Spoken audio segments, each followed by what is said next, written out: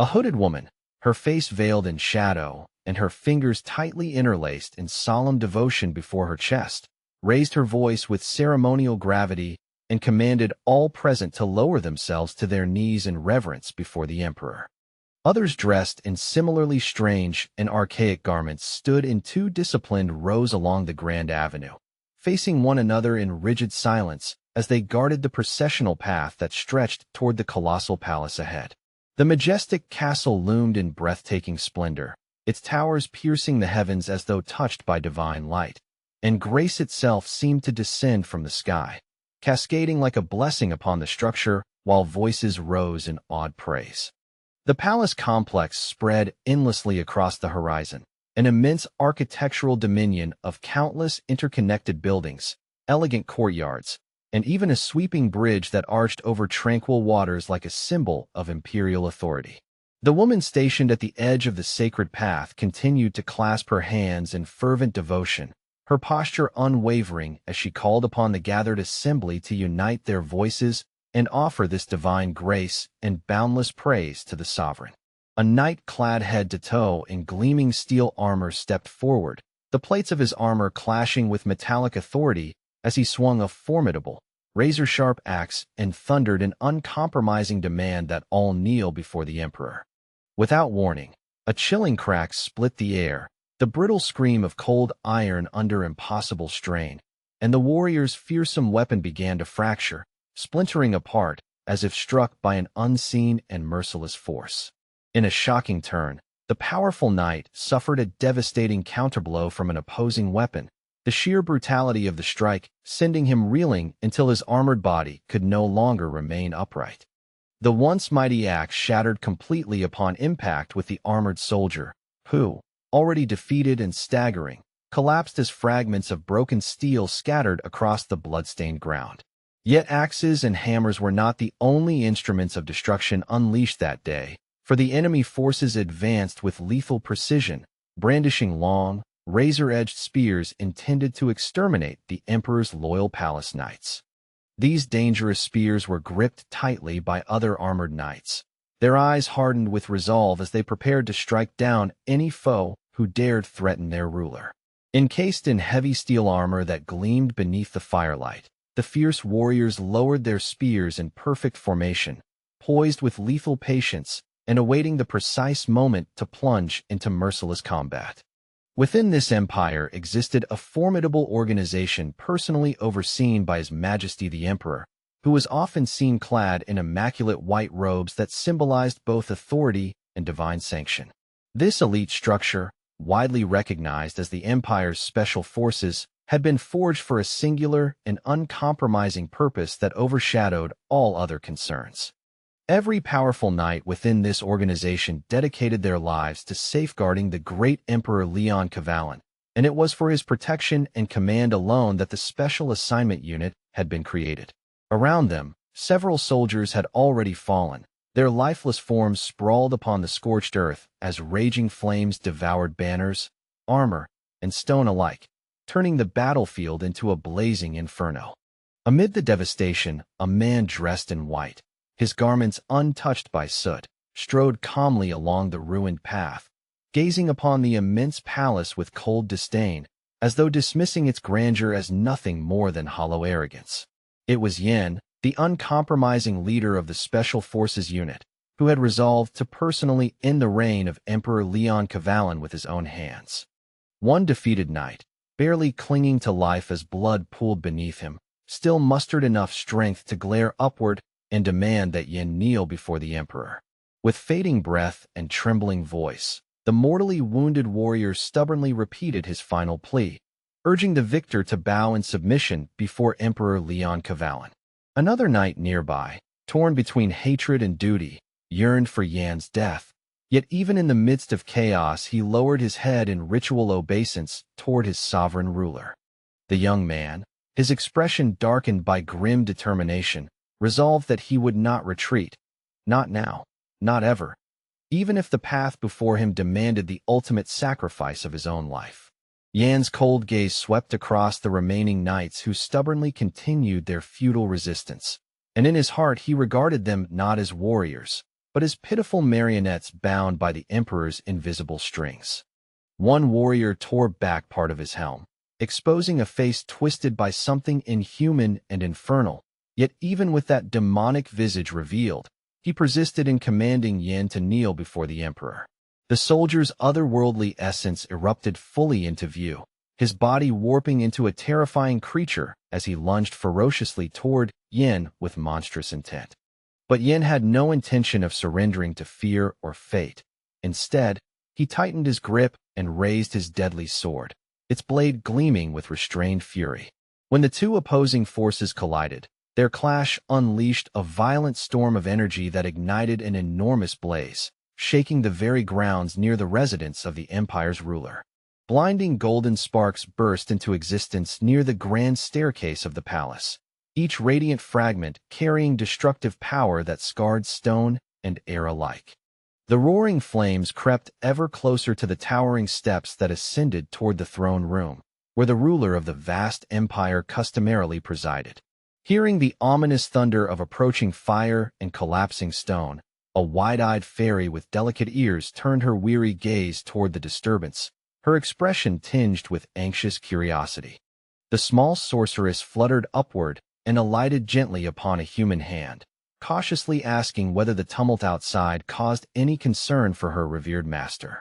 Seated upon the throne in flowing red robes, the long-haired Emperor Leon Kavalan calmly reassured the fairy, his composed voice insisting that the disturbance posed no true problem. Yet despite his words, the ruler's large eyes widened with unmistakable surprise as he stared ahead, struggling to comprehend the unfolding chaos beyond his sanctuary. Moments later, Emperor Leon Kavalan beheld a familiar figure below, Yin of the Special Forces, who had breached the palace grounds and now stood at the threshold of rebellion. In the emperor's understanding, Yin, clad in torn garments and bearing a shadowed, desolate expression, had chosen to betray the very master who had once elevated him. The red mask adorned with white fang-like markings slipped from the warrior's face, revealing eyes devoid of joy as he fixed his unwavering stare upon Emperor Leon Kavalan and began to speak. Leon Kavalan found himself reflecting on the years that had passed since Yin rose to leadership, recalling vividly the time when the boy had been nothing more than a recruit enduring brutal trials within the merciless training ground known as the bottomless pit of loneliness. From the depths of enslavement as a mere expendable soldier, the young man had clawed his way upward through blood and hardship to become the formidable leader he was today. Gazing steadily at Yin, Leon Kavalan reminded him that he had been granted power, status, and privilege beyond measure, and he genuinely could not fathom what grievance could possibly fuel such defiance. The young warrior lowered his head, silent yet seething, his suppressed fury directed at Leon Kavalan's inability, or refusal, to grasp the true source of his anguish. With fierce indignation, Yin snapped a yellow fragment of a staff, which instantly transformed in his grasp into a deadly weapon, signaling his readiness to charge at his enemy. Though the motion clearly threatened imperial life, Emperor Leon Kavalan remained composed and dignified, continuing to observe the advancing warrior without outward alarm. The leader of the organization surged forward, intent on driving his perilous blade toward its target and delivering what he believed would be a decisive, fatal strike. As dissatisfaction flickered across Leon Kavalan's expression, Yin drew his blade near his ear, where a small green creature began to coil sinuously around it. At first, Yan's lifeless eyes shifted toward the miniature swamp-colored dragon, as though contemplating eliminating the intrusive creature before continuing his assault. The forked red tongue of the creature flickered as it descended, and Yin declared bitterly to the emperor how he had been stripped of everything, his voice laced with scorn that mocked Leon's hollow assurances. A tiny fairy with flowing purple hair sat silently upon Leon Kavalan's palm, her delicate features fixed intently upon the knight who had violated their sanctum. When Yin spoke of losing even his memories, the ruler's fingers tightened sharply around the fragile magical girl, betraying a flicker of tension beneath his regal composure. Yan's glare burned with raw anguish as he shouted about the theft of his family, his stolen identity, and the very life that had once belonged to him. For a fleeting second, the head of the Special Forces fell silent, His furious tirade abruptly halted as he partially lost his left arm, the grievous wound marking a brutal turning point in their confrontation. Behind him, a keen-edged sword hovered as if suspended by invisible strings, its impossibly ornate hilt twisting through the air with graceful menace, an unmistakable catalyst for the unsettling transformations rippling through the boy's body. Stunned to the marrow, Yin was struck by a memory he had lived through once before, an event so intimately bound to his survival that the past returned like a blade sliding between his ribs. Where he had been staring forward with grim purpose, fate forced his head to turn back, and in that disorienting motion, he failed to notice the dark smear of his own blood staining the ground before him. Emperor Leon Kavalan rose from his throne in sudden agitation, resentment tightening his features, because even he could not fathom how his subordinate had pieced together the truth so quickly. With madness flickering behind his widened eyes, the ruler of the empire confessed with chilling candor that the head of the Special Forces unit had always been his favorite toy, an object to be played with, broken, and repaired at will. In Yan's weakening mind, fractured thoughts flashed chaotically, rage, disbelief, grief, until he bitterly recognized how futile and grotesque it had been to endure such a life and call it loyalty. A distant voice urged Yin to wake up and rise, and when he staggered to his feet, he froze in confusion, unable to understand how he was still alive despite the memory of his heart being pierced clean through. Yin lifted his gaze calmly into pale light. Jagged rocks surrounded him like the teeth of a buried beast, and although the scene looked unfamiliar at first glance, his instincts screamed that he knew this place all too well. Remembering his earlier attempt to oppose Emperor Leon Kavalan, Yin reached out and brushed his fingers along a massive white pillar nearby, as if the cold stone might confirm whether this reality was true. Sudden, overwhelming shock flooded the young man. His eyes flew open wider as he stared at the impossible phenomenon unfolding before him, his breath catching as certainty and dread collided in his chest. Before him stood the great stone sword, monumental beyond reason, its sheer scale and solemn grandeur dwarfing Yin as though it were a silent god presiding over the lives of the weak. It was the symbol of the squad's training ground, a cruel landmark of initiation, and legend whispered that thousands of recruits had perished before this colossal blade, broken by trials that offered no mercy. Yet Yan's attention snapped inward as well, alarmed by the drastic alterations in his own body. He now wore the simple, rough clothing of recruits in training, as if time had rewound and stripped him down to the beginning. A sudden, incomprehensible noise erupted nearby. Quick footsteps, a rush of air, as though someone had sprinted past him, while Yin remained rooted in place, stunned and wide-eyed, trying to make sense of it all. A tall man's massive fist crashed into Yin with brutal force, and sharp pain flared through his shoulders. He instinctively clutched the aching joints, teeth gritting as the impact rattled his bones. Caught off guard, Yin was knocked violently sideways, skidding and nearly falling, and his formidable assailant barked a harsh warning for him to watch his back, like a predator savoring the hunt. The blow snapped Yin fully into awareness. He clenched his strong white teeth, and his eyes bulged with sudden fury. Standing over him was Roman, the 12th recruit of the Special Forces unit, seething with hatred, calling Yin insolent, yet otherwise unchanged from the cruel rival Yin remembered.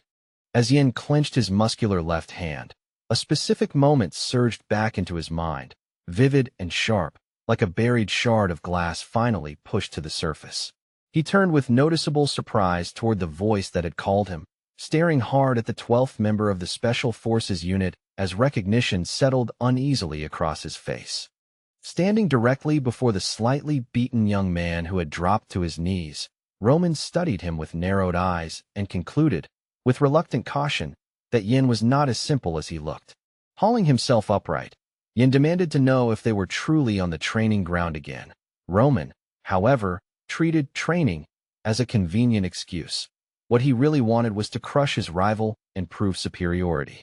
Roman sneered that no one would care if a low-level recruit died by accident, his voice dripping with contempt, as if the training ground itself existed to bury the weak without consequence. With a sullen expression and a mind still spinning, Yin tried to reconcile the impossible. After invading the imperial palace, after facing Emperor Leon Kavalan, he had awakened here, and there was one thing he could not bring himself to believe. Yet the evidence surrounded him. The towering stone soared before his eyes, the thin, younger body he now inhabited, and Roman's familiar, vicious behavior, each detail confirming this strange return to the past. Yin felt a dangerous flicker of relief at being thrown backward in time, and the reason hardly mattered. What mattered was the rare, precious chance to begin again, to rewrite the path that had led him to ruin. Now, more than ever, Yin had to avoid a single misstep, because this time his resolve was absolute. He would not fail, and he would not stop until Emperor Leon Kavalan's reign was severed at the root.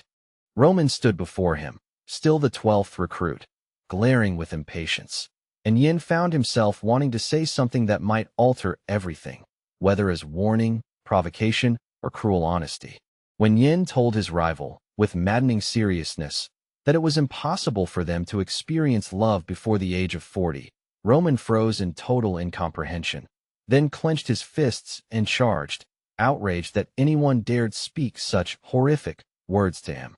Yin stepped aside smoothly and remarked with biting irony that he couldn't believe Roman had missed such a slow, obvious strike. The recruit's pride shattered on the spot, and Roman's eyes burned with wild rage at being mocked by someone he considered weaker. Desperate to land a hit on the young man who kept ridiculing him so cruelly, Roman darted in a zigzag pattern around Yin, throwing reckless attacks, yet each attempt cut only air, feeding his growing frustration. Keeping a cool, almost bored expression, Yin decided to offer a single piece of advice, even as Roman glared at him with trembling anger and a face twisted by wounded pride. Closing in on the restless recruit, Yin tapped Roman's body lightly with one finger, an insulting, casual touch, and recommended he shorten the distance and attack properly instead of chasing like an amateur.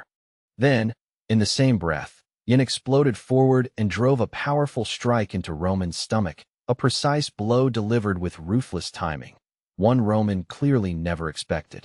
The treacherous impact launched the 12th recruit sideways as if he weighed nothing, while Yin remained planted, fist clenched, posture steady, an unspoken statement that the gap between them was real. Roman screamed in savage pain, eyes bulging as his body convulsed, unable to comprehend how a mid-level recruit could possess such refined skill and such merciless control. Yin bared his strong white teeth in a fit of aggressive focus and continued to instruct Roman like a ruthless tutor, urging him to keep attacking, because the only lesson that mattered here was survival through violence. But Yan's attention snapped away mid-taunt as something streaked past him, a mysterious purple object cutting through the air with unnatural speed and an eerie, silent spin. The strange pendant struck the wall with a sharp clink and dropped to the ground. Yet Yin could not recall ever possessing anything like it, and the unfamiliarity sent a cold ripple down his spine. Yin picked up the object and glanced toward Roman lying nearby, then suggested they end the fight, remarking that Roman had been extremely lucky, as though sparing him were a casual whim rather than mercy. The pendant's lid popped open with a faint click, and Yin sat up to examine its interior, his fingers careful as he peered inside, and realized something had been hidden there all along. Suddenly, the former leader's eyes widened, his breath tightening as he began to study the pendant's contents with growing intensity, like a man staring at proof that his entire life had been rewritten. Inside the pendant lay an old photograph, a boy in the foreground, with a man and a woman standing behind him, their faces softened by time, the image worn but stubbornly preserved. Yin recognized himself immediately in the childhood photo, and the shock of seeing his own younger face beside strangers hit harder than any fist, as if the pendant had reached into his past and dragged it out. Though Yin was seeing them for the first time with conscious eyes, the man and woman radiated an inexplicable familiarity. Tears welled unbidden, and he accepted, almost trembling, that they were his family. Memories, love, family, words Yin had not allowed himself to touch for 30 years. He had searched and slaughtered, burned the imperial capital, erased court knights, and still he had found nothing. No parents, no roots, only emptiness that revenge could not fill. And now, at last, the brave warrior held this priceless proof in his own hands, as if the universe had returned a stolen piece of him in the cruelest, most unexpected way. Closing his eyes, Yin drew the pendant close and let the weight of the past press against his chest, thinking of lost relatives and forgotten warmth with a grief so deep it nearly stole his breath. When he opened his eyes again, clarity struck like lightning. He realized he had almost repeated the same mistake as before, letting revenge blind him to the one thing he truly needed. The majestic stone sword towered before Yin, and in that solemn shadow he chose not to squander his life on vengeance. Instead, he decided to escape this place and protect the fragile future he had been given. Filled with fierce determination, Yin vowed to reclaim everything that had been stolen: his life, his family, his very identity. Even though the Special Forces unit remained under the Emperor's direct command, and the Empire itself would not release him easily. There was a grim chapter in the nation's history when the mighty fortress of Burna finally fell, its towering walls consumed by an overwhelming inferno that devoured stone, steel, and pride alike. The Empire's citizens still whisper about the assassination of the Grand Duke of the Northern Continent, a brutal act in which this same paramilitary formation played a shadowed, yet undeniable role. Led by a widely renowned commander, the unit executed countless high-risk missions with ruthless precision, operations that directly reshaped the destiny and political balance of the entire country. At the center of that storm of blood and upheaval stood the nationally celebrated commander of the Special Forces unit, Yin, whose name alone once inspired both awe and fear. He was hailed as the Emperor's right hand, the Empire's foremost knight, and yet the frail recruit dragging boxes now was none other than that very same man. How had fate twisted so cruelly that this once glorious figure was reduced to hauling barrels of waste and scrubbing septic pits, burdened with the humiliating mission of cleaning filth?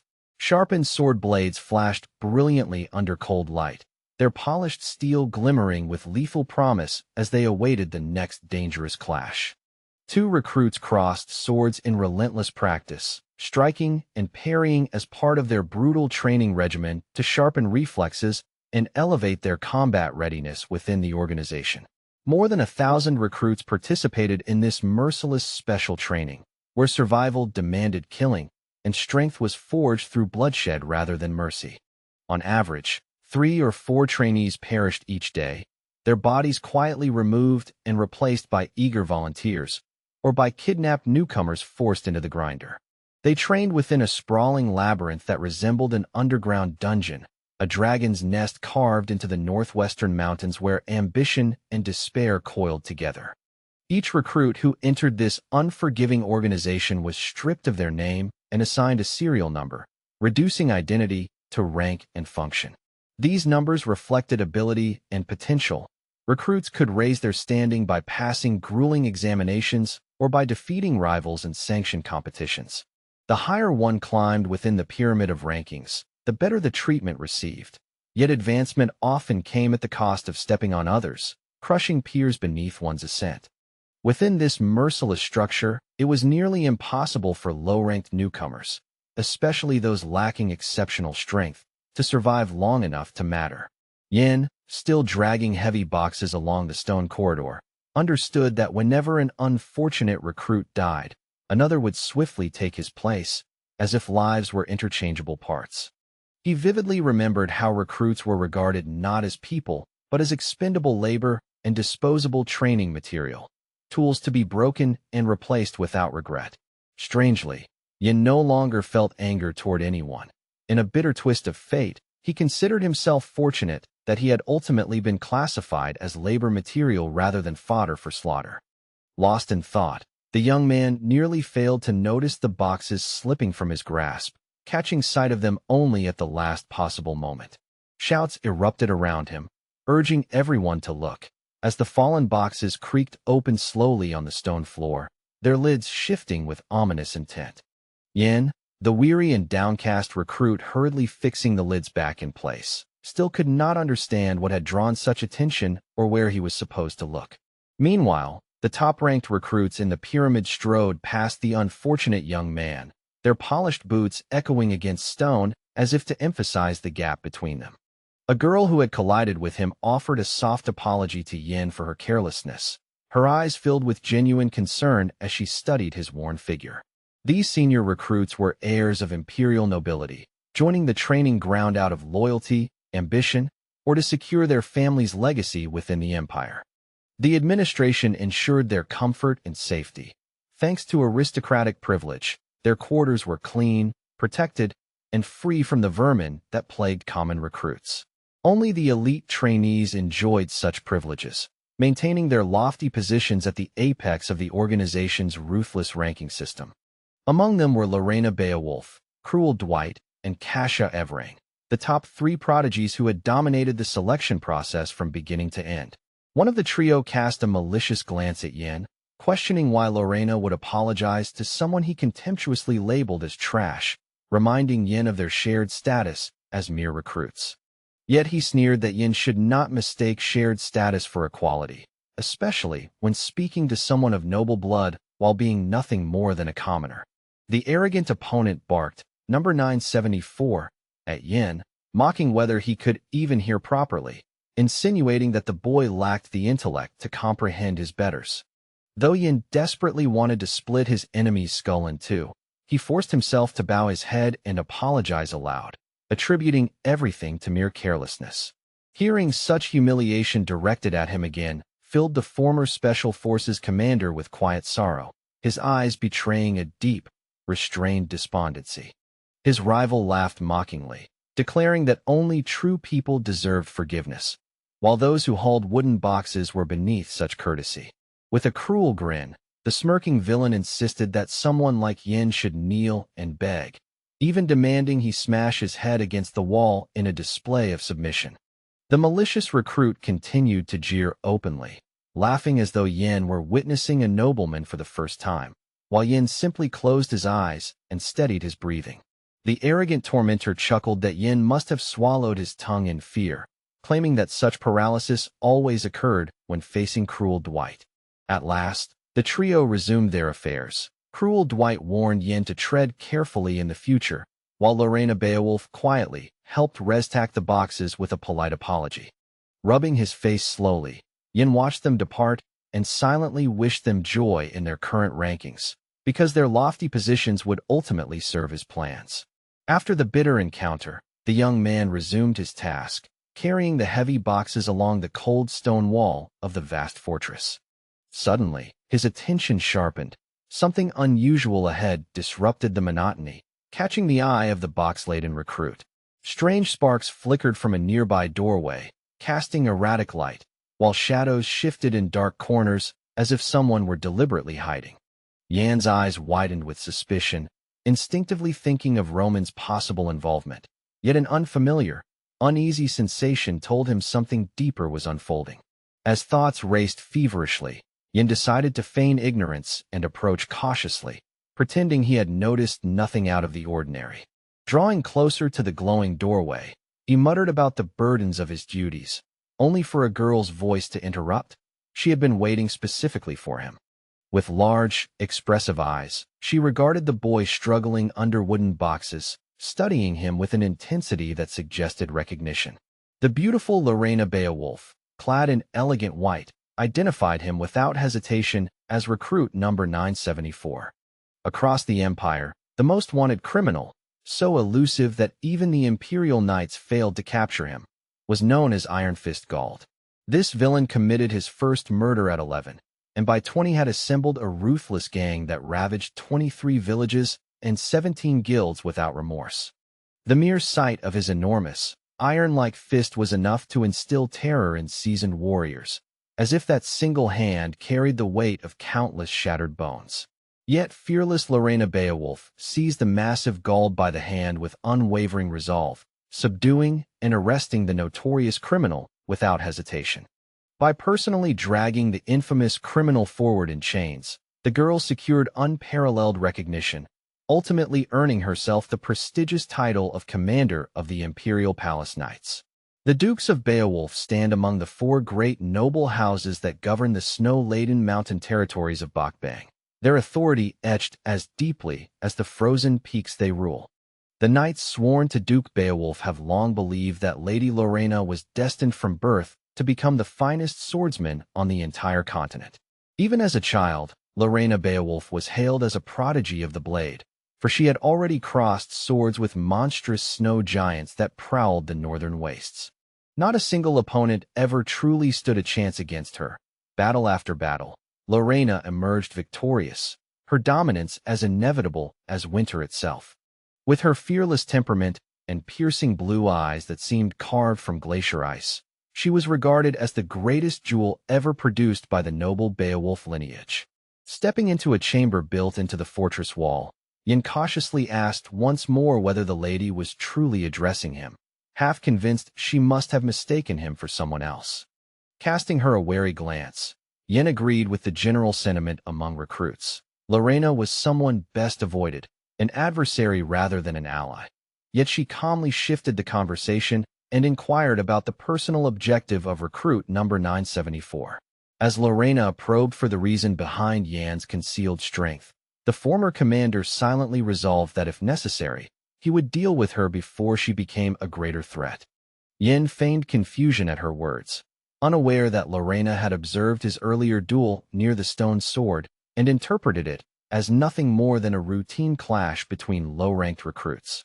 From her elevated vantage point overlooking the training grounds, Lorena had watched Yan's movements and initially doubted her own eyes at the precision and composure he displayed. Witnessing techniques that clearly distinguished him from the rest, Lady Beowulf struggled to comprehend why someone of his caliber remained buried at the very bottom of the rankings. Realizing he might have revealed too much, Yin grew subtly alarmed and continued pretending ignorance, as though he truly had no idea what the noblewoman was implying. Sensing that the modest recruit would not be easily cornered, Lorena decided to alter her approach entirely, choosing a path of unexpected civility. She stepped closer to Yin with measured grace, and for a fleeting moment it seemed to her that he believed the interrogation had finally ended. Extending her hand toward the former leader of the special forces, Lorena openly admitted she might have misjudged him. In a sudden motion, however, the noblewoman swiftly placed her palm against Yan's chest, catching him completely off guard and shattering the fragile calm between them. Eyes widening in astonishment, Yin instantly suspected that this was no gesture of goodwill but a deliberate test of his reflexes and composure. He clearly perceived the danger in Lorena's poised hand, yet deliberately chose not to react, understanding that even the slightest defensive movement could expose him. In the very next instant, Lady Beowulf struck him sharply across the face. Unprepared, Yin collapsed onto the floor, dazed and humiliated, demanding to know why she had attacked him. Lorena responded only with a puzzled, searching gaze, as though trying to reconcile expectation with reality. She admitted she had assumed he would block the blow effortlessly. Offering an apology, she listened as Yin insisted it was not truly him who had fought earlier.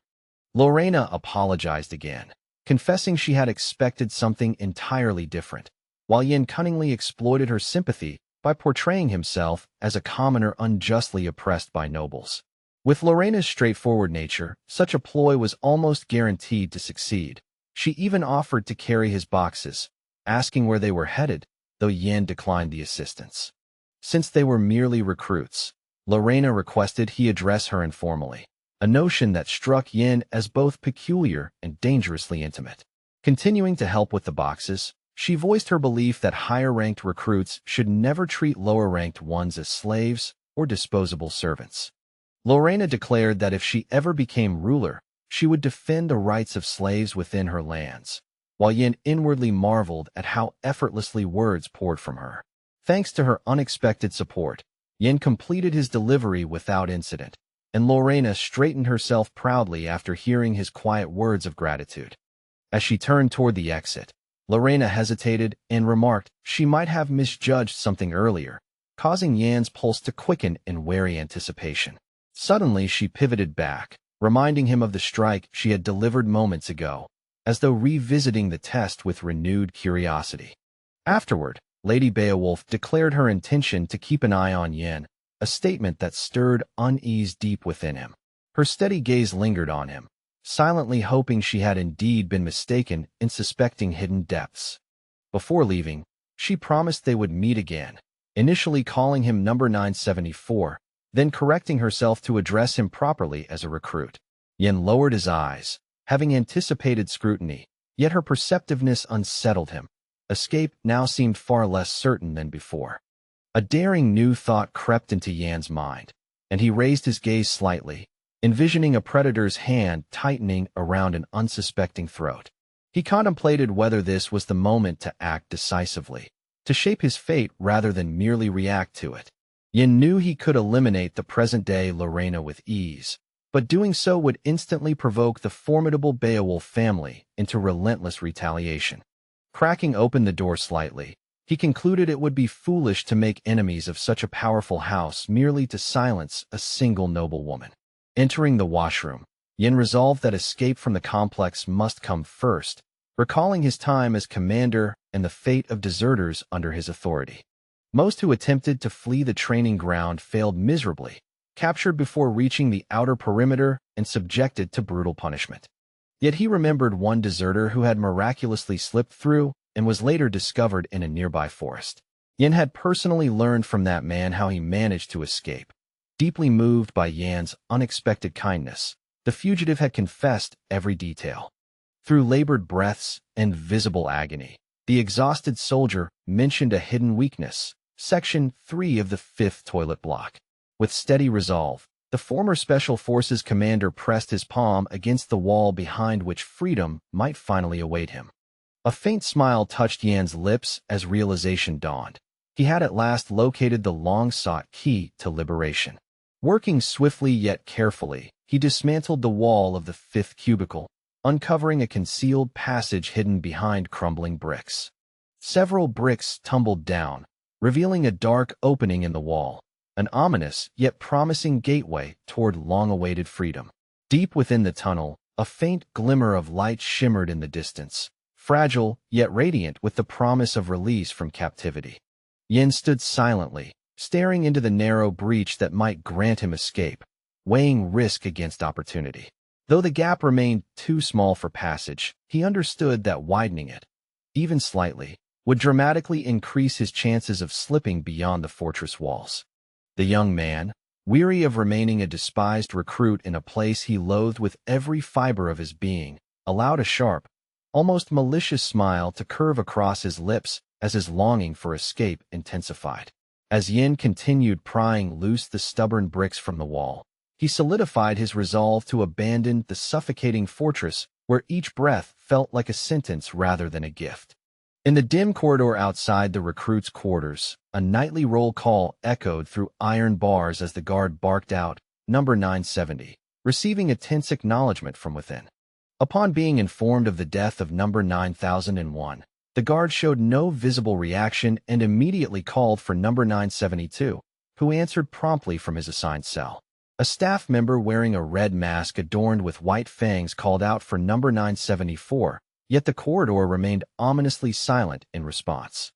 Sensing something amiss, the masked man strode forward and seized the cold iron bars, suspecting the recruit might have dared attempt escape.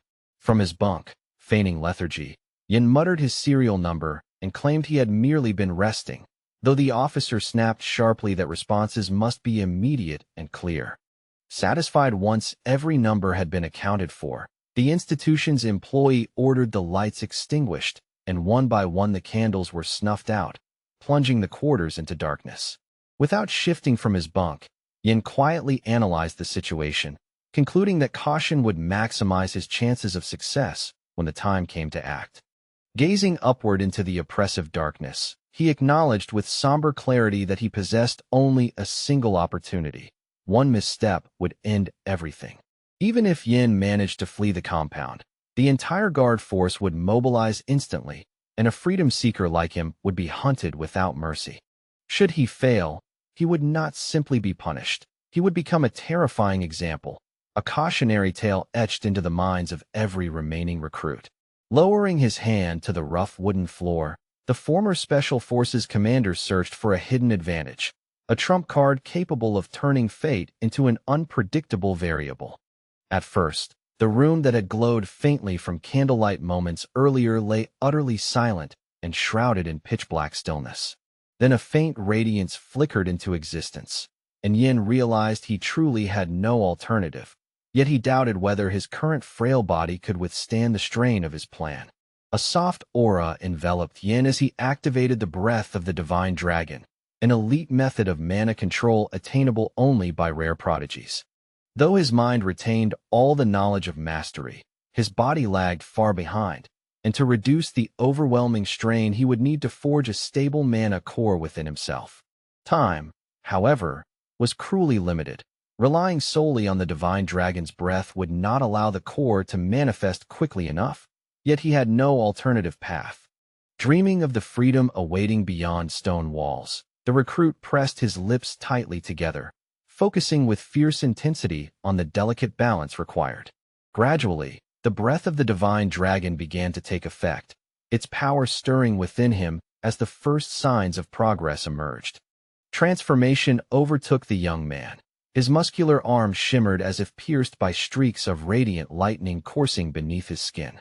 Yin had not anticipated such a rapid surge of mana, feeling every cell in his body ignite as raw magical energy flooded through his veins.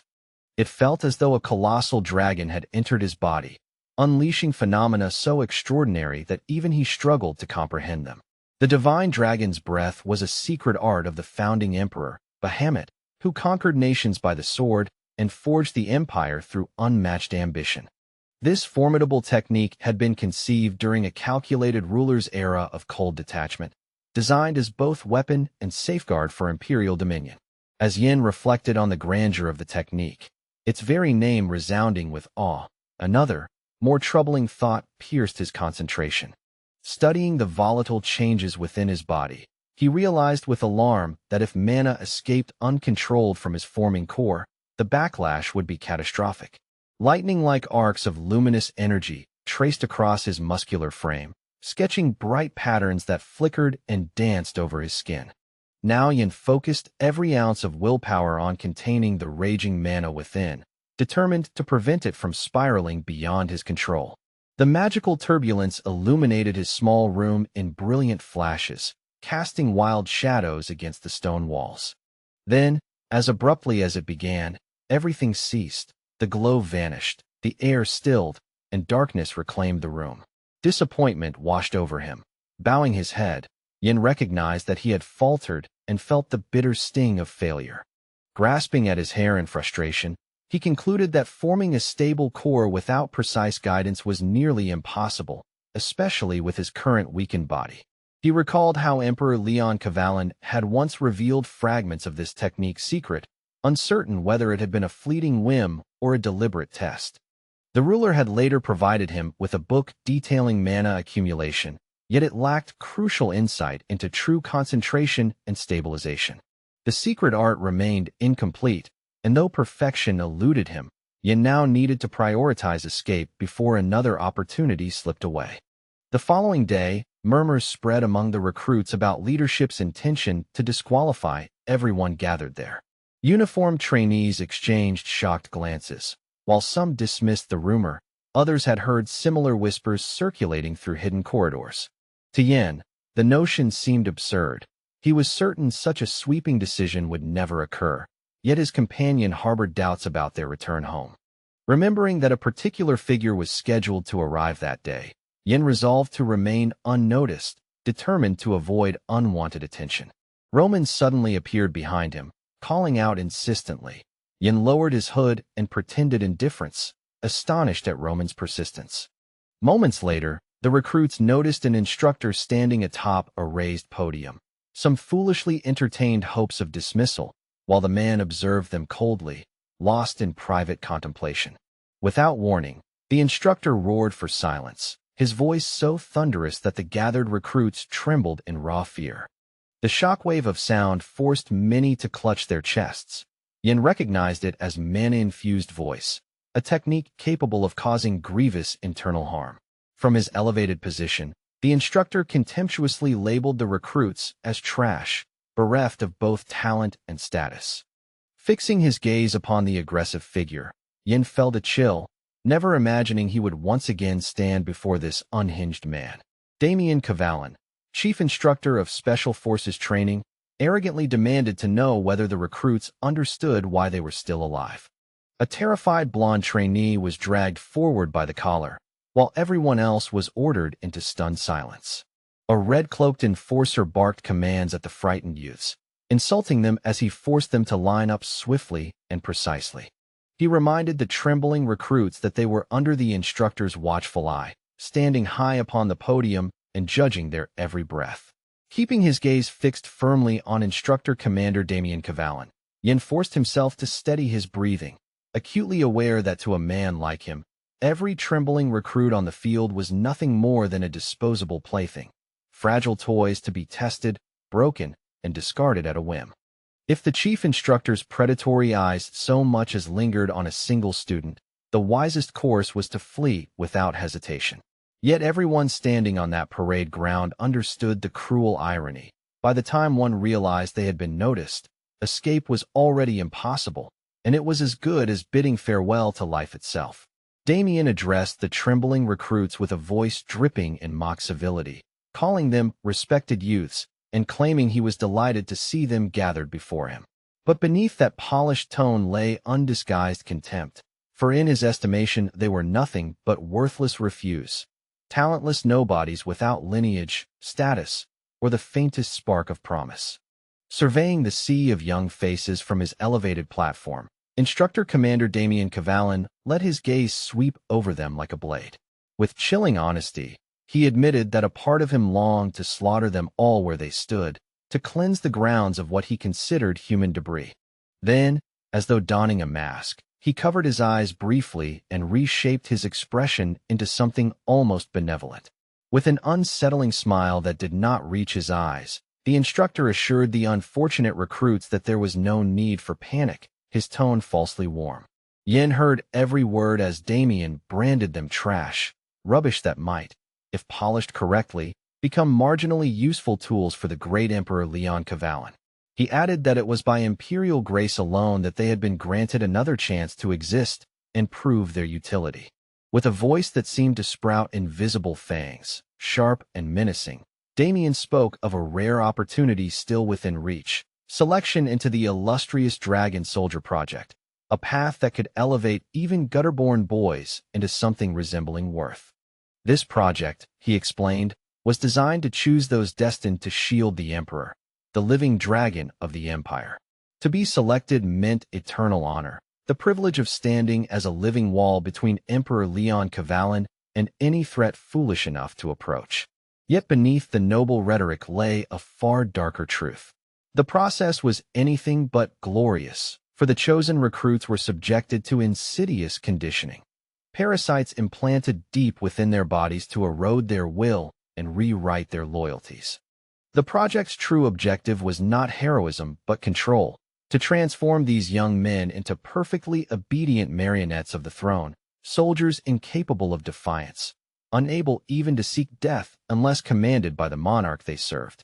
Damien praised His Majesty, Emperor Leon Cavalin, as a ruler both magnanimous and merciful, insisting that every one of them should bow their heads in gratitude for the boundless kindness that had spared such unworthy lives.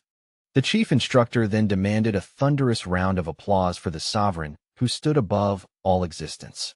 His voice cracked like a whip across the parade ground, compelling the young men below to clap in forced reverence. Watching Damien carefully, Yin brought his hands together in measured applause, ensuring his movements were neither too slow nor too enthusiastic. Above all, he clung to a single principle: remain invisible, blend into the mass, survive. Without warning, one recruit broke the suffocating tension by raising his hand and daring to pose a question to the instructor, an act so bold it instantly darkened Damien's expression with unmistakable irritation. A ripple of shock swept through the ranks when they realized it was Roman who had spoken. With unwavering eyes, he demanded to know whether the Dragon Squad truly held such overwhelming importance in their lives. As Damien began outlining the so-called consequences and responsibilities awaiting any soldier selected, Yin listened with thinly veiled skepticism, silently dismissing the instructor's grandiose speech as the ramblings of a dangerous fool cloaked in authority. Roman's anger ignited like wildfire. His teeth ground together audibly, hair falling into wild disarray as fury twisted his features. He burned with indignation at those who doubted his strength, especially anyone who questioned his ability to crush the insolent and rise above them. In a flash, a brilliant streak of light tore through the air and pierced the unsuspecting recruit's chest. For a heartbeat, Roman stared down at the radiant wound in stunned disbelief, as though witnessing a miracle that defied comprehension. Yin, shaken to his core by the sudden spectacle, recognized the technique, Tanagon, a skill that allowed its wielder to fire compressed bullets of energy from their fingertips, slicing through the air with lethal precision. Roman's body crumpled toward the ground, blood staining his uniform. The extent of his injuries was unclear, and none could say with certainty whether he would cling to life or fade into death's shadow. Extending his left hand with theatrical calm, Instructor Commander Damien Cavallan tilted his head slightly and asked Roman whether he was still alive, his tone disturbingly casual. Fixing his crimson eyes upon the wounded recruit, Damien regarded Roman's labored breathing as little more than irritating noise, dismissing whatever defiant words spilled from the boy's bloodied mouth as meaningless nonsense. While Damien privately labeled them all parasitic freeloaders unworthy of air, chaos rippled through the formation. Some recruits whispered that Roman was already dead, while others desperately shouted for him to stand and prove them wrong. Yin knew he possessed the means to stem Roman's bleeding and potentially save his life.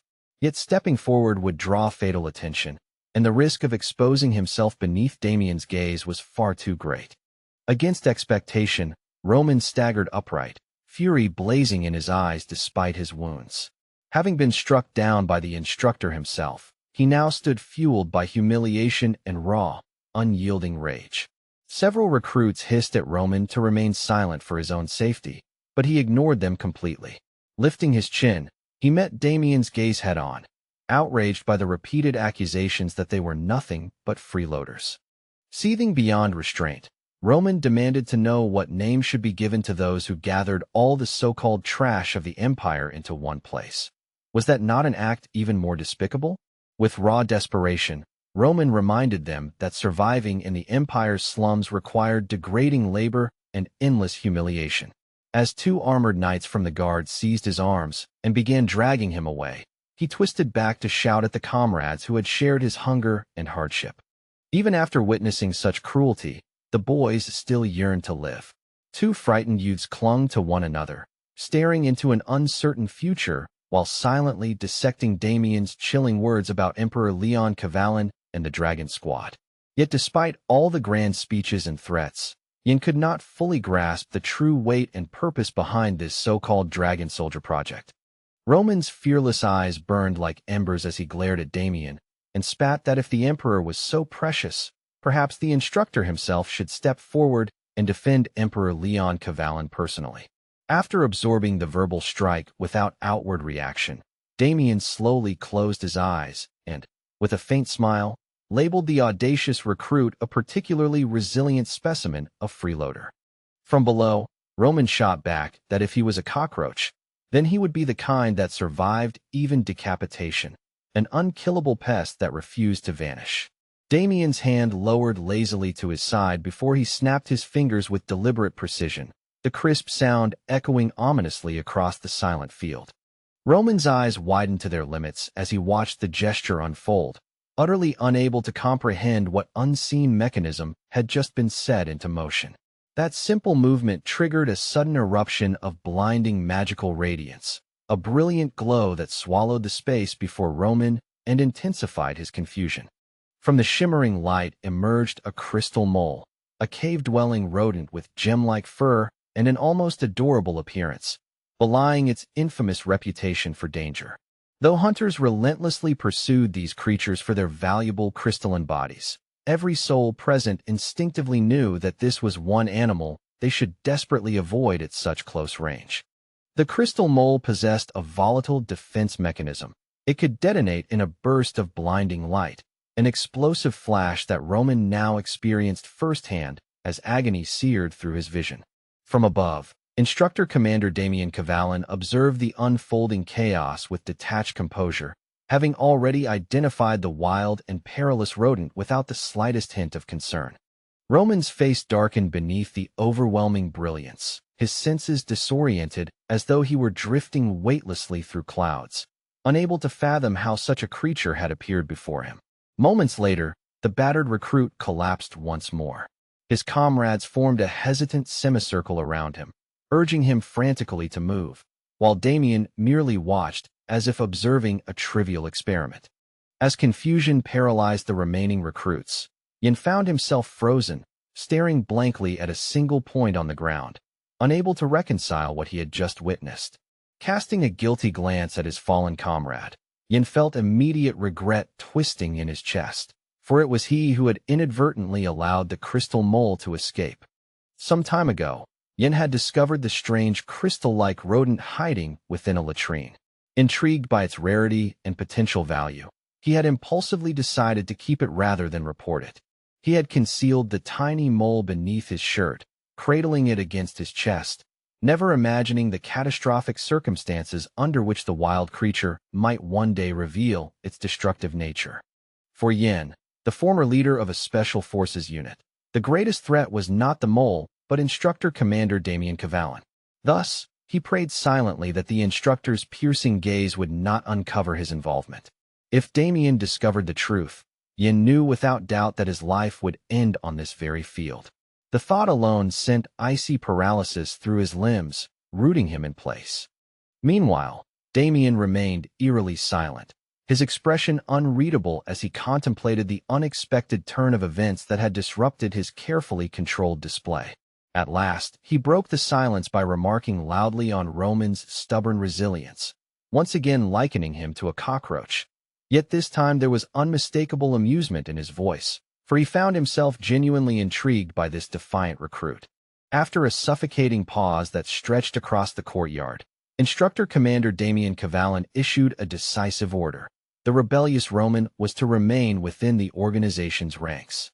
His tone carried neither mercy nor anger, only cold amusement, as though preserving an interesting specimen for future observation. Though the command had nothing to do with him, John exhaled in visible relief, lowering his head to conceal the tremor in his eyes. He understood all too well how narrowly he had avoided drawing attention, and the realization that punishment had passed him by left his knees weak with gratitude. Two weary comrades hoisted the barely conscious Roman onto their shoulders, struggling beneath his weight. Watching the spectacle, Yin muttered under his breath that Roman was a reckless fool, an idiot who had provoked a monster and survived only by chance. Roman's face had become a blank mask, drained of its usual fire. His eyes stared vacantly into the distance, unblinking and silent. Yin recognized that expression. It was not surrender, but a deliberate act of restraint, an extreme measure to conceal the storm raging within. Within the fortress where hardened warriors gathered, ancient stone steps spiraled downward into shadow. The narrow descent was illuminated only by flickering torches mounted along damp walls, their flames casting restless shadows that seemed to breathe with the corridor. Through this subterranean passage walked Instructor Commander Damien Cavallan in solitary pride. His boots echoed against the stone as he replayed the day's events, a satisfied and malicious smile tugging faintly at his lips, as though savoring a particularly entertaining performance. His crimson eyes remained fixed forward, glowing faintly in the torchlight. There was nothing benevolent in that gaze, only calculation, cruelty, and the quiet anticipation of future amusement. First, the dangerous instructor recalled the wounded Roman, then Yin. In his mind, both were nothing more than intriguing toys, flawed yet promising instruments that might provide him with further diversion. Meanwhile, to advance his carefully crafted escape plan, Yin resolved to return once more to the abandoned toilet in the third zone, a forgotten corner of the fortress rarely visited by guards or recruits alike. Hidden within that crumbling structure was a narrow breach in the wall, barely noticeable to the untrained eye. Through that small opening, Yin intended to carve his path to freedom, inch by painstaking inch. The tunnel he had excavated in secret was surprisingly spacious despite its crude construction, just wide enough to accommodate a single recruit crawling on hands and knees toward the promise of escape. As Yin slipped inside once more, dirt clinging to his sleeves, he cursed his earlier carelessness. 3 full days had already passed since he began this perilous endeavor, and time was both his ally and his enemy. Recruit number 974 had now spent 3 days preparing his flight from captivity. Yet in his haste, he had forgotten to bring the protective mask essential for navigating the filth and fumes that lurked within the underground passage. He would need to extend the tunnel further, reinforce its fragile walls with scavenged boards, and repeat the process carefully. Still, despite the risks and exhaustion, nothing disastrous had occurred during these 3 tense days. Yan's eyes, enhanced through rigorous training and the infusion of magical mana, had adapted to the oppressive darkness. Even within the newly carved chamber, he could distinguish shapes and textures invisible to ordinary sight. With steady determination, Yin continued hacking at the earth with his hatchet. The suffocating lack of light no longer troubled him. Instead, it felt like an ally cloaking his movements from prying eyes. No one had ventured near this forsaken location in the past 3 days. The structure did not even appear on official maps, making it the perfect sanctuary for someone desperate enough to gamble everything. As he carved deeper into the soil with a sharpened blade, Yin allowed himself to imagine the future awaiting him beyond these walls. Freedom, perhaps even redemption, if only he could maintain this relentless pace.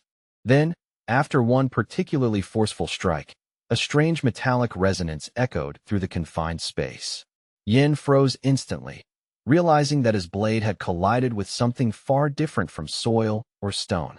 A faint glimmer began to seep through the layers of black earth and shattered rock, illuminating the edge of his blade. That fragile beam of light seemed to herald the long-awaited promise of liberation. Yin stared at the narrow rays with pounding excitement. To him, it felt less like a mere discovery and more like destiny, an unforeseen breakthrough that might change everything. Elsewhere in the courtyard, the officer on duty conducted a strict roll call. Recruits numbered 830, 892, and 920 responded promptly, their voices sharp beneath the watchful gaze of authority. When the officer's finger traced down to number 974, however, he noticed the absence near the towering rows of enormous barrels where the recruits typically assembled. Clad in a vivid red uniform, the officer suddenly spotted Yin approaching from a distance. Suspicion sharpened his features as he ordered the young man to halt, remarking that an unpleasant odor clung to him. Convinced the recruit was concealing something, the officer commanded him to remove his hood. Yin hesitated briefly before reaching toward his garments, feigning the demeanor of someone prepared to confess. He admitted to accidentally damaging a container while transporting waste, and as he spoke, the stench of feces wafted unmistakably from his clothes, assaulting the senses of those nearby. The officer recoiled in disgust, face paling as he barked at Yin to leave immediately. It was precisely the outcome Yin had hoped for. Hanging his fouled garments aside, he wondered if the odor would ever fade, but he was relieved that suspicion had been diverted. While excavating the tunnel earlier, Yin had unknowingly struck a drainage pipe concealed within the wall, the metallic clang now making dreadful sense in hindsight.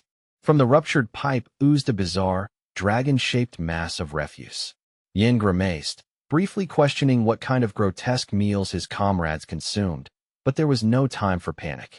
Despite these setbacks, Yan's preparations advanced steadily. He had already secured daggers, coiled ropes, and other vital tools necessary for his eventual escape. His body, too, had nearly reached optimal condition. Through relentless physical training enhanced by magical mana, he had reshaped himself into something far stronger than the frightened recruit who first arrived. There had been moments during that brutal regimen when he believed he might collapse from exhaustion, the intensity pushing him to the brink of unconsciousness. Reflecting on how those grueling trials had hardened him, Yin contemplated the final steps of his plan, until hushed voices from strangers nearby abruptly shattered his concentration. One mentor spoke in a low, cautionary tone about a recruit named Gale whose tongue had been severed for daring to laugh at an instructor. The other listened nervously, clearly unsettled by such merciless discipline. Yin overheard a guard urging his companion to endure a little longer, explaining that Instructor Commander Damien Cavalin would soon depart from the area. A subtle smile curved Yan's lips as he adjusted his clothing with renewed determination. The knowledge that Damien would be absent felt like a blessing from fate. Returning quietly to his designated post, Yin solidified his resolve. He would not squander such a rare and favorable opportunity. Once again, the former Special Forces leader made his way toward the abandoned toilet in the third zone, every step measured and cautious. The open yard surrounding the decaying structure lay eerily deserted. With no witnesses in sight, Yin allowed himself to dwell briefly on the dream of freedom that propelled him forward. Approaching the entrance, he calculated the remaining time before Instructor Commander Damien Cavalin might return. Just as he prepared to slip inside, an unexpected sound reached his ears.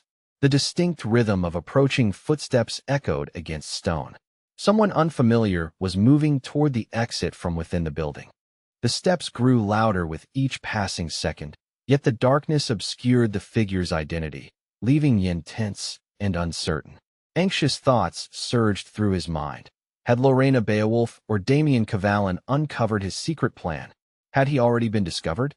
At last, the silhouette emerged from the shadows. Yan's eyes widened in disbelief as recognition dawned upon him. It was Roman. The two stared at one another as if witnessing a ghost.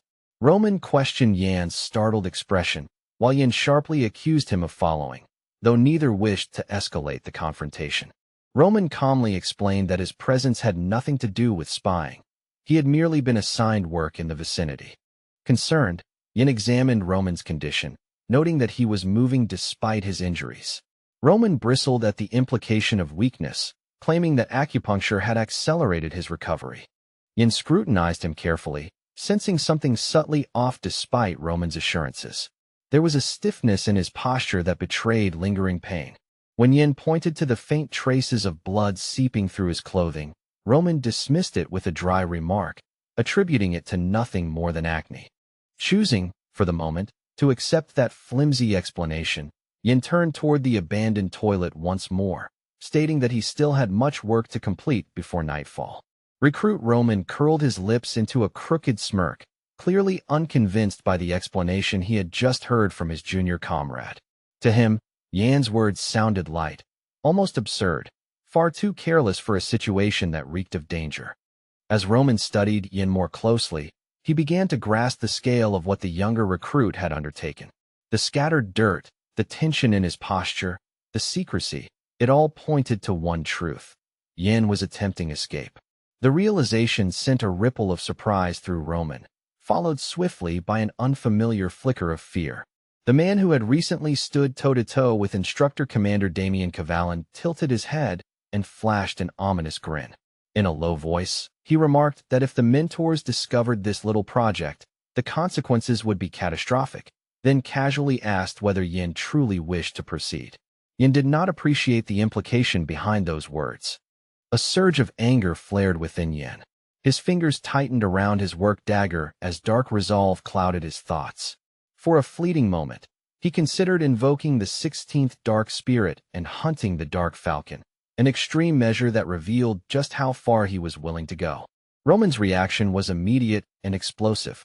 His white teeth flashed as he bared them in outrage, incredulous that Yin would contemplate something so drastic. Beneath his anger lay curiosity. Who exactly was this quiet young man wielding a blade with such terrifying confidence?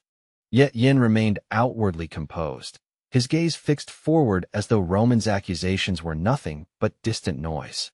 His calmness was unnerving, almost colder than any shouted threat. Lowering his head slightly, Yin weighed the situation with ruthless clarity. If Roman truly understood his secret, then elimination might be the only secure solution. The thought was grim, but survival left little room for sentiment. Roman's voice broke the silence, demanding to know why Yin refused to respond. Slowly, Yin lifted his head and opened his eyes, the earlier killing intent fading into guarded calculation. The tense vision of violence dissolved.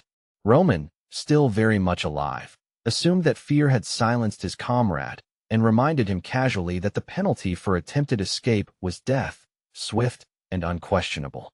Yin had not expected Roman to interpret the situation so simply.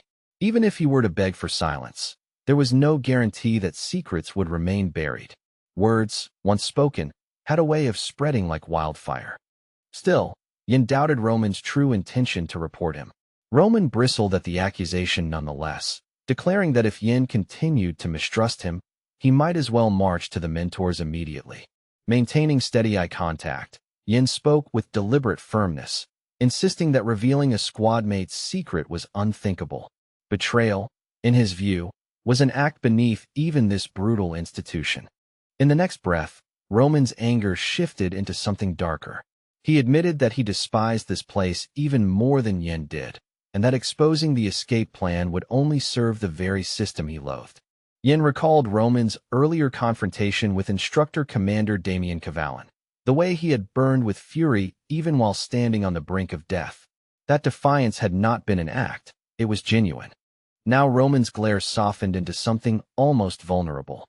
Beneath the bravado, a powerful longing to return home gnawed at him, a desire that no amount of pride could suppress. As Yin resumed digging, he no longer believed Roman would betray him. In truth, Roman yearned for escape even more desperately than he did. The difference lay only in their methods.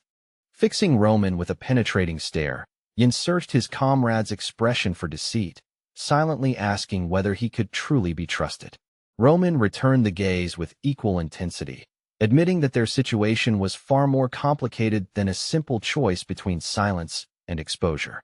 He remembered their earlier sparring session, sensing something unusual about Yin even then, an aura that hinted at hidden experience and restrained power. Roman had not forgotten the punch delivered by his younger comrade during training.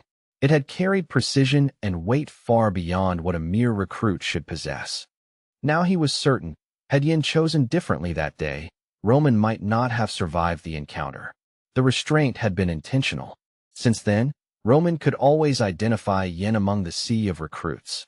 It was not literal scent, but an instinctive recognition, a distinct presence that lingered like a trace in the air. Yin stared at him in disbelief, half amused and half annoyed, accusing Roman of behaving like a stalker.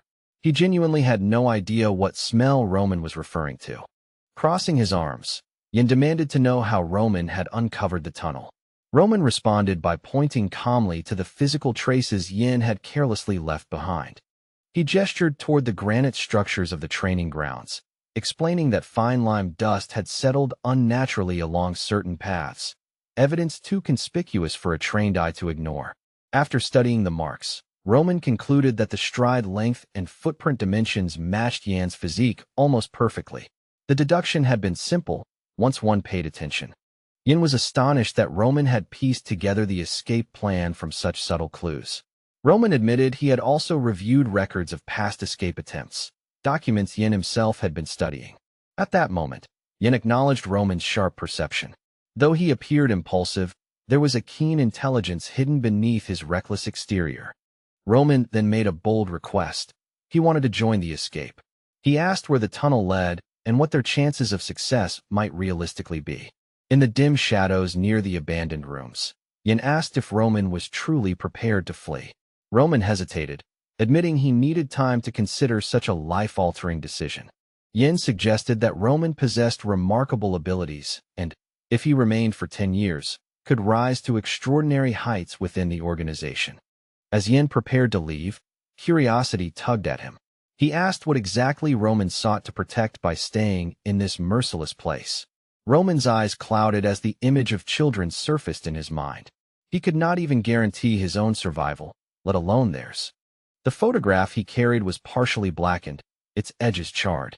Roman doubted whether, in 10 years' time, he would still be capable of safeguarding what it represented. Yin had no patience for prolonged hesitation. He urged Roman to decide immediately. If he chose to join him tomorrow or the day after, the opportunity would vanish. Roman then pressed Yin with a sobering question. Did he truly understand what awaited them after escape, beyond the fortress walls? In the dim corridor, Yin answered with quiet certainty. Roman, in turn, began outlining his own potential course of action should they succeed. Drawing an imaginary diagram in the air, Roman compared those who might escape with the network of mentors who would pursue them, emphasizing the numerical imbalance within the 962 assigned sectors.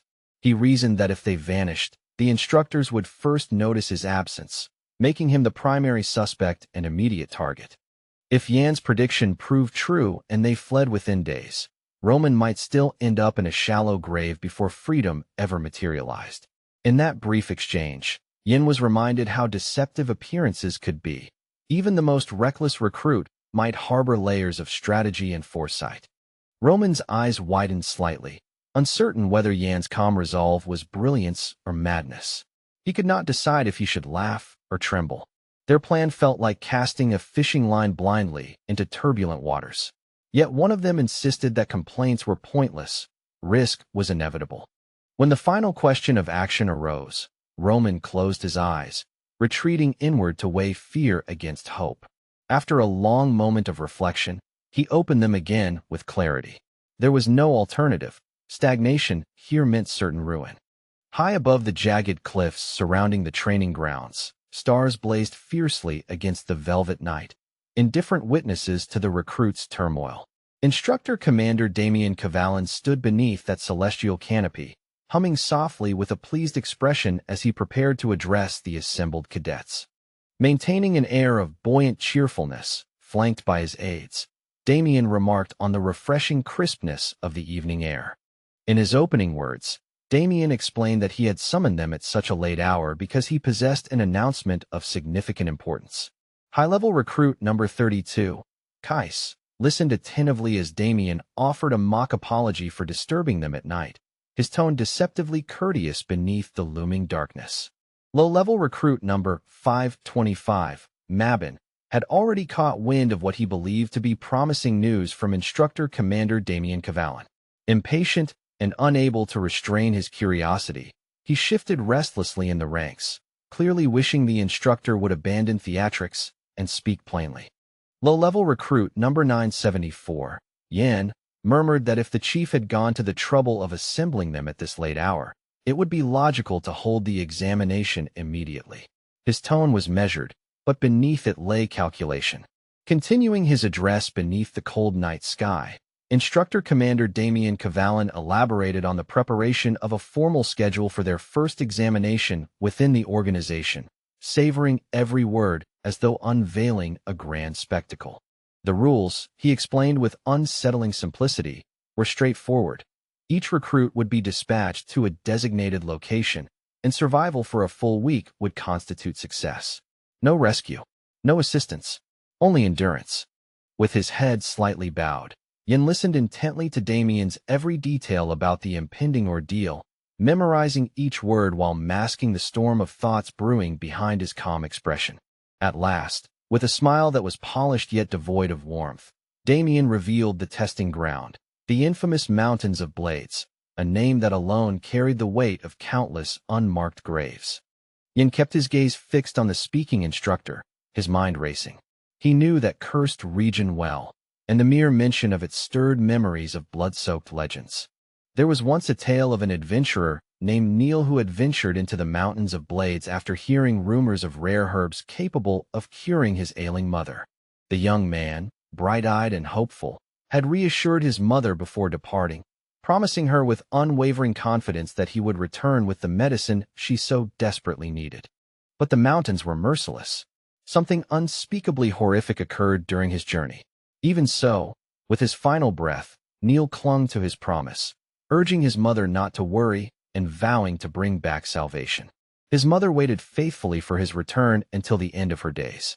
Perhaps the only mercy in that tragedy was that she never learned the gruesome truth of what befell her son. The Mountains of Blades served as a sanctuary for monsters of every rank. Goblins, the weakest among them, roamed the outskirts, but deeper within, the predators grew far more terrifying. In those shadowed depths, one might encounter colossal species capable of crushing lesser creatures effortlessly, ruling their domains with primal brutality. Gigantic, bloodthirsty beasts, creatures that most believed belonged only in folklore, were said to stalk the jagged ridges and razor-sharp valleys of that cursed terrain. Worse still were the unknown entities lurking in the deepest recesses, monsters undocumented and unseen. Recruits could cross paths with such horrors at any moment. And somewhere in the heart of the mountains, something ancient resided. Having painted this grim picture, Damien clapped his hands lightly, his tone dripping with irony as he surveyed the recruits, many of whom now burned with anxious anticipation rather than confidence. He wondered idly which of these worms, as he privately labeled them, would still be breathing in 7 days. The thought of their possible demise brought a faint, almost cheerful gleam to his crimson eyes. An assistant standing at his side bowed apologetically before whispering something into his ear, information that immediately captured Damien's interest. Yen, who observed the leadership closely, caught fragments of the exchange. The assistant mentioned that contact had been made and that an instructor's presence was required elsewhere. Damien listened with half-lidded eyes, then nodded in agreement, clearly satisfied with what he had heard. Once the assistant finished speaking, a grim smile crept across his face, as though he foresaw difficult and perhaps entertaining trials awaiting the recruits. Deciding the announcement sufficient, Damien declared the assembly concluded and instructed everyone to disperse. Clutching his hood, Yin speculated that the chief instructor's unusually brief speech hinted at an underlying urgency, or perhaps irritation. No matter how rigorously trained the younger recruits might be, their chances in the mountains of blades were slim, especially when instructors favored noble-born seniors. Yan's thoughts were abruptly interrupted by a sharp female voice demanding space. The recruits instinctively split into 2 orderly lines, lowering their gazes as Lady Lorena Beowulf strode forward, her presence effortlessly eclipsing every low-level recruit around her. Drawing his hood lower, Yin studied the celebrated figure from beneath its shadow. She was the undisputed star of the organization, admired and feared in equal measure. Even someone of Lorena Beowulf's stature attended this nighttime gathering. Yin silently prayed she would pass by without so much as glancing in his direction. At first, she walked past the line of recruits as though lost in her own thoughts, offering them no more attention than passing scenery. Then, to Yan's dread, Lorena Beowulf suddenly shifted her gaze toward him, her eyes narrowing as recognition flickered within them. She stared at him as though confronting an apparition, her expression momentarily stunned, as if she had glimpsed a ghost among the living. Yan's heart tightened. He forced himself to meet her gaze briefly before lowering it again, fully aware that he had been noticed. Though Lady Lorena continued walking without stopping, Yin sensed that the situation had grown significantly more precarious. His elongated shadow stretched across the gray stone, and he reassured himself repeatedly that fear was useless. He would escape this place, no matter the cost. Turning to Roman at his side, Yin asked quietly whether he had completed the preparations assigned to him. Roman confirmed that every detail had been handled. Still unconvinced, Yin gestured toward the stone sword monument standing before them, asking Roman to examine it closely. Roman frowned, seeing nothing remarkable. When Yin remarked that by tomorrow Roman would never have to look upon that irritating monument again, Roman's expression shifted to one of stunned realization. Yin had already pieced together the implications of the message Damien's assistant had delivered earlier. Before the first examination commenced, Damien would be required to visit the royal palace personally and report to Emperor Leon Cavalin regarding the test conditions. Though Damien detested such visits, imperial command was absolute. He had no choice but to comply. With the chief instructor absent, the greatest obstacle to their escape would be removed. Tonight, they would seize their chance. In a dim dungeon chamber, a torch flared to life, casting trembling light upon iron bars. A guard called out recruit number 220, who responded promptly. As the instructor passed through the corridor, he noted that recruit 231 had been eliminated earlier, while 256 remained alive and accounted for. Continuing down the list of accepted trainees, the instructor's finger eventually reached number 274. The red-clad guard paused before Yan's cage, barking at him to answer more swiftly, his tone laced with cruel amusement, as though he were tallying insects. Without lifting his gaze from the roster, the instructor repeated the prisoner's name and serial number. Carelessly standing with his back to the bars, he failed to notice elongated arms emerging from the darkness behind him. In one swift motion, Yen seized the immobilized instructor and whispered that the escape operation, himself, Roman, and 2 others, had officially begun. With a shift change imminent, Recruit 274 ordered his comrades to conceal the unconscious instructor before the next patrol arrived. Nearby, Todd and Jake grasped the situation instantly. Without hesitation, they took hold of the subdued instructor and dragged him away to hide the evidence. Roman, recalling Yan's instructions, brought 2 additional recruits to assist. Though Yan harbored doubts about their reliability, Roman assured him of the newcomer's loyalty. As they slipped out of the chamber, Roman asked quietly whether Yan intended to use the new recruits as bait. If that were the case, he refused to abandon them. Todd and Jake reassured Roman that none of them intended to be captured. They were prepared to risk death alongside the others. Yan understood their resolve, but if their movements were overheard, disaster would follow. Yan, the recruit leading the tense procession, wore an expression carved from pure resolve as he ordered every one of his companions to fix their eyes forward and not waver, no matter what doubts gnawed at their hearts. The 4 of them advanced toward the massive, tightly sealed doors, their footsteps echoing faintly in the corridor, when from behind those looming panels the young recruit suddenly shouted to the comrades who had nearly given in to fear and chosen to flee. Standing squarely before the imposing doors, Yen explained in a low but unwavering voice that forcing them open alone would be impossible, and that was precisely why every single helper gathered here was indispensable to the young man's desperate design. According to the intricate and rather peculiar plan they had devised, the only way to leave the suffocating dormitory and reach the isolated toilet building beyond was to unlock and push open these heavy double doors that barred their path. However, to succeed in opening them without triggering disaster, the escapees were required to step precisely on 2 critical pressure points embedded in the floor, each one essential to activating the mechanism hidden within the walls. Once the doors they needed to pass through were activated by the concealed system, one among them would have to remain behind, holding down the interior switch with unwavering strength to keep the passage open. In the next phase of their perilous escape from the fortress-like compound, 2 other recruits would have to slip inside swiftly and press the exterior switch, ensuring that the remaining comrades could cross the threshold before the doors sealed shut again. Yen understood all too clearly that solitary escape was an illusion, while Roman, already tense, asked Jake in a strained whisper whether he was ready, promising that he would give the signal at the crucial moment and lend his strength without hesitation. Placing their boots firmly upon the marked squares carved into the cold stone floor, the participants in this desperate rescue attempt held their breath and strained every nerve, willing the ancient doors to respond to their coordinated effort. Several agonizing seconds crawled by in suffocating silence, yet the towering exit doors remained stubbornly unmoved, as though mocking the 4 young men who stood before them with rising dread. Then, at last, with a grinding rumble that reverberated through the corridor, those who yearned so fiercely for freedom succeeded, and the enormous doors slowly parted, granting them a long-awaited opening into uncertainty. Striding ahead without hesitation, Yen beckoned Todd to follow closely behind him, leaving Roman and Jake stationed at the switch, though the senior recruit demanded to know how long they were expected to endure that vulnerable position. Confident and resolute, Recruit 974, Yen, did not so much as glance back at his anxious companions, merely assuring them that he would send a clear signal once the path was secure. After Yen disappeared into the shadowed interior, the entrances beyond lay deserted and swallowed by darkness, and the oppressive emptiness unsettled the 3 recruits who remained behind.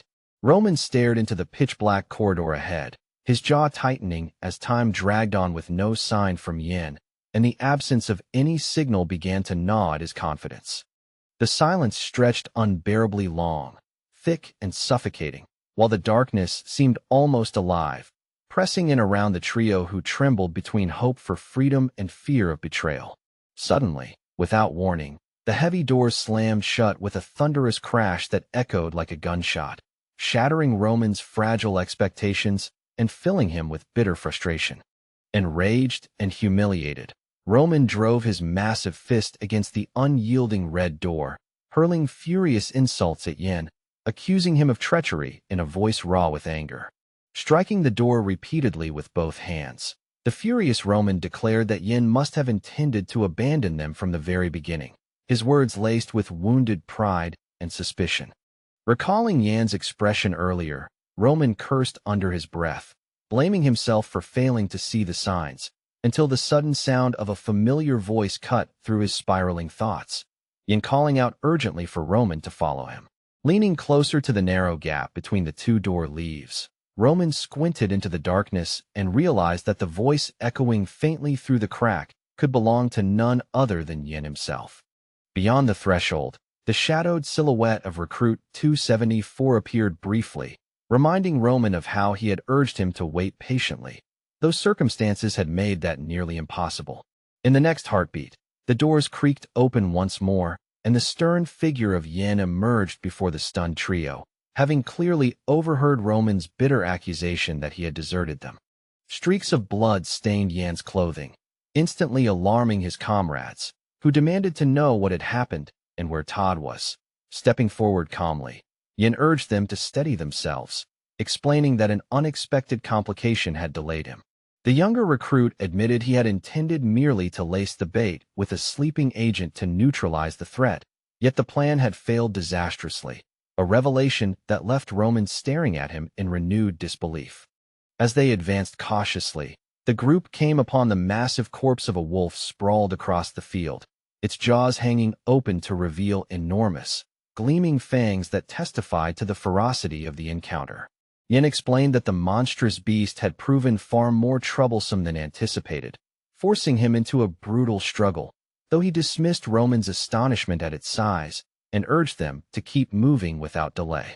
After pressing onward for some time, the trio of escapees finally reached the abandoned toilet building, and to their tense relief, events thus far continued to unfold according to Yan's carefully laid plan. Through a narrow crack Yin had previously created in the crumbling wall of the deserted structure, the fugitives were able to peer outside and glimpse the world beyond the suffocating confines of the training camp. Evening had already fallen. The sun had long dipped below the horizon, and the land lay eerily deserted, with treetops swallowed by deepening shadows beneath the encroaching veil of night. Yet the ground itself seemed strangely unsettled, shifting subtly in patches, until in a horrifying instant a human hand burst upward from beneath the soil, reaching skyward and forcing the fugitives to cry out in shock. Yin, who had leapt outside first, scanned the surroundings warily to confirm they had emerged in the intended direction, while Roman shouted for Todd and Jake to pull him fully out of the unstable earth. Climbing to the crest of a nearby hill, Yin surveyed the vast landscape for any sign of pursuit, seeing none for the moment, though Roman approached him uneasily, troubled by how swiftly their escape had unfolded. Recruit 274 could not tear his gaze from the breathtaking panorama before them, insisting that enough time had passed to put distance between themselves and their captors, despite Roman's lingering doubts. As though entranced by the shimmering canopy of stars overhead, he continued gazing upward, remarking softly on how much time had slipped away since they first fled the compound. Surrounding them stretched a majestic forest framed by distant mountains, and Yin drew a deep breath, reflecting on how long it had been since he had inhaled air untainted by the suffocating discipline of the training grounds. With his three companions gathered behind him, Roman asked whether everything would truly end once they left this place, but Yin cautioned them sternly not to relax, declaring that their ordeal had only just begun. Casting a sharp, calculating gaze across the terrain, the young recruit radiated unwavering confidence, convinced that this fragile freedom marked merely the opening chapter of a far greater struggle. Remembering the pendant he had discovered earlier, Yin withdrew it carefully from his clothing and studied its surface in silence, though he hesitated before opening it. At last, he opened the cherished keepsake and saw within it the familiar image of himself alongside his family, stirring memories of a past he longed to reclaim through the perilous journey ahead. Their true journey was beginning at this very moment, yet time was a luxury they did not possess, and Yin resolved to explain everything clearly and decisively, urging his comrades to listen with utmost attention. The fugitives seeking freedom now stood within the vast Atrian forest, dense with towering redwoods that thrived in the mountainous northern reaches of the empire. Using small objects as makeshift markers to illustrate his strategy, Yin indicated their position at the forest center and calculated that they could escape its bounds within 2 days, though Roman proposed remaining hidden there instead.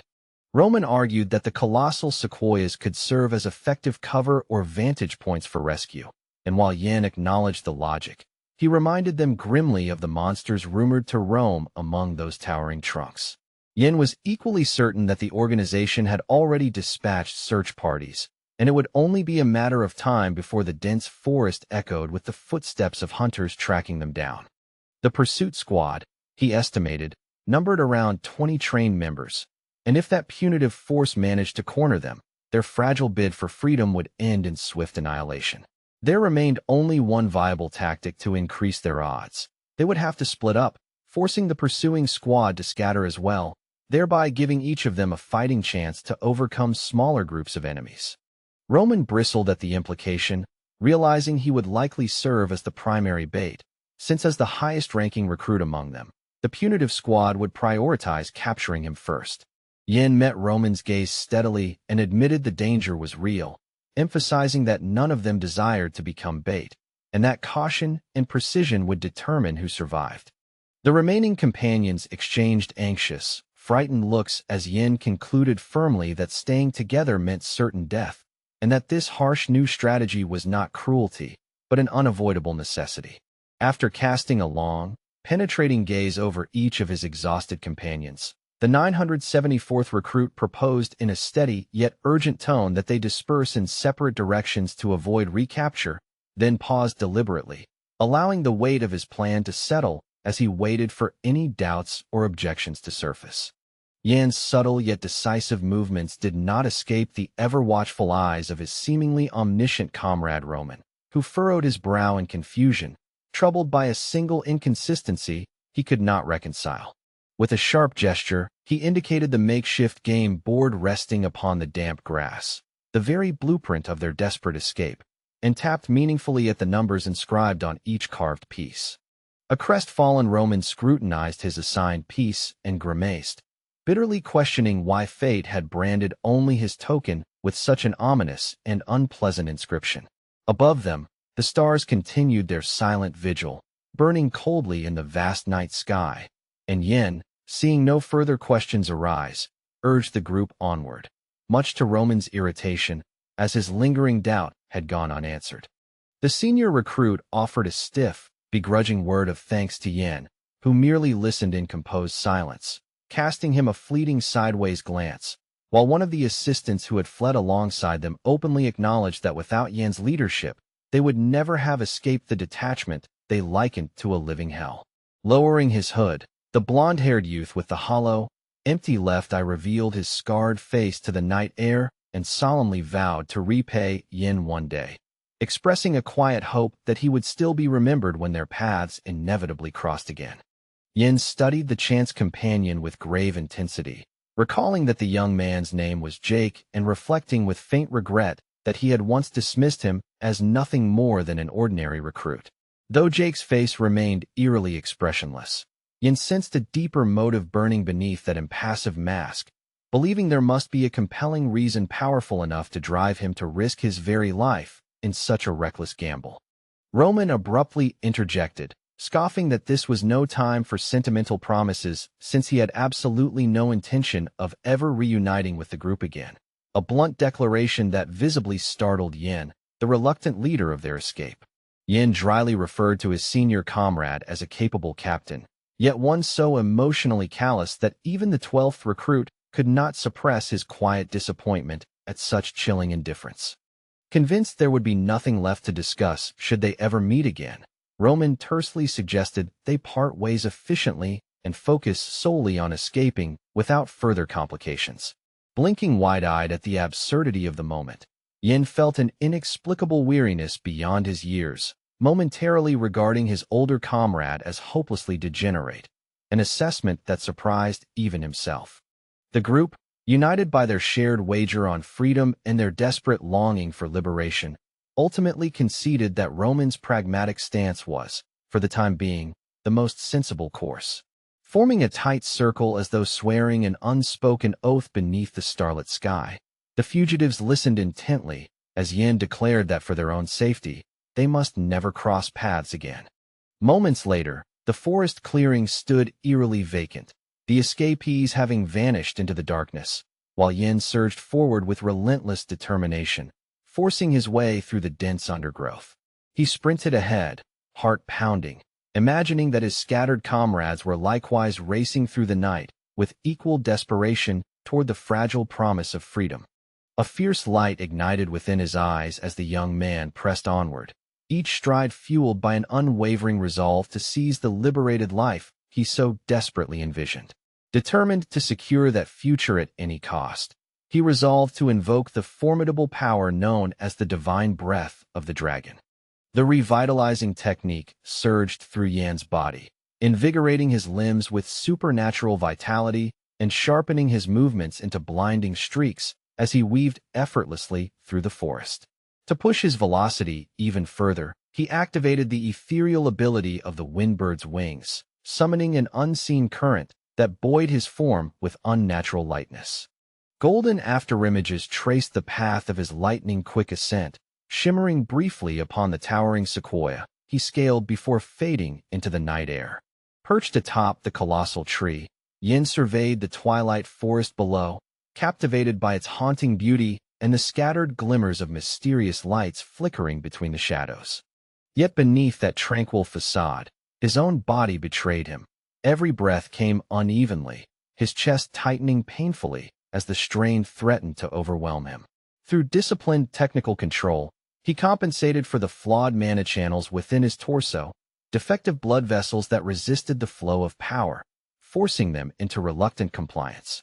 This peculiar young man understood with sobering clarity that he could expect no meaningful assistance from naive children who lacked both strength and resolve.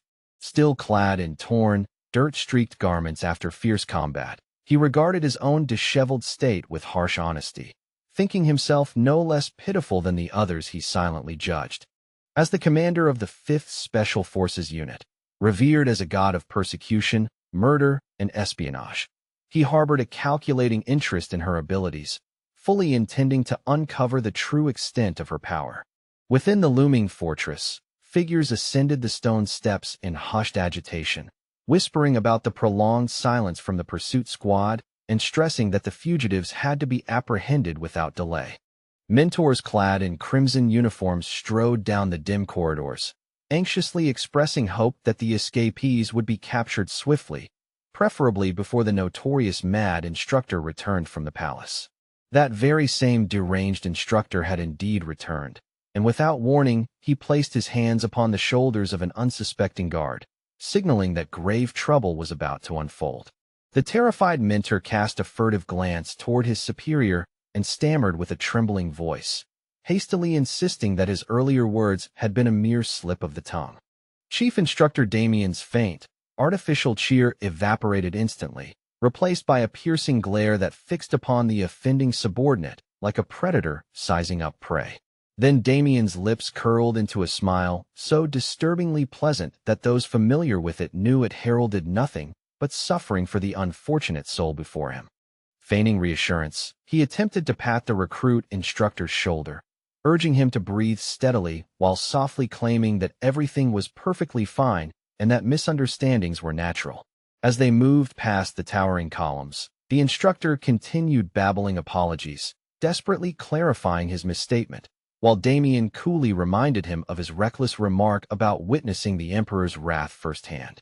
Guards abruptly halted the silent instructor's retreat, and Damien personally escorted the culprit away, interrogating him about the recent recruit roll call and noting how suspiciously difficult it had been, while the trembling subordinate insisted the pursuit squad would soon secure the fugitives. With a smile devoid of warmth, Damien inquired precisely how such a capture would be accomplished, his subordinate nervously turning toward the organization's chief instructor for guidance. The question, deceptively simple in phrasing, seemed utterly incomprehensible to the flustered subordinate, whose confusion only deepened his peril. This time, Damien's gaze transformed into something unmistakably malevolent, his pupils blazing with a chilling blend of madness and cruel delight. Without warning, the chief instructor's left hand shot out and clamped firmly onto the unsuspecting Minter's shoulder with terrifying suddenness.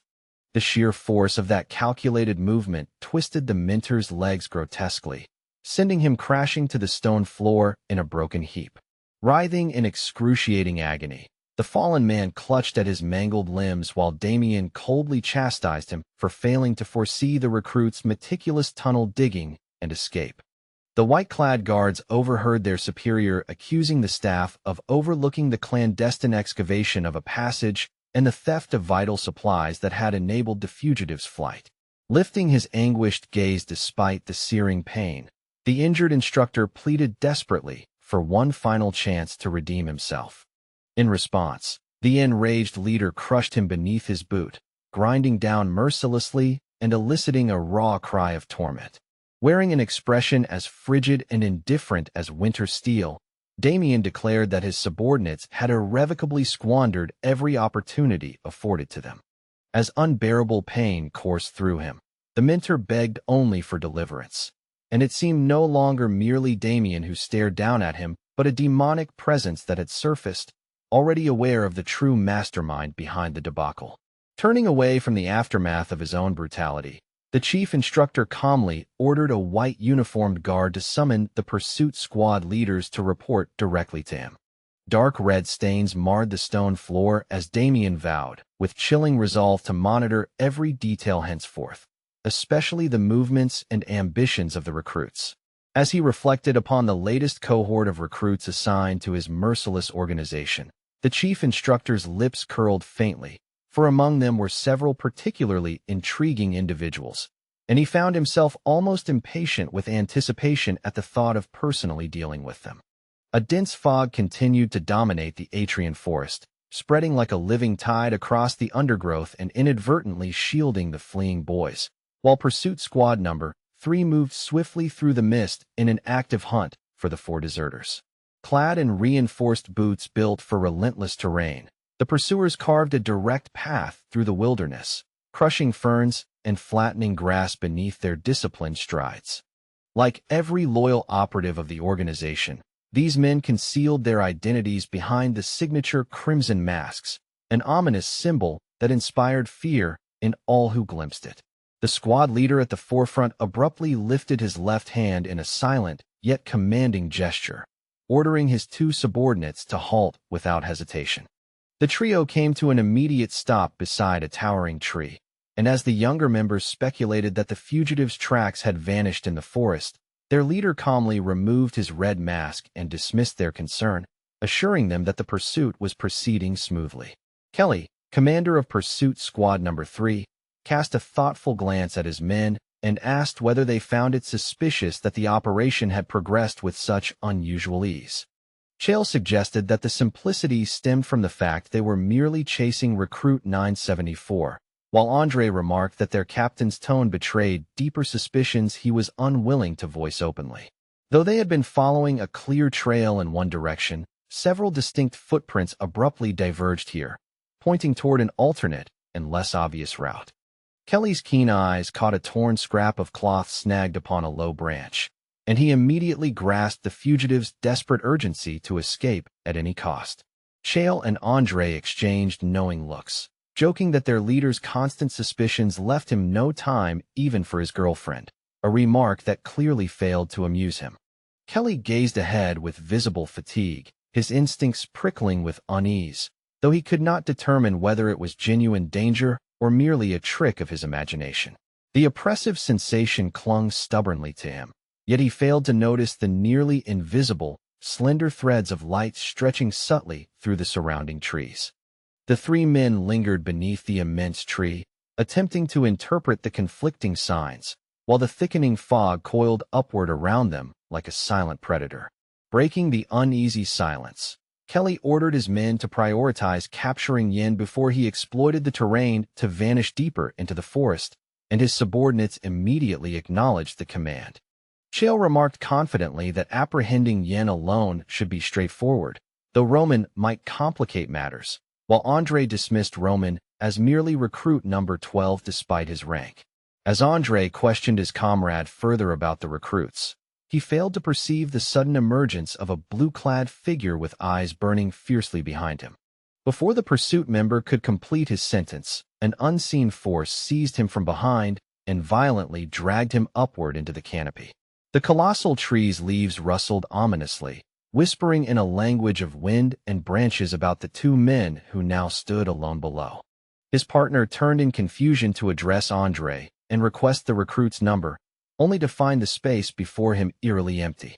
Scanning the forest in alarm, Chael did not notice the sudden appearance of a shadowed male silhouette emerging from behind a trunk, a sharp blade glinting in his grasp. The suffocating fog and towering trees bore silent witness as two members of the search party vanished without a single cry echoing through the woods. The enigmatic assassin who had dispatched his opponents with calculated precision understood that only one adversary remained to be dealt with. Irritated by what he perceived as careless chatter, Kelly muttered that his subordinates behaved as though they were on a leisurely outing, forgetting that the deserters could easily flee at the sound of their voices. Spinning around sharply, the squad leader began calling out the names of his companions who had inexplicably disappeared within mere moments. Two men had vanished without leaving even a trace in the clearing, an outcome so swift and silent that it defied rational explanation. Suddenly, luminous and elongated nets of light shimmered into existence, heralding a dreadful revelation that confirmed the captain's earlier premonition. Left utterly alone after the disappearance of his subordinates, Kelly refused to entertain fear, convincing himself that even recruit number 12 could not possibly overpower an instructor of his caliber. As he recalled recruit 974, Kelly failed to notice a stealthy hand extending toward him from the swirling mist. A razor-thin strand of brilliant light sliced through the still air in a deadly arc, striking with lethal intent to claim yet another victim of the forest ambush. Kelly reacted instantly, springing upward as instinct and training surged through him, countering with a powerful spinning kick that split the fog. In the following explosive motion, he swung his blade with tremendous force, cleaving a thick tree trunk before him in a thunderous display of strength. Face twisted in fury, Kelly snarled into the emptiness, warning the unseen enemy that such tricks would not succeed a third time. Yet in the next breath, a concealed assailant cast a rope around Kelly's neck, tightening it mercilessly as he dropped his weapon and clawed desperately at the constricting noose. The deadly rope had been anchored high upon a sturdy branch, and the unfortunate captain writhed helplessly as the snare constricted with brutal precision. The young operative dispatched by the instructors felt a surge of dread, realizing too late that rescue was impossible, recalling the misleading footprints and the deliberate scrap of fabric left behind. Those clues had not been accidental. They were calculated deceptions planted by an unseen strategist. Hidden from sight, the mysterious hunter had meticulously prepared this lethal trap in advance, tailoring it specifically for the pursuing squad. Still clutching at his strangled throat, Kelly struggled to comprehend how he and his comrades could have fallen victim to recruit 974's cunning. Holding the tensioned rope steady, Yin coldly overheard Kelly's earlier boast that no mere recruit could ever defeat a pursuit squad. Unable to fulfill his mission of capturing the escapees, Kelly thrashed weakly and called futilely for his vanished subordinates. The violent struggle lasted only moments more before silence reclaimed the clearing, and with it, the complete annihilation of pursuit squad number 3. The pale fog continued its relentless expansion through the forest, swallowing trees and shadows alike in its quiet dominion. Kelly's fallen blade caught Yan's sharp gaze, and recognizing its quality, he resolved to claim it for his own survival. Yan understood that mastering such a weapon would not be effortless, yet with proper technique, he believed he could wield it effectively in future confrontations. A resolute and unyielding expression hardened upon the young fugitive's face, reflecting his determination to escape the forest's grasp before the concealing fog dissipated. Surveying the aftermath, Yin observed a nearby tree splattered with the dark blood of his pursuers, staining bark and leaves alike. The metallic scent of the crimson fluid hung heavily in the air, certain to attract trained hunting dogs that would inevitably track the fugitives to this very spot. Deciding swiftly, He crushed and smeared pungent silo grass over himself, intending to mask his scent and complicate any pursuit. Yin was keenly aware of the plant's toxic fruit and the acrid odor of its green leaves, yet he endured the discomfort, knowing survival demanded such calculated risks. To perfect his concealment, the fleeing recruit carefully resolved to shred the pungent silo grass into fine fragments and smear it across every exposed inch of his skin and clothing, ensuring that no trace of his natural scent would linger in the air. Even trained hunting dogs despised the plant's acrid stench, and with its odor clinging to him, Yin was confident that no beast would be able to distinguish his presence within the vast forest, rendering their tracking efforts futile. Time pressed mercilessly upon him, for the night was steadily thinning, and once daylight broke, even with the aid of his carefully prepared nets and traps, true concealment would become nearly impossible. Suddenly, Yin sensed an irregularity in the stillness of the forest and narrowed his eyes suspiciously. In the far distance, a column of ominous black smoke spiraled upward into the dark sky as though something had been deliberately set ablaze. Leaping onto a high branch for a clearer vantage point, Yin spotted the reckless figures of Jake and Todd ahead, foolishly establishing a campfire, an act no pursuit squad would dare attempt while searching for fugitives. As he observed the rising smoke twisting into the heavens, a new and unsettling thought began to take shape within the escaped recruit's mind. No, he told himself coldly, it was not his concern. Those two had agreed to serve as bait, and if their recklessness drew attention, it would only divert danger away from him. Yet, unbidden, a memory resurfaced of the moment before they parted in the forest, when they had stood in a solemn circle beneath the trees and vowed never to cross paths again. Casting aside his own pragmatic principles, Yin propelled himself from the tree with explosive speed and sprinted toward the distant fools, his resolve overriding cold calculation. As he charged stubbornly toward the smoke, Yin recognized the undeniable advantage in keeping the other deserters alive. Their survival still served his greater strategy. His legs surged with electrifying force, muscles coiled like springs, as he pushed himself to intercept them before their pursuers could descend upon the careless fire. A sudden chill raced down Yan's spine at the sheer abruptness of his acceleration, and in that fleeting instant, he sensed a presence lurking ominously behind him.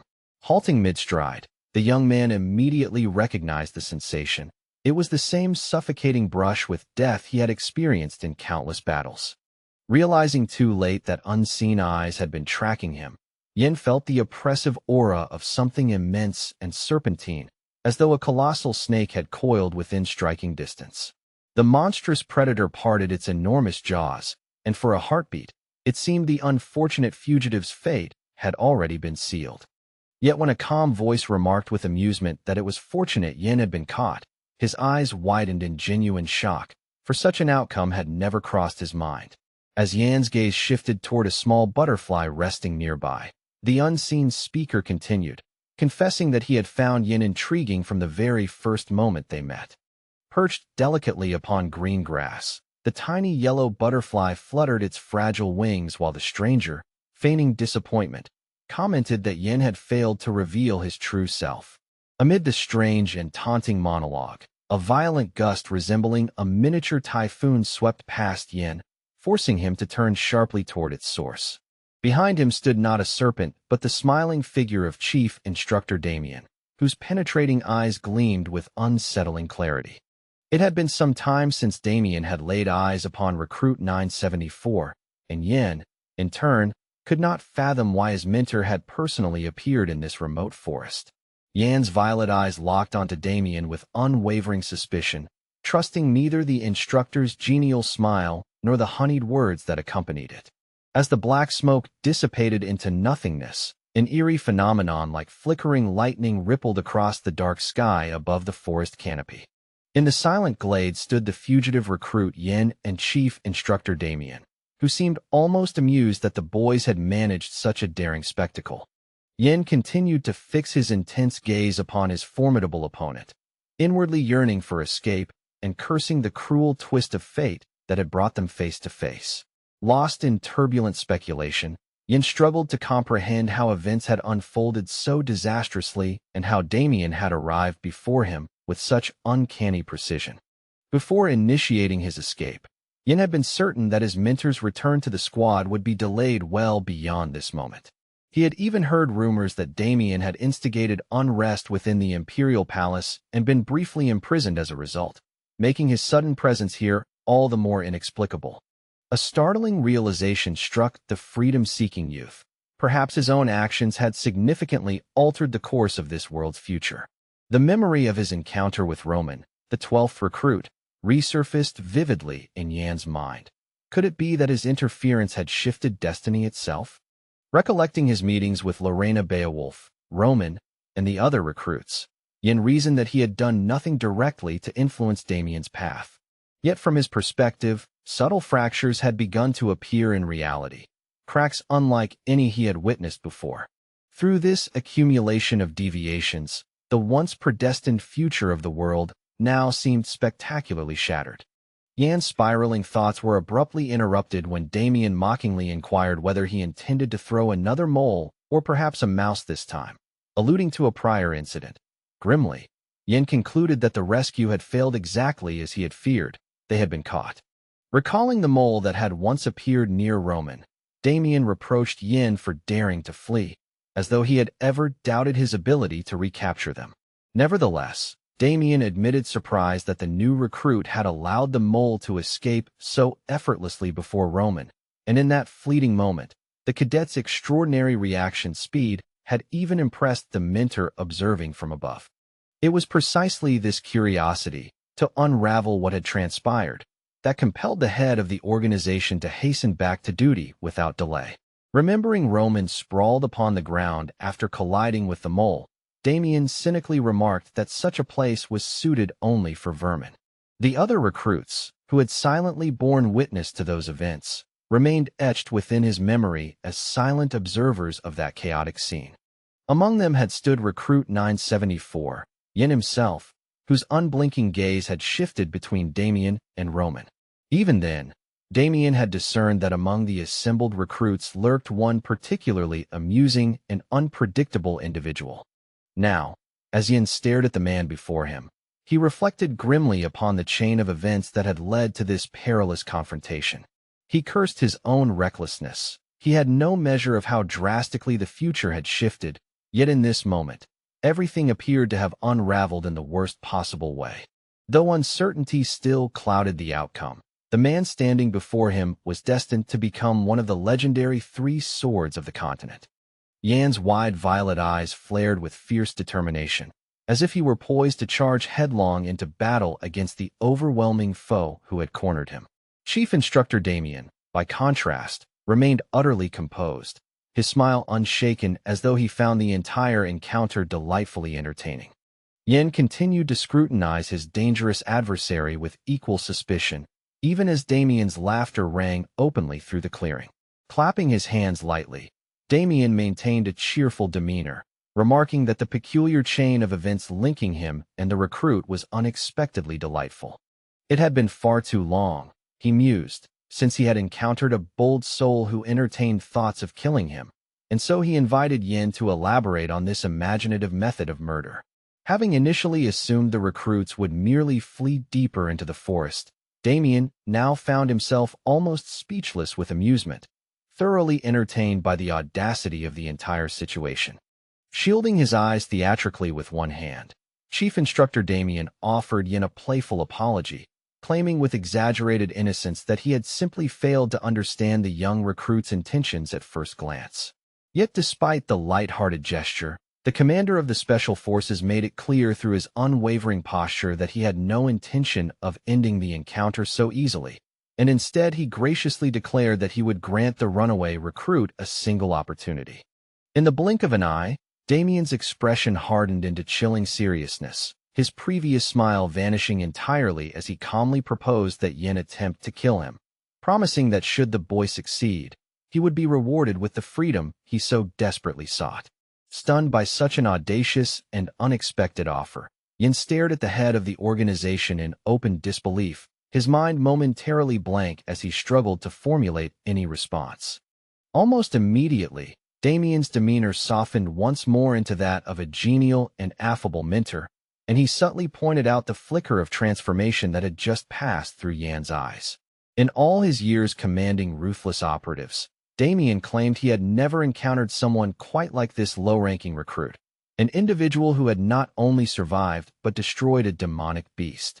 Furthermore, Yin had single-handedly neutralized every member of the pursuit squad dispatched to recapture the deserters, demonstrating capability far beyond his assigned rank. Prudence, courage, endurance, and cold calculation. These were not qualities befitting mere trash, Damien observed, noting how Yin had methodically bound and eliminated his hunters. In Damien's estimation, Yin appeared almost destined for the special forces, that elite corps reserved only for those of extraordinary talent and merciless resolve. If nurtured under the guidance of seasoned instructors, Damien mused, the boy risked evolving into a true combat monster, an existence feared on any battlefield.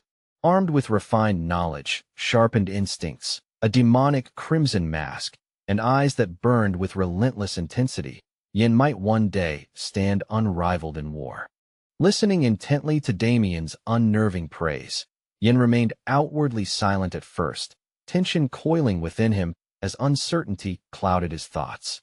Then something peculiar overcame him, and to Damien's mild surprise, Yan's knees trembled visibly beneath the weight of the moment. In a sudden and dramatic shift, the young man who had only moments ago yearned for freedom collapsed onto the forest floor, lowering himself as though prepared to plead for mercy. Remaining on his knees, Yin bowed his head and waited anxiously for the chief instructor's response, while Damien regarded him with a faintly puzzled expression. Caught off guard by this unexpected submission, Damien hesitated briefly, unsure how to address the runaway who now appeared so pitiful. With tears streaming convincingly down his face, Yin cried out, questioning whether Damien truly was an instructor, claiming he could barely see and had not even recognized who stood before him. He insisted he had never intended to flee, that he had been dragged along by others and coerced into actions against his will, only to be abandoned when things turned dire and confronted suddenly by the instructor. As twilight deepened around them, Damien coolly inquired whether Yin had truly been forced into the escape, and the young man fervently affirmed the claim. Without hesitation, Yin shifted the blame toward Roman, the 12th recruit, alleging that Roman had constantly cursed the chief instructor with vile and disrespectful words. Closing his eyes thoughtfully, Damien listened in composed silence, though inwardly he questioned whether the recruit genuinely believed he could deceive his superiors so easily. When Damien's subtle skepticism surfaced in his tone, Yan's eyes widened dramatically, nearly bulging in exaggerated shock. Determined to enhance his credibility, Yin forced himself into louder sobs, tears spilling freely as he pleaded even more desperately for leniency. Throughout the performance, Chief Instructor Damien remained unervingly calm, his gaze fixed steadily upon the supposed Special Forces cadet before him. With a sharp, dismissive motion of his hand, Damien summoned a burst of radiant light between them, his expression betraying confusion at Yan's increasingly bizarre theatrics. Within his grasp now rested a slender, pointed instrument with a handle, and Damien briefly considered that Yin might simply be attempting to lure him into lowering his guard, though the tactic felt almost insultingly primitive. Examining the device with feigned admiration, Damien could not conceal his disappointment at what he perceived to be such an amateurish ploy. Then, in a flash too swift for most eyes to follow, the sharp tip of the concealed tool appeared alarmingly close to the mentor's eye. Just as suddenly, the lethal little weapon veered past Damien's head, missing by a hair's breadth and sparing him from grievous injury. Though the blade's trajectory did not prove fatal, it carved 2 shallow scratches across Damien's cheek, subtle reminders of the danger concealed within Yan's deception. In truth, Damien had anticipated precisely such treachery from his protégé, the boy who had not only escaped confinement, but demonstrated skill in throwing blades. When Damien refocused his gaze, he discovered that Yin had vanished entirely, achieving the very disappearance he had intended. Unbeknownst to the seemingly unaware instructor, Yin soared above him in a calculated maneuver, driven by a singular and determined objective. Damien's smile finally faded as irritation sharpened his features. He turned his head upward and glared intensely at the audacious youth. Yan's eyes blazed with unwavering resolve as he initiated a complex technique of reflection and shadow manipulation, determined to overcome his formidable foe. Events unfolded in a heartbeat. Yan launched a powerful strike, yet Damien effortlessly parried the assault with masterful precision. The clash exacted an immediate toll, and Yan's leg suffered a deep wound, crimson blood seeping as pain flared sharply. Peering through the dim forest air, Yan failed to spot Damien's distinct silhouette and deduced that the instructor had invoked his infamous black mist. With heightened awareness, Yan watched as the dense fog shifted unnaturally, surging rapidly toward him with predatory intent. Resembling a terrifying black tornado, the swirling mass devoured leaves and branches alike, charging straight toward its intended prey. The oppressive darkness fused with flashes of piercing light, forming a lethal phenomenon aimed at trapping Yin within its suffocating domain. Maintaining an outward calm despite the encroaching danger, Yin drew his sharp blade and prepared to continue the battle, refusing to surrender to the instructor's overwhelming presence. At his touch, the weapon emitted a radiant glow, as though resonating with his determination, signaling his readiness to re-engage in combat. Employing a secret technique centered upon the refinement of his five senses, Yin summoned a lattice of brilliant light that wove itself into a defensive web against Damien's assault. With sudden precision, the escaping recruit executed a swift swallow-like throw, aiming to disrupt his opponent's balance.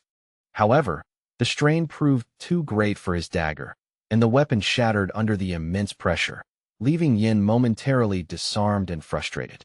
The black mist gradually condensed and settled a short distance away, and from within it Damien's human voice reminded Yin of the earlier promise, that freedom awaited him if he achieved victory.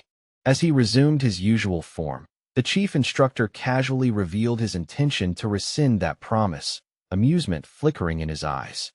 Emerging fully from the dissipating mist, Damien fixed Yin with an appraising look and made it clear that he had no desire to release someone so entertaining. Offering reluctant praise, Damien declared that he would allow Yin to continue playing this dangerous game with him, for such a spirited opponent ensured he would never succumb to boredom. Keeping his wary violet eyes fixed upon his seasoned and overwhelmingly powerful opponent, Recruit 974 could not help but think that Damien's expression resembled that of a man bitten by a rabid dog, feverish, unhinged, and disturbingly amused by violence. Without warning, Yan's gaze sharpened and locked onto a single point upon Damien's body, as though he had glimpsed something both startlingly unusual and painfully familiar. On the right side of Damien's neck and extending across his chest, Yin discerned a distinct pattern, an intricate emblem he was certain he had seen before, etched somewhere deep within his memory. 22 hours before the desperate escape, Yin had been confined to his narrow cell while torches blazed along the stone corridor, casting flickering orange light into his dim quarters. Inside the junior recruits' dormitory of the Donhell Special Forces Unit, the routine evening roll call had concluded, and the officer on duty had dismissed the cadets with curt finality. Having finalized every detail of his carefully crafted escape, Yin sat alone on his bunk, contemplating what he believed would be his final night within those oppressive walls and dreaming of returning to whatever family awaited him. Yet the bitter truth remained. He knew nothing of his relatives, and the only tangible clue to his origins was the old pendant he clutched tightly in his calloused hands. Studying the faded image of a small boy flanked by a man and a woman, Yin silently vowed that he would one day find them and claim the ordinary life that had been stolen from him. Before he could drift further into fragile hope, the boy noticed something alarming about the treasured object that represented his sole connection to the past. A portion of the pendant suddenly cracked and crumbled despite its age-old resilience, and within the fractured interior, Yin glimpsed something utterly unexpected. Hidden inside the broken segment lay a carefully engraved pattern, one that instantly stirred a surge of excitement and confusion within the young recruit's chest. Examining the fragment under the dim torchlight, Yin concluded with trembling certainty that the engraving resembled a familial coat of arms. The mysterious emblem had been deliberately concealed within the pendant's interior, suggesting that its secrecy carried grave significance he could not yet comprehend. At the very least, one truth became clear. A family bearing such a crest could not belong to the lowest caste nor be reduced to slavery. If he could locate someone knowledgeable about the symbol, Yin reasoned, he might finally uncover the whereabouts of his lost kin. Those had been the desperate hopes of recruit 974 then. But now, standing before Damien, he saw an eerily similar pattern emblazoned upon his chief instructor's body. The very same coat of arms appeared upon the powerful neck and chest of the Special Forces leader, and the sight struck Yin like a thunderclap.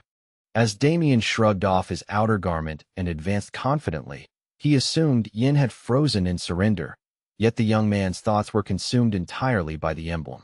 Yin could scarcely believe that Damien might share blood ties with him, while the instructor grew faintly irritated by his opponent's distracted lack of reaction during what he considered an entertaining duel. Smiling with predatory delight, Damien stepped closer and declared with chilling certainty that Yan's life would end here and now. Yan's response came not in words, but in a ferocious strike aimed directly at Damien's face, powerful enough to nearly blind him and force him backward. Though the blow was impressive, the seasoned mentor held firm, absorbing the impact with masterful control, leaving Yin uncertain whether he had truly connected. With a faint grin, Damien casually waved his left hand and acknowledged the strength behind the attack, openly wondering where the boy had acquired such refined techniques. Deciding to reciprocate, the chief instructor summoned his magic, causing sinister black and crimson tendrils to erupt violently from the forest floor. Moments later, those writhing masses solidified into defined shapes, one forming a shadowy sword, the other a sleek black dagger pulsing with malevolent energy. The conjured weapons lunged toward Yin with terrifying speed, yet he twisted and leapt with remarkable agility, narrowly evading their lethal arcs. During one airborne maneuver, however, Yin was briefly caught, the shadow dagger slicing through his trousers and grazing his skin without inflicting grave harm. The dark blades continued their relentless assault, slicing through the air as Yin fought desperately to avoid perishing in combat against his formidable instructor. Upon landing, Yin realized with cold clarity that Damien was merely toying with him. Had the instructor fought earnestly, survival would have been impossible.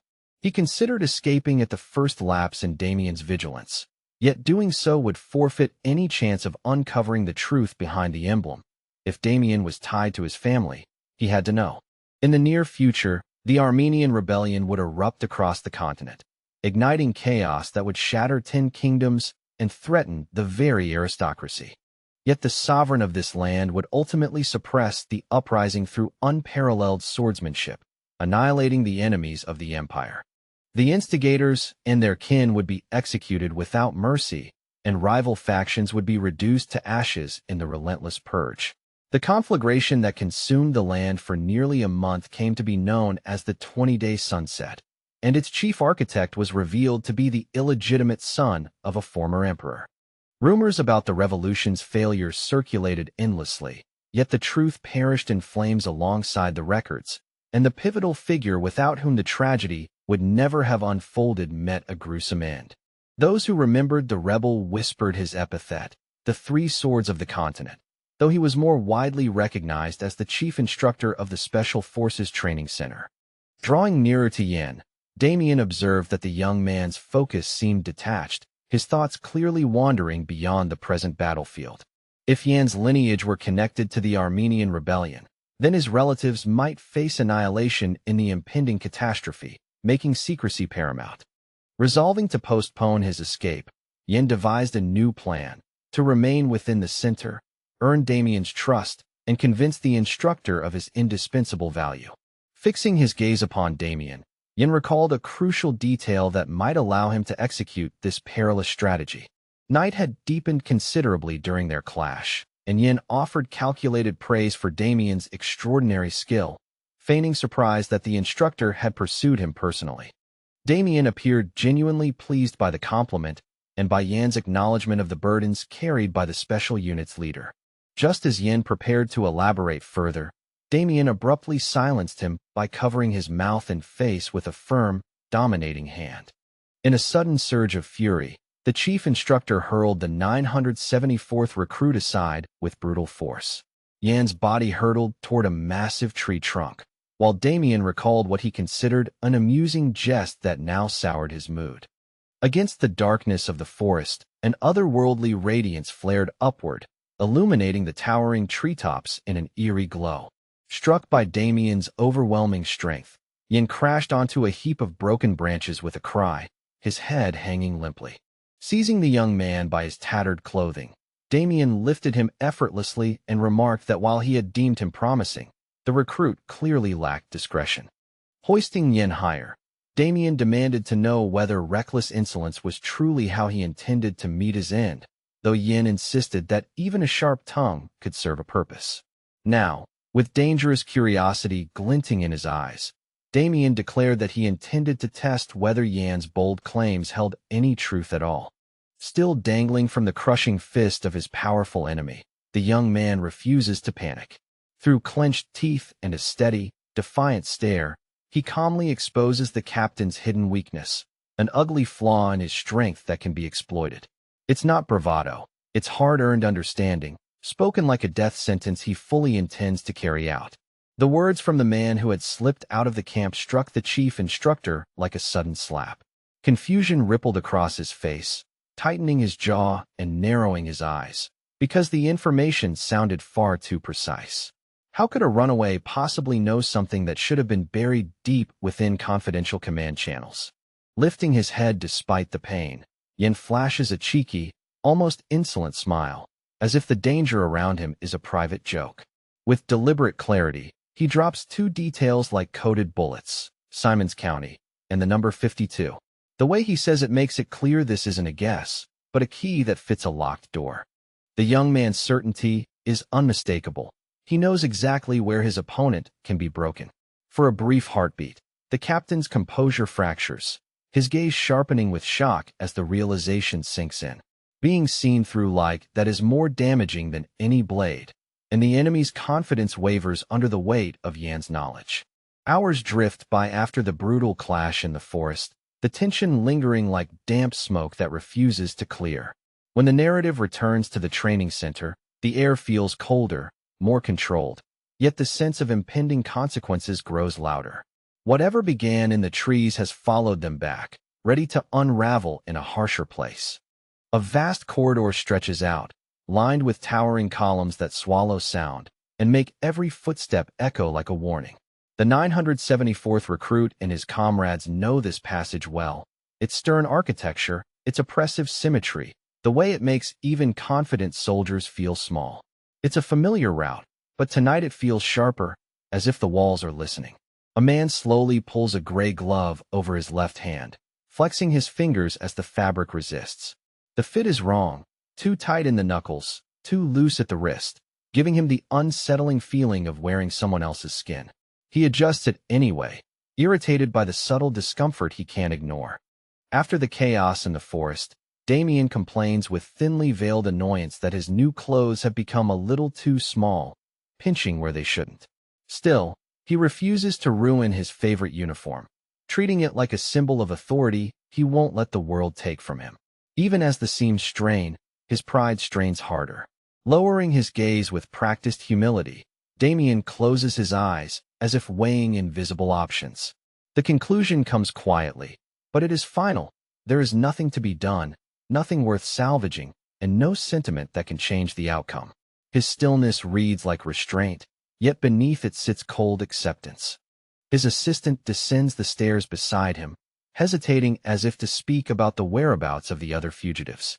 Before the words can fully form, Damien cuts in with a chilling order, delivered without emotion. Throw them into the mass grave. The command lands like iron, erasing any illusion of mercy. The assistant accepts the order instantly, not daring to question a man who openly prides himself on indifference.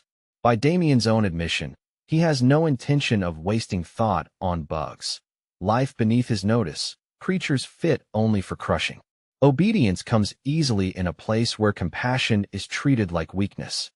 A look of dissatisfaction pulls at Damien's face, his mouth tightening as he prepares to deliver yet another instruction. He starts to speak, sharp, impatient, ready to remind them of a second order, but the moment is stolen from him. Something interrupts before he can finish, and the irritation in his eyes turns alert. Ahead, a figure with a cane stands half swallowed by shadow, positioned like a judge waiting for the accused to notice him. The man's posture is calm but mocking, as though he finds Damien's frantic authority performative.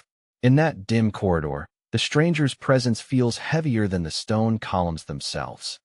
With unmistakable superiority, the cane-bearing man demands Damien's attention, insisting he look at him. Now, Damien's brow furrows as he turns toward this important person, a senior who calls him junior, with deliberate contempt. The older man points out Damien's supposed abundance of free time, turning the accusation into a public humiliation. He is an older man with unmistakable military bearing, stately, composed, and sharpened by years of command. His voice carries the weight of rank as he calls Damien lazy, not as an insult, but as a verdict. Then he demands an explanation, as if Damien's failures are not merely personal, but an offense against the entire chain of authority. Damien bows his head slightly, choosing a controlled posture that looks respectful while hiding resentment. With careful wording, he asks what business the man has here, especially arriving without warning, as though protocol doesn't apply to him. The question is polite on the surface, but edged with defensive caution underneath. Before Damien stands Rodrigo Meyer, stern and blue-eyed, a first-rank Special Forces captain whose presence commands silence. He sits with unsettling ease on one of the floors of the enormous building, as though the vast structure is merely furniture beneath him. Even at rest, he radiates the cold authority of someone used to being obeyed. They speak in low, measured tones, their words echoing faintly through the corridor's hollow grandeur. Captain Meyer asks how training has been progressing lately, the question simple in phrasing but heavy in implication. It feels less like curiosity and more like an inspection, an invitation for Damien to either prove competence or expose rot. Damien claims the men are working hard, painting a picture of discipline and progress with practiced confidence. But Rodrigo Meyer does not accept it. His expression remains unchanged, his gaze steady and skeptical. He has heard something very different, whispers that contradict Damien's report, and he treats those rumors like smoke that must have a fire. Yan's recent opponent has heard talk of the center's cadets surpassing the squad members in skill, an uncomfortable rumor that spreads fast in militarized halls. Yet the captain of the organization refuses to accept such an imbalance as truth without proof. To him, claims of superiority are either dangerous exaggerations or signs of deeper failure. Rodrigo Meyer fixes his colleague with a piercing stare, the kind that strips away excuses and leaves only facts. In his mind, the center's graduates possess tremendous potential, honed training, ruthless efficiency, and refined technique. His confidence in them is not admiration. It is a warning that underestimating them would be fatal. Damien refuses to blame the squad members outright, insisting the fault lies higher in the structure.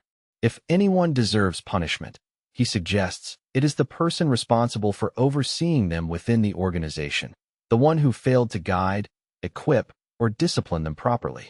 His words sound like logic, but the undertone is unmistakable, deflection with a sharpened target. Captain Rodrigo Meyer shows no anger at the verbal strike, as though insults and accusations are beneath his notice. Instead, he thanks Damien for the advice with unsettling calm and promises to take it into account. The politeness feels sharper than rage, like a blade wrapped in silk. Behind the senior commanders, a guard in a crisp, white uniform suddenly stiffens, his senses catching something unnatural. He notices mana trembling in the air, an invisible vibration that prickles across skin and makes the hair rise along his arms. The atmosphere subtly shifts, as if the corridor itself has begun to breathe. Near one of the enormous columns, there is unmistakably strange movement, an odd distortion that doesn't match light or shadow. It's subtle but wrong, like heat shimmer where there should be none. The guard's attention locks onto it, recognizing the telltale sign of power stirring where it should not exist. A guard wearing a red mask with fang-like details speaks in disbelief, his voice tight with alarm. He explains that this should be impossible, because normally untrained people would collapse unconscious the moment they brushed against such pressure. The fact that someone remains standing suggests either extraordinary talent or something far more dangerous. When Captain Rodrigo Meyer mentions that Damien failed to appear at the palace despite the imperial decree, Damien closes his eyes, as if bracing for impact. The gesture is small, but it carries the weight of guilt, irritation, and calculation. In that silence, it becomes clear this subject hits a nerve he can't fully hide. Damien claims, with a carefully controlled tone, that he had more important matters to handle. He insists he refuses to waste time on pretentious meetings and empty ceremony, words that make the corridor feel colder. The blunt dismissal surprises Captain Meyer, who is not accustomed to hearing the palace treated like a nuisance. In Captain Meyer's mind, the image of the royal palace rises like a monument, vast, unquestionable, and sacred in authority. He cannot fathom what could possibly outrank a decree issued by His Majesty the Emperor. The idea that Damien chose defiance over obedience turns curiosity into suspicion. Rodrigo Meyer begins to speak, forming sharp assumptions about his subordinates' actions and motives. His voice builds toward a conclusion. Then he pauses, abruptly and deliberately, as if sensing something beyond the conversation. The interruption is subtle, but it changes the temperature of the moment. Damien watches his superior with intense focus, his posture stiffening as he tries to read what the captain is thinking. His expression turns questioning, cautious, almost wary. He doesn't know whether Meyer is considering punishment, investigation, or something worse. Damien's eyes open wide in surprise when he hears Rodrigo Meyer mention the blue blood flowing through his veins. The captain speaks as if it is more than lineage, more like a survival mechanism, an inheritance capable of keeping him alive when ordinary men would die. The implication lands hard. Power is not equal here, and never has been. Damien did not show up for the appointment because cadets had escaped from the center, and he feared the humiliation of failure. If he couldn't even handle runaway trainees, it would stain his authority and expose weakness to the wrong eyes. In a world built on rank and fear, incompetence is a wound that invites predators. Captain Meyer starts by telling the chief instructor not to worry, as though offering a measured path forward. But before he can finish, Damien cuts him off, insisting the captain has misunderstood everything. The interruption is too quick, too defensive, revealing more anxiety than Damien intended to show. Choosing to end the exchange on his own terms, Yan's recent opponent turns away from his superior and strides forward. He denies there were any escapees at all, speaking with forced certainty as if repetition can rewrite reality. The denial feels less like truth and more like a wall built in panic. Captain Rodrigo Meyer doesn't believe him. He has heard too much, and his instincts rarely misfire. But Damien doubles down, claiming the elderly man must have hearing problems due to age, a petty jab disguised as explanation. The insult is reckless, and it hangs in the air like a spark near dry powder. Damien hastily explains that the cadets merely went outside with their instructors to prepare for the exam, framing it as routine training. Then he points out cockroaches appearing in the center, shifting the narrative toward infestation and nuisance. Captain Meyer's surprise is visible, because the metaphor is grotesque, and Damien's fixation feels personal. Thinking of one unfortunate subordinate, Damien compares him to a bug, something pathetic he would crush under his boot without hesitation if he spotted it again. The imagery is deliberate, cruel, and revealing. This is how he categorizes people beneath him. In his mind, life is hierarchical and compassion is optional. Yet the problem enrages Damien, because no matter how many insects he eliminates, more keep crawling forward. The persistence feels like mockery, as if the center itself is breeding defiance faster than he can stamp it out. His frustration is not only about control, it is about being challenged by things he considers unworthy. Captain Rodrigo Meyer listens in silence, offering no reassurance and no argument. His expression remains unreadable, and he does not grant Damien the comfort of reaction. The quiet feels deliberate, like a commander letting a subordinate reveal his own ugliness without interruption. Damien now believes he has found the cockroach nest, the hidden source of this relentless contamination. With grim certainty, He convinces himself he can destroy everything at once, right down to the larvae. It is not justice he envisions, but extermination, methodical and absolute. With rigid formality, the chief instructor wishes Captain Rodrigo Meyer a safe journey, his tone polite but impatient. He announces it is time to leave, signaling the conversation is over as if he can dismiss rank through sheer will. The farewell carries a forced civility that barely masks his urgency. Damien thinks he has finally calmed himself, especially when he catches the captain's faintly confused look. In that moment, he convinces himself the old man's time is running out, and that the future will demand a funeral rather than a briefing. The thought pleases him, dark, arrogant, and dangerously premature. A guard in a white uniform follows behind the chief instructor, footsteps measured and quiet. The man who fought Yin walks with them as well, his mind turning over unfinished questions. He wants to ask something that suddenly feels urgent now that new pieces are falling into place. Now the fighter is keenly interested in what the assistant said earlier, because it may all be true, completely, undeniably true. The implications press against his thoughts like a tightening vice. If the information is accurate, then everything they assumed about control, secrecy, and safety is already collapsing. The assistant removes his red mask, revealing a face set with confidence and restrained excitement. He tells Damien not to worry, insisting he is not deceiving allies and has no reason to fabricate the report. Soon, he promises, Damien will see the proof with his own eyes, clear enough to silence doubt. Damien turns back slowly, suspicion sharpening his gaze as it slides toward the guard.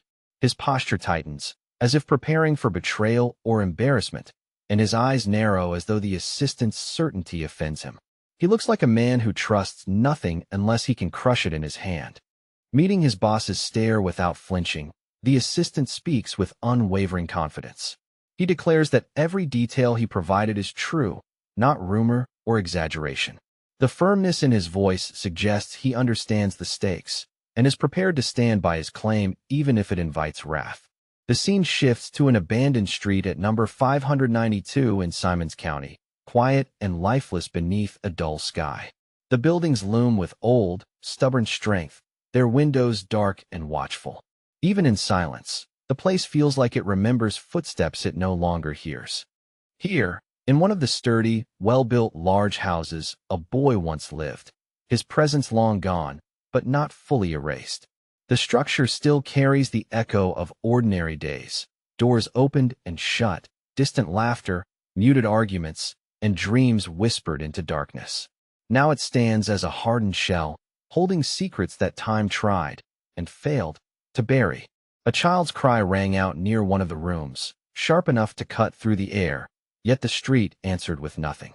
The surrounding space remained deserted, the silence so complete it felt staged, as if the world itself was holding its breath. No footsteps, no voices, only that brief wail fading into emptiness. In a place where people were almost non-existent, a lone boy stood his ground with stubborn insistence. He kept demanding that the window be opened, repeating that he wanted to show something interesting, as though excitement could force life into the abandoned building. His posture was eager, but the stillness around him made his small voice seem even smaller. He positioned himself in front of the house and craned his neck toward the attic window, eyes bright with childish confidence. Speaking up to whoever might be inside, he bragged about catching a huge rat, then, absurdly, called it a cutie worth seeing. To him it wasn't disgusting, it was a treasure, a victory that deserved an audience. This street wasn't meant for children. Its cracked stone, dead quiet, and neglected houses felt hostile to young life. Yet the boy remained there anyway, pleading for the window to open, uncertain if the person he needed was even home. Seconds stretched into awkward minutes, and still the window stayed shut, as though the house had decided to ignore him. Doubt began to creep in, slow and unwelcome. The boy shifted his weight and glanced around the empty street, wondering if he'd been calling into a hollow shell. If no one was home, then who was he trying so hard to impress? At last, a voice snapped out from behind the window, cold, irritated, and unmistakably real. Someone called the boy a fool, and he fell silent, staring at the house as if absorbing the insult without knowing how to answer. The unseen speaker scoffed, unable to understand why anyone would want to look at a rat at all, and even then, no one bothered to properly open the window. Finally, the window creaked open just a fraction, as if granting him the smallest possible mercy. A little girl appeared in the narrow gap, her face curious but unimpressed by his prize. She admitted she'd rather see a squirrel than a rat, her childish preferences more charming than cruel, yet still dismissing his proud offer with effortless honesty. That girl wasn't an ordinary child hidden in a forgotten neighborhood. She was the daughter of the captain himself. And despite her status, she lived here in this abandoned place, tucked away from attention like a secret that wasn't meant to be found. The contrast between her importance and her surroundings felt wrong, like a crown left in the dust. The scene returns to the present, a desk cluttered with scattered papers, notes, and documents laid out in restless disorder. A lamp casts a tight pool of light, turning the rest of the office into heavy shadow. Across from the desk, a man listens, silent and intent, letting the story settle piece by piece. The boy, now Yin, explains how he had been friends with that girl since childhood, describing their small world where everyone knew everyone else. As he speaks, the man listening keeps agreeing with him, offering faint nods and murmured confirmations. The responses aren't warmth. They're the careful encouragement of someone measuring every detail for usefulness. Inside the chief instructor's office, Yin tells Damien about the abandoned street, how few children live there that they all became familiar faces to one another. Isolation forced familiarity, and familiarity became a quiet kind of bond. Yin presents it plainly, but the subtext is clear. This wasn't a random encounter, it was a shared history. With his eyes closed as if listening were an effort, Damien asks about the girl Yin played with as a child. The answer lands with a sting. She was Captain Rodrigo Meyer's daughter. The title alone changes the weight of the memory, turning a childhood friendship into something politically dangerous. In Yan's recollection, the window had only been slightly open, the girl framed by darkness and dust, yet her presence felt bright. Now, as Yin confirms his words again, the truth clicks into place for Damien like a lucky break. For him, it's as though fate has dropped a weapon into his hand without asking a price. Yin is certain Damien won't believe him, because the story sounds too implausible to be anything but a lie. Yet he needs the chief instructor to act, and belief is a tool that can be forced into shape if handled correctly. Yin already knows about the hostility between Damien and Captain Rodrigo Meyer, an ugly feud that makes this revelation dangerously tempting. Damien has combed through every inch of the county searching for Captain Rodrigo Meyer's weak spot, hunting for anything he can exploit. He has chased rumors, interrogated shadows, and still come up empty-handed. Until now, every path has led to nothing, an infuriating series of dead ends that gnawed at his pride. Damien's reaction to the 974th recruit's words confirms the desperation beneath his calm exterior. The flicker in his expression, too brief to be called shock, too sharp to be ignored, proves that the information matters. Yin recognizes it instantly, and he knows he must use this advantage before it slips away. Still, Damien finds it strange, almost illogical. If Yin truly knows the whereabouts of the captain's daughter, why call that a weak spot? Is she leverage, bait, a hostage waiting to happen, or something more complicated? The question isn't curiosity. It's the wary calculation of a man who suspects traps everywhere. Yin tries to reassure him, insisting he heard all of it personally and isn't repeating secondhand gossip. But Damien's skepticism doesn't loosen. His trust is a locked door with too many bolts. He listens, yes, but the doubt remains, hovering behind his eyes like a drawn blade. Yin remembers a day he climbed onto the roof and sat near an open window, feeling older than he was because he'd found a secret vantage point. The girl, voice soft and oddly resigned, told him she would soon leave. The words hit the boy like a sudden winter gust, and his chest tightened with a sadness he couldn't properly name. She explained in frightened fragments that bad people wanted to harm her father, and they were searching for her to use as blackmail. To stay alive, her father believed it was right, necessary, to send her away, even if it meant tearing her from the only place she knew. The logic was brutal, and for a child, it sounded like punishment disguised as protection. A few days later, she vanished. Yin saw her escorted by people dressed in black, their movements disciplined and mercilessly efficient. When he later arrived at the center, recognition struck like lightning. Those same figures were soldiers from a special unit, and her father was their captain, Rodrigo Meyer himself. After that, the window in the big house remained closed, sealed in darkness as if the building had died. No warm voice drifted out again, no small arguments, no laughter, only silence that hardened with time. The pleasant girl Yin once spoke to never returned, and the street felt emptier for it. As the story unfolds, Damien leans his head into his right hand, listening like a man savoring a rare meal. A slow smile curves across his face, not kind but entertained, as though the narrative is feeding his ambition. He studies Yin with the pleased patience of someone discovering a hidden advantage. To Damien, it's almost unbelievable, and yet it fits too perfectly to ignore. Everything is turning out so well because his subordinate just happens to have been friends with the captain's own daughter. In his mind, the coincidence isn't merely fortunate, it's an opening in an enemy's armor. Then Yin learned about the tense relationship between Damien and Captain Rodrigo Meyer. How bitter it was, how personal it had become. He also discovered that Damien was actively searching for the captain's weaknesses, and Yan's knowledge could provide exactly what Damien lacked. The convergence of secrets feels like a terrifying alignment of stars. Yin, thinking like a boy forced to grow up too fast, assumes the chief instructor must be under the patronage of a goddess of luck. The sheer timing seems unreal, like destiny stacking the deck. Damien, however, doesn't understand how Yin reached that conclusion, and his confusion sharpens into suspicion rather than gratitude. Suddenly, an unusually bright glow flares near the recruit, violent in contrast to the office's dim restraint. Damien's eyes snap toward it, and he stares with immediate distrust, as if light itself has become an accusation. The air feels charged, the way it does before a strike lands. A dark pin whips through the room like a thrown dagger, slamming into the office wall with savage force. The impact is loud enough to jolt the silence, and fine cracks spider across the surface as if the stone has been wounded. The object is mundane, but the intent behind it is unmistakably lethal. The improvised weapon grazes Yan's face, leaving a thin scratch that instantly blooms red. He turns his eyes toward Damien with a sudden sense of distance, the warmth of cooperation replaced by cold alienation. The message is clear: trust is optional, but violence is always available. Damien refuses to accept this as luck. Instead, he frames Yin as Captain Rodrigo Meyer's spy, an infiltrator planted to manipulate him. In Damien's mind, that explanation is cleaner, safer, and far more logical than believing in coincidence or fate.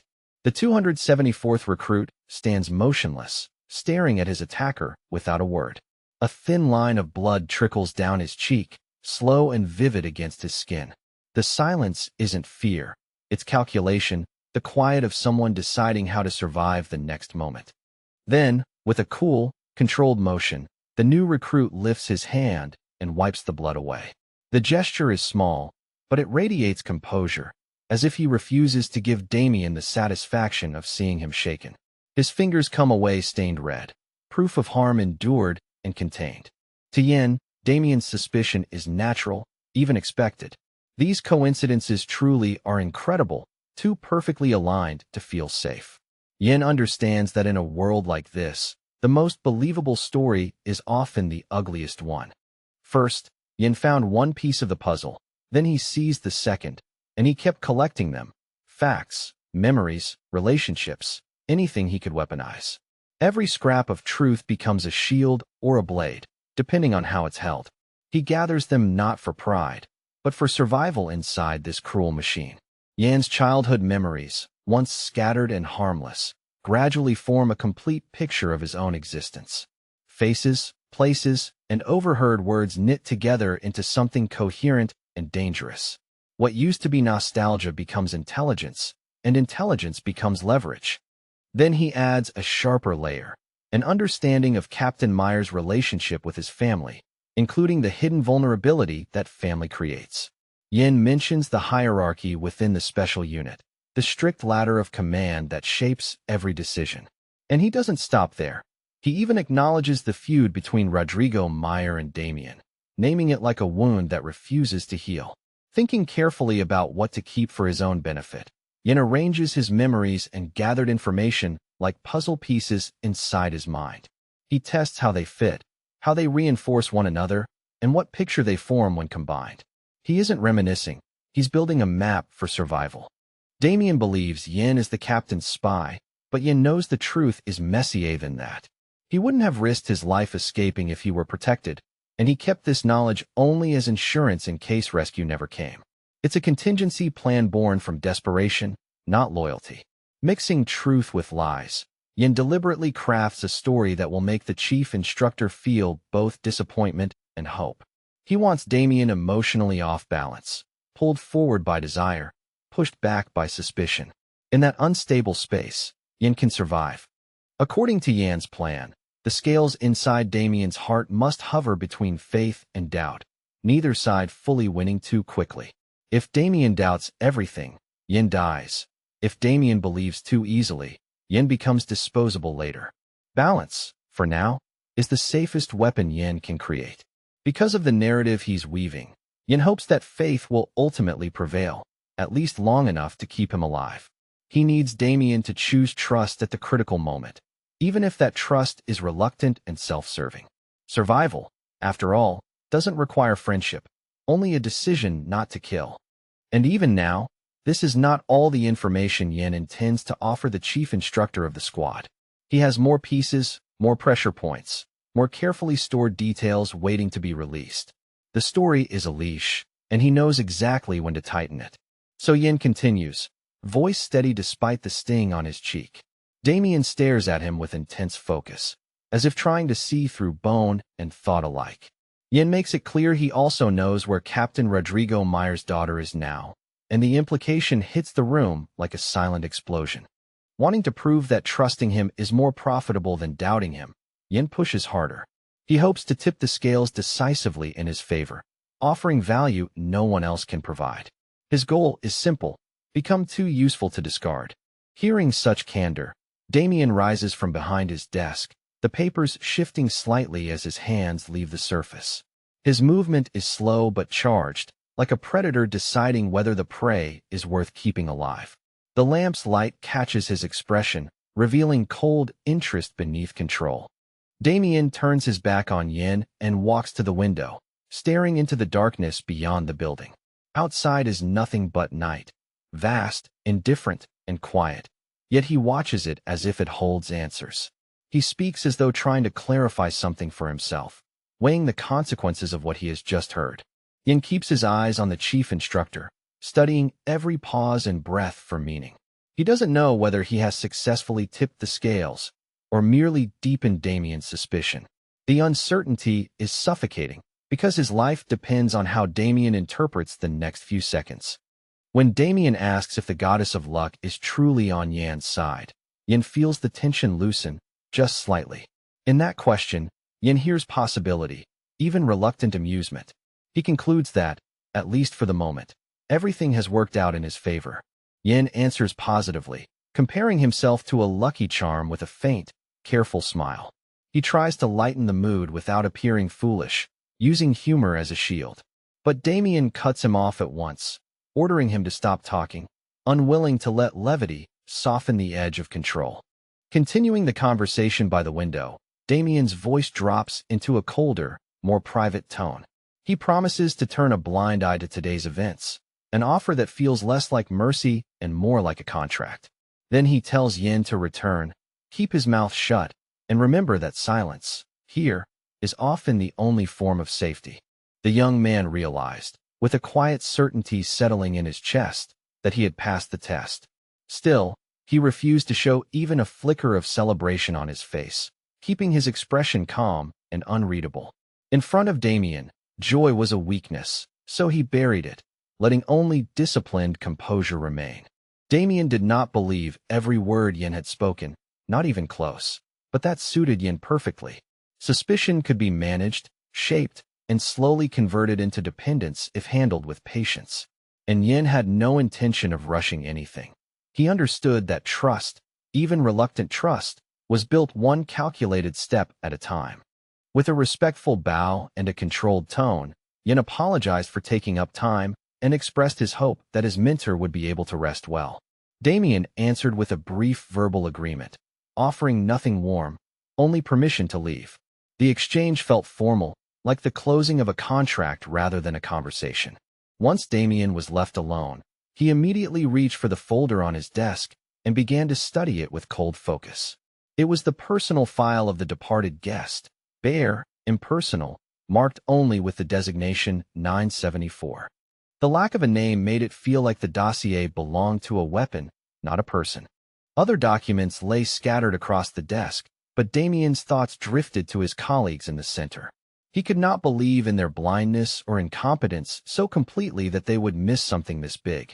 If information had slipped through, then someone had either failed or chosen to look away. Damien closed his eyes, and his mind snapped to the rating system, an elaborate structure that could fail if even one gear slipped. For a moment he considered that possibility, weighing it like a flaw in a blade. But then a completely unexpected thought surfaced, sharp and intrusive, forcing his eyes open again. Holding Yan's personal file, Recruit 974, in his hands, Damien felt the paper's weight like something heavier than ink and records. He turned it slightly, as if the angle might reveal hidden meaning. And inevitably, his thoughts drifted to his own file, his own history, and the things he had spent years ensuring no one could touch.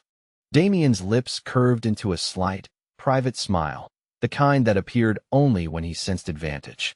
One particular moment replayed in his head, vivid and irresistible, and it stirred genuine interest in him.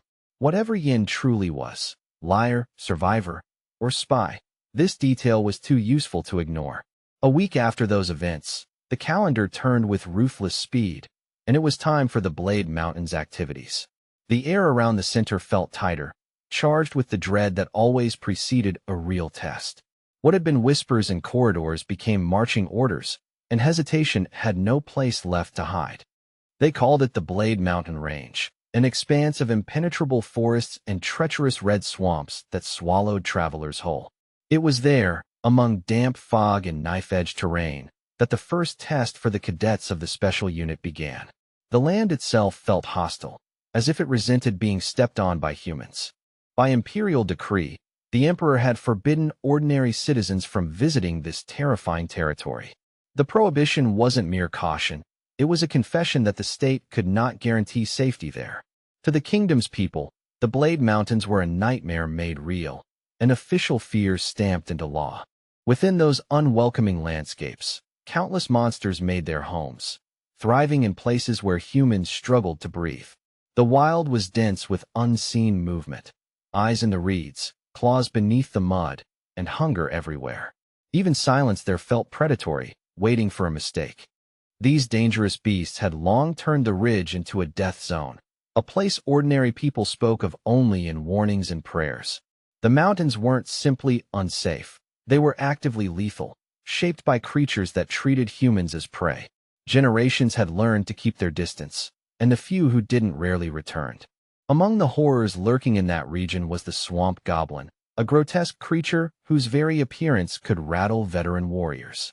Its body seemed born from rot and malice, slick with swamp filth, eyes too sharp for something that should live in mud. Even hardened imperial fighters felt their instincts recoil when it surfaced. One of the center's recruits was forced into open combat with the monster, meeting it head-on rather than fleeing. He struck blow after blow, steel flashing through wet air while his boots sank into treacherous ground. Every swing was a gamble, because one wrong step meant being dragged into the swamp and torn apart. Then one well-aimed lunge finally landed true, driving into a vulnerable point with brutal precision. The swamp goblin shuddered, and the strength seemed to drain from its terrifying body as if the swamp itself were pulling it under. The creature's resistance weakened rapidly, its movements turning sloppy and desperate. Covered by two comrades who guarded his flanks, the cadet pressed the advantage and finished the monster without hesitation. The swamp goblin collapsed, its body hitting the ground with a sick, heavy finality. Lifeless now, it lay before them like a warning. Victory here was possible, but never clean. The victor let out a long breath of relief, shoulders sagging for just a moment as the immediate danger passed. One comrade cheered, intoxicated by the win and convinced they would triumph over the entire exam. The other, far too casual, claimed there was nothing special on the ridge, words that tempted fate with reckless confidence. Another recruit hissed at them to speak more quietly, pointing out the obvious truth. Other monsters could be nearby, listening. But the one who had fought insisted the surroundings had been completely cleared, certain their small victory meant safety. In a place like this, that certainty was the most dangerous thing of all. They reminded one another of the instructions. Survive in the mountains for a full week to pass the exam. At this pace, they believed success was guaranteed, imagining themselves returning as proven cadets. Their optimism grew loud, fed by adrenaline and the false comfort of a single slain enemy. The cadet who had eliminated the swamp goblin turned sharply, anger flashing across his face. He reminded his comrade, again, about staying quiet, his voice low but edged with threat. The chastised recruit immediately understood the seriousness behind the warning and offered a hurried apology, suddenly less eager to boast. The leader then reminded them of the other requirement, collecting stones and mana within the Blade Mountains. Passing wasn't just about staying alive, it demanded measurable results. But his comrade, still exhilarated by the victory, had completely forgotten those conditions, as if the monster's death had ended the exam. If they survived, the final results would depend on how many stones they collected, a cold metric that didn't care about bravery. And beyond survival, they wanted another prize, to outperform the cadets from the 4 great families. Pride sharpened their ambition, turning the test into a personal war for status. The talkative companions grew loud again, and the leader had to silence them once more with a harsh gesture and a warning look. He urged them to slow down, to stop feeding panic into the air with unnecessary noise. Discipline, he knew, was the only armor that didn't rust in fear. While lecturing them about vigilance and insisting their skills would be enough to win, the leader failed to notice what loomed above. Huge clawed fingers, massive, curved, and silent, hung in the air over him like the hand of an executioner. The danger was so close it stole the warmth from the space around it. Those enormous fingers clamped down and seized the coughing recruit by the head as if he weighed nothing at all. In an instant, the 320th recruit was pulled from the mission, his fate decided without even a chance to scream properly. Whatever the exam was supposed to test, it ended for him right there. 2 comrades watched with faces twisted in pure terror as the horrific scene unfolded. The death of their friend, or the certainty that death was imminent, hit them like a physical blow. Their bodies froze between instinct and disbelief, trapped in the nightmare of witnessing something they couldn't stop.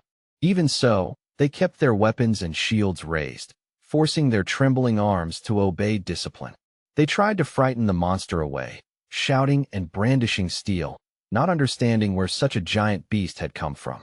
The suddenness of it made the ridge feel cursed, as if the world had spawned a punishment specifically for them. The creature's eyes looked in different directions, unsettling and wrong, as though it could watch every angle at once. That inhuman gaze multiplied the fear of the recruits, making them feel hunted from all sides. It wasn't just that the monster was strong, it was that it seemed impossible to surprise, impossible to escape. The unfortunate boy was still held by the head, dangling helplessly in the grip of a great golden ogre. Worse, this beast possessed the magic of invisibility, allowing it to sneak up without warning and turn prey into corpses before anyone even sensed danger. The realization came too late.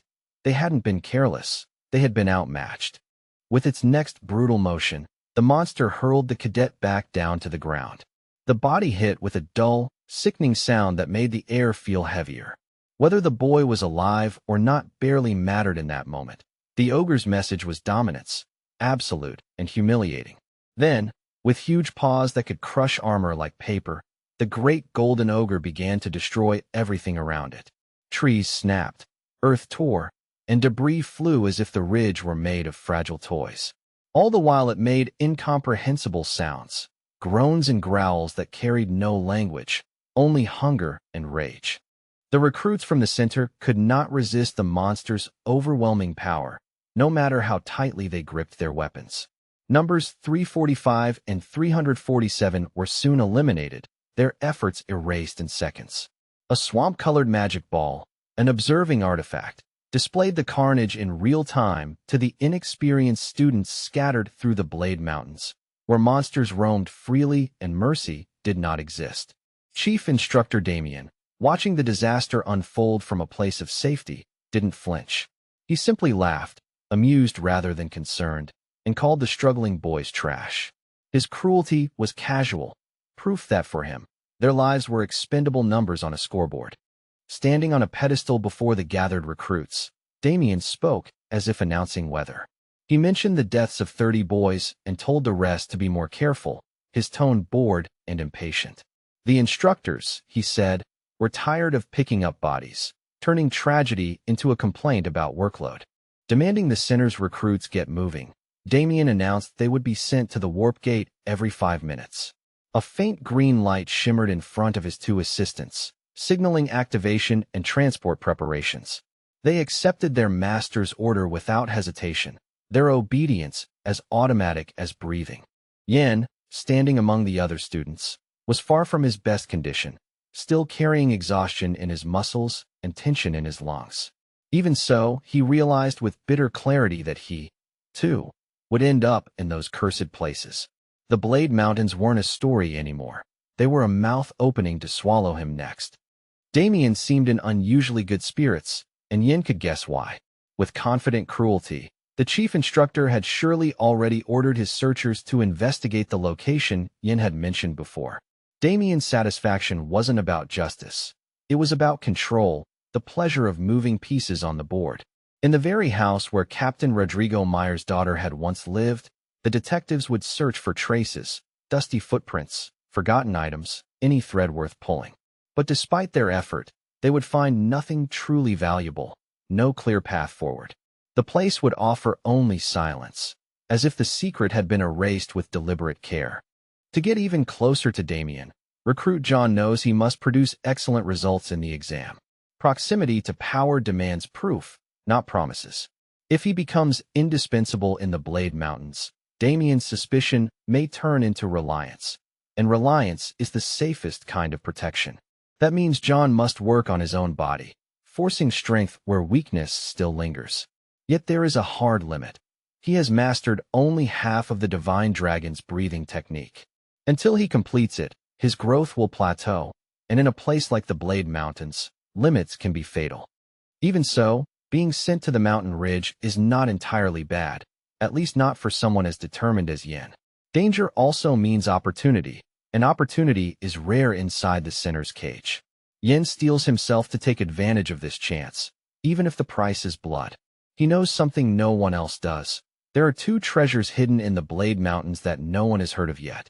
If he can claim them, his body will become stronger and his movements faster, sharpening him into something beyond an ordinary cadet.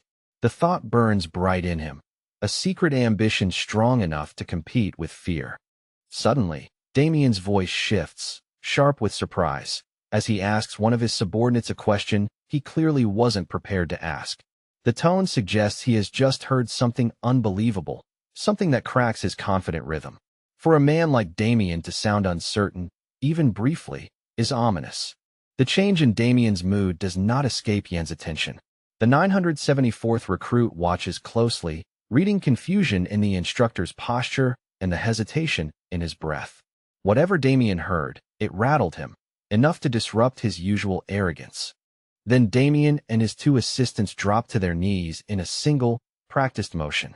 The chief demands that his men show respect, his command slicing through the air like a whip. The sudden kneeling transforms the space, turning an ordinary gathering into a moment of absolute hierarchy. The sole ruler's presence is announced without being spoken. The legitimate heir of His Majesty the Emperor steps onto the pedestal. Crown Prince Leon Cavalin appears, and the entire area reacts as if gravity has increased. He is greeted with rigid formality, every posture bending to the reality of power. Yin watches the proceedings with a surge of excitement and dread tangled together. If his memory serves him correctly, 500 cadets had died during this exam in the past, an obscene number that made the test infamous. The stakes feel even sharper now, because disaster on that scale is not a rumor, it's precedent. Back then, nothing special had happened at the center itself. No royal appearance, no public disruption. But now something unusual has clearly occurred if Crown Prince Leon Kavalan has shown up in person. Royal attention never arrives without reason, and Yin can feel that reason pressing closer. Yin stares at the heir to the throne with wide eyes, struggling to understand why he is here among recruits and blood-stained exams. The Crown Prince's presence turns the air brittle, as if one wrong breath could snap it. Yin cannot grasp the motive yet, but he knows, with chilling certainty, that it will matter. The Crown Prince himself had come to this place, stepping into the recruit's world as if it belonged to him by right. For Recruit 974, the sight carved itself into memory like a blade, too vivid to fade, too heavy to forget. Even if he tried to breathe normally, his mind kept returning to that singular, terrifying presence. As Leon Kavalan greeted the assembled recruits in the square, his voice steady and regal, John's thoughts twisted backward into the past. He remembered, too clearly, that this was the last face he had seen before his death. The memory wasn't distant or blurred. It was sharp, cruel, and uncomfortably intimate. To the young man, Leon's face was not the face of a savior or a prince. It was the face of a true monster. A being so far above ordinary people that Yan's life had meant nothing more than a toy to be broken, discarded, or rearranged. That expression, that gaze, carried the cold certainty of someone who never considered others fully human. The painful memories remained fresh, as if the past had stepped out of shadow and stood right in front of him again. Around him, the recruits stared intently at the prince, captivated by rank and spectacle. But inside Yen, the scene layered itself over another scene, one stained with dread and the aftertaste of helplessness. Continuing his address to the students of the Special Purpose Center, the prince introduced himself with formal precision. He gave his full name and title, letting each word settle into the square like an iron proclamation. It wasn't merely etiquette, it was a reminder of hierarchy, destiny, and the weight of the crown that awaited him. Those present immediately dropped to one knee, the movement practiced and synchronized like a drilled ritual. Voices rose in greeting, "Your Highness," as the entire assembly acknowledged Crown Prince Leon Kavalan. The posture of submission turned the square into a sea of bowed heads, where even breath felt regulated by authority. Forced to bow with the rest, Yin lifted his eyes just enough to look at the future ruler without drawing attention. In that moment he told himself, with a vow carved from pain, that he would never regret anything again. Not hesitation, not mercy, not any choice made for survival. If the world demanded brutality, then he would learn to endure it without remorse. Yet the instant the new recruit truly saw Crown Prince Leon's face up close, something ugly surged within him. Rage began to boil, hot and uncontrollable, threatening to crack the calm mask he had worked so hard to maintain. It wasn't simple anger. It was the fury of someone who remembers being treated as disposable. Leon continued his speech, and in a surprisingly measured tone, asked the gathered recruits to speak without fear. He presented the invitation like benevolence, as though honesty were safe in the shadow of power. The request sounded noble, yet Yin could not stop himself from wondering what trap might be hidden inside such gentleness. Then the prince raised his voice and shouted that anyone who wanted to get out of this hellish place right now should raise their hand. He swore by his name, promising to ensure their safety, binding the offer to the prestige of the Kavalan bloodline. The words rang across the square like a bell. Too bright, too generous, almost unbelievable. Damien turned his face slightly away, listening without changing expression as the crown prince demanded answers from those brought here by force. Leon promised to free them, every one of them, like a ruler correcting injustice with a single decree. Damien's posture remained rigid, but the tension around him hinted that the speech was scraping against something sharp. Yin stared at the prince, stunned by the strange direction of the speech, unable to understand why Leon would say such things in Damien's presence. The chief instructor was not a man who tolerated threats to his control, even if they came wrapped in royal words. Yan's confusion deepened, because the Leon he remembered had never spoken like this. The new recruit found himself seriously doubting whether this was the same crown prince he had known before. The tone, the phrasing, even the implied compassion, none of it fit the image burned into his mind. Either Leon had changed beyond recognition, or Yin was watching a performance designed to fool the entire square. A flash of memory intruded, a chessboard on a polished table, pieces arranged with meticulous care. One man calmly reported to another about the 4th Special Unit's invasion of enemy territory, speaking of slaughter and strategy, as if discussing weather. The atmosphere in that room had been quiet, controlled, and merciless, power moving lives like pawns. In the Emperor's residence in the capital, Avalon, John had bowed low and delivered his report with disciplined clarity. He told the ruler of the successful outcome, of the operation's completion, and the actual burning of the Mount of Stone mine. The words had carried the weight of ash and screams, but in that room they were treated as results. The Emperor had looked out the window of his residence as though the world beyond it belonged entirely to him. Without turning, he praised his subordinates for a job well done, his approval as cool and effortless as breathing. The compliment had felt less like gratitude and more like confirmation that the pieces had moved correctly. Still bowing, Yin had announced his intention to send reinforcements to ensure the invading group could retreat safely. The suggestion surprised the ruler, and Yin explained why. The invading force was too small, and there was no guarantee any of them would return alive. His words were the plea of a soldier who valued lives, not as numbers, but as comrades. The Emperor did not even turn his back on his subordinate. He didn't need to. His decision had already been made, solid as stone, and he prepared to announce it as if issuing a simple correction. In that calm, Yin could feel the distance between human concern and imperial calculation. When the order came, take no action, send no help, let the groups sacrifice themselves to destroy the enemies, Yin immediately objected. The command was not strategy to him. It was slaughter disguised as necessity. He lifted his head, daring to challenge the ruler's will, even knowing what that defiance could cost. Yin insisted he would not abandon his own soldiers, men fighting for the future of the empire with their bodies and blood. But to the Emperor, they, and the entire world, were nothing but chess pieces. On that board, loyalty was irrelevant. Only outcomes mattered, and lives were the currency of victory. The ruler treated everyone the same in the end, slaves and citizens, knights and aristocrats, all reduced to pieces on the same grid. Rank might change the shape of the piece, but not its purpose. In his worldview, people existed to be placed, traded, and sacrificed when convenient. All those pieces existed only for the Emperor's sake, fuel for his vision, stones in his monument. And that was exactly how Leon Cavallan had seen it back then as well, absorbing the lesson as if it were sacred truth. The Crown Prince's gaze had mirrored the Emperor's, cold, accepting, and utterly untroubled. Hundreds, thousands, could die for the sake of a single ruler, and the palace would continue to shine.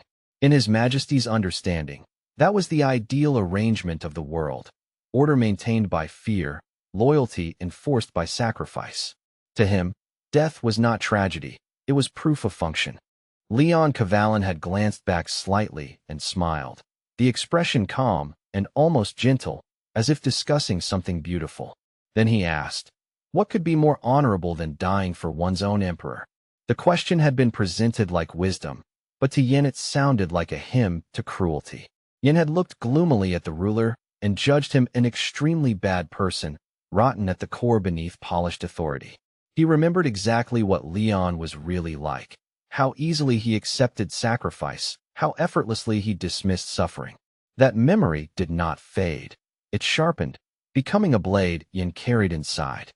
Now, returning to the present speech, the Crown Prince mentioned the children of aristocrats who had entered this place to gain power. He spoke of ambition and pedigree, of young heirs seeking strength within the center's brutal structure. The words sounded almost like a warning. Privilege may enter freely, but it will not leave unscarred. Then Leon Cavallan shouted that anyone who did not want to face consequences should go home before he took the throne of the empire. The declaration struck like thunder, half threat, half invitation, promising a future where hesitation would be punished. It was a prince drawing a line in the dust and daring people to cross it. Yin couldn't believe what he was hearing, and the disbelief wasn't his alone. Another recruit nearby also stared, stunned, because these words were coming from the crown prince himself. The square felt unsteady, as if the world's rules had shifted mid-breath. Without taking his eyes off Leon Cavalin, recruit 974 tried to reconcile the figure before him with the monster he remembered. He couldn't tell whether this was the same person, or a mask worn so convincingly it reshaped reality. And the most frightening thought of all was how someone could change so much and still wear the same face. Damien assumed the cadets were shocked simply because of the prince's unexpected words, and he read their stillness as awe. Leon, however, seemed interested in something sharper. The reason these recruits were treated inhumanely in the first place. The prince's attention drifted toward Damien like a blade turning in its sheath. Damien declared that a special unit was necessary to protect the emperor, speaking as if brutality were duty. But the final edge of his reasoning, cold, dismissive, and proud, angered the heir to the throne. Leon's expression tightened, and for the first time the air felt like it might ignite. Damien bowed his head submissively, posture flawless, as though obedience could shield him from consequence. In that lowered position, he heard Leon Cavalin's demand to stop talking nonsense. The reprimand carried the weight of royalty, sharp, public, and impossible to ignore. According to the prince, the emperor must protect the people, not harvest them. He warned that the crown would not remain on a ruler's head for long if that ruler condemned to death those he was supposed to safeguard. The statement was more than philosophy. It was an implied threat against the entire structure Damien served. Leon Cavalin did not understand the point of such power if it existed only to justify cruelty. To him, authority without restraint was meaningless, a hollow throne perched over a pit of corpses. He declared, implicitly and clearly, that he could not allow lawlessness to flourish under the banner of the empire. Wanting to destroy this place, the prince spoke as if the center itself were a stain that needed to be burned away. But Damien replied that it had been created by the emperor's will, forged deliberately, and everything here was done according to the law. His defense wasn't moral, it was procedural, hiding savagery behind legality. Hearing Damien's argument, that this organization had been created by order of the ruler, as if cut into existence by a great sword, Leon was visibly surprised. The implication was chilling. Cruelty here wasn't an accident or a rogue scheme. It was sanctioned. If that was true, then the rot reached higher than the walls of the training center. Still determined, Prince Cavalin asked about the cadets who had agreed to take this exam. He wanted to know if there were truly volunteers, people who chose this path with open eyes, and if so, he might back down.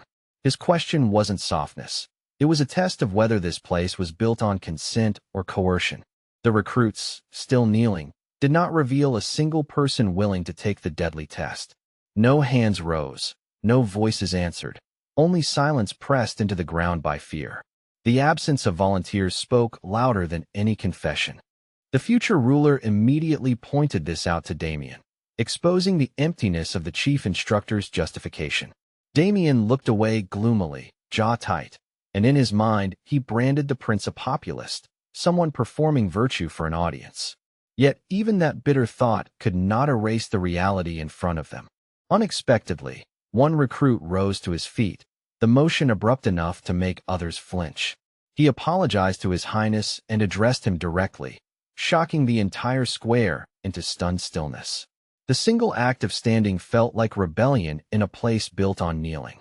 Standing resolutely before them, Recruit 974 announced his desire to take part in the exam. His voice was steady, his posture unshaken, as if he had already accepted the mountain's teeth and claws. The declaration wasn't bravery for show. It was a calculated step toward something only he could see. The astonished crown prince looked at the strange young man, studying him with sharpened curiosity. Yet it wasn't just the audacity that caught Leon's attention. The number 974 sounded familiar, like a detail he had heard before in another context. For a split second, recognition flickered behind the prince's eyes. As far as Leon understood, low-ranking cadets were treated unfairly and often wanted desperately to escape. This recruit, however, was standing there volunteering. So Yan's actions seemed to confirm the rumors about harsh treatment rather than deny them. If a battered cadet still chose the exam, then the system must have left him no other path. Nearby comrades thought recruit 974 had lost his mind, stunned by such a confession in front of royalty and Damien alike.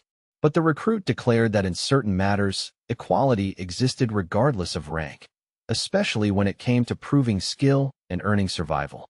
His words were daring, almost provocative, as if he were rewriting the rules aloud.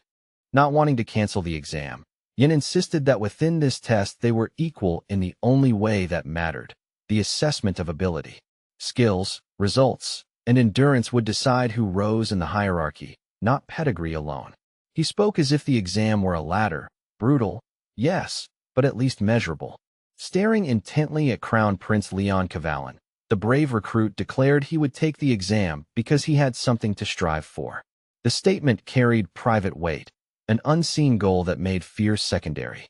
His eyes did not beg, they promised, as if he were already stepping into the mountains with purpose.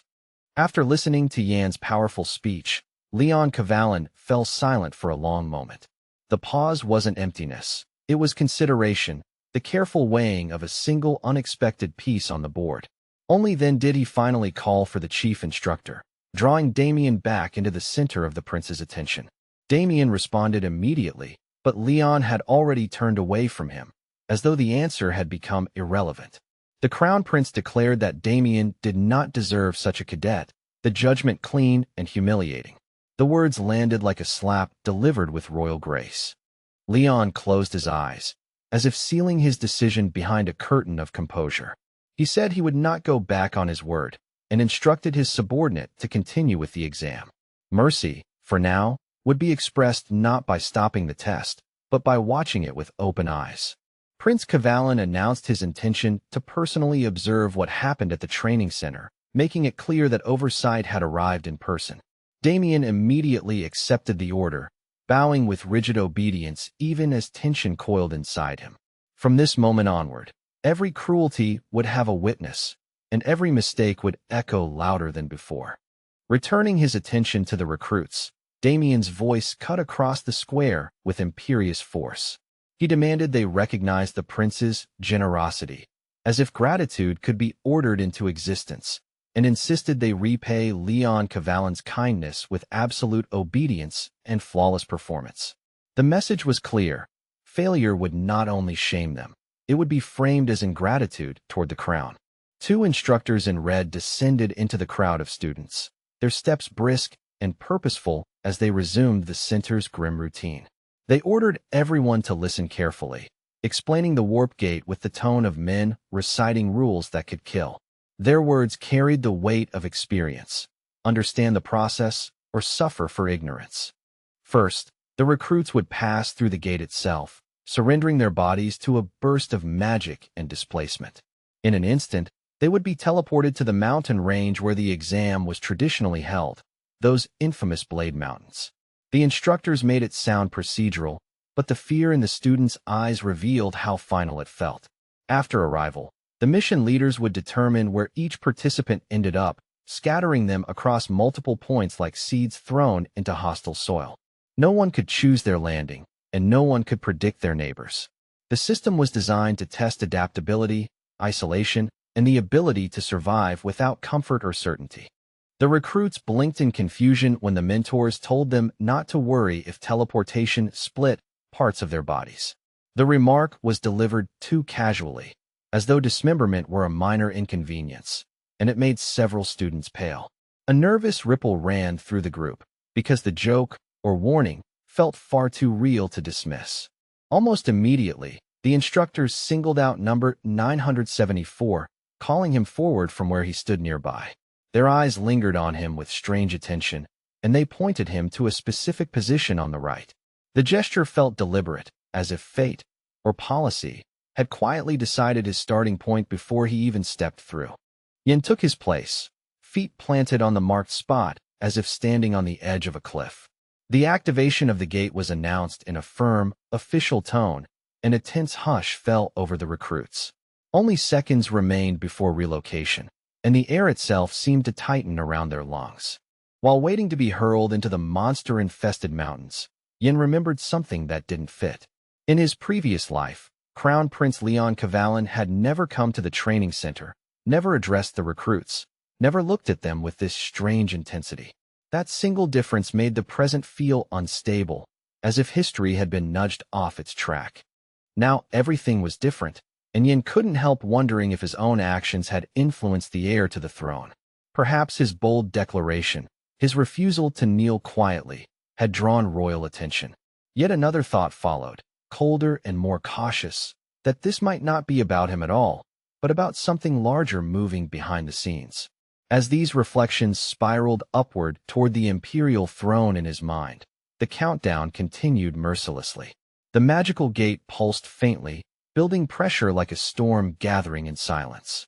Only seconds remained, and Yin felt trapped between thought and fate, unable to finish the question before reality forced an answer.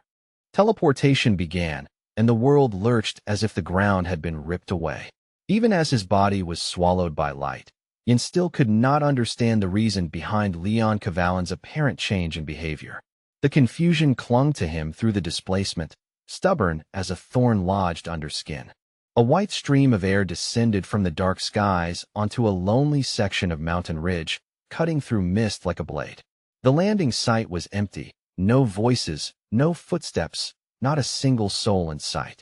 The silence felt unnatural, as though the mountains were waiting to see what had been delivered into their jaws.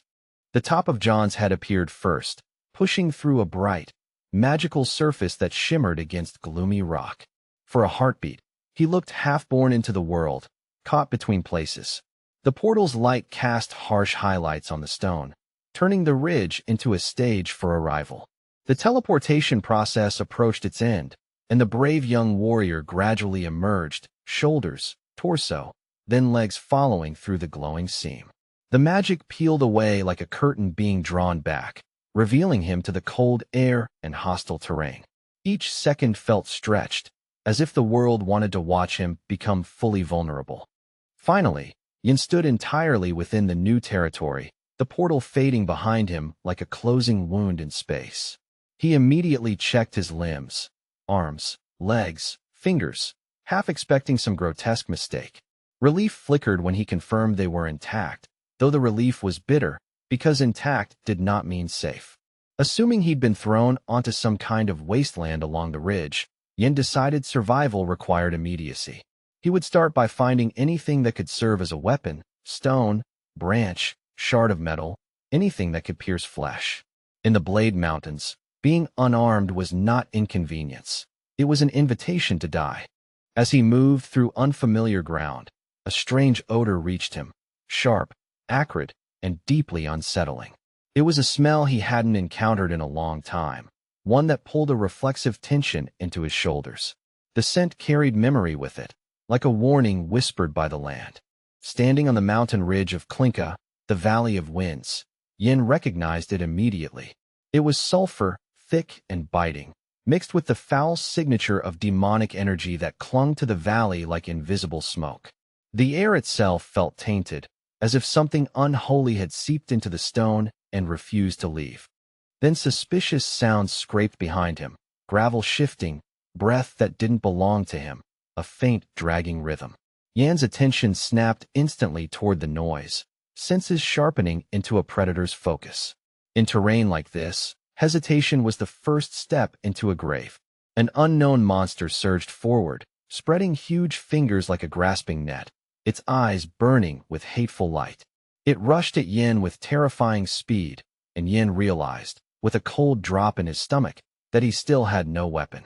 The gap between them vanished in an instant, and the first real battle began before he even found his footing.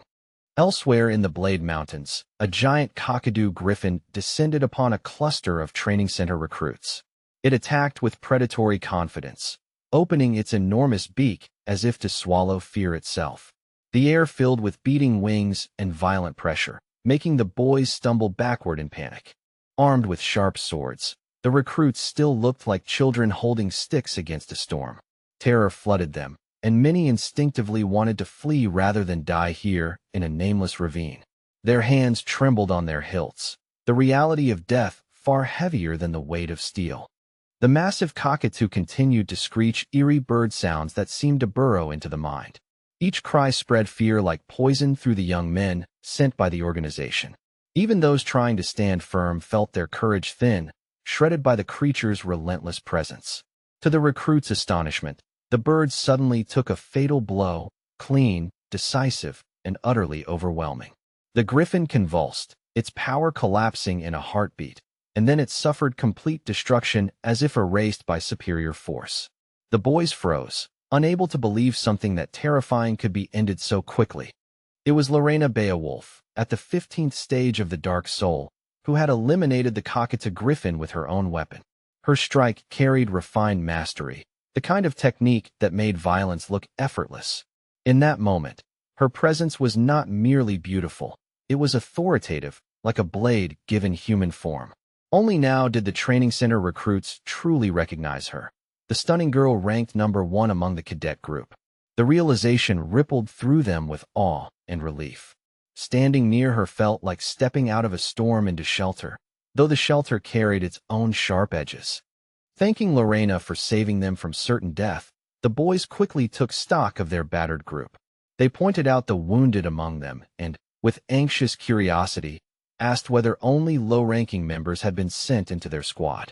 Their voices carried both shame and desperation, because rank had become another kind of survival measure. They explained they were mostly in the 700s, and many had already been injured by the valley's horrors. They had planned to escape the area as soon as possible, but the monsters had made retreat nearly impossible. The story spilled out in frightened bursts, as if speaking quickly could keep fear from catching up. When they asked Miss Lorena for permission to follow her, at least until they could leave the valley, she accepted with casual indifference. Lorena Beowulf didn't seem to care either way, as though extra bodies were neither burden nor benefit. Her calm suggested she measured danger differently than they did. Even as she agreed, Lorena's eyes scanned the gloomy terrain, searching for John with quiet intensity. She didn't want to believe he had already been eliminated from the game, not when the exam had barely begun. Her gaze moved like a hunter's, refusing to accept loss without proof. Remembering how John had remained confident even in the Crown Prince's presence, Lorena felt genuine confusion. Why would a low-ranked cadet stand up so boldly, risking everything under Damien's stare and Leon Cavallin's gaze? The memory didn't match the cowardice she expected from someone marked by an ordinary number. Approaching her with a predatory calm, cruel Dwight, the second cadet, spoke with sharp disdain. He called her princess in a mocking tone, insisting she was once again making foolish decisions. His words were wrapped in feigned concern, but the contempt beneath them was unmistakable. Dwight's companion shared the same irritation, believing Miss Beowulf intended to wander around with these seventh-rate recruits. He warned that doing so would expose her, and he called the low-ranking cadets idiots without hesitation. To him, their fear and weakness were contagious, something that would only drag her down. Cruel Dwight didn't consider them suitable for anything, not even as disposable human shields. In his eyes, they were too fragile to serve as protection and too useless to justify saving. The cruelty in his judgment matched his name, cold and absolute. Lorena. The angry cadet snapped, reproaching her as if she intended to become a nanny for helpless boys. He insisted her pity wouldn't save them, and that sentiment would only get her killed. Lorena's expression hardened, and she calmly told him to watch his language, refusing to let him spit filth unchecked. Lady Beowulf warned him not to judge someone solely by their number, reminding him that worth could hide behind low rank. But cruel Dwight only sneered, convinced the top spot after this exam would go to someone else, not her. His confidence sounded less like prediction and more like a threat he wanted to see fulfilled. Lorena looked sternly at her comrade from the training center and issued a quiet warning. If he obsessed over numbers alone, he would miss something more important, something that could decide life and death in these mountains. Her tone carried the authority of experience, the kind earned through surviving what others couldn't. So absorbed in their argument, they failed to notice a third presence drawing near. Casa Afrina approached with composed irritation, criticizing them for sorting out personal differences as if they had free time to waste. Her voice cut through the tension like a clean blade. reminding them the mountains didn't pause for ego. Calling Cruel short-sighted, Casa reminded them that the exam would be graded individually. There was no need to compete with one another like jealous children while monsters roamed nearby. Her point was practical. Survival and performance mattered more than petty rivalry. Dwight questioned her motives, genuinely curious why she wanted to associate with lower-ranking cadets at all. But Casa argued that a larger group could better handle crises, forming a shield of numbers and shared eyes. She claimed she would help them pass the test, not out of charity, but because cohesion increased their odds. She reminded the third-rank cadet of an obligation that aristocratic representatives carried: leadership over commoners, whether they liked it or not. Nobility, she implied, wasn't just privilege, it was responsibility in moments like these. Her words framed command as duty, not decoration. Mentioning aristocrats only provoked a sneer from Cruel, malicious, and sharp. The expression suggested he didn't consider her a true aristocrat at all, as though her claim to status offended him. The disdain in his eyes hinted at deeper history than mere rivalry. Casa Afrina stared intently at her second partner as he demanded to know since when a family of traitors had been called aristocrats. He taunted her. If she intended to rule over commoners, then she should answer for what her family had done to the people. His accusation wasn't casual, it was venomous, aimed at her lineage rather than her words. He warned her to be careful, voiced low with cruel satisfaction, because it would be sad to see the last of the Afrina family on the guillotine. The threat carried both political weight and personal hatred. In that bleak terrain, the sentence sounded less like insult and more like prophecy. Casa smiled quietly, then laughed, thanking him for his concern as though it were a gift. Yet the smile didn't soften her. It sharpened her, revealing determination fixed on rebuilding her family no matter the cost. Even while they bickered, she continued sorting out the tense relationships like knots that had to be untangled before they tightened into strangling cords. The third cadet spoke again, telling Cruel how jealous she sometimes was in moments like this. The admission sounded strange, almost intimate, yet carried a deliberate edge, like she was testing which words would provoke him most. Her gaze stayed steady, refusing to flinch under his hostility. She reminded recruit Dwight of his two older brothers, stating that they were the ones responsible for the family's standing, not him. The remark undercut his pride with surgical precision, implying he was only a spare piece pretending to be the king. For a man fueled by ego, it was a direct strike to the throat. When she advised Cruel not to burden his mind with complicated thoughts, his temper snapped. Dwight raised his hand as if to hit Casa, anger flashing through him faster than reason. But before his blow could land, his wrist was intercepted, stopped by force that refused to let violence escalate unchecked. Lorena Beowulf arrived at the conflict just in time, gripping the aggressive Dwight and holding him back with controlled strength. Casa stood nearby wearing a faint, maddening smile, as if the near attack had only entertained her. Lorena's presence imposed order, her authority making even rage hesitate. Still snarling insults, the second cadet tried to grab Lorena with the fingers of his left hand, intent on turning his fury into action. But he failed.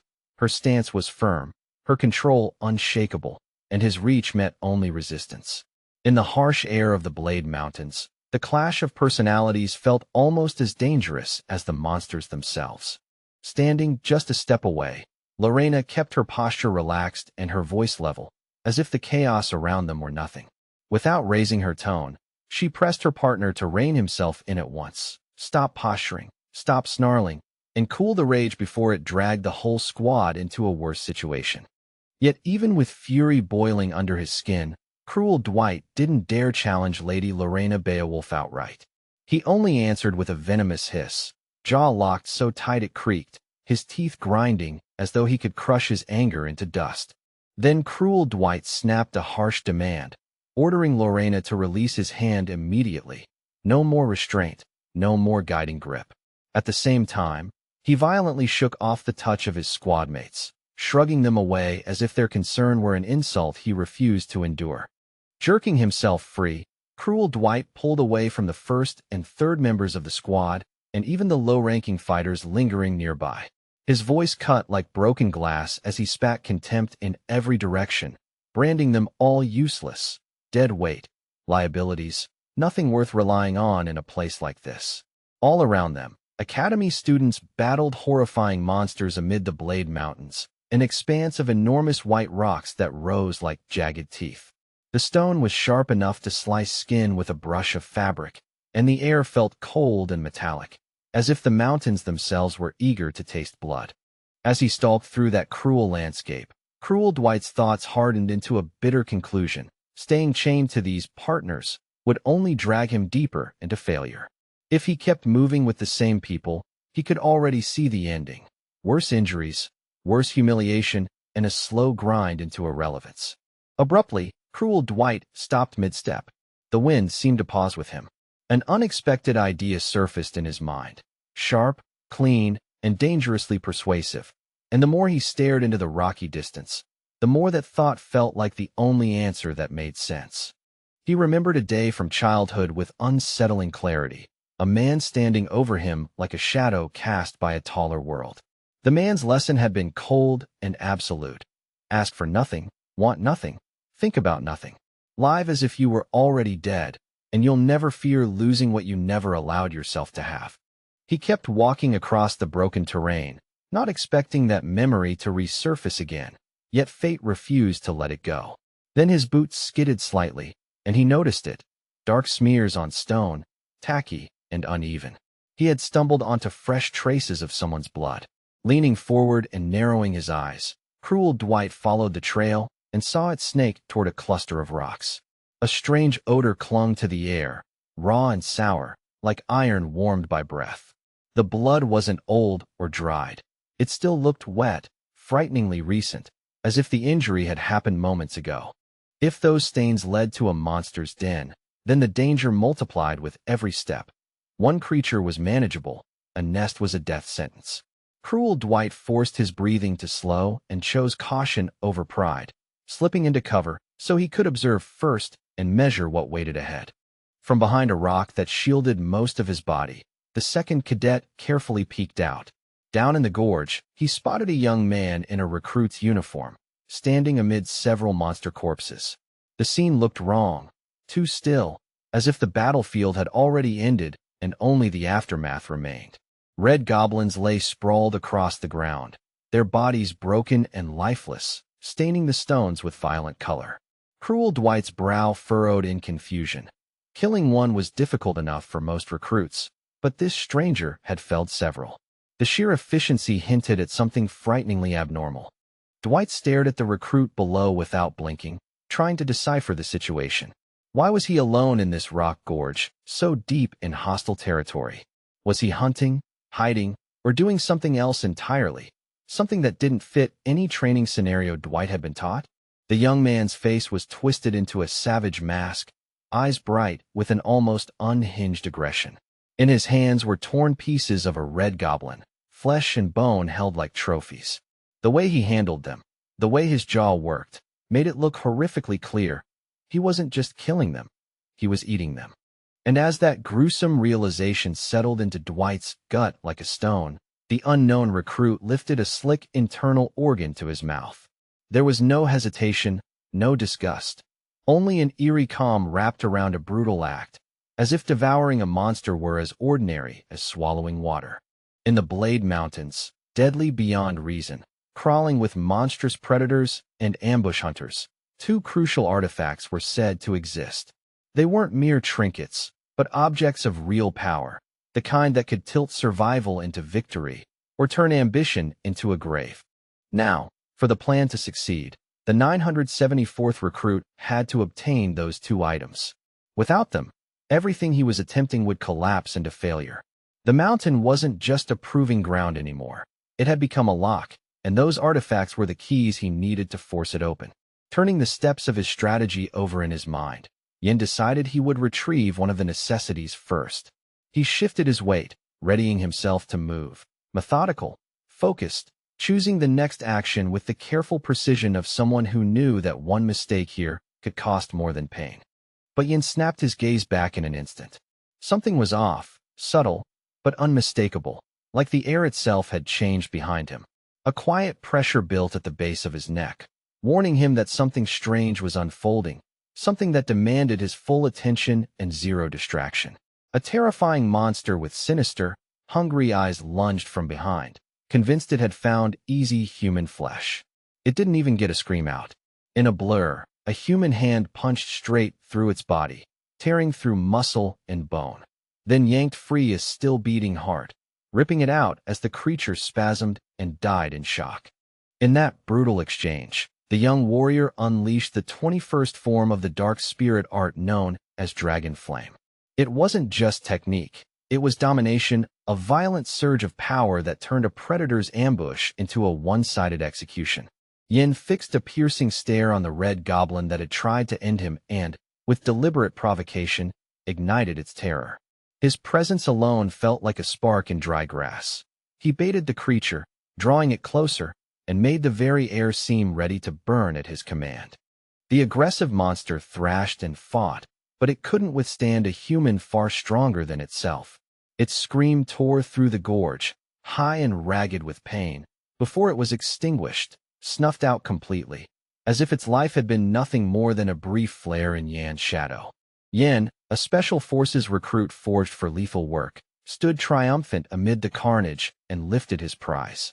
In his hand was the torn-out heart, heavy, steaming, and unnatural, embedded with strange stones that glittered like trapped embers, proof that the kill had yielded something far more valuable than meat. But the fight refused to end cleanly. Another terrifying red goblin emerged, drawn by blood and the promise of flesh, its posture demanding a meal. It moved with feral certainty, as if the gorge itself belonged to it, and every human presence was nothing more than prey. Yin looked ahead and felt the situation sharpen into something worse. More of the same creatures sat perched on the rocks like vultures, watching with greedy stillness. Their eyes followed him, their bodies tense, each one wanting exactly what their kin had wanted, human meat, torn and fresh. Yet the recruit from the center didn't flinch. Yin squared his shoulders and met their hunger with resolve, a grim smile threatening the corner of his mouth. In a strange twist of fortune, their presence confirmed his path. More monsters meant more stones, and more stones meant progress. One red goblin locked onto Yin with burning eyes that looked like coals set into a skull. Its limbs flexed, ready to spring. At any moment it could pounce and try to rip him open, and the tension in its body promised it would kill without hesitation if it found the opening. Yin was genuinely startled. His first target practically hurled itself into his reach as if fate had delivered it. Instinct took over. He slid into a fighting stance, and a faint glow of magic gathered around him, bright and disciplined, like controlled fire held behind a blade's edge. The monsters didn't care about the shimmer of human magic. They opened their horrific mouths wide, teeth bared like broken knives, and surged forward in a pack. Their footsteps scraped stone, their breath came hot with hunger, and they charged the lone man as if numbers alone could crush him. Yan's eyes widened, not with fear, but with warlike frenzy. His pulse hammered, his senses sharpened, and everything in him leaned toward the coming clash. He looked ready to break them apart. Calm at the core, savage at the surface, prepared to defeat every enemy that dared step into his reach. Mana stones were awarded for defeating monsters, and once they had been dismissed as mere raw material for crafting common magical items. Over time, their worth was reassessed. People realized these stones weren't just ingredients, but potential reservoirs of power, capable of changing what a mage or warrior could become. Old Professor Isaac of the Academy had been the first to push that idea into the light. After painstaking research, months of tests, failures, and meticulous notes, he published a scientific paper that challenged tradition. His findings were bold enough to sound like heresy to anyone comfortable with old rules. In that paper, the mage Isaac described a method to absorb monster abilities and mana through mana stones. He wrote of gaining an orc's endurance, a troll's regeneration, even an ogre's physical strength, and those claims detonated outrage among scholars. To them, he wasn't proposing study. He was proposing a revolution. Isaac's colleagues dismissed the work as delusion, insisting there was a fundamental divide between how humans and monsters used mana. They argued that the flow, the structure, The very language of mana differed too greatly, meaning any attempt to merge the two would end in poisoning, madness, or worse. Then the Academy's dean, Neuron, personally confronted the old scientist. His warning was blunt and political: prove it, or be removed. If Isaac couldn't confirm his research with undeniable evidence, Neuron would dismiss him from the institution and bury the controversy before it spread. After testing Isaac's methodology on himself, the previously frail Neuron changed in ways no one could ignore. Muscle thickened over his frame, strength visibly blooming where weakness had been. The transformation became living proof, an undeniable confirmation that Isaac's impossible research had teeth. Once Isaac's claim was validated, shock rippled across the continent among those who used mana. Fear mixed with greed. If power could be stolen from monsters and made human, then every kingdom's balance would shift. Armies, nobles, academies, and secret societies all suddenly had a new reason to hunt. Even so, Isaac noted that monsters were now easier to find in the kingdom's wild regions than deep within dark dungeons. When asked about the difficulty of absorbing mana crystals, he explained during a brief break that the true obstacle was extracting the poison, purging the lethal corruption without destroying the power inside. To make the process viable, the Academy scientist recommended specific stabilizers: moon beetle juice to temper toxicity and lava stones to reinforce the body against the strain. These weren't folk remedies. They were calculated tools meant to keep an absorber alive long enough for the mana to settle. Sipping from his mug with the casual air of someone discussing weather, Professor Isaac added that normal mana absorption was remarkably simple by comparison. There was no mystic ritual, no grand ceremony, just preparation, tolerance, and the willingness to endure what most people would call unbearable. The stones merely needed to be eaten, swallowed, and forced into the body's system. And that was exactly what Yin was doing now, deep in a lair hidden behind jagged rocks in the Blade Mountains, committing an act that felt more like desperation than study, more like survival than science. Standing over the red goblin corpses, Yin hadn't expected the next step to feel so vile. The taste clung to his tongue, metallic and rancid, refusing to fade. Even after forcing himself through it, his stomach twisted in protest, his body rejecting what his ambition demanded. Now he needed to absorb a stone that had formed near the monster's heart, 2-to-1, a brutal ratio that implied risk and imbalance. He stared at the prize with narrowed eyes, knowing that the smallest miscalculation could turn this gain into a slow, poisonous death. But to draw mana from the crystal, he would have to endure the monster's poison as part of the process. The thought nearly made Yin vomit. He clamped a hand over his mouth, swallowing hard, forcing his breathing steady, bracing himself for the terrifying possibility that this choice could kill him before it empowered him. The recruit felt the toxin gnawing at him from the inside, like acid trying to melt his organs into weakness.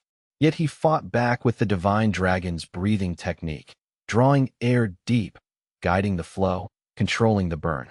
Each breath became a shield, each exhale a purge against death. Gradually, the worst of the sickness eased, leaving him unsteady but still standing. Yin realized this would take longer than he had expected. The power wouldn't settle instantly, and rushing would only invite collapse. In this place, patience wasn't comfort. It was the thin line between survival and a corpse on stone. Then, slicing down into the gorge at full speed, came the second recruit, Cruel Dwight, unable to ignore what Yin was doing. His movement was reckless and fast, boots striking rock like drumbeats of intent, as if curiosity, malice, and opportunity had all dragged him here by the throat. A malicious grin spread across Cruel Dwight's face, a look that belonged to someone who didn't come to help. He wasn't known for kindness, and the expression he wore testified to darker plans. Eyes gleaming, teeth showing, as though he had already imagined how to turn this moment to his advantage. But down below, where the 974th recruit had stood barely a minute earlier, there was nothing left of him at all. Only a brilliant flare hung in the hollow air, a lingering bloom of light in the emptiness, as if someone had been erased and the world hadn't yet realized what it had lost. Cruel Dwight arrived with a smug curl to his mouth, fully expecting to find an easy prize. He hadn't imagined a cadet of such a low standing would dare be here, yet his arrogance made the discovery feel like fate's gift. Certain of his own invincibility, the villain decided the mana, and anything valuable, should belong to him alone. But Yin was nowhere to be seen. The absence struck cruel Dwight as strange, and his confidence flickered into irritation. He turned his head sharply from side to side, scanning the gorge and the rocks, unable to understand where his rival had vanished to so suddenly. While cruel Dwight assumed the 974th had simply fled in panic, Yin was already tucked behind a jagged rock ledge, calm and watchful. Under his breath, he spoke with cold certainty, calling Cruel a scoundrel, one more dangerous than any monster in the Blade Mountains, because this threat wore a human face and chose cruelty with intent. Cruel Dwight had heard rumors of savages, people desperate enough to eat beasts to survive, but the reality in this gorge was far uglier than his imagination. The stench of blood, the torn corpses, the sheer feral atmosphere made the story feel less like rumor and more like a nightmare given form. Sneering as if delivering a generous offer, Cruel Dwight declared Yin worthless and made his terms sound like mercy. He said he could beat him senseless right here, but if the boy begged properly, he might be spared. Hand over the stones, surrender the spoils, and Dwight would show the mercy of aristocrats, a pity as sharp and humiliating as a leash. With an almost theatrical look of surprise, the 974th recruit admitted something outrageous. He didn't have any mana crystals anymore. Not because he'd hidden them, but because he had eaten them. His tone was steady, as if he were confessing to drinking water, not swallowing the very fuel of power. The villain immediately snapped that Yin shouldn't lie. Cruel Dwight had been on the verge of indulging in mock compassion, but the so-called savage Yin sounded too blunt, too reckless, to be fabricating it. To Dwight, it wasn't cleverness, it was stupidity, and that stupidity ruined the tidy little game he'd planned. "There's no one here," Cruel Dwight said, voice dropping into something colder, more honest. "No one will ever know if I kill a pawn like you. If Yin wanted to live, he should give up the stones, simple." And then, unexpectedly, the recruit agreed in a flat, chilling tone, the kind of agreement that felt less like surrender and more like a trap being set. With a devilish glint in his eyes, Yin looked straight at his opponent and nodded, slow, deliberate, confirming the point. Yes, truly, there was no one here. The gesture came with a faint, unsettling smile, like he was granting permission rather than pleading for mercy. Not paying much attention to the strange edge in Yan's words, Cruel Dwight accepted the choice with aristocratic complacency. He promised he would respect it, so long as Yin didn't even think about screaming or making noise. His warning was casual, almost bored, as if he were already certain the outcome belonged to him. As he spoke and threatened the low-ranking recruit, the high-ranking cadet failed to notice what was drifting toward him.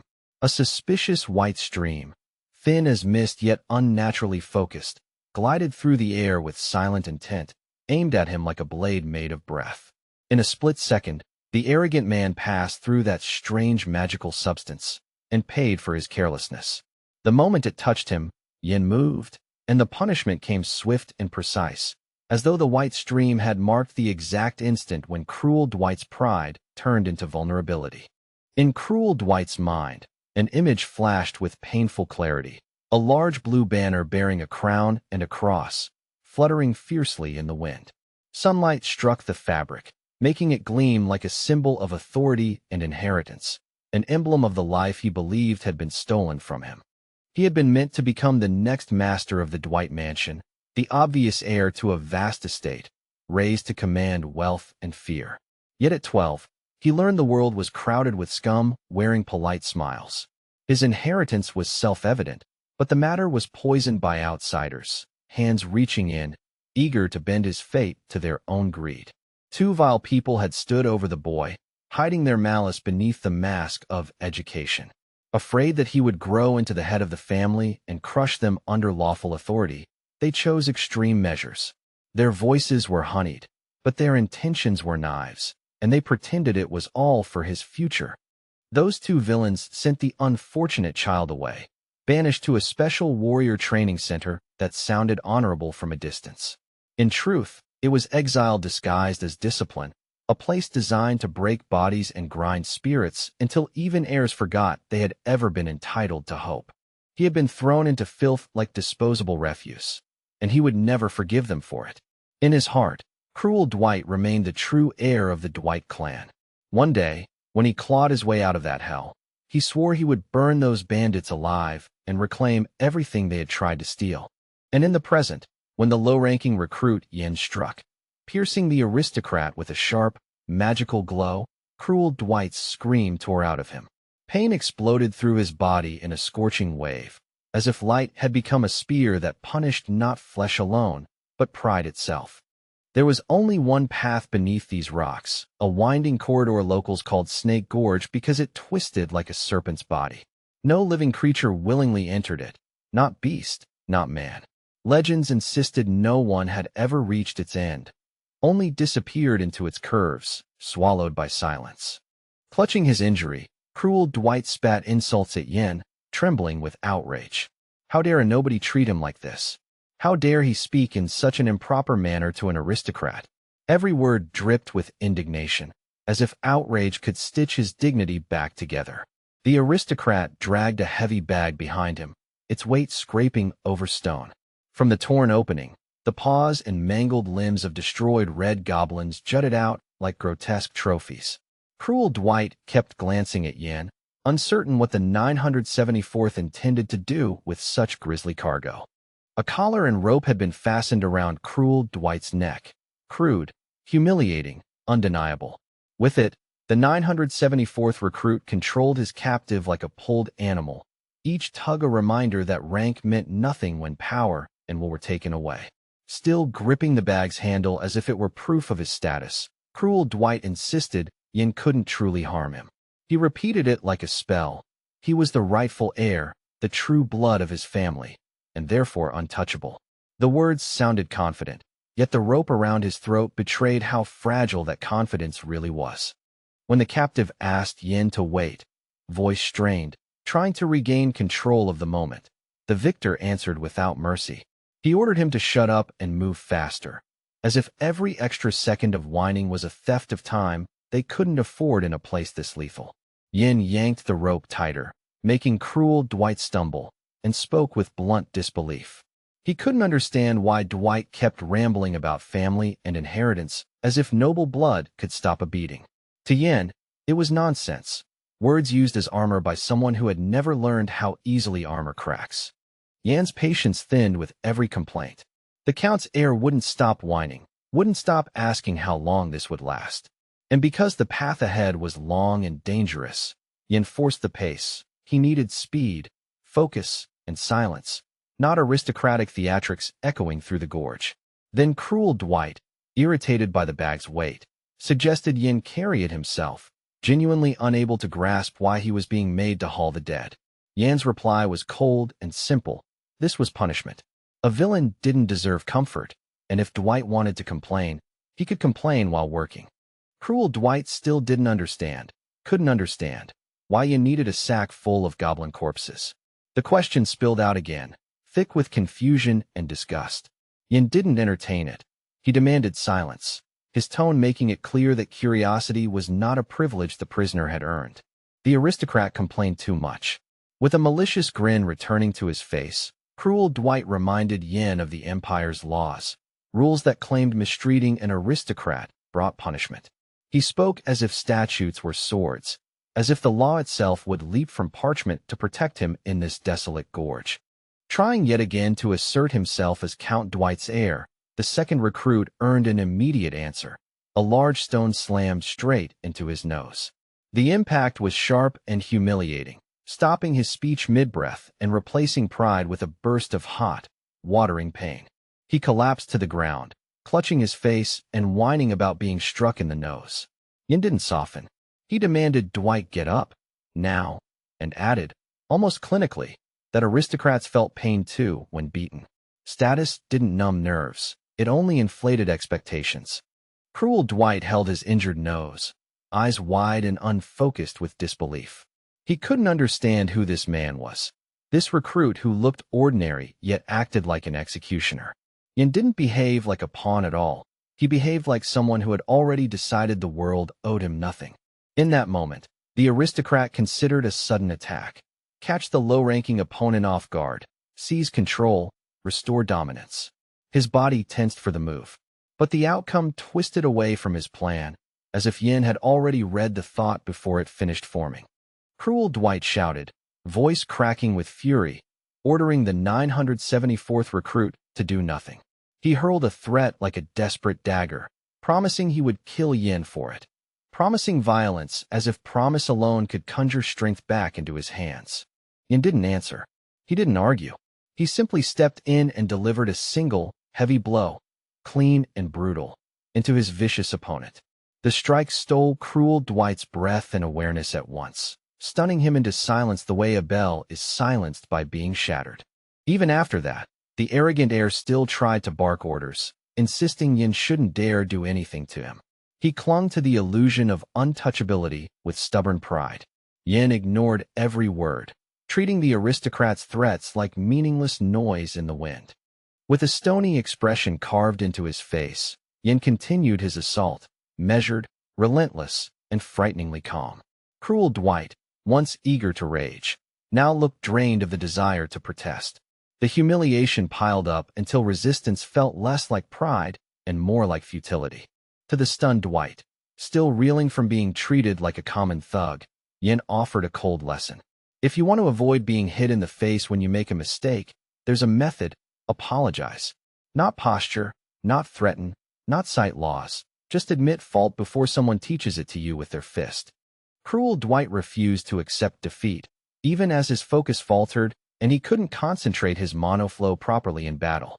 But deep inside, he swore the moment it returned, once the flow stabilized, once his strength gathered, he would kill the enemy immediately, reclaiming dignity with blood. Yan's eyes went wild again as he glanced back at his opponent trudging behind him. The look wasn't random, it was judgment. Yin seemed to realize Cruel Dwight hadn't absorbed a single word, had heard the lesson, felt the pain, and still chosen to cling to the same rotten arrogance. A fiery glare lit within the young Special Forces recruit's eyes, the heat of warning rising like flame behind glass. Yin looked ready to repeat his words the hard way, ready to carve the message into memory through force, if speech and mercy had failed to take root. The Count's heir answered with no less malice. He tugged the rope with a spiteful jerk, as if that tiny resistance could rewrite reality. His eyes promised vengeance, and his mouth shaped threats, pledging Yin a terrible fate the moment he regained even a sliver of control. But in the very next moment, Cruel Dwight's expression shifted, suddenly softer, strangely respectful. He spoke as though he admired Yin now, even hinting he wanted to be friends someday. The change was too quick, too polished, like a mask swapped mid-breath to fit a new strategy. Yet the 974th could see through it, could read the churn of thoughts behind Cruel Dwight's eyes. Yan's gaze made the warning unspoken but absolute. Keep quiet, play your role, or you'll end up crawling like a cockroach in the dirt, crushed not by law but by consequence. Turning back, Yin studied his defeated aristocratic opponent with a measured, almost scholarly focus. He considered Cruel Dwight a remarkable specimen, not admirable in character, but notable in presence. There was something in him that didn't die easily, something stubborn and hungry that refused to accept its place. Yin sensed it clearly. A fierce thirst for life pulsed within the Count's heir, a raw will to survive and dominate.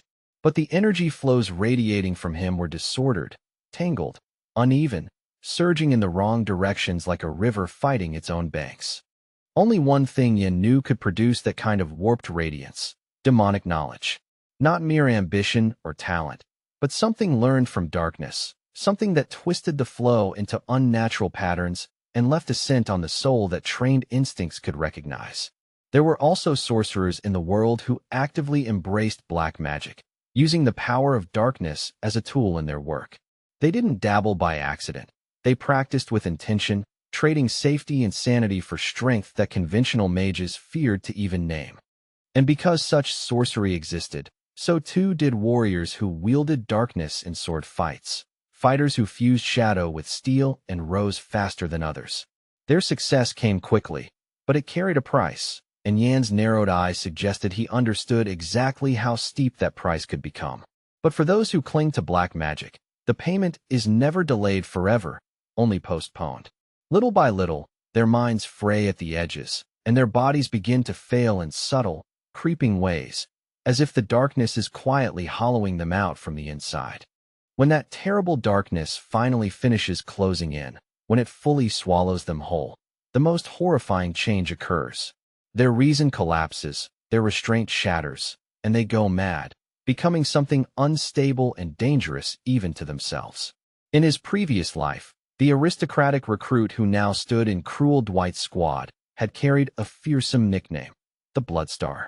The title wasn't a compliment. It was a warning whispered by those who had seen what he did when ambition and violence aligned.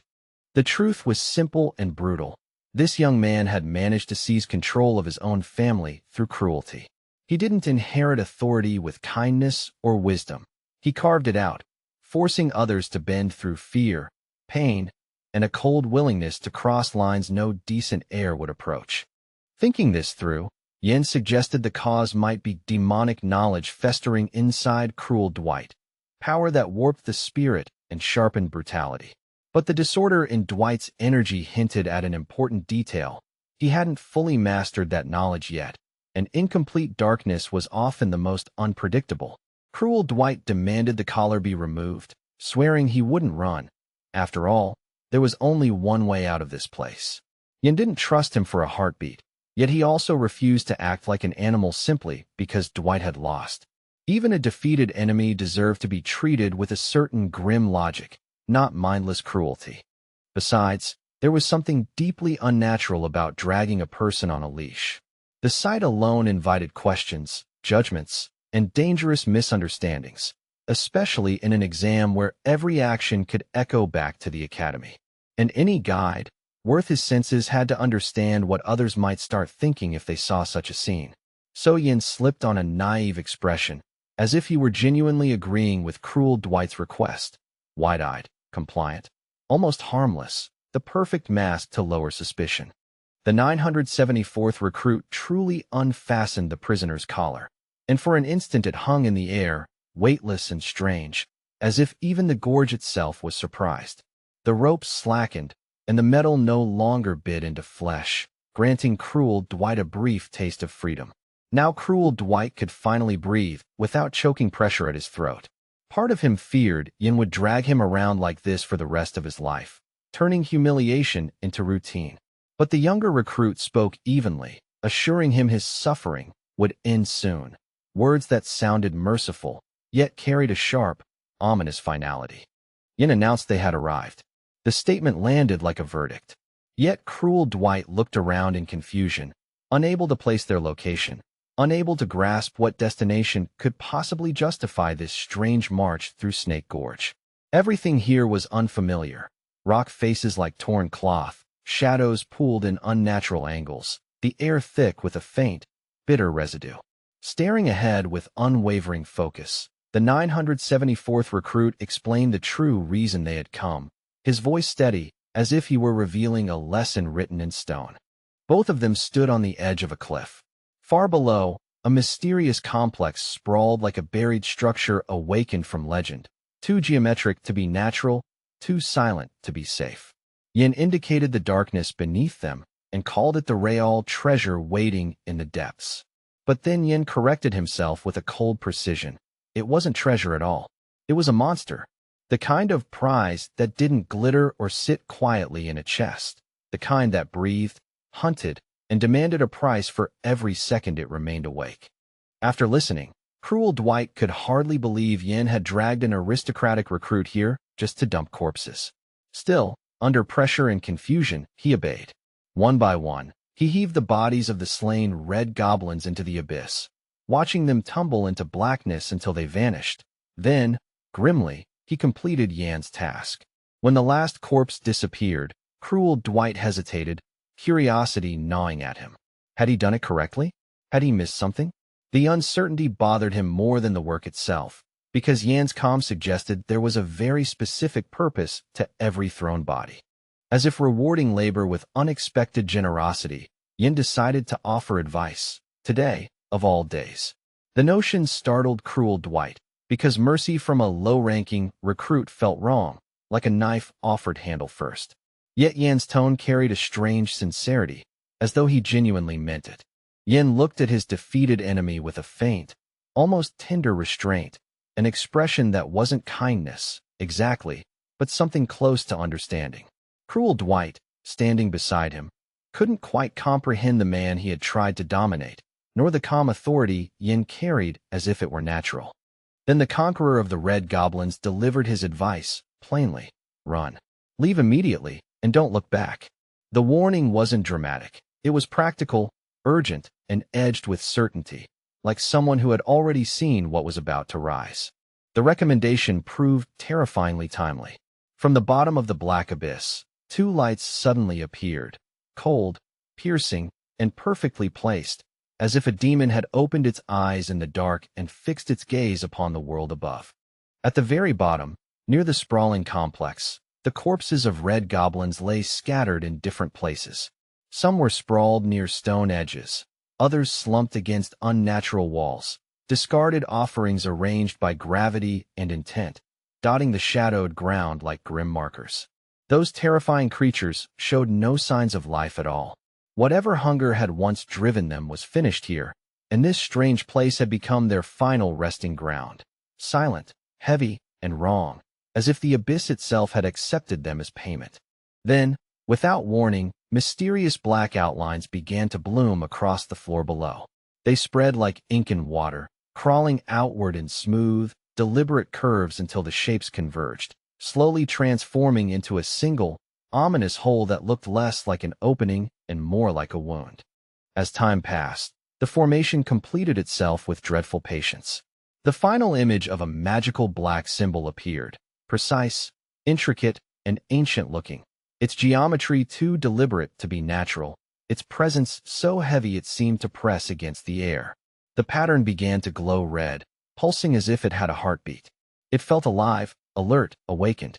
Then a terrifying sound rose from below, not quite a roar and not quite speech, as though something in the abyss had asked a question the world wasn't meant to answer.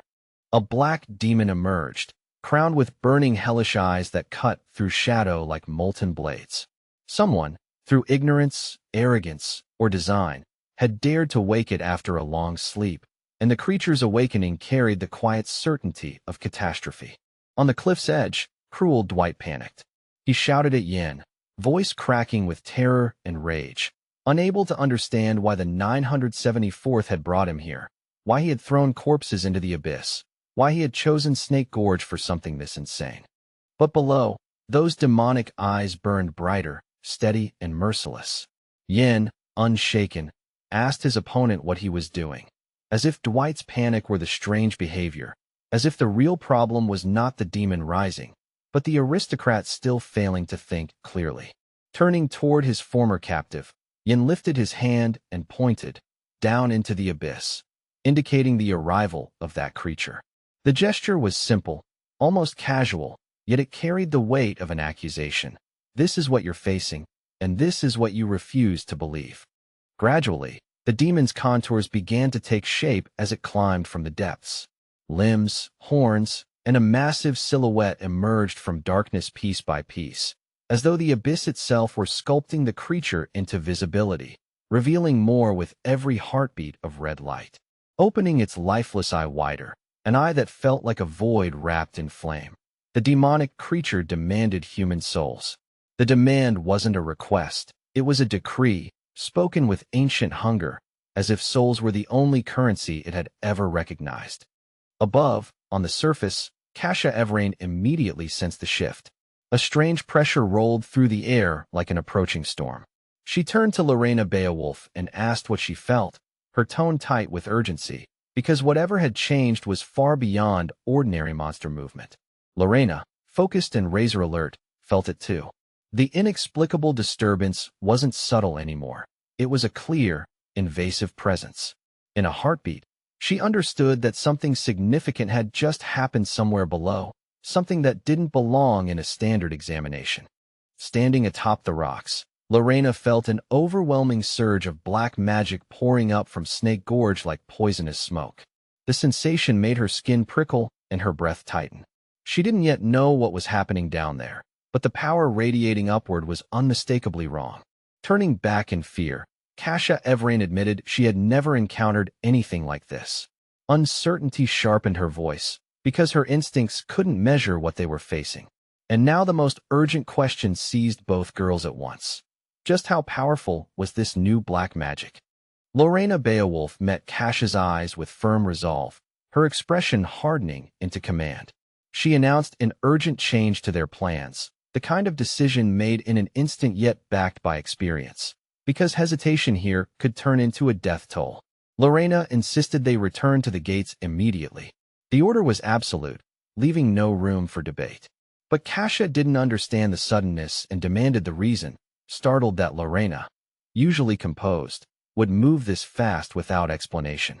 Approaching the recruits despite the ongoing exam, Lorena didn't waste time. She ordered them to sprint for the gate and drop all cargo, everything, including the mana stones. Her voice cut through confusion, urging evacuation with a force that turned hesitation into motion. The recruits clustered near the stone arch obeyed their commander's order, hurriedly shifting packs and abandoning what they had gathered. Still, many wore baffled expressions. They didn't understand why such haste was necessary, only that Lorena's urgency felt like an alarm bell no one could ignore. It was Kasia who lingered, still caught on the question she had asked. Now Lorena reminded her of it directly, of that question about the power level of the black magic, because the answer was the reason for everything Lorena was doing. Without turning fully back, Lorena spoke with a grim steadiness.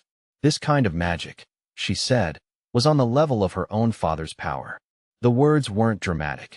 They were measured, and that made them far more terrifying.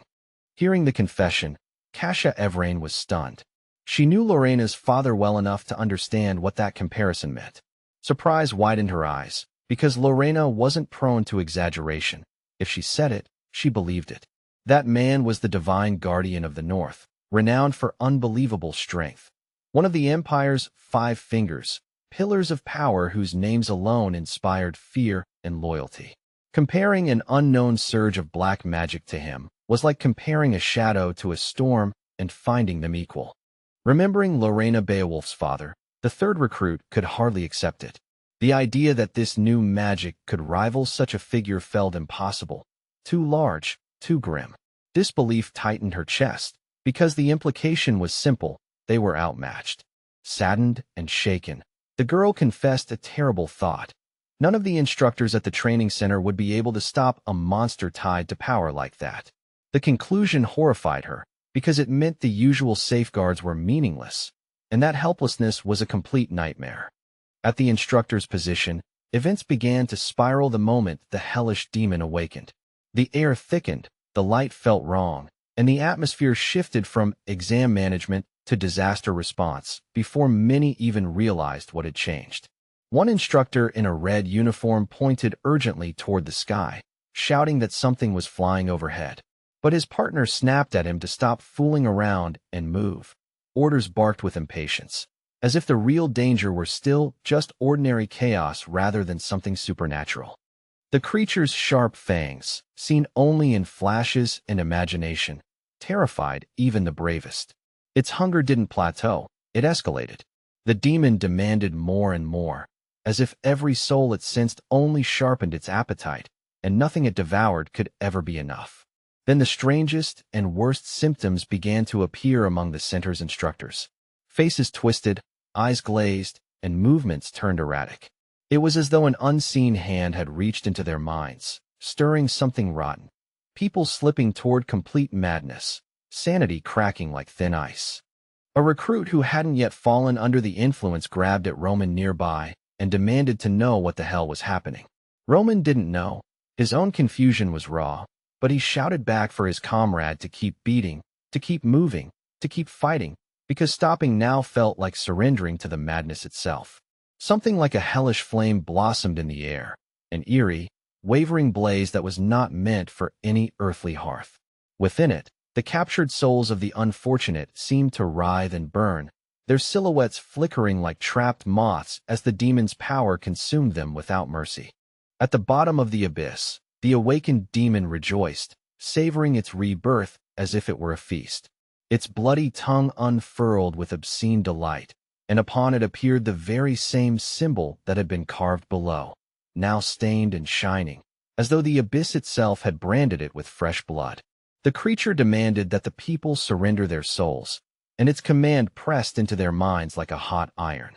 In response, the terrified humans ran forward in frantic desperation, stumbling and scrambling as they searched for salvation, trying to outrun an unknown monster whose hunger they could feel in their bones. The recruits of the training center fled at full speed, driven by raw survival instinct. They didn't move like disciplined cadets anymore. They moved like prey, hearts pounding, breaths tearing, every footstep fueled by the certainty that one misstep meant being swallowed by the demon's shadow. The narrow gaps between the razor-sharp rocks should have slowed the evacuation, turning the route into a deadly bottleneck. Yet even in blind panic, the frightened recruits forced themselves through, squeezing between stone teeth that threatened to shred skin and fabric, refusing to stop no matter how the terrain bit back. One by one, instructors and recruits sprinted onward with the same thought burning in their heads. The gates were close. Very soon they would reach the teleportation point and escape back to safety, back to the Academy's world of rules and walls, if the mountains allowed them to live that long. Lorena Beowulf was the first to catch the strange sound, thin, wrong, and crawling beneath the noise of footsteps. Her spine tightened. Without hesitation, she raised her voice and ordered everyone to stop, the authority in her command cutting through fear like a blade. She thrust out her hand to halt her charges, and the line of fleeing bodies faltered. Their eyes snapped toward a recruit who didn't slow down, someone who kept walking as if compelled. It was as though an unseen hand had grabbed his mind and ordered him forward, overriding every instinct to survive. The unfortunate man, already slipping into madness, spoke in a cracked, fevered voice. He insisted the mysterious voice inside his head was telling him to give up his soul, offering it willingly, like tribute. His words sounded worshipful and terrified at once, like a prayer spoken at knife point. Before their eyes, his condition shifted grotesquely fast. His face began to lose its human shape, features pulling wrong, as if his skull were being reshaped from within. Yet even as his humanity melted away, the demon-possessed man kept muttering about his soul, fixated, entranced, as though the thought was the only thing left inside him. Lorena Beowulf stared wide-eyed, frozen by the certainty that this man was already beyond saving. The discipline in her posture held, but shock flashed in her gaze, because no sword, no command, no courage could pull someone back once the darkness had truly claimed them. In the next instant, the man exploded. His physical shell ruptured violently, flesh and blood scattering, as if his body were nothing but a brittle container. And in that same breath, his soul, something unseen yet undeniably present, was torn away and delivered to the underworld demon like a swallowed offering. A recruit from Squad Number 1, agitated and trembling, blurted that they'd been ambushed. But Kasha Evrain snapped his attention elsewhere, urging him to look, really look, because the danger wasn't just behind them. It was right here, in what the man had left behind. The blood on the rocks began to move. It didn't spread like liquid, it crept with intention, sliding in thin streams against gravity and logic. Everyone watched in stunned horror as the gore rearranged itself, as though invisible fingers were drawing with it. As they stared, recruits and mentors reached the same sick conclusion. The blood was forming a pattern. Lines connected, curves tightened, and shapes locked into place. What should have been a messy stain became deliberate geometry, an unnaturally precise design written in crimson. It was the same bloody magic seal that had first appeared at the bottom of the abyss, the seal from which the demonic creature had emerged. Seeing it replicated here, born from a human's death, made the truth unmistakable. The demon could reach them, mark them, and claim them wherever it wished. The creature had found the fleeing people. The moment that realization settled, strange changes rippled through the recruits like a contagious curse. The air thickened, the soundscape warped, and the very act of running began to feel like pushing through a nightmare that refused to end. Heads began to ache, sharp, drilling pain that made people clutch their temples and stagger. Lorena Beowulf seized her weapon, forcing composure onto her face like armor. In a voice steady enough to anchor the frightened, she warned her subordinates to stay cautious, to watch each other, and to resist whatever was trying to pry into their minds. Looking ahead with unwavering resolve, Lorena braced herself for new confrontations, attacks from alien forces that didn't obey common sense. She stood ready to meet whatever emerged next, knowing that fear alone would not keep her people alive. From behind a rock corner, where the monster's magic seal glowed red like a fresh wound, a hand appeared, long-fingered and skeletal, tipped with sharp claws that scraped stone. The movement was slow and deliberate, as if the creature enjoyed making itself known. The dark entity that crawled out declared, in a voice like dry earth cracking, that it was the people here who had awakened it. The accusation carried contempt, as though mere mortals had committed an unforgivable offense simply by existing close enough to disturb its slumber. It named the cause plainly. Thanks to those who had participated in the mission within the Blade Mountains, it had stirred. Their actions, whether ignorance, greed, or desperation, had loosened the locks on a horror meant to remain buried, and now the consequence had risen to collect. This inhuman thing, hideous beyond any natural monster, promised repayment for its awakening in the only currency it valued, death. It intended to slaughter them, not as a battle, but as retribution, an execution carried out with ancient patience and absolute certainty. Finally, the ancient lich revealed itself fully, a towering abomination with multiple arms and a skull crowned by a third eye. Its form looked stitched together from nightmare and bone, surrounded by an aura that made the air feel colder, heavier, and wrong with every second it stood before them. Hellish flame burned in the monster's empty, soulless eyes, light that offered no warmth and no mercy. One glance from that gaze felt like a curse, and the presence it carried seemed capable of bringing only ruin to humanity, evil distilled into a living, breathing verdict. Long ago, there had been an era when wizards mourned and magic felt limitless, as if the world itself overflowed with arcane possibility. Yet human life still had boundaries, flesh weakened, hearts stopped, and even the greatest minds were dragged toward death by time's indifferent hand. But greedy sorcerers, too hungry to accept limits, searched for a shortcut to comprehend all magic. They turned to witchcraft seals, forbidden frameworks meant to bypass the natural order, believing they could force the universe to yield every secret for the sake of their own ambitions. After time and sacrifice, their symbol finally ignited with a brilliant, triumphant light. Yet the price was absolute. They sold their souls to darkness, bargaining away their humanity. In exchange, they gained eternity, an endless continuation that was not life, but something colder and far more twisted. The forces of darkness, obsessed with perfection in the magical arts, demanded drastic measures from those who sought their favor. To become complete, a scholar had to abandon what was human: mercy, restraint, even the instinct to flinch from horror.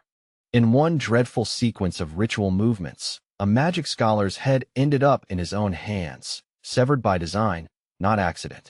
The act was grotesque, yet purposeful. Without such an offering, he would never have achieved what he desired, never have crossed the threshold into forbidden mastery.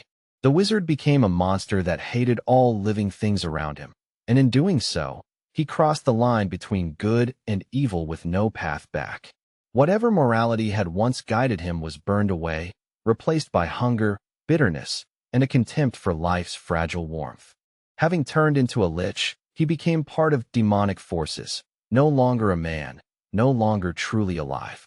All that remained was a vessel of chaos and hatred, a being that could spread only evil, feeding on fear and leaving ruin in its wake like a trail of ash. For Lorena, this wasn't merely a lich from old stories that had consumed countless lives. Its appearance here made no sense, an impossibility walking on stone. She couldn't understand why it had surfaced now, in the middle of an exam, in a gorge that should have been empty except for monsters.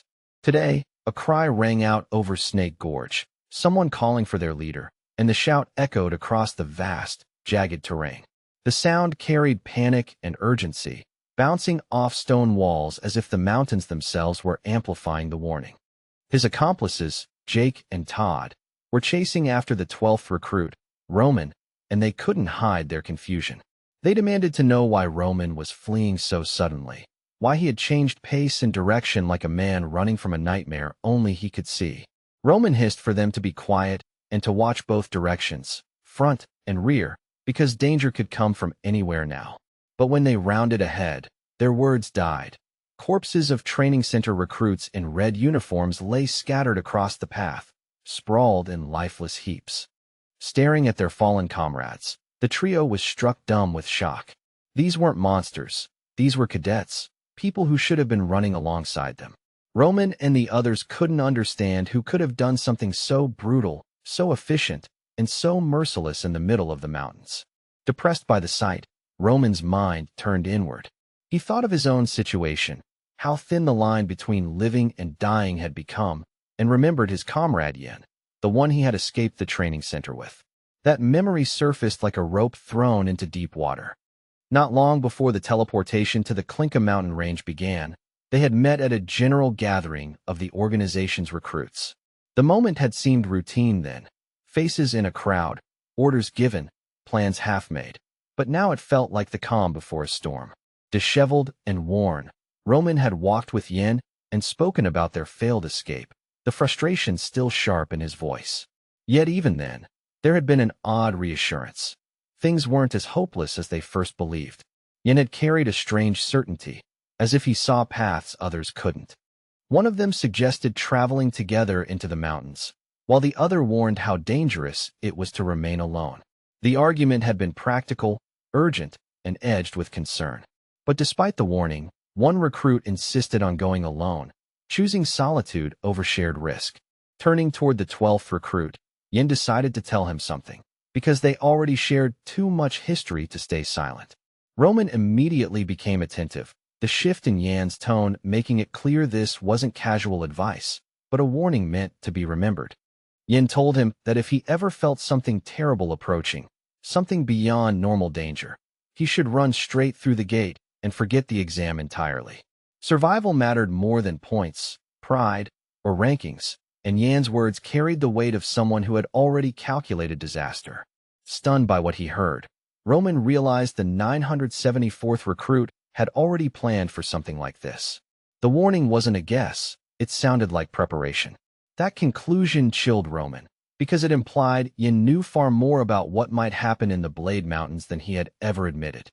At the time, Roman hadn't known what his friend had done or why he spoke with such certainty. But now, here in Snake Gorge, that ignorance turned into dread. Instructors and recruits alike were facing an ancient evil, something that didn't belong in the present, yet had arrived anyway. Bony paws, skeletal, clawed, and unnaturally steady, stepped onto the cold rock, advancing toward Lorena Beowulf and her companions. Each step sounded like dry bone clicking against stone, a rhythm that felt less like walking and more like an executioner approaching the block. Surrounded by flying skulls that circled like predatory birds, the powerful lich mocked them as pathetic mortals who had awakened him from sleep. Its voice carried ancient disdain, and the skulls bobbed and spun as if laughing along, hungry for fear and flesh. The mentors shouted over the panic, ordering the recruits to forget the nearby gate and instead run toward others closer to them. Group up, survive together, don't scatter. As the cadets prepared to retreat, their leader, Lorena Beowulf, commanded everyone to leave at once, her voice unwavering even as doom approached. Kasia Evrain refused to abandon her companion to the monster. She urged Lorena to run with all the students, to live and lead. Yet her eyes betrayed how much she hated saying it. The conflict tore at her. Loyalty demanded she stay, but duty screamed that Lorena's survival mattered to everyone. Lorena's sword flashed as she drew it, the sharp blade catching the light with a cold glint. She set her stance, prepared to remain behind and buy time if she had to, ready to face the demonic beast alone, not because she believed she could win, but because someone had to stand between horror and the fleeing lives behind her. With every sense sharpened and every muscle primed, Lorena Beowulf stood in full combat readiness, determined to detain the terrible lich with her magic. She set her stance like a wall, gathering power as if weaving invisible chains, because even a heartbeat of delay could mean hundreds of lives lost. Turning her gaze toward Kasia Evrain, the brave Lorena spoke without hesitation, asking her friend to help save the many cadets scattered across this examination ground. Her voice carried both command and trust, an urgent plea wrapped in the authority of a leader who knew what must be done. Kasia tried to steady Lorena with reassurance, even while fear tightened her throat. She insisted Lorena couldn't possibly handle such a dangerous monster alone, just as Kasia herself couldn't. The words were honest, pained, and heavy with the understanding that heroism didn't change the math of overwhelming power. Lorena's answer was firm and unyielding. Kasia had to survive for the sake of her family, for the people who depended on her return. That duty mattered more than pride or guilt. Cornered by the truth in her friend's eyes, Kasia had no choice but to agree, even as it felt like betrayal. After promising she would do as the first recruit commanded, Kasia Evrain turned and ran. She didn't glance back, couldn't afford to, her boots striking stone in desperate rhythm as she fled the immediate horror to fulfill the greater mission of saving the others. The third recruit sprinted forward with grim resolve, apologizing to Lorena in her heart with every step, because she could not die here, not now. Behind her, the ancient three-eyed lich seemed to stare at the lone girl left standing, its presence dripping contempt as if it were calling her stupid for daring to remain. Facing that abomination with only a sword in hand, Lorena heard the demon's certainty press against her like cold wind. She could not stop it alone. The lich's voice and aura promised that mortals broke easily, and that her bravery would become nothing more than a brief, amusing interruption. Lorena knew the lich's reputation for terrifying magic, and she understood the grim truth of her own limits. Yet she still chose to block its path. Even if victory was unlikely, buying time was priceless, so she planted herself between the monster and the fleeing cadets, turning defiance into duty. Lorena Beowulf possessed two crucial advantages, thin slivers of hope that could tilt fate by inches. They were not guarantees, but they were weapons, and in battles against ancient evil, even a small edge could mean the difference between survival and slaughter. One advantage was her unbelievably sharp sword, forged from mithril, metal famed for its purity and its hatred of the undead. Its blade wasn't just keen. It carried a sacred resilience that could bite through necromantic flesh and sever the bindings that kept corpses walking. Something shifted ahead, forcing the first cadet to interrupt her thoughts. Lorena's focus snapped back to the lich as the air trembled with rising magic, like a storm building in silence. Whatever she had planned, she would have to act now, before the creature's next move sealed her fate. More flying skulls, each bristling with spines and jagged protrusions, gathered around the monster like a lethal halo. Their increasing number felt like a tightening noose, improving the lich's odds in the coming clash and turning the space around Lorena into a swirling death zone. In a shockingly short time, the ancient lich summoned a multitude of horrific skulls, launching them forward in a savage volley. They screamed through the air like cursed arrows, their trajectories erratic yet coordinated, as if guided by a single hateful will aimed straight at Lorena's heart. Before the monster itself, the same magic seal that had awakened it still pulsed like a bleeding wound in the stone.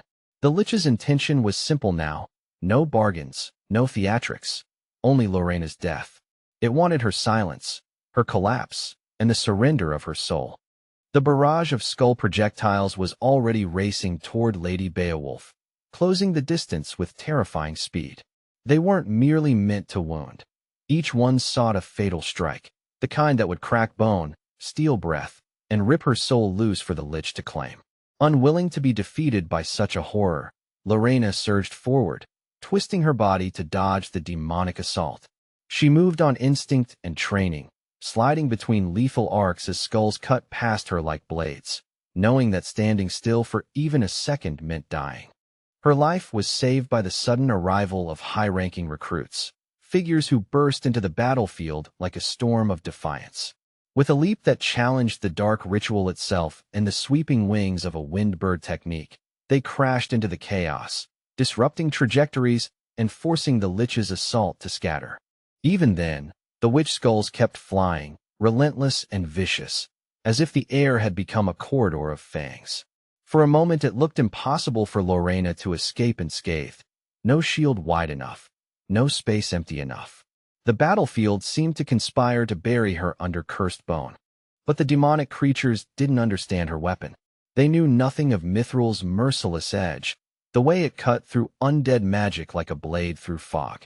Against such metal, skulls were not invincible. They were targets waiting to be shattered. Lorena waited until the lich's launched skulls drew close enough to guarantee impact, then hurled her spinning sword with perfect timing. The blade whirled like a silver comet, aimed to disperse and destroy the magical enemies in a single decisive sweep. An unbelievably bright burst of light erupted when Mithril met cursed bone. The clash flashed like a miniature sun exploding in the gorge, scattering fragments and spraying sparks of red-black magic as the skulls cracked apart. Their hateful momentum turned into debris. The ancient lich could only watch in cold silence as its opening plan unraveled. The girl before it did not flinch, did not retreat in terror, and that composure ruined the monster's expected script, forcing it to confront a mortal who refused to be prey. And Lorena had prepared something else, another method meant not merely to survive, but to end this nightmare. She gathered power with grim purpose, as if drawing down judgment itself, shaping a final answer for the hellish creature that had dared step into her world. The demon's confidence cracked into real fear when an intensely radiant pillar of divine light erupted before it, so bright it felt like punishment made visible. The beam roared upward, bathing the stone in holy brilliance and making even the lich recoil, as if scorched by purity. Lorena had always understood one key principle. Most wizards could not cast a full attack spell and a full defense spell at the same time. Focus had limits. Mana required structure, and she intended to exploit that rule, forcing the lich to choose between blocking and dying. With this technique, Lady Beowulf believed she could seize victory from the jaws of disaster.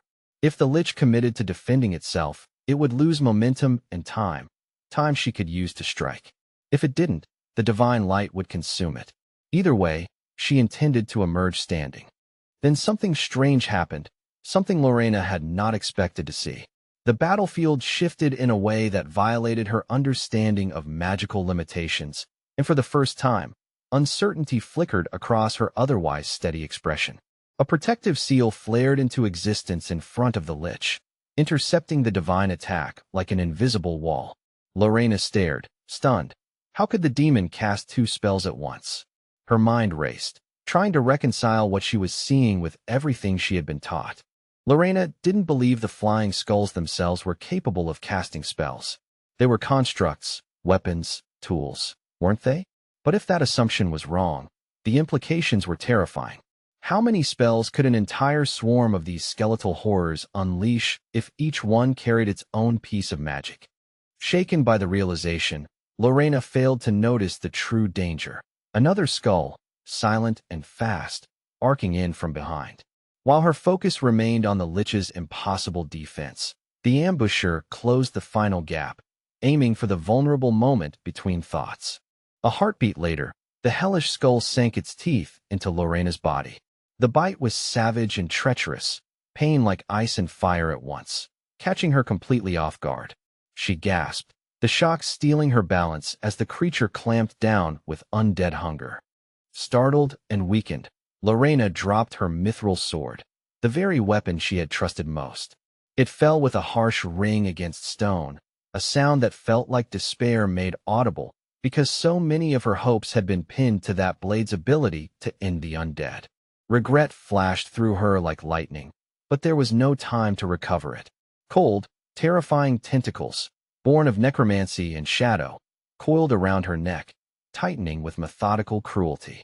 The grip lifted her chin and stole her breath, turning her into a captive in midair. Surrounded by whirling skulls, Lorena fought to keep her voice steady and demanded they release her immediately. The command sounded defiant, but the strain behind it was real. She struggled against the binding, feeling the monster's magic resisting her like a living hand. Lady Beowulf hung suspended, held aloft by the circling magical skulls, unable to fully understand what had just happened. One moment she had been dictating the battle's tempo. Now she was weightless, choking, surrounded by death that moved with eerie coordination. The ancient lich approached her slowly, savoring the capture. This soul-devouring horror needed her, wanted her, because a brave, noble spirit was a richer meal than ordinary fear. Its presence pressed down like a tomb door closing, making the air feel thin. Lorena stared at the creature with open disgust, refusing to lower her eyes even while restrained. She hated it for the darkness it carried, for the arrogance of its hunger, and for daring to punish her simply because she had possessed the courage to stand against it. Now the awakened ancient evil intended to crush her valiant soul, destroying not only her body, but the very will that had dared challenge it. The lich's satisfaction felt palpable, like a smile carved into the air, as it prepared to break her down piece by piece. The lich promised Lorena that he would turn her into a corpse bound to his service, an empty shell that obeyed only him. The threat wasn't shouted. It was spoken with calm certainty, as if it were describing an inevitable transformation rather than a cruel intention. The demonic eye in the center of the lich's skull burned with hellish flame, glaring like a prophecy of misfortune. That gaze seemed to condemn all living things, an ancient verdict that promised death, decay, and the slow extinguishing of hope wherever it turned. Far below, after the lich awakened, its massive stone lair remained as silent as an underground sarcophagus. The quiet wasn't peace. It was the stillness of a grave, the kind that suggests the air itself is holding its breath in anticipation of slaughter. At the entrance to that eerie chamber, the former dwelling of a dangerous demon, stood the shadow of an unknown creature. It didn't move at first. It simply lingered like a stain on the doorway, as if deciding whether the world outside was worth stepping into. To enter the immense structure, one had to climb a flight of worn stone steps. And directly before those steps, the creature stood waiting, positioned like a guard or a trespasser, its silhouette framed by the black mouths of ancient corridors.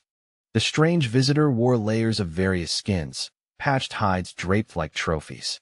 And where a head should have been, it bore an animal skull crowned with long, curved horns, giving it the look of a ritual beast stitched into human shape. The creature declared someone defenseless, as if speaking to prey it could not yet see. Yet there were no people nearby and no monsters close enough to answer.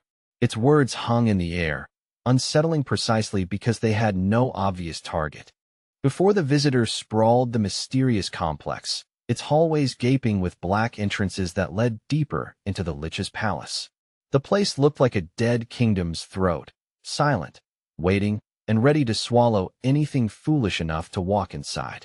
Suddenly, the visitor felt something incomprehensible stirring beneath its feet, like pressure rising through stone, like magic pushing upward from a buried vein. The sensation made the air quiver, warning that the ground itself was no longer inert. Approaching the steps, the horned creature stepped onto a glowing magical seal, unaware it was a trap. The symbol ignited instantly, burning with bright light as if it had been waiting for exactly this moment, the lines flaring like molten script. In the next breath, a towering pillar of flame erupted, born from higher fire magic and accompanied by a violent flash of lightning. The blaze roared upward with explosive force, turning the entrance into an inferno and drowning the stone steps in searing brilliance. The fire only grew stronger, feeding on its own summoned power until it became a raging furnace. Within that relentless blaze, the horned monster had no chance of survival, no escape, no shelter, no mercy, only annihilation as the trap completed its devastating purpose. At last, the horned creature's silhouette bled out of the smoke and shadow, its jagged profile unmistakable against the ruin. With his breath tight in his throat, Yin pressed forward, determined to force his way into the ancient, sinister house where the dreadful lich was said to lurk, an edifice that felt less like a building and more like a waiting mouth. Against all logic, the stranger had survived the inferno. In the wavering heat haze, he calmly lifted the skull from his head, only for it to come away like a prop in a cheap play, revealing it as nothing more than an ordinary mask crafted for deception and disguise. Behind the terrifying skull facade spilled a shock of vivid blue hair, damp with soot and sweat. With an awkward, almost sheepish candor, the owner admitted he'd assumed the lair was empty, an easy target to rob, never imagining the abandoned den would still bite. This was the 974th recruit, Yan, and the welcome he received was steel and suspicion. The moment he reached the threshold, figures bristled at the doorstep with weapons raised, their stances sharp, their eyes asking the same question: intruder or ally? To his credit, Yin had prepared like a man expecting to walk through hellfire. He wore armor fashioned from the hide of a volcanic armadillo, dense, scale-layered plating reputed to shrug off flames, heat, and even the searing bite of fire-based magic. He also carried the lair's numbers in his head like a prayer and a warning, for 192 magical traps woven through the palace complex. And by now, Yin had already scaled his way up to the 12th floor, each step earned with patience, calculation, and controlled fear. Yet memory struck him hardest when he thought ahead to the 36th floor. There, the report had stressed, weighted 30 moving traps, mechanisms that prowled in the darkness instead of lying still, along with other hidden dangers that didn't fit neatly into any list. His original plan was simple in concept and brutal in execution. Use goblins as bait to lure the lich out, then slip in and seize the treasure while the monster hunted elsewhere. Yin knew, though, that nothing about this lair would make the plan easy, and the smallest misstep could turn clever into dead. Still, success was possible, if you truly understood the structure's bones and corridors. Yin had studied the lair's layout in detail, and he'd learned what he could about the lich during his time serving as a squad captain, when such knowledge meant the difference between casualties and survival. After returning from a combat mission, still smelling of blood and cold iron, the young soldier had been handed a formal report. It wasn't just paperwork, it was a grim dossier on an ancient demonic creature, written in the careful, clinical language of people who feared what they had seen. The report described how the first training group at Blade Ridge joined the operation against that high-ranking monster. 900 of them died, vanished into screams, ash, and darkness, while only 100 limped back alive, carrying trauma that no metal could ever polish. With losses that catastrophic, the center could have ended all operations on the spot. But the report contained a chilling detail. The long-sleeping lich might awaken if it consumed a cadet's blood, an implication that every future mission risked turning a dormant nightmare into an active catastrophe. Investigators eventually confirmed the treasure's likely location, and they traced the lair's origins back to ancient construction, stonework older than modern kingdoms. The place wasn't merely a beast's den, it was a sealed trove of mysterious relics, layered with history like dust no one dared disturb. Among the documented wonders was a colossal library, its shelves said to bow under the weight of forbidden volumes. One book in particular was described with near reverence, a text so profound that simply reading it could elevate an ordinary mind into the clarity of a sage. And there were boxes, countless containers stacked like the hoard of a dragon, filled with jewels of every cut and color. The report claimed that even a single coin from that stash could buy a lifetime of comfort, enough to turn a nameless recruit into someone the world suddenly noticed. As Yin replayed every line of the report in his mind, one realization sharpened into urgency. Something vital was missing from the lair's recorded inventory. Not merely treasure, something that mattered far more than gold, especially to him. It was the Vessel of Life, a magical egg-like artifact said to contain the lich's life force and condensed mana. The description made it sound almost alive, like a heart in a shell, pulsing with power that could reshape fate in the wrong hands. In Yan's past life, the vessel had been lost, a regret that still clawed at him like an old wound. It should be here, the report insisted, even naming where it was meant to be kept. But there was always the possibility the artifact had been destroyed during the battle with Lich Cruel. After studying the dossier until the words felt burned into his eyes, Yin remembered something else. The Vessel of Life, so important to his future, might also be referenced in a preserved imperial scroll. If that record still existed, it could confirm what the battlefield chaos had obscured. The scroll spoke of a chance to accept the vessel's contents, yet it warned that fully assimilating its potential was impossible, like trying to swallow the sea. But the document conspicuously failed to mention another crucial point, a missing detail that made Yan's instincts bristle. If the vessel could be secured, the mana stones connected to it would yield far greater strength than ordinary cultivation allowed. With that surge, what once sounded like fantasy would become feasible. Yin could begin to comprehend the breath of the divine dragon, power so rare it bordered on legend. And if he exploited this window properly, he could surpass the limits that had bound him in his previous life. The thought made his chest feel lighter, almost warm, happiness edged with hunger, as if the future had finally cracked open and offered him a glimpse inside. Yin passed beneath the towering arches of a massive castle, stone ribs curving overhead like the skeleton of an ancient beast. Somewhere within, the demon Lich Cruel, had slept for ages in a heavy, unnatural hibernation, as though time itself had been chained in place. At the end of that grim journey, Yin reached the heart of what the center called the core. The long pursuit, weeks of ambition, fear, and calculation, brought him to the very place he had been striving to reach, standing at the threshold of destiny's locked door. Now he faced a massive, towering gate, its surface dark and oppressive, as if it drank the torchlight rather than reflecting it. By Yan's understanding, this entrance led to the lower floor of the awakened demon's lair, a boundary where ordinary courage tended to snap. According to the center's report, this was where the altar of the ancient Lich should be, an origin point for rituals, curses, and bindings that had outlived entire dynasties. The air itself felt heavier here, thick with old malice that refused to fade. Yet, Yin could not bring himself to open the door immediately. He hovered a breath away from action, letting the report's details flood back, the warnings, the diagrams, the deaths, because this moment had been mentioned with particular emphasis, as if the parchment itself feared this threshold. To begin, the seasoned soldier chose a direct test. He readied a lightning-infused weapon and hurled it toward the doors, aiming to break the entrance by brute force. The throw was crisp, confident, an attempt to turn preparation into certainty with a single strike. The steel blade launched from Yan's practiced hands cut the air like a bolt given form. It flew straight into the unseen barrier and looked, for an instant, as if it shattered the defense into splinters, until the world corrected that illusion and something unforeseen answered back. The colossal doors bore no mark at all, not a scratch, not a tremor, like the dagger had never truly touched them.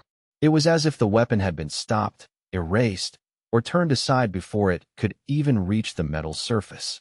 In the next heartbeat, a deafening crash erupted and hurled Yin sideways as though an invisible fist had swatted him away.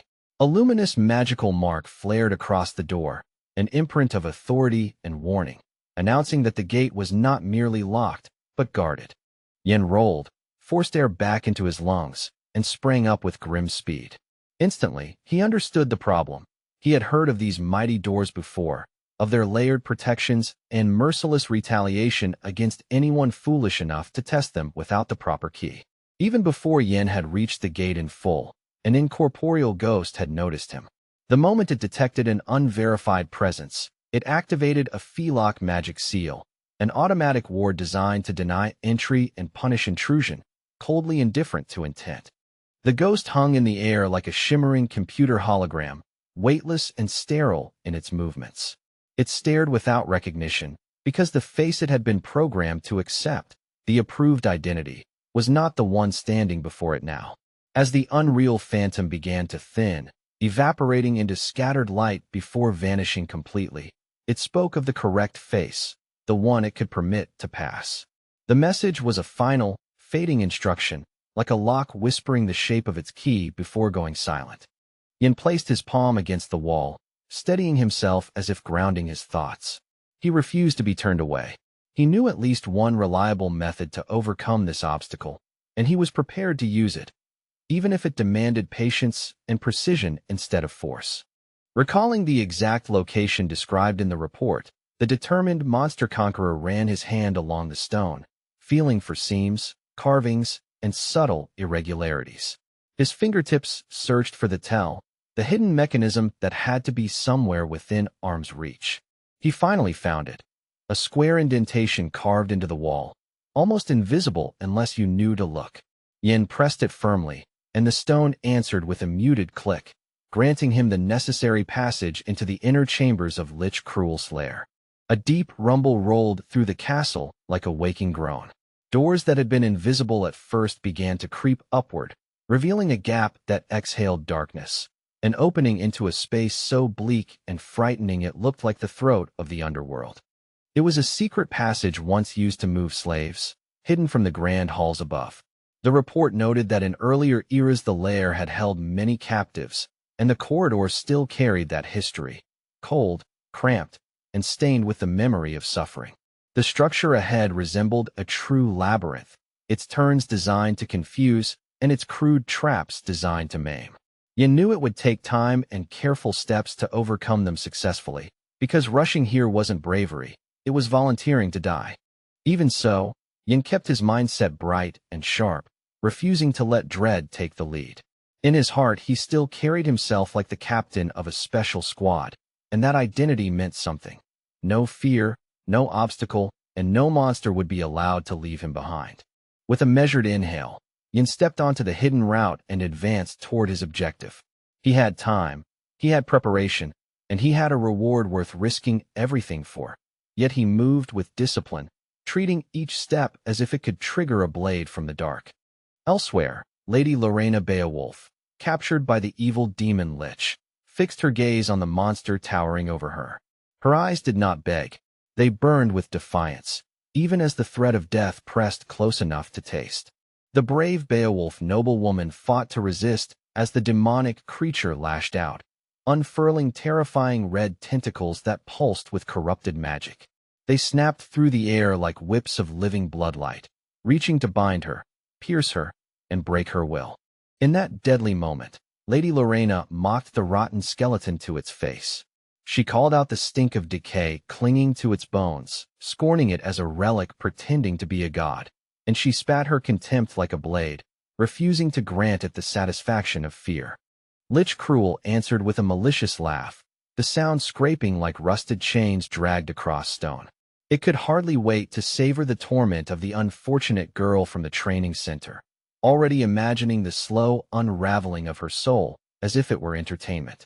The creature that seemed to have crawled up from hell itself began to taunt Lady Lorena with deliberate cruelty. It described, in sickening detail, what it planned to do to her in the days to come, using words as weapons meant to poison hope before the body ever broke. Lich Cruel was ready to remake Lady Lorena Beowulf into a man-eating zombie, a hollow predator chained to its will. It promised that once the transformation was complete, her proud defiance would crumble, and she would no longer stand tall the way she did now. When the Lich finished its horrific speech, it dismissed her words with a sneer and ordered her to stop chattering. Then the hellish monster shifted its posture, gathering power with chilling calm, preparing to destroy the poor beauty as though extinguishing her life were a simple, inevitable next step. Red tentacles hissed through the air toward the girl who had fallen into the hands of the demonic beast, cutting like whips in a slaughterhouse glow. Their violent rush felt like an omen made physical, foreshadowing an imminent demise that seemed already written into the darkness around her. It looked as though the deadly, otherworldly slime-born appendages had finally seized complete control of recruit number 1, pinning her fate beneath their clinging pressure. In that suffocating moment, salvation seemed impossible, no rescuer in sight, no miracle poised to intervene. The ancient monster, savoring what he believed was a certain victory over a mere human, continued to laugh with cold, mocking cruelty. His laughter rolled out like a curse, as if he were already celebrating her collapse before it had fully arrived. Then, without warning, something happened that the Lich did not expect to witness at all. As he stared at the girl he had almost buried in his terrible imaginings, reality snapped sideways, an interruption so sharp it cut through his confidence like a blade. Without surrendering her desire to defeat the inhuman monster, Lady Lorena Beowulf lunged forward and clamped her teeth into the demon's blood-slicked tentacle. Her bite was fierce and stubborn, the act of someone who would rather break her jaw than bow her head. He still had not managed to intimidate her, and that refusal ignited pure fury inside Lich Cruel. Snarling threats, he promised to leave not a single piece of flesh intact from the brave aristocrat. vowing to strip her down to nothing but screaming remnants. Drawing on the magic of dark destruction and dark fracture, Lich Cruel gathered a killing force that warped the air itself. He was ready to reduce poor Lady Lorena Beowulf to dust, grind bone and pride into scattered ash with a spell meant to erase her existence. But suddenly the ancient demon stopped. His eyes still burned with hellfire, his power still coiled and ready, yet he did not strike. It was as if an unseen hand had seized his intent mid-swing and frozen it in place.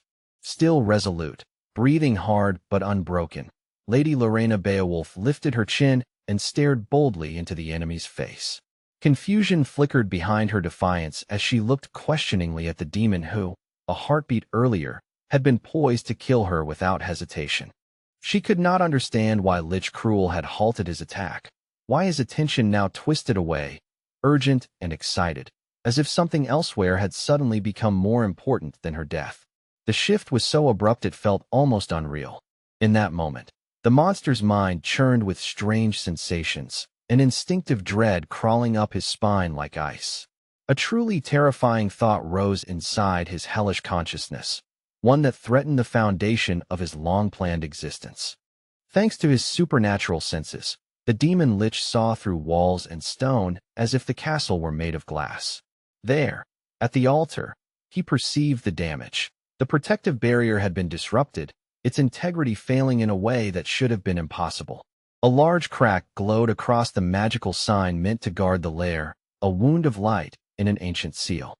And through that rupture, a stranger unknown to Lich Cruel had crept in, walking where no uninvited feet should ever tread. Spitting in accusation, the monster snarled that the girl was nothing but bait, a disposable lure meant to distract him. His red tentacles tightened around the unfortunate lady's neck even more, squeezing with deliberate cruelty as if to punish her for an offense she didn't understand. Lady Lorena Beowulf didn't grasp his words or the sudden shift in his rage, and Lich Cruel interpreted her presence as part of a calculated trap. While he was momentarily distracted, someone had climbed into the beast's lair, an insult that felt like a dagger driven into his pride. The demon viciously ordered the girl, who tried to protest through constricted breath, to be silent. After hurling rude, venomous insults at the trembling captive, he unleashed a crushing wave of gravity, slamming her down as though the world itself had decided to betray her. Recruit number 1 collapsed and lay unconscious on the floor, her body limp beneath the aftermath of his magic. Without sparing her another glance, Lich Cruel commanded his flying skulls to return to the refuge and open the gates at once. The Lich's magical mark began to stain itself bloody red again, pulsing with renewed authority. The skulls circled in tightening loops, tracing the outline of the demonic symbol as if drawing a ritual in the air with their own relentless orbit. Through their synchronized motion, the monster's otherworldly helpers shaped an opening, forming gate number 127 and 5, a return route to the beast lair. The portal's edges trembled as if reality were being peeled back to make room for the Lich's will. Passing through this portal without hesitation, Lich Cruel issued a sharp command to transport both himself and the flying skulls to the altar within his castle. His urgency was unmistakable. This was no leisurely return, but a sprint toward a violated sanctum. Bracing herself on trembling hands, Lady Lorena Beowulf dragged her battered body upward. Noticeably weakened by the monster's blow, she let out small, broken sounds, painful breaths and strained whispers that barely escaped her throat. Clutching her injured body, the girl watched her tormentor depart, still dizzy with shock and agony. She couldn't understand where he had decided to go so suddenly, or why her death had been postponed like an afterthought. The Lich's altar chamber was bright and eerily pristine, completely deserted and filled with a serene silence. For a moment, it felt as if the demon had never awakened at all, like the room itself was pretending innocence while danger lurked just beyond sight. In the central circle of the altar, where moments ago there had been only emptiness, the outline of the demon Lich's magical sign began to surface. Thin lines emerged like ink spreading through water, gathering shape with patient inevitability. Now the monster's symbol stood fully visible upon the once white altar, staining it with his authority and presence. With the mark restored, Lich Cruel could ascend freely to this place sacred to him, as though stepping onto a throne carved from ritual itself. Lich Cruel burst into the chamber, fury rolling off him in waves, indignant at the violation of his native abode. To him, the intruder's act was blasphemy. Someone had dared to desecrate the sacred altar that defined his power and identity. The beast could not comprehend how a stranger had survived the traps, navigated the labyrinth, and broken through a barrier he had created 1,000 years ago. Only he knew where the altar was, so the intrusion felt not merely possible, but personal, like theft of a secret from his skull. As suspicion flared, the demon briefly considered whether agents of the Emperor's Guild, wizards and knights, were responsible. Yet his gaze caught on something far more immediate. Bottles filled with elixir, arranged as if someone had been calmly sampling his private reserves. Staring at the transparent containers, the demon could hardly believe a human would dare drink them.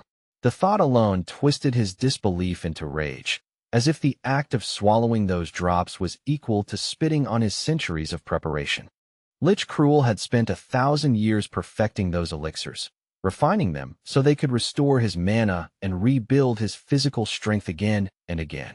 It had taken him 10 centuries to shape a path back toward human form, and now, if the bottles were drained, his colossal effort felt suddenly wasted.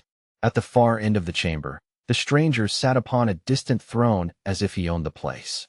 With shameless ease, Yin reacted mockingly to the Lich's fury about the elixirs, even praising their surprisingly pleasant taste like a connoisseur enjoying stolen wine.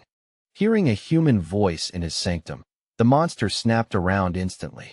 His burning eyes locked onto the intruder, at last seeing the one who had managed to breach the protective barrier and defile the heart of his lair. Yin continued to taunt his hellish opponent without a hint of restraint.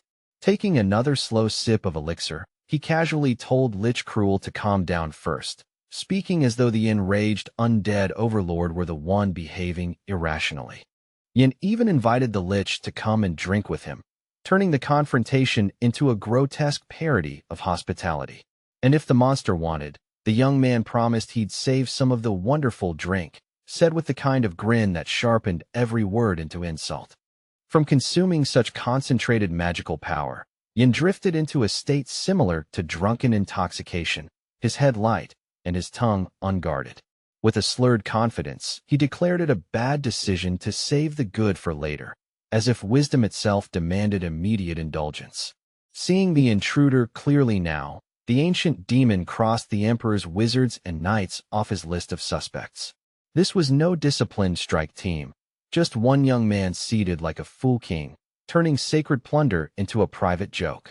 Realizing that his barrier had failed to withstand a drunken youngster, Lich Cruel turned pale, with hatred so intense it seemed to bleach even his undead visage. Yin noticed the Lich's sudden haste, the way the monster had been drawn away from his rivalry and baited into abandoning the captive, making it easy for Yin to stroll in through the front. But the demon's patience snapped. He ordered Yin to be silent and promised, with murderous certainty, to kill him. Did Yin truly believe his enemy would remain ignorant of an intrusion into the rat's lair? The question hung in the air like a dagger point, because the Lich's outrage made one thing clear. The monster would tear the castle apart before accepting humiliation. The bold warrior admitted he had already stolen one rare item from the monster, something the Lich hadn't even noticed missing. He spoke lightly of passing through a secret tunnel as well, yet Lich Cruel heard only mockery and couldn't understand how Yin had shattered the barrier at the front entrance so casually. Hearing the terrible enemy's words, Yan's mind flashed back to the moment he had climbed the steps beneath the barrier to reach the altar. He remembered the pressure, the warding force, and the thin line between daring and disaster that he'd crossed with reckless confidence. And in that instant, it almost felt as if Lady Lorena Beowulf were watching from afar, seeing Room 974 in action and silently approving of his audacity. The sensation was fleeting, like a phantom nod, but it steadied Yan's swagger all the same. Yin explained that he'd simply wanted to break the protective barrier at the entrance, nothing more complicated than that. He boasted that he had overcome the terrible incorporeal ghost and emerged victorious from the duel, then gestured lazily around the chamber. Beyond elixirs, There were ancient texts everywhere, among them even a book called Dungeon that spoke of a mana engine, knowledge dangerous enough to reshape empires. And Lich Cruel had collected these works like a man possessed, hoarding them with obsessive devotion. The tomes weren't mere decoration. They were trophies, tools, and fragments of a grand design stitched together across centuries of hate. The ancient demon let out something that almost resembled laughter, thin, bitter, and sharp as cracked bone. He did not like the brave boy's words at all, and the contempt in his expression made it clear that amusement was only another mask for rage. After that, he demanded to know if Yin understood where all of this had come from, how such a trove had been gathered, and what price had been paid. The question was heavy with history, as if the castle itself leaned closer to listen. The monster revealed his name, Lichamon. 1,000 years ago, he had turned himself into an undead creature for the sake of revenge, sacrificing the warmth of life to preserve the fire of hatred. And for 10 centuries he had prepared, layer upon layer, building toward the moment he believed would finally satisfy his vengeance. And now a rat, this human who dared invade his home, threatened to derail every painstaking plan. To the otherworldly creature, Yan's casual intrusion wasn't merely theft. It was an insult to the entire architecture of his long-awaited retribution. To take revenge on the one who betrayed him and stripped away everything he once had, Lichamon had cursed himself into undeath. He had chosen eternal rot over the mercy of an ending, simply so his hatred could outlive time and keep sharpening itself. Because of that betrayal, the monster's grand designs had nearly collapsed more than once, but never like this. Yet Yin kept drinking the elixir with indifferent ease, then mockingly urged the demon to continue, as if the Lich's 1,000-year tragedy were nothing but a bedtime story. Stunned by the fearless, insolent behavior of the uninvited guest, the Lich fell into a silent stare. Lichamon watched recruit Yin, complaining casually about his own intoxication, as though trying to understand whether this boy was mad, blessed, or the worst omen his long existence had ever faced. Driven by a sudden urge to crush the young man's insolence, Lichamon raised his hand and unfolded a complex magical seal in the air, its lines pulsing like living veins. Even as power gathered, he spat venomous insults at Yin, sneering at the recruit's excessive self-importance, as though arrogance itself were a crime worthy of execution. Calling upon the spell of the Great Flame, woven through the ominous breath of the raven, Lichamon unleashed heat with murderous intent. He meant to burn every trace of bold blood out of the brave youth, to scorch pride into cinders until nothing remained but obedience and smoke. Yin, the fearless recruit from the training center, closed his eyes as if retreating inward to gather his strength. For a heartbeat he seemed calm, like a warrior sealing his breath, steadying his pulse, preparing to answer evil with something sharper than panic. But in the next moment his eyes snapped open, bright and fevered with resolve, as though lit from within by a stubborn star. They burned with a fierce desire to halt the ancient monster's magic, an intent so concentrated it felt like Yin was trying to stare the spell into submission. Lichamon's hand, already engulfed in brilliant flame, stretched toward the recruit with predatory certainty. His fingers curled as if to seize Yin by the throat, to drag him close and deliver a fatal blow with the casual cruelty of someone ending a nuisance. The terrible demon was almost within reach of Yin, close enough that the heat licked at his skin, yet the young man seemed eerily oblivious to the danger. He stared at his opponent with unnerving focus, as if he were measuring something deeper than distance. Timing, weakness, inevitability. Then something unimaginable happened to Lichamon's mana. His energy flow stuttered, twisted, and recoiled as though struck by an unseen hook, sending a surge of raw fear through his undead frame. Fear braided with a sharp, disorienting excitement, like recognizing a nightmare coming true. At this crucial moment, the cool-headed Special Forces recruit slipped a hand into his pocket with deliberate calm, as if the battle were a conversation he controlled. With a mocking politeness, Yin even praised the demon's quick thinking, the compliment landing like a slap delivered with a smile. The ancient evil's hatred became monstrous, thick enough to taste. In an instant, Lichamon realized the truth. the young man had stolen the vessel of life, the artifact of immeasurable importance, the core of his long, thousand-year design, and the loss punched through him like a spear. With his left hand, Yin pulled his clothing aside and exposed his chest. There, blazing with an eerie, confident radiance, a magical mark shone, strikingly similar to Lichamon's own symbol, like a mirrored insult stamped onto living flesh. The white altar within the lair, the one Yin had pursued with desperate focus, was now utterly empty, stripped clean of what should have been its heart. The void on that sacred surface screamed louder than any alarm, confirming that the prize had already been claimed and carried away. Yin pivoted and sprinted at full speed across the bridge, fleeing the wrath of the bloodthirsty monster behind him. His breath tore in and out, boots hammering stone, every stride driven by the certainty that one hesitation would mean being swallowed by fire. His warrior's agility finally proved its worth. He moved with the sharpness of a trained predator, not prey. In mere moments, the brave young man vanished from the altar bridge's centerline, slipping beyond the most obvious kill zone before the Lich could lock him down. That speed saved his life, because the moment wide-range fire magic activated, the bridge became a furnace. A shower of flame erupted, an unimaginable storm of burning power, turning the passage into a roaring hellscape that chewed at stone and air alike. Straining to catch up, Lichamon spat after Yin, calling him a nobody who could not outrun his own death. Yet even as he cursed, the demon's instincts betrayed him. If he were in the young man's place, he wouldn't stand still either, because standing still meant ending. They continued to rush at full speed through the lair's corridors, heat and hatred in pursuit. Yin shouted back over the chaos, speaking of the vessel of life, how it was bound to the Lich's existence, and warned that if the demon killed him now, the monster would perish as well. When the monster snarled that he had no intention of killing the recruit, Yin glanced back in disbelief, almost stumbling from surprise. The idea that the Lich would spare him felt absurd, like a predator claiming it didn't want meat. Yet the demon's tone carried chilling sincerity.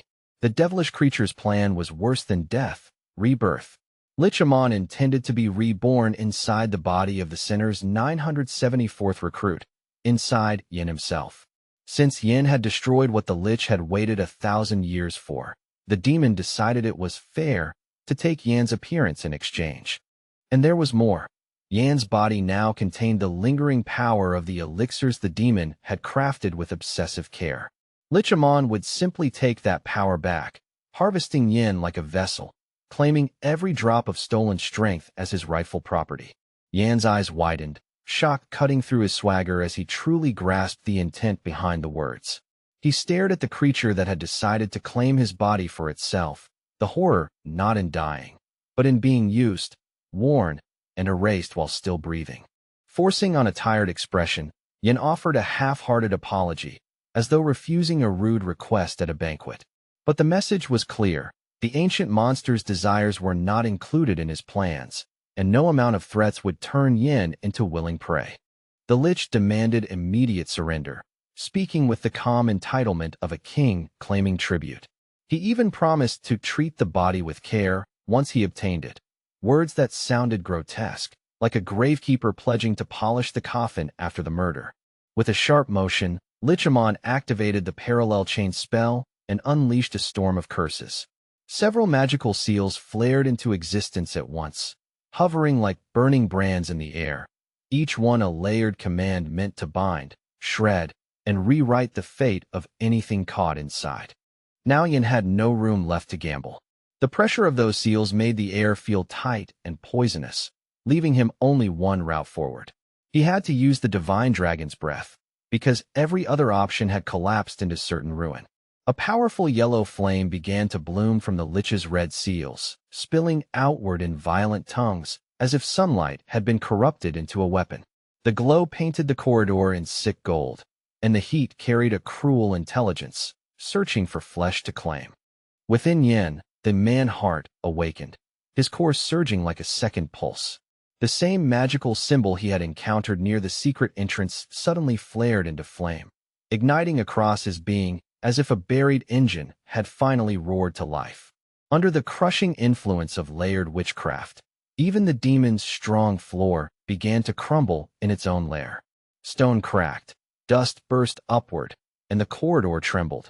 Proof that the spells unleashed here were strong enough to damage the fortress that had endured centuries. Lichamon had not used his full power in a long time, and disbelief sharpened his rage. He could not understand how his opponent was still alive, how Yin kept moving, breathing, resisting, when the demon's magic should have turned him into charred ruin already. Suddenly, Yin appeared behind the monster as if the corridor itself had betrayed the Lich's expectations. With icy irony, the recruit spoke as though Lichamon's anxiety belonged to him now, claiming the demon's panic like a trophy and wearing it with a grin. The archaic monster did not expect such audacity at close range. Spitting a rude name like a curse, he fired magic from a red seal in a reflexive blast, an angry lash of power meant to punish Yan's insolence and force him back into the role of prey. The dark dragon's rebellion began, an ominous surge that churned the air with hostile pressure. Yin sprinted at high speed, laughing at his opponent as though the attack were insignificant, mocking the Lich for being capable of nothing more than petty measures and predictable rage. In one of the beast lair's corridors, massive doors shattered as if struck by a tremendous blast wave. Wood and metal fragments leapt outward, the destruction so violent it looked less like opened and more like executed. A bright pillar of light erupted in the room beyond, roaring upward like a spear driven through the ceiling.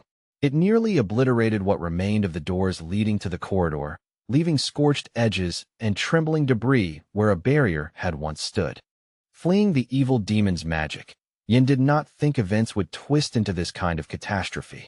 He had expected danger, traps, and struggle, but not a battle that could tear apart the Lich's fortress itself, forcing him to adapt with every breath. Mana, he realized, was in constant motion within the heart, like air cycling through the lungs, never truly still. And that ceaseless circulation was the true power behind the divine dragon's breath, not a single burst, but an ongoing engine of living force. In the midst of flight, Yin remembered the brutal days in the Mountains of Blades, how he had gnawed on monster hearts and devoured mana stones without hesitation. Those savage acts had not been madness.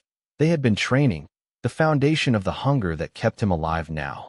And only recently, he had drained nearly all of the elixir created by the ancient monster, consuming it until his veins felt too bright for his own skin. The lingering power still swirled inside him, intoxicating and dangerous, like borrowed lightning trapped in flesh. The 974th Special Forces recruit was ready to eat anything to become stronger, anything that could be turned into fuel. For Yin, strength was not a luxury. It was survival, and survival demanded an appetite that refused to be polite. He was even capable of consuming the vessel of life of the demon Lich itself, despite the risk and taboo. Such a devouring would spike his abilities beyond normal limits, turning stolen essence into personal power and leaving the Lich's legacy hollow. When Yin consumed half of the vessel, an act vital to his health and strength, the very mark the demon had seen appeared on his chest in full clarity. It wasn't merely a symbol, it was proof that the artifact's essence had fused with him, rewriting his body like a living contract. At this rate, Yin would soon regain the strength he once possessed in his previous life, and perhaps become many times stronger than that old limit. The thought was terrifying in its promise, a boy turning into something larger, faster, and harder to kill with every heartbeat. Lost in his own racing thoughts, Yin charged forward at full speed, barely aware of the corridor's details. His focus narrowed to a single instinct: move, survive, outpace the monster, until the world became nothing but motion and breath. Then he had to brake hard, Saul skidding across a soft red carpet, that muffled sound underfoot.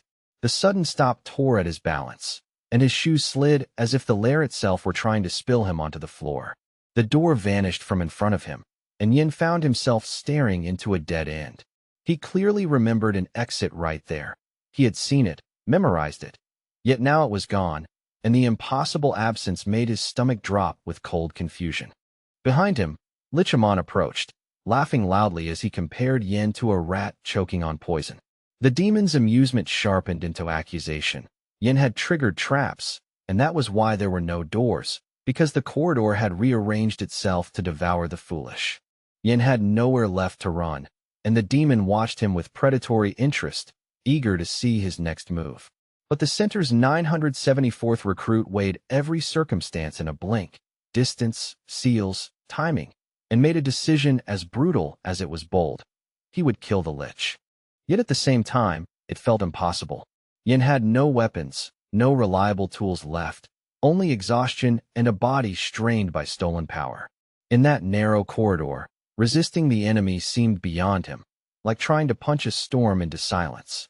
Folding his devilish hands as though praying to cruelty, the monster promised to rid the brave young man of his limbs. The words were delivered with calm confidence, the kind that comes from centuries of pain inflicted without consequence. After that, the terrible lich activated a summoning ceremony, and a bloody magic seal blossomed into existence. Its crimson light crawled over the walls like fresh ink, announcing that something unnatural was about to be called into the world. Completing the spell to summon the undead, Lichamon called forth a demonic dragon skull, an obscene relic of death given motion by magic. With a cruel command, the ancient monster ordered it to bring him the young man's body, as if claiming Yin were no more difficult than collecting spoils. Yin watched the horror unfold in real time. The seals, the summoning, the hungry malice, and understood, with a cold knot in his stomach, that he still wasn't ready to oppose this fearsome lich head-on. No matter his tricks or stolen power, the gap between them remained a cliff. The ghostly dragon's skull hovered like a cursed lantern, its jawline glowing with devilish fire that painted the air in trembling red. With each pulse of that light, it felt as if the final moments of the unfortunate recruit were drawing near, tightening like a noose around the room. A scarlet cloak, rich and aristocratic, flashed across Yan's vision like a cutting banner. Then a familiar, commanding voice broke through the chaos, asking Yin about his condition, the tone sharp with concern and urgency rather than ceremony. As Yin struggled to calculate a way to defeat this mad lich, Crown Prince Leon Kavalan stepped onto the battlefield as if he belonged there by right. Without hesitation, the prince demanded that Yin hand the demon over to him, his words carrying the weight of imperial authority. The heir to the throne had learned that an extraordinary incident had erupted during the examination, and that was why he had come personally.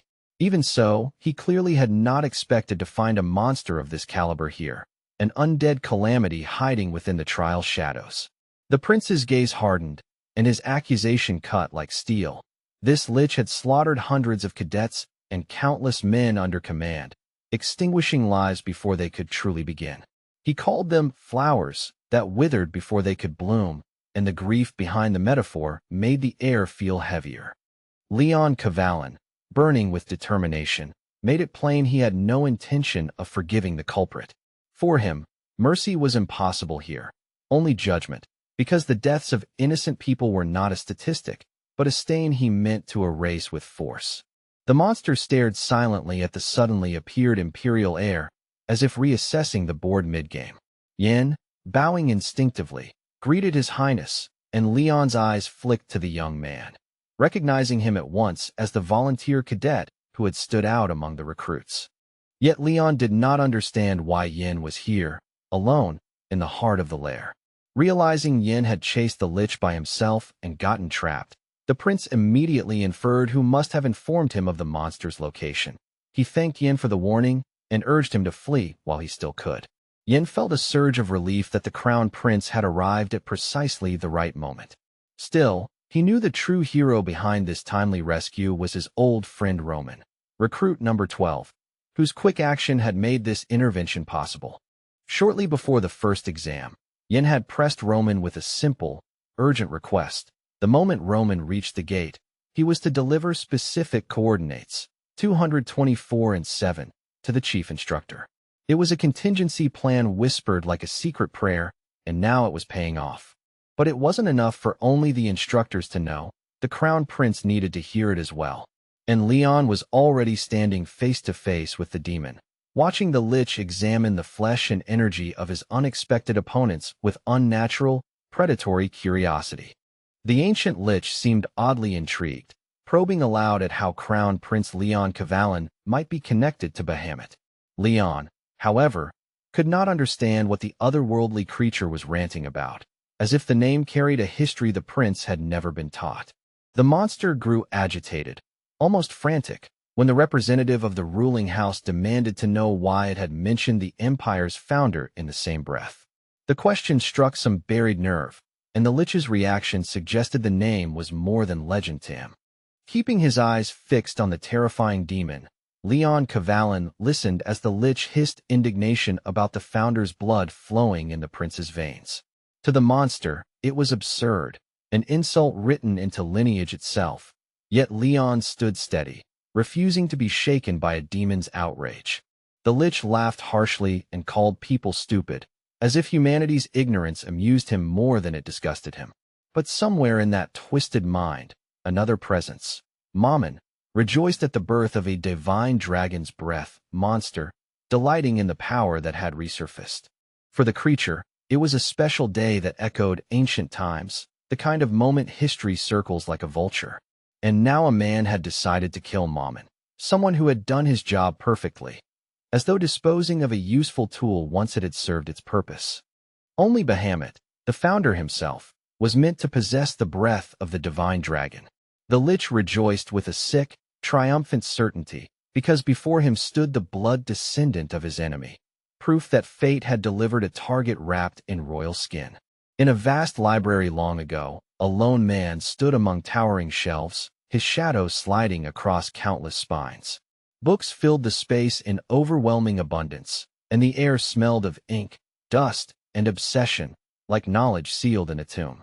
With careful magical effort, the man etched glowing seals onto the wall, circles and sigils that shimmered as if lit from beneath the stone. Each line was deliberate, each rune placed with the patience of someone building a machine out of spells. This man possessed extraordinary talent as a sorcerer, and more importantly, he knew how to create exactly the magic he needed. He didn't beg the world for power, he engineered it, shaping mana into tools the way a craftsman shapes steel. The master of that grand library and the creator of those glowing seals was the wizard Mammon. His name carried the quiet authority of intellect, and the seals on the wall bore his signature, precise, elegant, and terrifyingly effective. Having spent his entire life immersed in magical research, Mammon lived surrounded by books like a man living inside his own mind. He was interested in everything, every anomaly, every theory, every unexplored boundary, curiosity burning hotter than any hearth. Among the wizard Mammon's most consuming pursuits were the stable circulation and retention of dungeon energy. He wanted to understand how that wild, dangerous force could be captured, cycled, and preserved, kept from leaking away like water through open fingers. He obsessed over expanding the boundaries and absorption power of the mana circle, refining it again and again. To Mammon, a circle wasn't just a symbol, it was a mouth, and he wanted to know how much the mouth could swallow before it broke. The wizard's curiosity became almost frightening in its intensity. How much power could he obtain if he successfully compressed everything into a single whole? The concept sounded simple, but the implications were enormous. An abyss that could drink an ocean of mana. To satisfy that hunger for answers, Mammon began experiments on the body of his close friend, Bahamut. The decision was intimate and dangerous, blurring friendship and research, because the wizard needed a living vessel strong enough to endure the forces he sought to command. The experiment succeeded. Mammon managed to fill his friend's body with new mana, stabilizing the flow until a heart appeared, an internal core that pulsed with controlled power. It was the birth of something unnatural and magnificent, like forging a second life inside living flesh.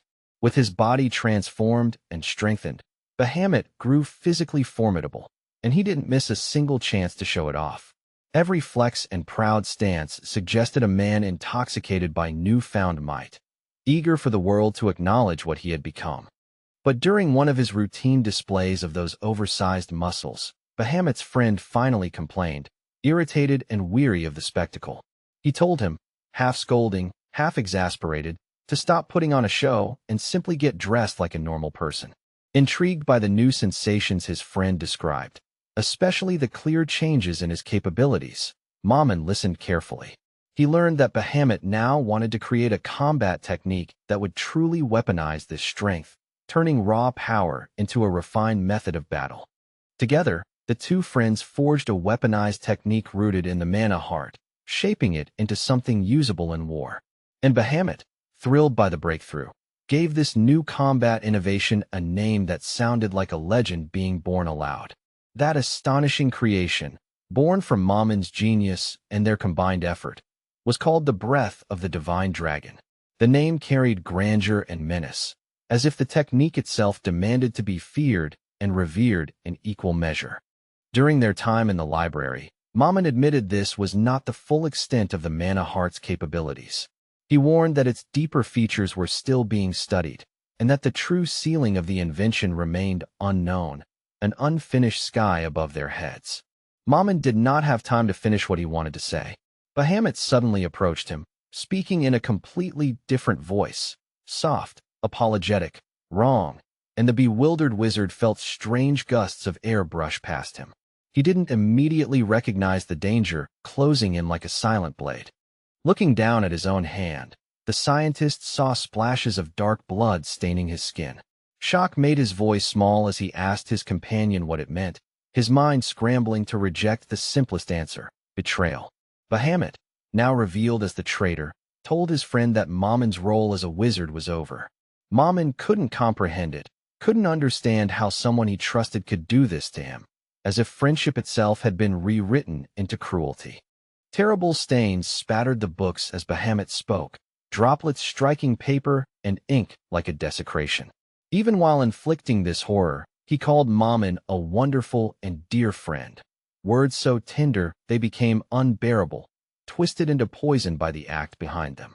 Sitting by the cabinets as if presiding over a funeral, the traitor told Mammon that without him, none of it would have existed, neither the Mana Heart nor the Breath of the Divine Dragon. The confession sounded almost grateful, yet it served only to sharpen the knife. Bahamut looked at the unfortunate wizard and decided it was necessary to stop everything, because Mammon knew too much. Knowledge, in that moment, became a death sentence. The truth was simply too dangerous to be allowed to live. Leaving his now former friend behind, Bahamut, empowered by what Mammon had given him, believed he alone deserved ownership of everything they had created. He claimed the achievements as if they were inheritance, not partnership, and walked away with a thief's certainty. Then the dying wizard wondered, in drifting confusion, how much time had passed since his best friend had already decided on betrayal. The realization arrived too late, heavy and hollow, like hearing a door lock only after you've been pushed outside. Mammon's physical body died, but his story did not end. Clinging to the remnants of his magical power, he managed to hold onto his soul, refusing to disperse into nothingness, hatred, and while acting like nails hammered into the void. By repeating the same spell again and again, the sorcerer imprinted its effect into his own decaying remains. Each repetition was agony and persistence, a ritual of stubborn survival that bound spirit to bone even as time tried to erase him. Decades passed, and the unfortunate Mammon became a skeleton, with no sign that real life had ever flowed through him. Flesh vanished, warmth fled, and only a hollow frame remained. Yet something inside that emptiness refused to die. Then one day, a light flickered in the dark cavity of his skull, small at first, then steady. The wizard's soul returned fully, igniting like a candle in a tomb, and with it came a single purpose: revenge on the villain who had stolen everything. The one who took everything from Mammon would receive what he deserved, no matter how many generations stood in the way. And the one who betrayed the wizard's trust would be punished, paid back with interest measured in suffering and time. The spirit of the treacherously murdered sorcerer hid in a secret building, preparing for revenge for 1,000 years. Century after century, he sharpened his hatred like a blade on stone, waiting for the moment fate finally opened the door. A great stream of light erupted into a powerful explosion, and the stone door of a sealed chamber flew open with a thunderous crash. After countless centuries, the wizard found a second life, no longer human, but an ancient demon, and he broke free into long-awaited freedom at last.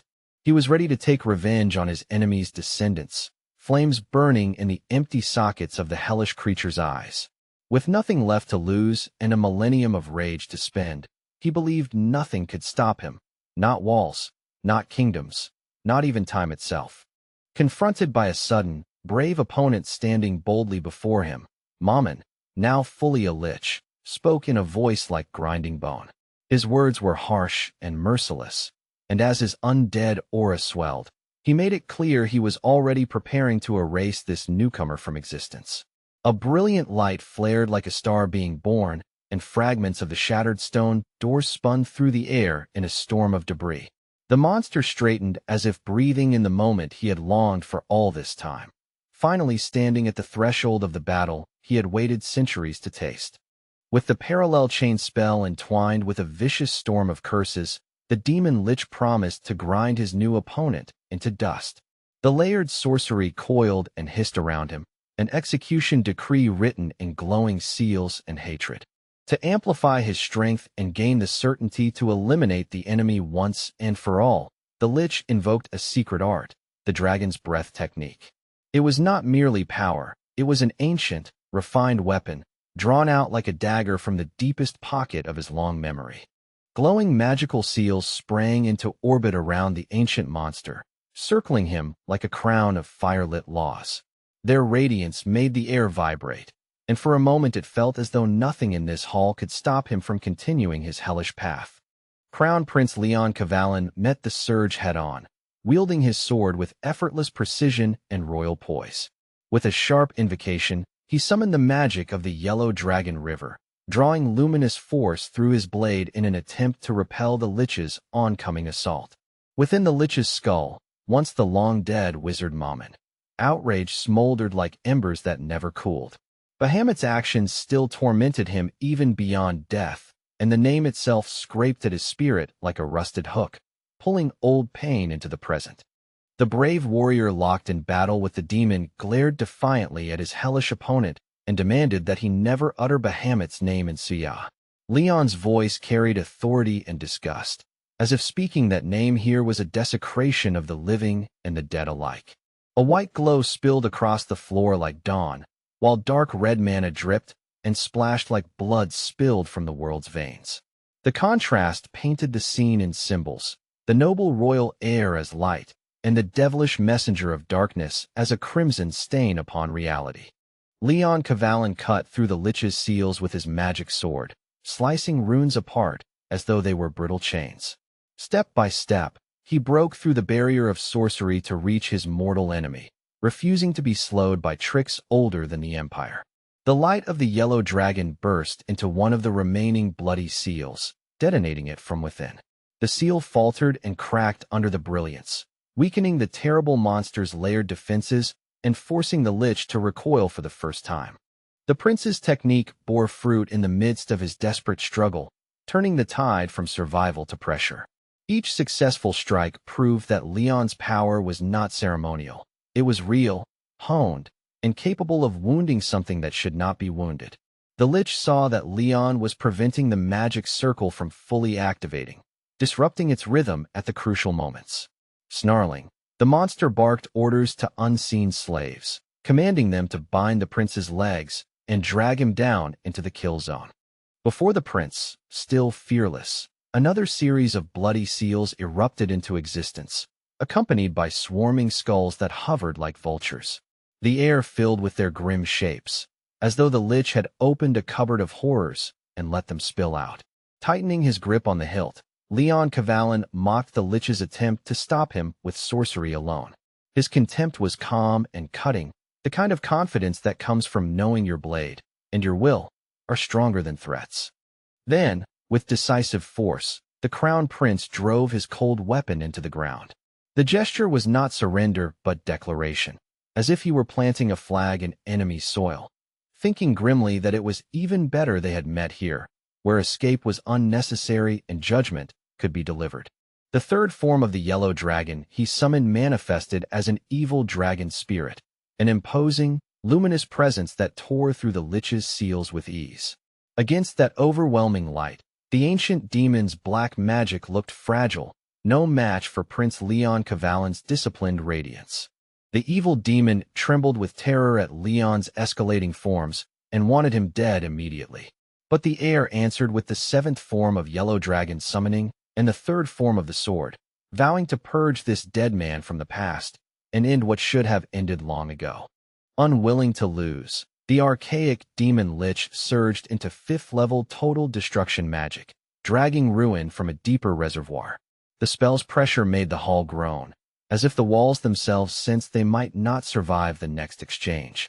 In response to the monster's aggressive escalation, Prince Leon drew the noble imperial sword in full, the blade's presence changing the atmosphere. It felt like an heirloom awakening, steel carrying the weight of an empire's promise to endure. At last, the two opponents collided in a decisive clash, their powers striking with the finality of fate. In that deadly contest, only the strongest could emerge victorious, and the hall became an arena where history itself held its breath. Pillars of fire erupted and swallowed the chamber, towering flames licking up the walls and chewing at the ceiling. The space where the imperial heir and the demonic monster fought became a furnace of light and shadow, each blast threatening to collapse the world around them. For Yin, watching from the side with bruised lungs and racing thoughts, the confrontation was unbelievable. The scale of their duel made his earlier struggle feel small, like a street brawl compared to a war between gods. Folding his arms, Yin couldn't believe Leon Cavallin could fight the monster lich on equal terms. The power exchange was so savage and so refined that Yin found himself wondering, with uneasy humor, which of them was truly the monster. Recalling the prince's materialized sword, its aura dense and undeniable, Yin judged that such might belonged only to something dragon-touched, a being whose breath carried the effect of a true draconic lineage. It was the kind of strength that rewrote what human was supposed to mean. Keeping his eyes locked on the raging battle, Yin recognized it as a rare opportunity to measure the prince's capabilities. He studied footwork, timing, and spell cadence, storing every detail like a future survival manual written in flame. Leon continued to swing his magic sword and call upon the yellow dragon's power in seamless rhythm, forcing the lich backward in bursts. Watching, Yin could not help but imagine a possible battle with Leon someday, an encounter that would demand everything Yin had and more. A faint smile tugged at Yan's mouth as he acknowledged the truth, that future clash would not come soon. The gap between them remained enormous, and for now Yan's ambition had to wait behind practicality and survival. Right now, far more important than pride or rivalry was finding his own family and confirming they were safe. With that priority sharpening his focus, Yin decided to try to slip away while the monster and prince were locked in their blazing duel. Just as he was about to move, a voice cut through the roar and asked him where he thought he was going. The question was casual, almost amused, yet it carried authority that made Yan's steps hesitate on instinct. It was Special Forces Captain Rodrigo Meyer. He grabbed Yan by the shoulder with a firm, familiar grip and told him, with a crooked sense of humor, that the fun was only just beginning, like the real trouble had been waiting for Yin specifically. Out of the corner of his eye, Yin glanced back at the officer who had arrived and felt a jolt of embarrassment. In the chaos of liches, princes, and portals, he had completely forgotten Captain Rodrigo's presence, an oversight that now felt almost ridiculous. Without releasing Yan's shoulder, Rodrigo Meyer began listing the peculiarities that bothered him. He reminded Yin about the escaped cadets, then about the sudden appearance of a demon lich, and finally, dryly, about how Recruit 974 always seemed to stand at the center of disasters, as if calamity had learned his name. When Yin addressed him as Captain Rodrigo Meyer, the man looked at him with immediate disapproval. The expression wasn't anger so much as disappointment, the look of someone correcting a child who should know better. Rodrigo corrected him at once. Yin should address him as Sir Captain. And Yin, caught off guard and slightly flustered, involuntarily repeated the words as instructed, the honorific tasting formal and heavy on his tongue. Rodrigo was plainly dissatisfied with modern education if the boy behaved this way toward a superior. This wasn't even advanced military training, he implied. It was basic etiquette, the foundation of discipline that kept soldiers alive. Chief Instructor Damien had tried to conceal the fact that some subordinates had escaped from the recruit training center, smoothing the situation over as if it were a minor embarrassment. But secrets in an institution like this were never truly silent for long. Soon, papers containing information about those who had fled reached the captain's hands anyway. Rodrigo studied them immediately, his expression tightening as he read, the calm in his eyes giving way to hard calculation. He learned what the recruits had done and was openly unhappy with the incident. The escape wasn't merely disobedience. It was a breach of order, a crack in the system, and Rodrigo treated such cracks as dangerous. After hearing the full details, the captain took a long time to recover his composure. He stared at a single point ahead with clear blue eyes, so still it looked like he was forcing himself not to explode in anger. It became known that 4 people had escaped from the training center, cadets numbered from 10 to 900. The spread of the range alone was alarming, suggesting the problem wasn't isolated but threaded through multiple tiers of the program.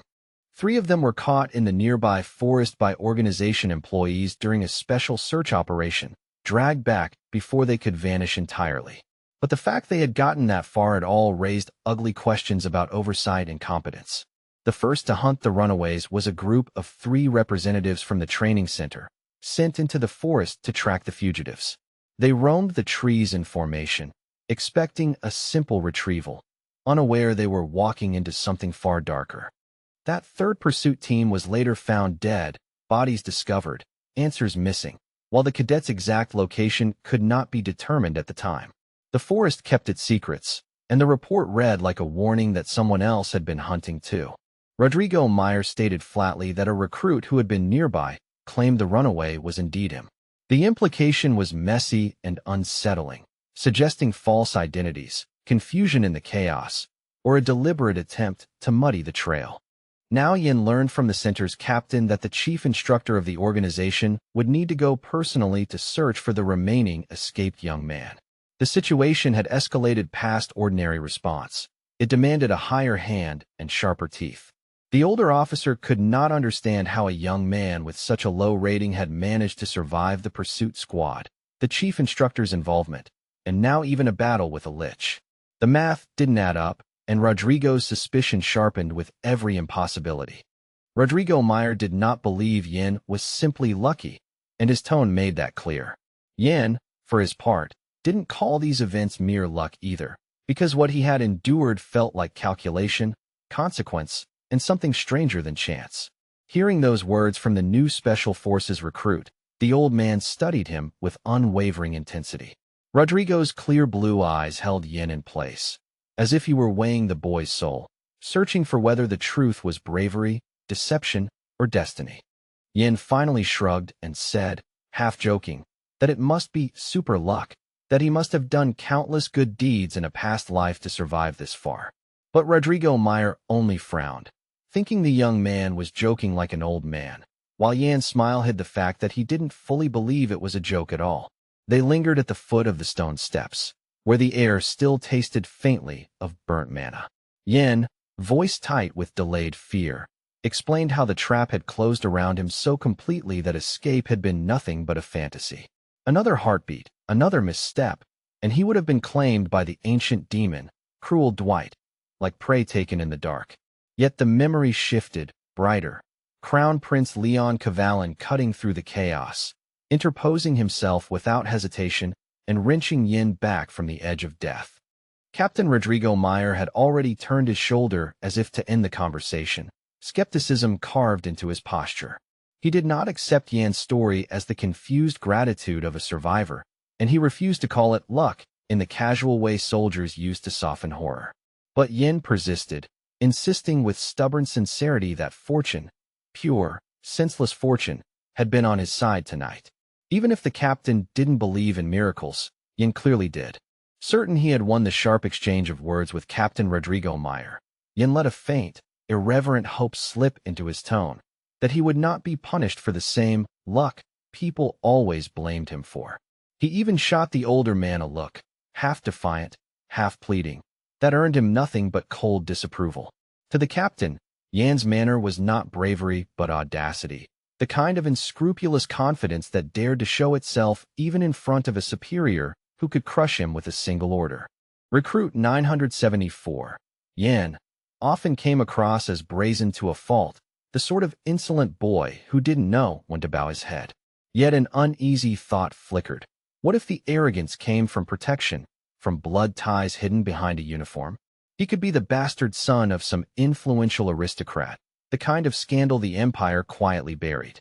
The idea felt impossible, and still it lingered, because impossibilities had been breathing in this dungeon all night. When Yin, still riding the heat of adrenaline, asked whether he could help Crown Prince Leon Cavallan directly, Captain Rodrigo Meyer answered with blunt finality. It was nonsense, he said, dangerous nonsense. The battlefield did not reward eager hearts, and a recruit's good intentions did not become strength simply because he wished it. In the captain's eyes, helping the Crown Prince was a child's dream spoken too loudly in a place where dreams got people killed. According to the captain, Yin would only become an obstacle, one more body to protect, one more distraction at the worst possible moment. A recruit rushing in would not assist Crown Prince Leon Cavallan. He would interfere with the prince's rhythm, his timing, his killing strike. Yan's jaw tightened at that, upset not because the logic was wrong, but because it left no space for him to matter. In the shadow of a true heir of the empire, there was no room for anyone else. Even so, Yin kept watching the confrontation with hungry focus, forcing himself to read every motion. He saw the demon Cruel Dwight stagger as the so-called vessel of life was torn from its control, yet the monster did not die.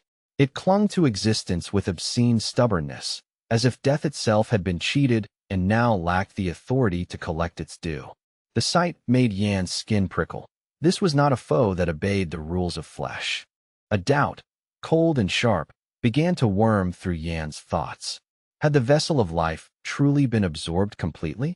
Or had something, some residue, some hidden reserve, remained behind, exactly as Cruel Dwight had prepared in the depths of its dungeon? The ancient demon had not survived for 1,000 years by accident. If there was a contingency, Yin feared they were standing on it. As Yan's mind spun forward, he imagined the mono heart activating, whatever that cursed core truly was, and draining the final remnants of the vessel of life until nothing remained but a hollow shell and an unleashed catastrophe.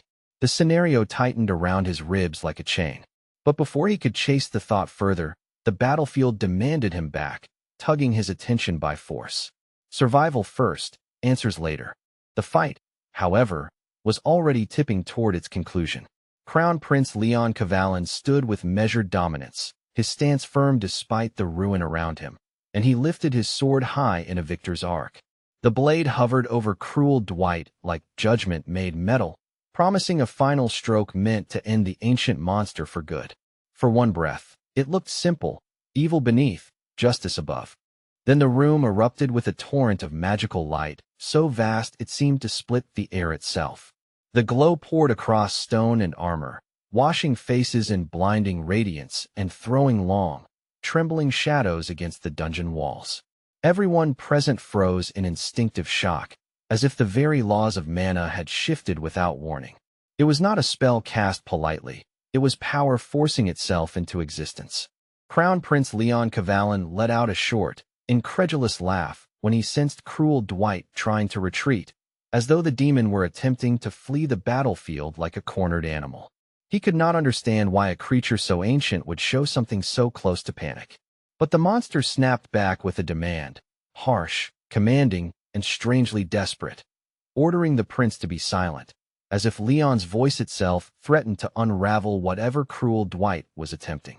In that strained instant, Cruel Dwight felt its mana output falter. The steady river of power it relied upon thinned into a sickly stream, and an ugly sensation spread through its core, like invisible hands siphoning its strength away. It was not simple fatigue. It was extraction, theft, a draining that left behind a hollow ache. The demon's confidence cracked, and for the first time its composure looked fragile.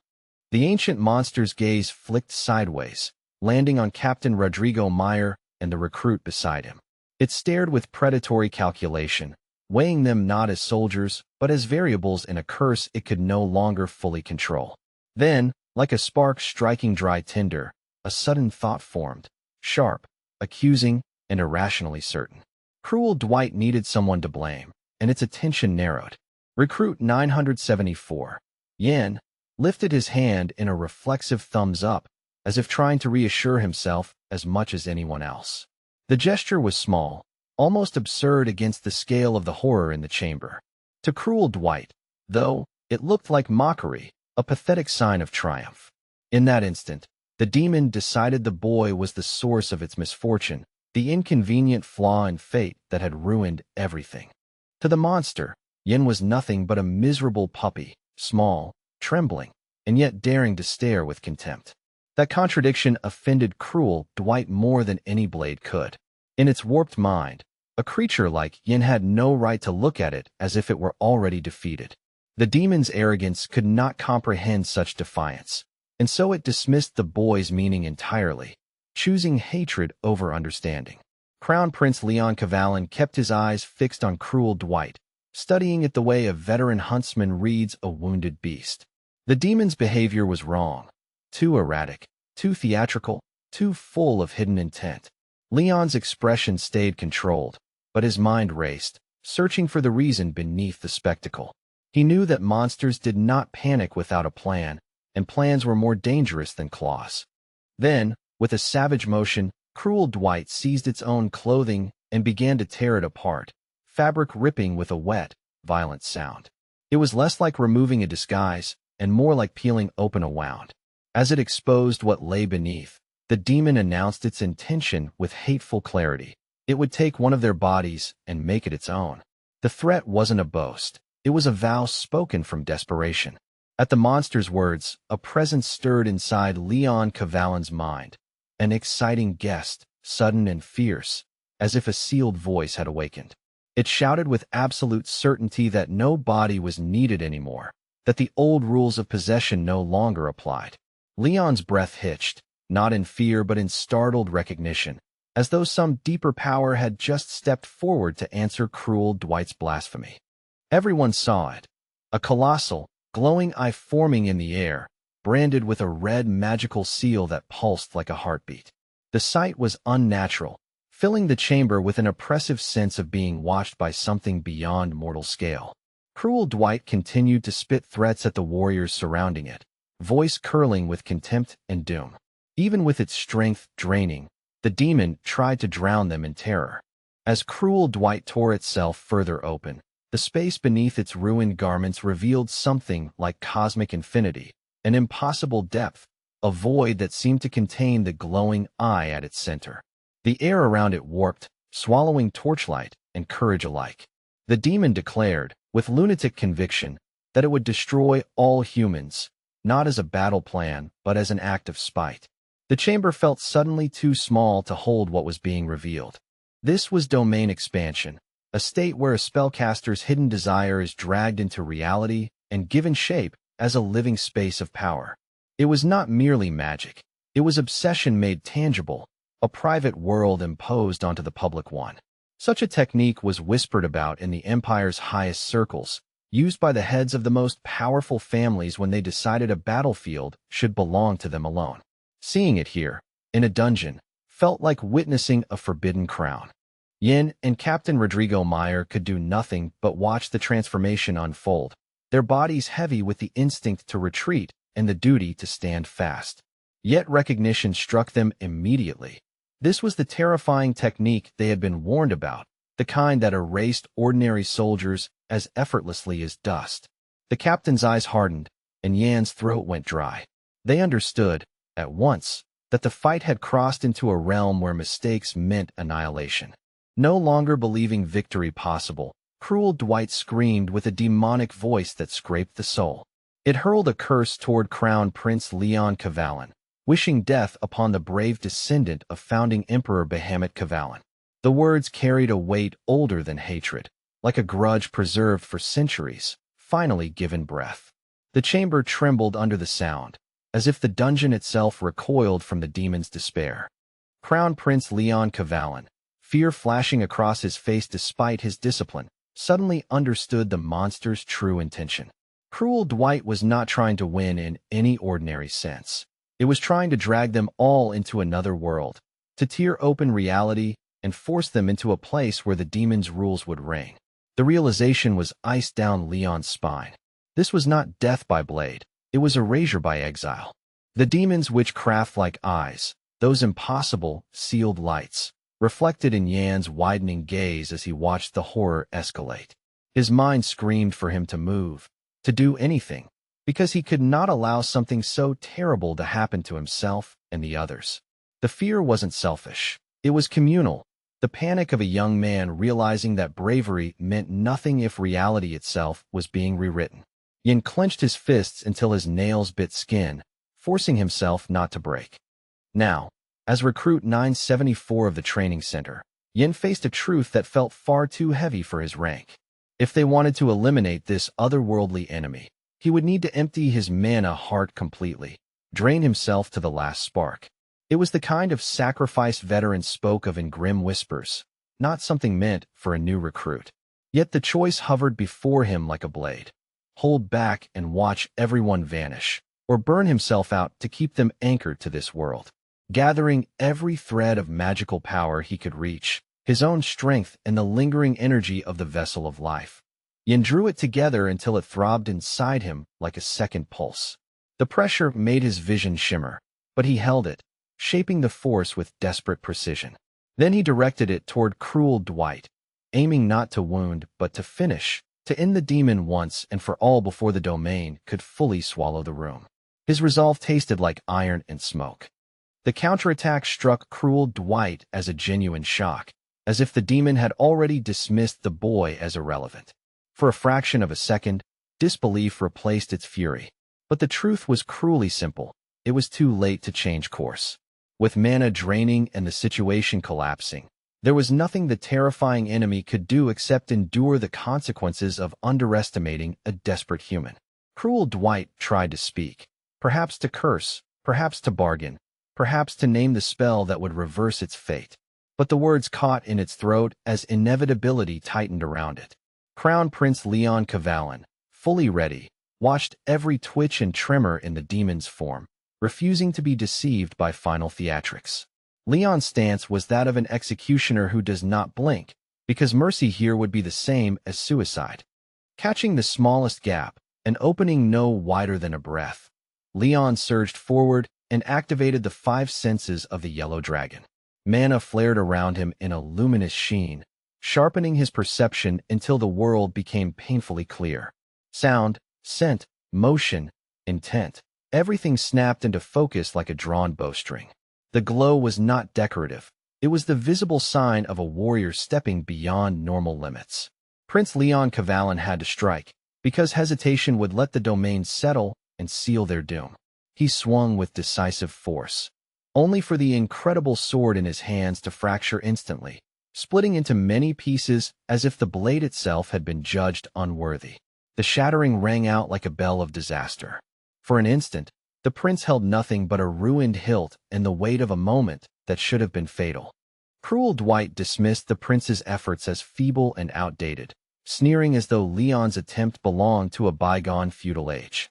Its domain expansion was active, and within that unfolding reality, a pathetic attack could not stop the technique from completing.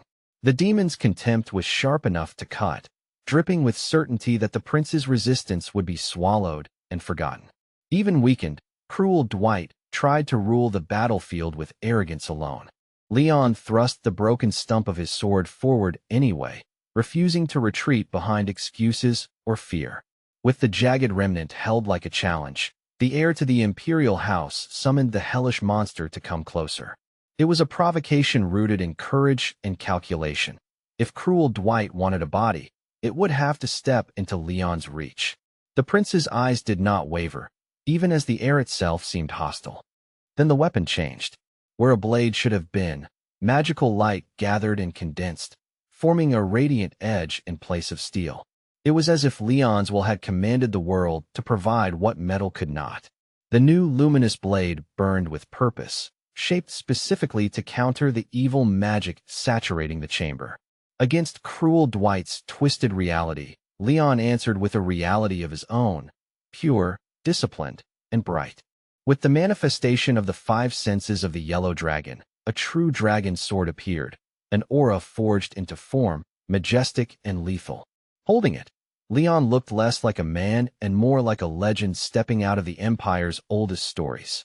The noble warrior steadied his breathing, aligning body and mana into a single intent. He was ready to fight the enemy on the only terms left, power against power, soul against abyss. Suddenly the chamber, already strained by magic, was pierced by a terrible scream, cruel Dwight's voice recognizing the end of its days. The sound was raw and jagged, not the triumphant roar of a predator, but the desperate wail of something that had finally encountered a limit. Even the stones seemed to shudder. In that scream lived 1,000 years of pride collapsing into fear. Leon bowed his head, not in submission but in solemn acknowledgement of the moment. Today's victory was on his side, carved out through pain, discipline, and a will that refused to bend. He had defeated a strong opponent in an incredible battle that pushed him beyond what he thought possible. The gesture carried respect, not for the demon's evil, but for the gravity of ending something ancient. Cruel Dwight's form began to unravel, its edges softening as if the monster were melting into the air. Even then, it did not accept this as the end, clinging to denial with the same stubbornness it used to resist death. But Leon Cavallan was firmly convinced otherwise, his gaze steady and final. Whatever the demon believed, the truth was being written in front of them. It was finished. As it rapidly dissolved, Cruel Dwight rasped complaints through a mouth that no longer held its shape. It raged that everything had happened right before its eyes, that the culmination of centuries had been overturned in a single night. The bitterness was thick, almost childish in its outrage, as if the demon believed it deserved the world simply for waiting long enough. Its words fell apart as quickly as its body did, noise turning to nothing. For 1,000 years, Cruel Dwight had prepared its secret plan and nursed its grudge like a treasured heirloom. It had hoarded patience, sharpened hatred, and plotted in silence, only to have everything shattered because of some boy, a mere recruit who should not have mattered. Reaching out toward Leon Cavallan, the demon's hand trembled, but the gesture held no true threat anymore. Power had abandoned it, leaving only resentment and the shape of defeat. With the last ounce of strength remaining, Cruel Dwight stretched its crumbling arm toward Crown Prince Leon Cavallan and continued to call him Bahamut, as if names could bend reality back into the demon's favor. The title carried obsession, reverence twisted into hatred. Leon did not flinch, but the words lingered like a curse that refused to die politely. The monster was fading, yet still trying to define the story. Still wailing. The demon clung to a final belief. If all of this had been done for founding Emperor Bahamut Cavallan, then perhaps its long existence had not been in vain. The logic was broken, but the emotion was fierce, a fanatic's need to justify suffering. Even as its body disintegrated, Cruel Dwight tried to crown its failure with meaning. It wanted the universe to admit it had mattered. The monster's outstretched hand began to lose substance, tissue unraveling as if time itself were stripping it away. Fingers that once clawed through armor became brittle silhouettes, then scattered into dust and ash. The transformation was horrifyingly quiet, the end of violence reduced to drifting remnants. What remained of Cruel Dwight could no longer grasp, could no longer harm, could only disappear. Only half of the skull remained, a huge and terrifying relic suspended for a heartbeat before crumbling further. With that final fragment of will, Cruel Dwight attempted to learn something from Leon Cavallan, something it could carry into oblivion. It still looked at the prince as the Knight of Bahamut, as if Leon were the answer to a question asked 1,000 years ago. The demon's hollow gaze demanded meaning, even while it fell apart. A moment later, Cruel Dwight vanished completely. Crown Prince Leon Cavallan closed his eyes, letting the silence confirm what sight already had. Today was his triumph over evil. All that remained of the wizard who had been reborn as a demon were small fragments, falling in a soft, relentless shower onto the stone floor of the lair. The dungeon, once dominated by its presence, felt suddenly emptied, like a nightmare waking into cold reality. Leon Cavallan lifted his gaze, gloomy and weary, as if the weight of the battle still pressed against his brow. He knew the vile creature was finished, not delayed, not dormant, not hiding behind another trick. Ended once and for all. Relief did not come as joy. It came as exhaustion and a quiet, grim certainty. The kind of certainty earned only by surviving the impossible. The prince also understood what had nearly happened. Cruel Dwight had invoked domain expansion, and if the technique had been performed perfectly, none of them would have survived this place. The realization settled heavy in his chest. Victory had not been guaranteed by strength alone, but by timing, interference, and cracks in the demon's execution. They had lived because the monster's masterpiece had not fully completed. When the grueling battle finally ended, Leon remained visibly weak. The fight had drained him down to something raw, leaving his shoulders heavy and his breathing controlled only by discipline. Sweat and mana residue clung to him like a second skin, and his grip flexed as if remembering the shock of his shattered sword. Even victory demanded payment, and the prince had paid in full. Captain Rodrigo Meyer approached with Yen at his side, unable to hide his disbelief that an imperial heir would place himself in direct combat against a demon at all. He grumbled, half reprimand, half shaken respect, but to Leon Cavallan it was only noise carried on tired air. The prince's attention shifted to the cadet with sudden surprise, and he asked Yen directly whether he was injured. Yen swallowed hard, then bowed his head with earnest gratitude, thanking His Highness for saving his life in the battle against the demon Cruel Dwight. Afterward, Crown Prince Leon Cavallan issued his orders with the calm authority of someone who had just stared into the abyss and won. He told Captain Rodrigo Meyer to escort the cadet, Yen, to the medical unit, and the captain, despite any private objections, could only obey. Under the watchful gaze of both prince and commander, the entire plan was carried out along the jagged mountainous blade ridge exactly as intended, and the outcome didn't merely succeed. It surpassed even their most ambitious expectations. By arriving ahead of everyone else at the monster's underground lair, the young recruit secured a crucial advantage before the true danger peaked. In the oppressive hush of that cavern, he used the vessel of life as a catalyst and shaped a brand new mana heart, an act as delicate as it was reckless, like forging a second pulse in the dark. The power settled inside him with an unfamiliar weight, proof that he had stolen something vital from the very jaws of death. And from that hidden vantage, he learned something no lecture could ever teach. Watching Crown Prince Leon Cavallan fight, skillful, fearless, and terrifyingly precise, Yen finally understood what the heir of the Empire was truly capable of when pushed to the limit. Every step, every feint, every decisive strike burned itself into the recruit's memory like a living manual of war. Courage, he realized, was not loud. It was controlled, relentless, and merciless toward evil. Yen was so pleased he could hardly contain it, as if he had cracked open a sealed vault of secrets and survived the echo. He knew he had accomplished all of this only because of the long-dead sorcerer Mammon, because the remnants of that wizard's legacy had guided the vessel of life into his hands. In his heart, Yen offered a silent, earnest thanks to Mammon, acknowledging that even the dead could leave a handprint on fate. Outside the monster's lair, the world had returned to an unsettling calm. The night air lay still and empty, as though no deadly battle had erupted beneath the stone, as though no ancient demon had been erased from existence. The contrast was almost insulting: quiet mountains above, devastation below. It felt like the land itself was pretending nothing had happened, swallowing the evidence like a secret. Only a single fragment remained to argue against that lie: a torn piece of the eliminated monster's outfit lying on the floor.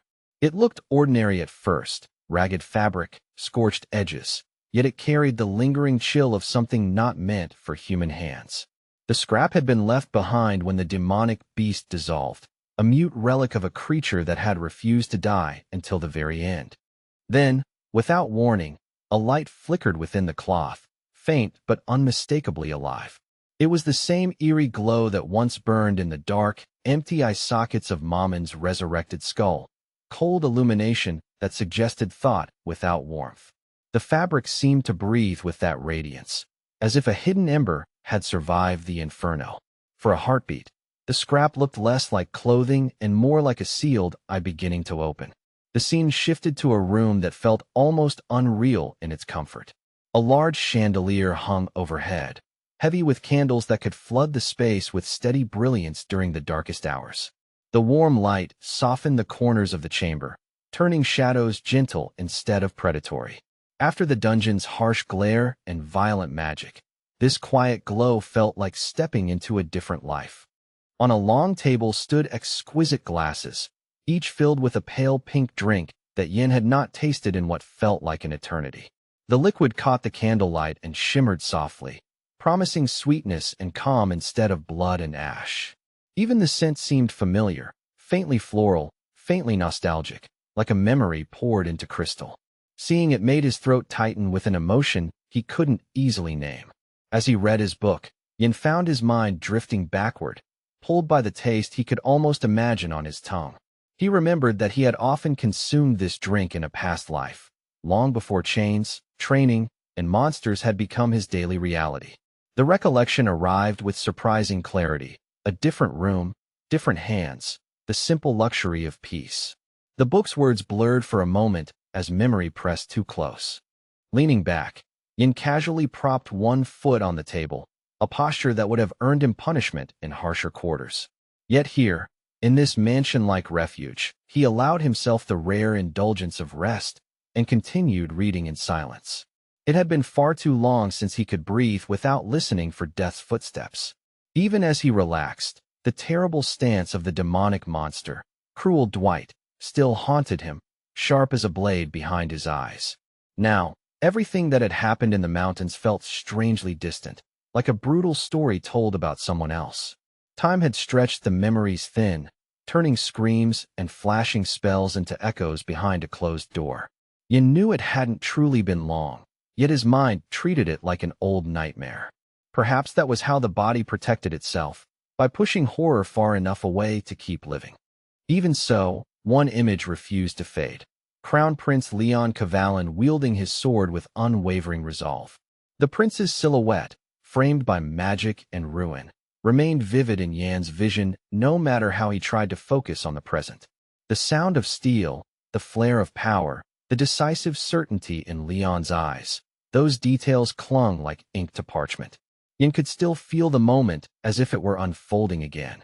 Like the other cadets, Yin now lived in a place that resembled a small mansion, the kind of residence aristocrats considered ordinary. The walls were clean, the air smelled of polished wood instead of damp stone, and the silence was the pleasant kind. No chains rattling, no vermin skittering. It was a world designed for people who expected comfort as their birthright. For Yin, it felt like stepping onto foreign soil. This castle-like lodging was nothing like the 5-square-meter mass grave he used to endure. Nothing like that filthy corner with a bucket, a crude table, cold chains, and a cockroach crawling where hope should have been. The contrast was almost absurd. Now the Special Forces recruit lived in an 84-square-meter mansion with a real bed, a sofa, a private shower, and steady food that arrived without begging or bargaining. Luxury didn't erase trauma, but it did remind him what survival could look like. Pulling himself away from the book, Yin remembered the exam he had performed well on. The results had only recently been announced, and the news still carried a strange glow of pride. He replayed the testing in his mind, the strain, the fear, the moments where everything could have collapsed. Doing well wasn't just a number. It was proof he had not been broken by what he'd lived through. It was a small victory he could hold in his hands. At the ceremony held to congratulate the cadets, the instructors offered formal thanks for everyone's effort during the testing. Their voices carried both praise and warning, acknowledging that the first test had been interrupted by danger no training hall could fully predict. The atmosphere had been part celebration, part funeral reminder, because not everyone walked away from chaos unchanged. Even the applause sounded careful, as if the hall remembered the fear too. Yet the instructors also made it clear that Crown Prince Leon Kavalan's courage had prevented disaster from turning into tragedy. Because of his intervention, the crisis was resolved quickly enough for the students to complete the exam safely. The cadets were told they could be proud, not merely of scores, but of the fact that they endured and survived when reality demanded more than talent. Survival, in that moment, was framed as an achievement all its own. The cadets listened as the grades were announced in neat categories that sounded simple but felt heavy with consequence. Those ranked from 1st through 10th would receive the highest evaluation, the kind that opened doors normally locked to common hands. Those placed 11th through 100th would earn an average score, respectable but not dazzling. With each name, the room's mood shifted, pride rising in some faces while disappointment tightened others. When the lowest grades for the remaining recruits were revealed, murmurs spread through the crowd like wind through grass. In the middle of this, the instructors noticed something glaring. The chief instructor had not come to the event at all. The absence felt deliberate, heavy with implication. People exchanged quick looks, wondering what could keep such a figure away from a ceremony that shaped the recruits' futures. As new information continued to spill from the podium, one of the training center employees explained that the assessment would determine something far more immediate than pride. The results would decide where the recruits would live, who would rise into comfort and privilege, and who would remain in lesser quarters. The announcement hit the crowd like a second wave because it turned grades into walls, doors, and daily reality. Suddenly, the ranking wasn't abstract. It was a map of their lives. The recruits were stunned when they learned that those with the highest scores would earn the opportunity to enter the Imperial Armory. It sounded less like a reward and more like admission to a legend. Whispered stories about that place had circulated for years, always half myth, half warning. Now the rumor had weight and shape, dangled in front of them like a key forged from ambition itself. They were told the armory held treasures beyond counting. Books preserved from the founding of the empire, records of ancient campaigns, and weapons of every kind. Among them were hundreds of the newest swords, freshly forged, perfectly balanced, and lethal enough to become heirlooms in a single swing. The idea made many cadets' hearts race.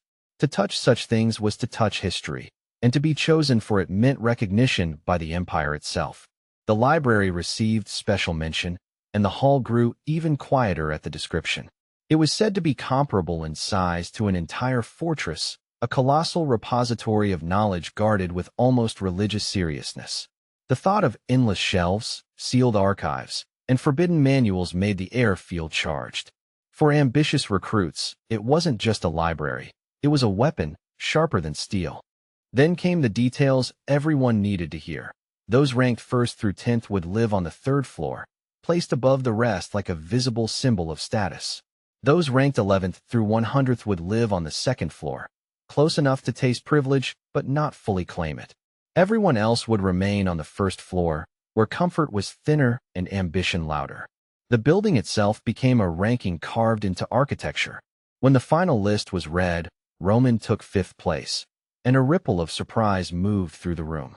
Many remembered how he had defeated the largest number of rare goblins in the mountain range, carving his way through the test with ruthless efficiency. 5th still made him elite, yet it also suggested the competition above him was even more frightening. Roman's expression stayed composed, but his eyes hinted at a quiet recalculation.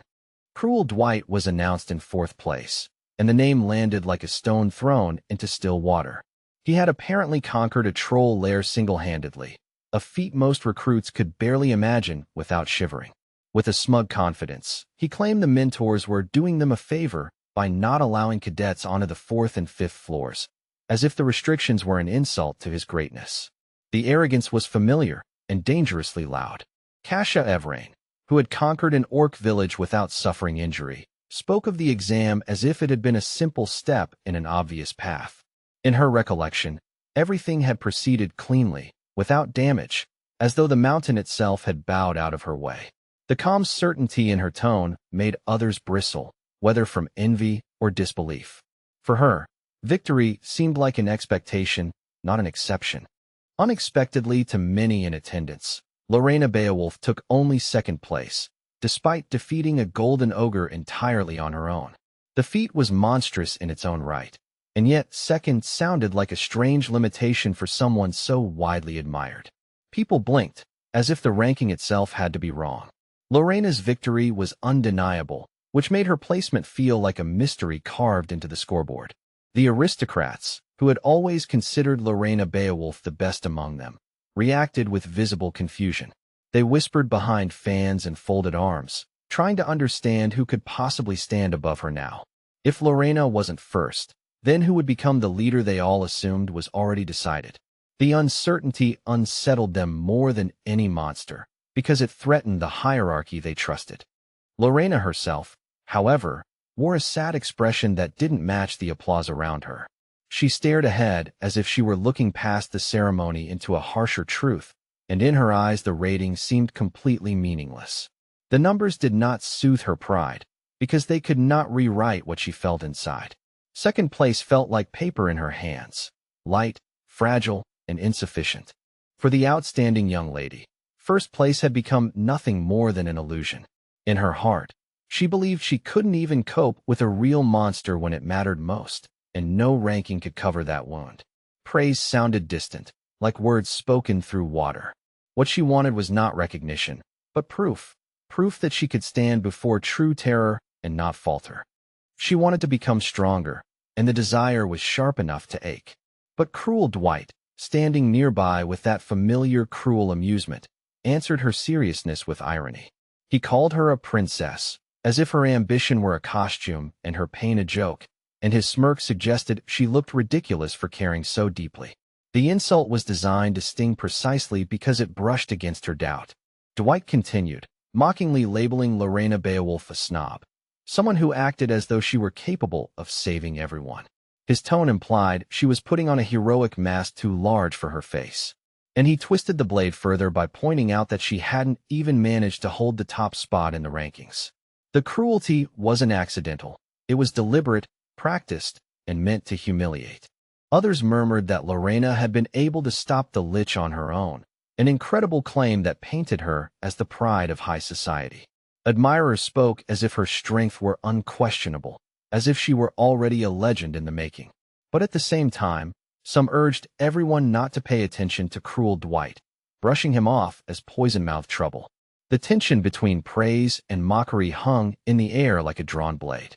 Kasia Evrain quietly assured Lorena that Dwight had only gotten worse since Miss Beowulf's return, as if her presence had sharpened his spite.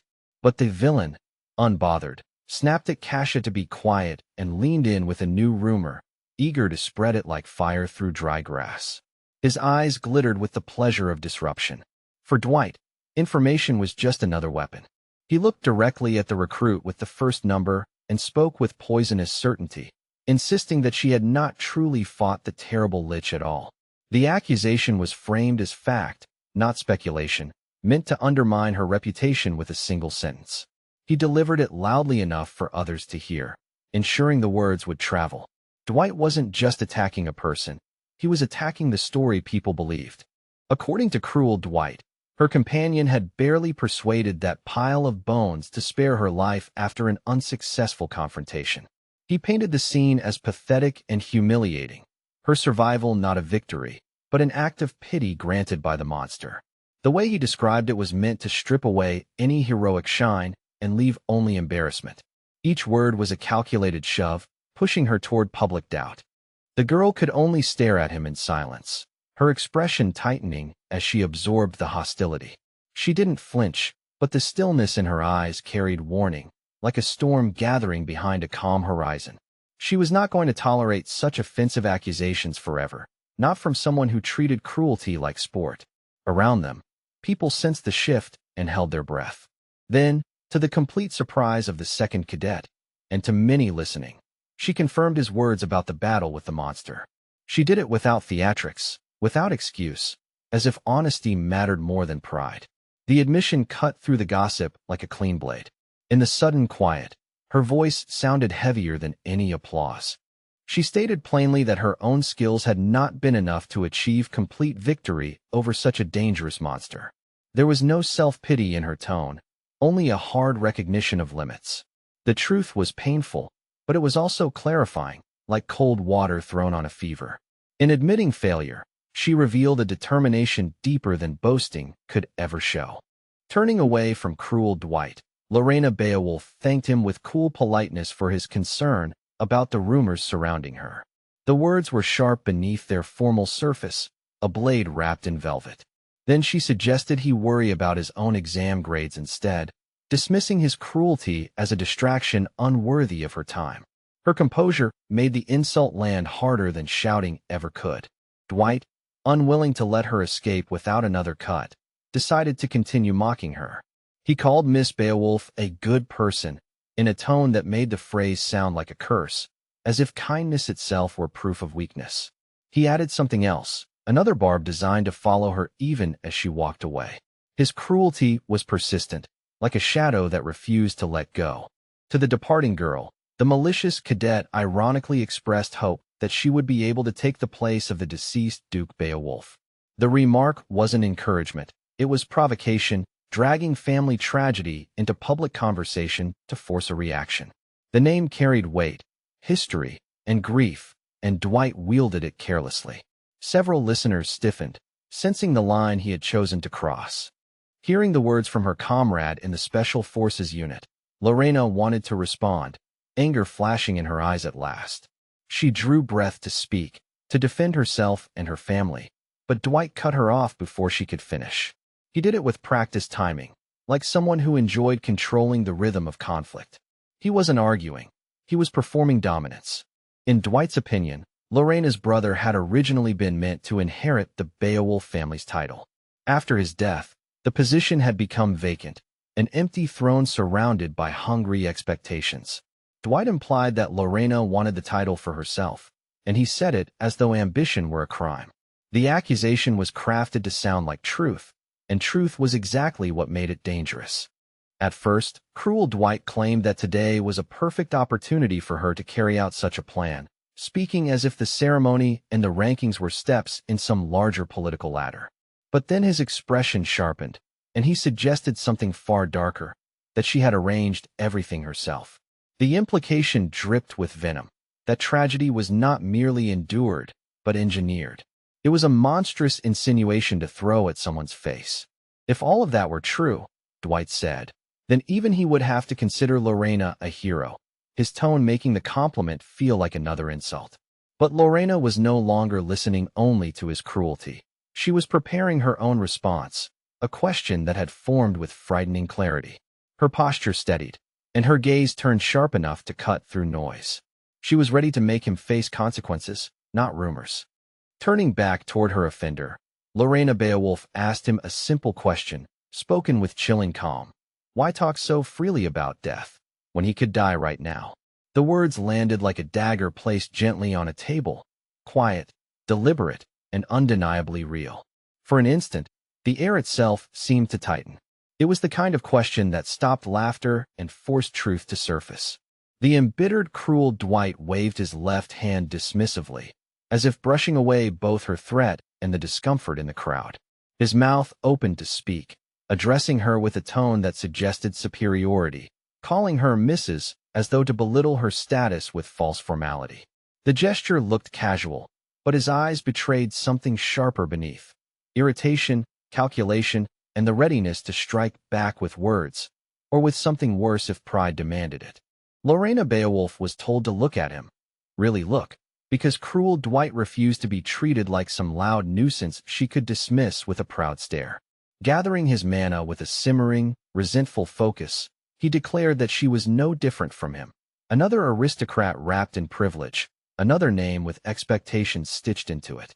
What cruel Dwight could not tolerate was the way she carried herself, as if she alone stood above the mud, as if she were the only chosen one in a room full of blades. His magic only swelled further, gaining momentum like a storm being fed by open sky.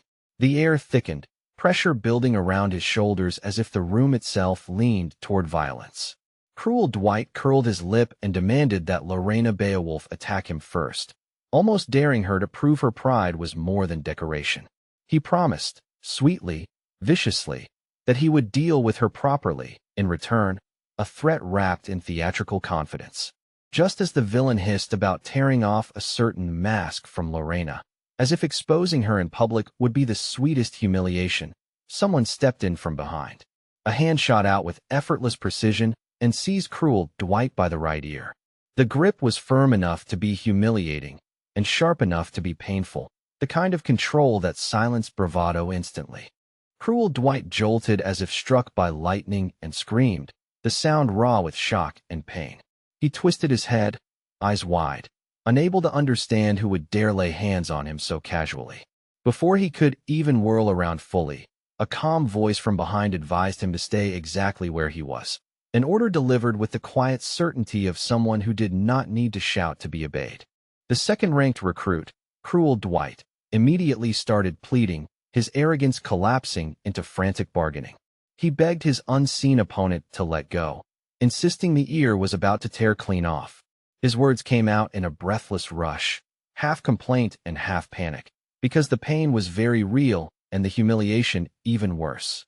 For someone who loved to dominate conversations, he suddenly had nothing but desperation. Still kneeling on the floor like a punished child, the aristocratic cadet could not grasp who his attacker was. He craned his neck, cheeks flushed, eyes darting as if searching for a familiar face among the crowd. The grip never loosened, and that unwavering control made the mystery feel more terrifying. Cruel Dwight realized he had underestimated someone, and he hated that feeling more than the pain. At that very moment, on the upper floor where the ceremony continued, an instructor raised their voice to announce the student who had taken first place in the exam results. The hall's noise softened into anticipation, as if everyone instinctively sensed that the next name would reshape the social order among the recruits. Breaths were held, shoulders tensed, and even the most confident cadets watched with sharpened attention. First place went to recruit number 974, Yin, who, as it turned out, was the one holding Cruel Dwight's ear with merciless calm. The announcement hit Cruel Dwight like a hammer, and he jerked in shock, sputtering out an insult and calling Yin a savage.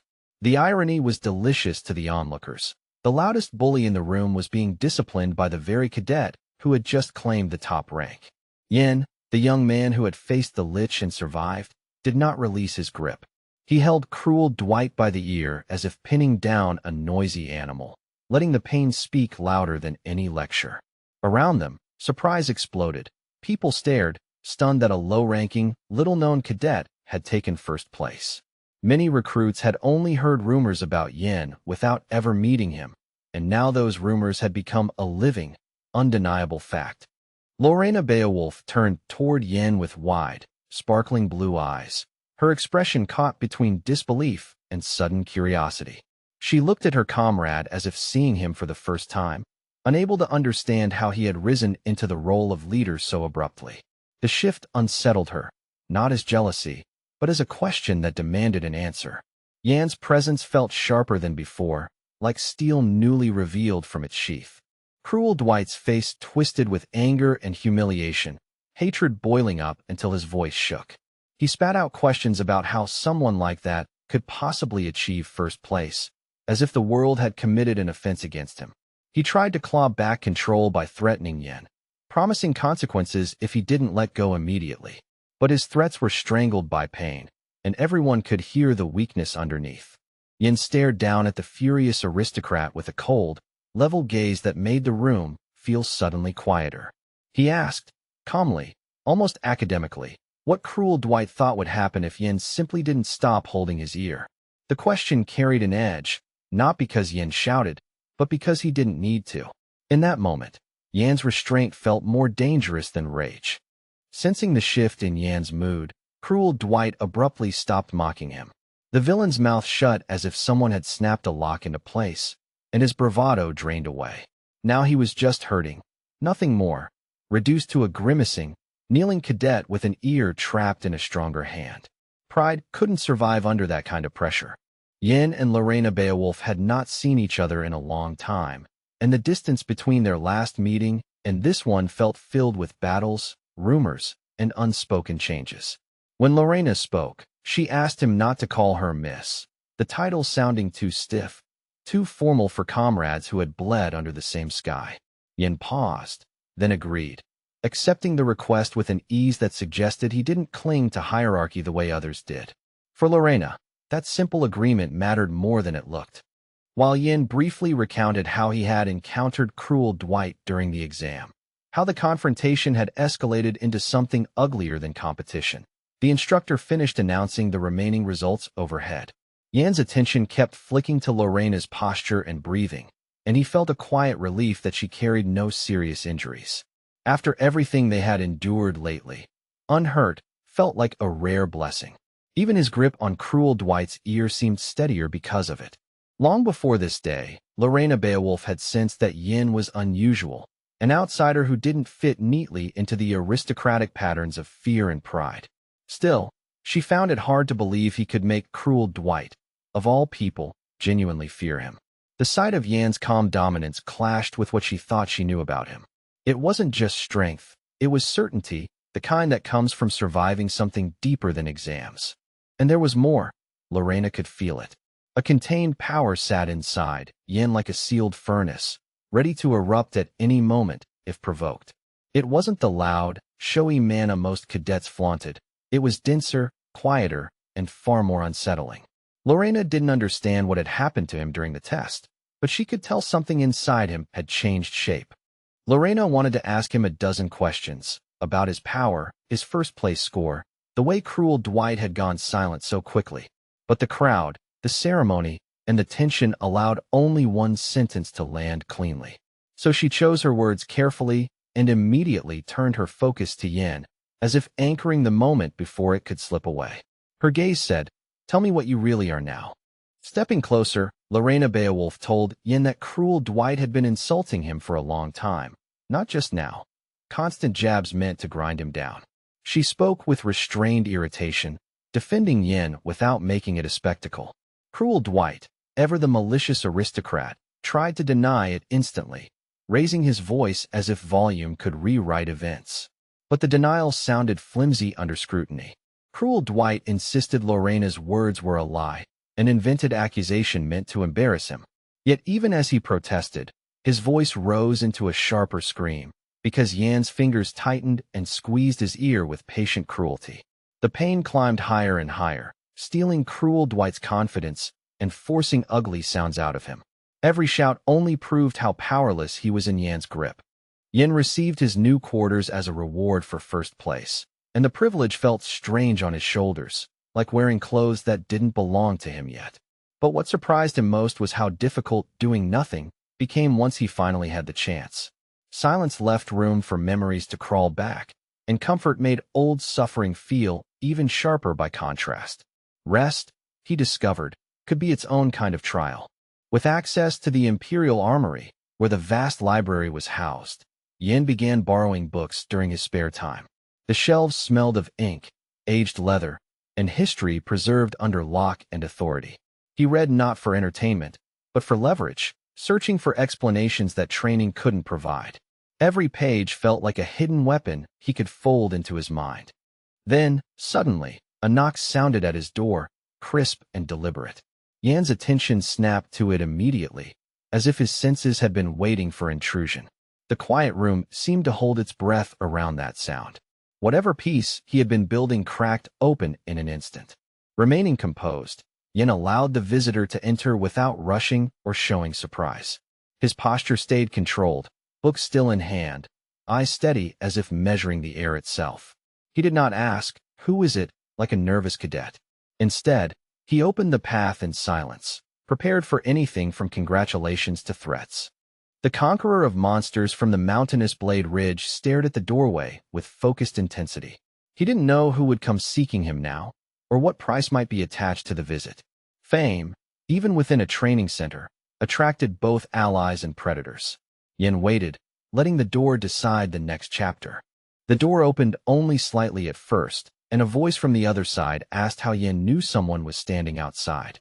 The visitor sounded half amused, half accusing, because, apparently, Yin had reacted before the guest even tried to be quiet.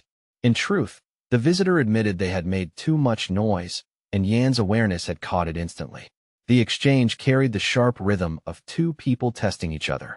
Chief Instructor Damien appeared in the doorway, wearing his usual smile, pleasant on the surface, dangerous underneath. He reminded Yin, almost casually, that there were unresolved issues still hanging over him, as if debts could not be ignored simply because the exam ended. Damien's entrance was loud in its own way, filling the room with authority and an unmistakable aura. Even his friendliness felt like a blade with a polished edge. Entering without hesitation, Chief Instructor Damien reached for the rose and began tasting it, as though he owned the space. Yin watched, curious despite himself, wondering if his superior genuinely enjoyed the drink or simply enjoyed taking whatever was available. The glass caught the light, and Damien's expression barely shifted as he sampled it. The casualness of the act made the room feel more dangerous, not less. Yin stood before Damien, who had settled onto the sofa with commanding ease, and spoke as if trying to keep the moment civilized. He remarked that he could have prepared in advance if he had known Damien was coming. Food, chairs, proper etiquette, anything to avoid impropriety. Damien sipped again, then called the wine tolerable in a tone that made the words sound like judgment.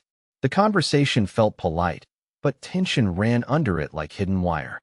Yin admitted that even if someone tried to hide from view, they couldn't escape the chief instructor's aura.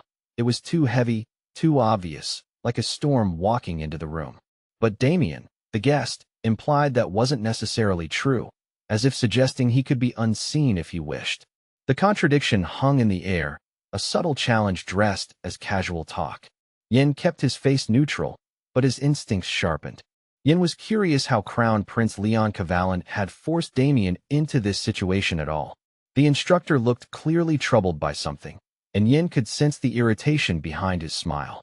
Leon had indeed asked Damien to ensure Yin received proper treatment, and that obligation seemed to chafe. For someone like Damien, being ordered, even by a prince, was never comfortable. After returning to the training center, Crown Prince Leon Cavallan had jokingly suggested that Damien was simply another of Yan's infatuations, a remark so absurd it still echoed. The comment surprised the mentor, not because it was flattering, but because it was the kind of teasing that implied familiarity and watchfulness. Leon's tone carried a message: I'm paying attention. Damien didn't seem to like that at all. Now, with Damien sitting in Yan's room, the chief instructor listened with extreme concentration, eyes sharp despite the relaxed posture. Yin spoke, and Damien could do nothing but absorb every word, because the prince's request hovered over this meeting like an invisible blade. Damien didn't want to upset Crown Prince Leon Cavallan by mishandling the situation, and Yin could feel that leash, even if he didn't name it out loud. Then, unexpectedly, even for Yin himself, Damien, seated imposingly on the sofa, announced his desire to kill him. The words were delivered with a chilling calm, as if discussing whether rather than murder. The room seemed to darken around that sentence, candlelight suddenly feeling thin. Yan's breath stayed steady, but his body recognized the truth. This was not a joke, and the instructor's smile had sharpened into something cruel. With an unpleasant, almost delighted smile, Damien mentioned that a report had arrived concerning the county of Cheyenne and number 52. He spoke as if reading a file in his mind, each detail another nail being tapped into place. The names carried weight, official, distant, and dangerous. Yin felt the chill of bureaucracy, the kind that killed people quietly, and then called it procedure. Yin recalled that very large house connected to the report, its size, its stillness, the way it felt more like a shell than a home. He confirmed it was uninhabited, but added that this was exactly what he had expected. Empty places were often chosen for secret work, for hidden watchers, for plans that didn't want witnesses. The confirmation didn't soothe Damien. It only fed the instructor's suspicion. In fact, no one had lived in that large, window-eyed building for several years. The empty windows looked like blind stares, and the silence inside it felt cultivated rather than accidental. Dust didn't simply gather there. It settled like a deliberate cover. The longer Yin remembered it, the more certain he became that the emptiness was part of the design. Yin suspected Captain Rodrigo Meyer was an old fox with a hand in this. The captain could have noticed he was being followed and immediately begun covering tracks, planting confusion to protect whatever truth lay underneath. That would explain Damien's disbelief, and why the report felt incomplete, like someone had trimmed away the most important parts. Yan's mind moved quickly, reconstructing motives the way soldiers reconstruct ambushes. Yin did not finish his sentence, because he understood something crucial about Damien. The chief instructor would not accuse him of lying in the simple, moral sense. It didn't matter to Damien whether Yin was telling the truth or not, only whether Yin was useful, controllable, or dangerous. The instructor's judgment lived beyond honesty. Yin fell silent, because silence was sometimes the only shield left. Damien pressed his foot against the floor, and magical dark circles bloomed outward like ink spreading through water. The symbols pulsed with intent, turning the room's comfort into a ritual space meant for violence. The teacher's aura shifted fully, dropping the last pretense of polite conversation. He was going to act on his own, and no social rule would stop him. Using the magical technique known as the Sword of the Dark Spirit, Damien delivered a powerful blow aimed directly at Yin. The strike carried contempt as well as force. Damien clearly considered Yin completely useless, a problem best erased. Dark energy condensed into a lethal arc, slicing through air with a sound like tearing cloth. It was the kind of attack meant to end the discussion permanently. The impact was so sudden and so violent that even the table holding the wine glasses exploded into splinters. Crystal shattered, liquid sprayed, and the room's calm elegance was annihilated in a single heartbeat. The attack didn't merely threaten Yin, it destroyed the space around him as collateral, as if comfort had no right to exist near killing intent. The scent of wine mixed with dust and magic, sharp and bitter. Damien watched the aftermath unfold with cold certainty, fragments of the magic sword technique still flying like lethal shards through the air. In his eyes, Yin was already eliminated, another cadet erased by a superior's judgment. The instructor's posture remained composed, almost bored, as if the outcome had been inevitable. He expected only silence and a body. Instead, the outline of a young man appeared before him. Yin, book still in hand, stepping through the chaos as if the attack had failed to touch him. Yin himself spoke with unnerving calm, suggesting that Damien did not necessarily have to kill him. The words were not begging. They were negotiation offered from a position of unexpected stability. The sight alone rewrote Damien's certainty. Damien's typical ironic smile vanished. For the first time, genuine surprise cracked his expression, and his eyes sharpened with reluctant respect. Yin had repelled an incredibly powerful attack, something most recruits would not survive even once. The mentor stared as if reassessing what kind of creature stood in front of him now. Safe and unmarked despite the dark sword's violence. Yin raised the book slightly, using it like evidence rather than a shield. He explained that he had discovered an important piece of the puzzle, something that connected the strange events and the hidden manipulations surrounding the recruits. His voice carried urgency beneath control, as if the information mattered more than bruised pride. The revelation hung between them like a lit fuse. Damien, despite his menace, clearly knew nothing about this puzzle or the book's significance. Still, he recognized the subject at a glance. The title suggested research into energy interruption, the kind of study that could cripple spells, break techniques, or sever mana flow at the source. Yin noted he had taken the book from the Imperial Armory, access granted after earning first place and residence on the third floor near the main arsenal. The implication was sharp. Yin had the right, and the means, to dig into forbidden knowledge. But Yin had not confined himself to the third floor's obvious weapons and manuals. He deliberately went down to the first floor, where a special library held books and scientific research gathered by past rulers. Works too old, too dangerous, or too strange for casual cadets. The lower level felt like a vault of forgotten solutions, preserved by emperors who understood that knowledge could be sharper than swords.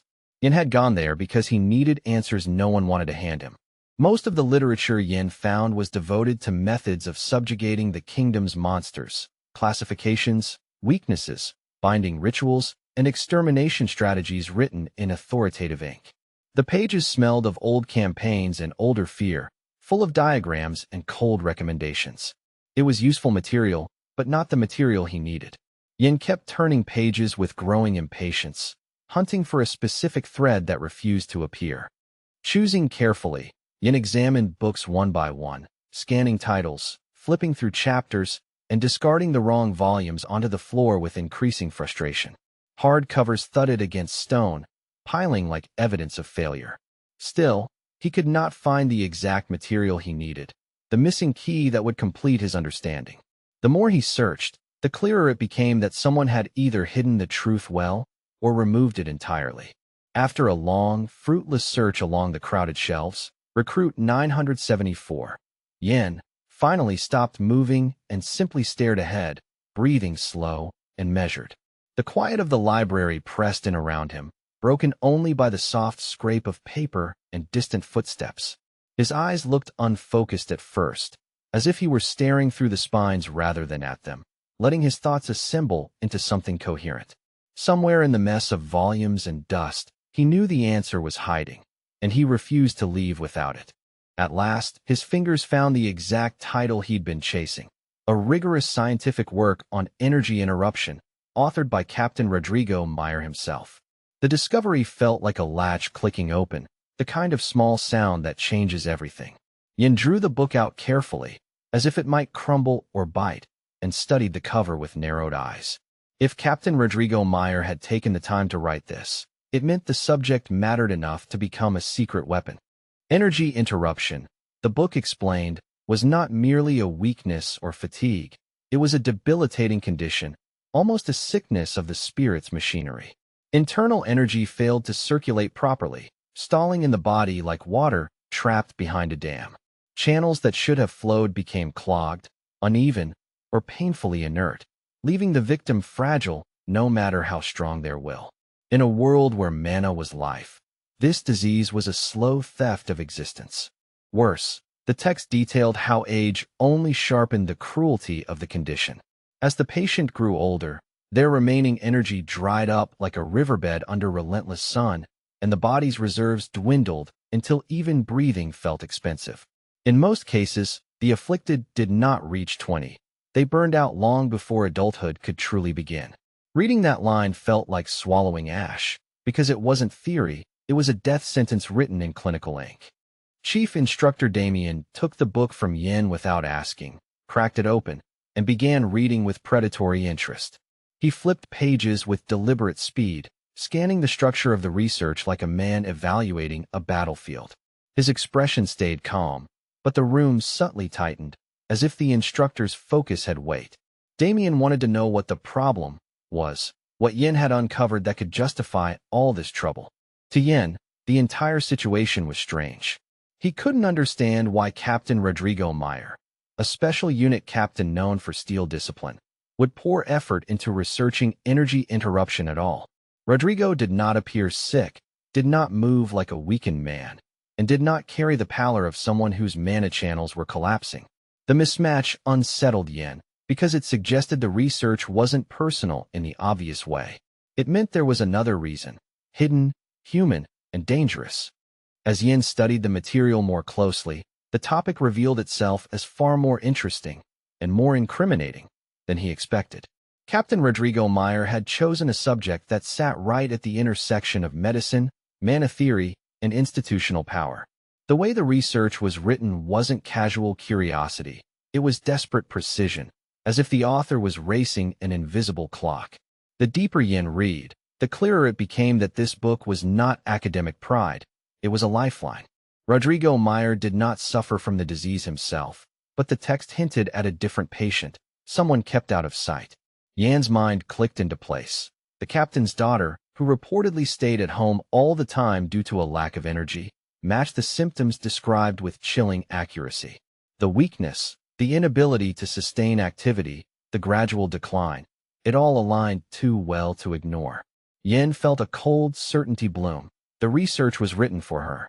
To find a cure for his own child, Captain Rodrigo Meyer had continued this research beyond what any normal officer would endure. He gathered notes, compared remedies, tracked failed treatments, and recorded every promising interruption technique that could stabilize a collapsing mana flow. It wasn't the work of a man seeking promotion. It was the work of a father refusing to surrender. The more Yin read, the more the captain's stern reputation gained another dimension. Devotion sharpened into obsession. Yin had once assumed the officer was hiding his daughter because she was his weakness, something enemies could exploit with a single knife of leverage. He even pictured the captain guarding her like a hostage to fate. But as the pieces aligned, reality proved completely different, more complicated than simple fear. The secrecy was not about shame or cowardice. It was about survival, protection, and the ugly mathematics of money and medicine. Captain Rodrigo Meyer had decided to move mountains for his daughter's treatment. Because finding a truly capable doctor was not easy, not in a world where magic cured some wounds and failed utterly against others. Specialized care required connections, travel, and resources beyond a soldier's ordinary reach. Yin realized he had been wrong from the start, misreading caution as concealment. The captain wasn't hiding a weakness, he was fighting for time. Listening to Yan's explanation, Chief Instructor Damien closed his eyes as if tasting the logic rather than hearing it. He suggested, with unsettling calm, that the daughter was not Rodrigo Meyer's leash point at all. And then, without opening his eyes, he implied something sharper. He didn't fully understand Yin himself. The way Yin saw patterns, the way he moved toward hidden truths. The remark landed like a quiet warning, as if Damien was admitting Yin was becoming harder to predict. Yin, unwavering, stated that Damien would not be able to keep Captain Rodrigo Meyer on a leash using the daughter. A father who had already lived with helplessness would not fold so easily under threats. He would become more dangerous, not more obedient. Yan's tone carried confidence, because this wasn't guesswork anymore. It was motive, written plainly across the captain's research. If Damien tried to squeeze that wound, he might provoke a desperate bite. At the same time, Yin made it clear he did believe in Damien's capability to control Rodrigo Meyer's life by other means. The chief instructor's influence was not subtle. It was structural, institutional, and backed by force. Damien didn't need a child as leverage when he could use audits, commands, assignments, and quiet execution of policy. Yan's confidence wasn't praise. It was a recognition of how power truly worked in this organization. The book was blunt. There was still no cure for energy interruption. At best, stability could be purchased in small increments, maintained through an exhausting regimen of medicines and treatments. A large number of drugs were required just to keep the body from collapsing, and even then, the outcome was uncertain. It was the kind of illness that demanded constant payment, coin, time, and hope, until one of them ran out. Yin pointed out the obvious consequence. Captain Rodrigo Meyer could never earn that kind of money through a normal salary, no matter how decorated his career. The costs described were too steep, too continuous, too crushing. So the only conclusion left was ugly. Budget funds had been embezzled somewhere along the chain. In a military structure, that kind of theft wasn't just illegal. It was treason in polished shoes. And if someone wanted the ideal place to hide such theft, a special unit under Captain Rodrigo Meyer's command would be perfect. Budgets there could be justified by operations, security, and classified necessities, papers stamped into silence. Oversight would be blurred by urgency and danger, and missing sums could disappear into the fog of war. Yin didn't accuse blindly. He traced the logic like a blade along a seam. Yin added that if evidence of financial embezzlement surfaced, hunting down an old fox like Rodrigo Meyer would be no trouble for Damien. The chief instructor's reach extended into systems most soldiers never saw. Audits, internal teams, quiet investigators who didn't knock politely. Damien would not need a dramatic confrontation. He could dismantle the captain with paperwork and timing. In a world like this, proof was a weapon sharper than any sword. Damien closed the book with his eyes still shut, as if ending the chapter ended the conversation. He dismissed Yan's words as speculation, repeating that they were just guesses, and his tone suggested he wanted Yin to acknowledge that uncertainty. Yin agreed outwardly, because arguing would be pointless, but inside he stayed confident, certain he could bury Captain Rodrigo Meyer if the truth proved real. The silence between them was heavy, polite denial masking mutual calculation. Yin insisted they weren't risking anything by investigating. There was every reason to look into it, because stealing money, especially public funds, was illegal, no matter how noble the motive. If Rodrigo Meyer had crossed that line, the organization needed to know what else he might be capable of under pressure. Yan's logic was simple, almost cold. Compassion did not erase crime, and truth, once exposed, could be managed. Still unwilling to properly look at the storyteller standing before him, Damien repeated his last words again and then fell into silence. The refusal to meet Yan's eyes felt deliberate, as if Damien didn't want to reveal what he was thinking. The room's broken table and scattered glass seemed to underline the tension, evidence that this was not a normal discussion. Damien's quiet was not empty. It was decision-forming. Then Damien suddenly glanced at Yin and assessed something unspoken, something that hadn't been explained, yet still mattered. His gaze measured Yin like a weapon being tested for balance, and the evaluation came out not bad, almost reluctantly. The approval was small, but in Damien's mouth it sounded like a door unlocking. Yin felt it immediately. The instructor had accepted the utility of his mind, if not the comfort of his presence. The book Yin had discovered in the Imperial Armory Library lifted off the air as if pulled by an invisible thread. It flew back toward Yin in a smooth, controlled arc, guided by Damien's casual magic. The motion was effortless, no strain, no flare, just power applied with precision. It was a reminder that Damien could break a room and still manage a book gently. Yin caught it without difficulty, but his fingers tightened around the cover as apprehension crept up his spine.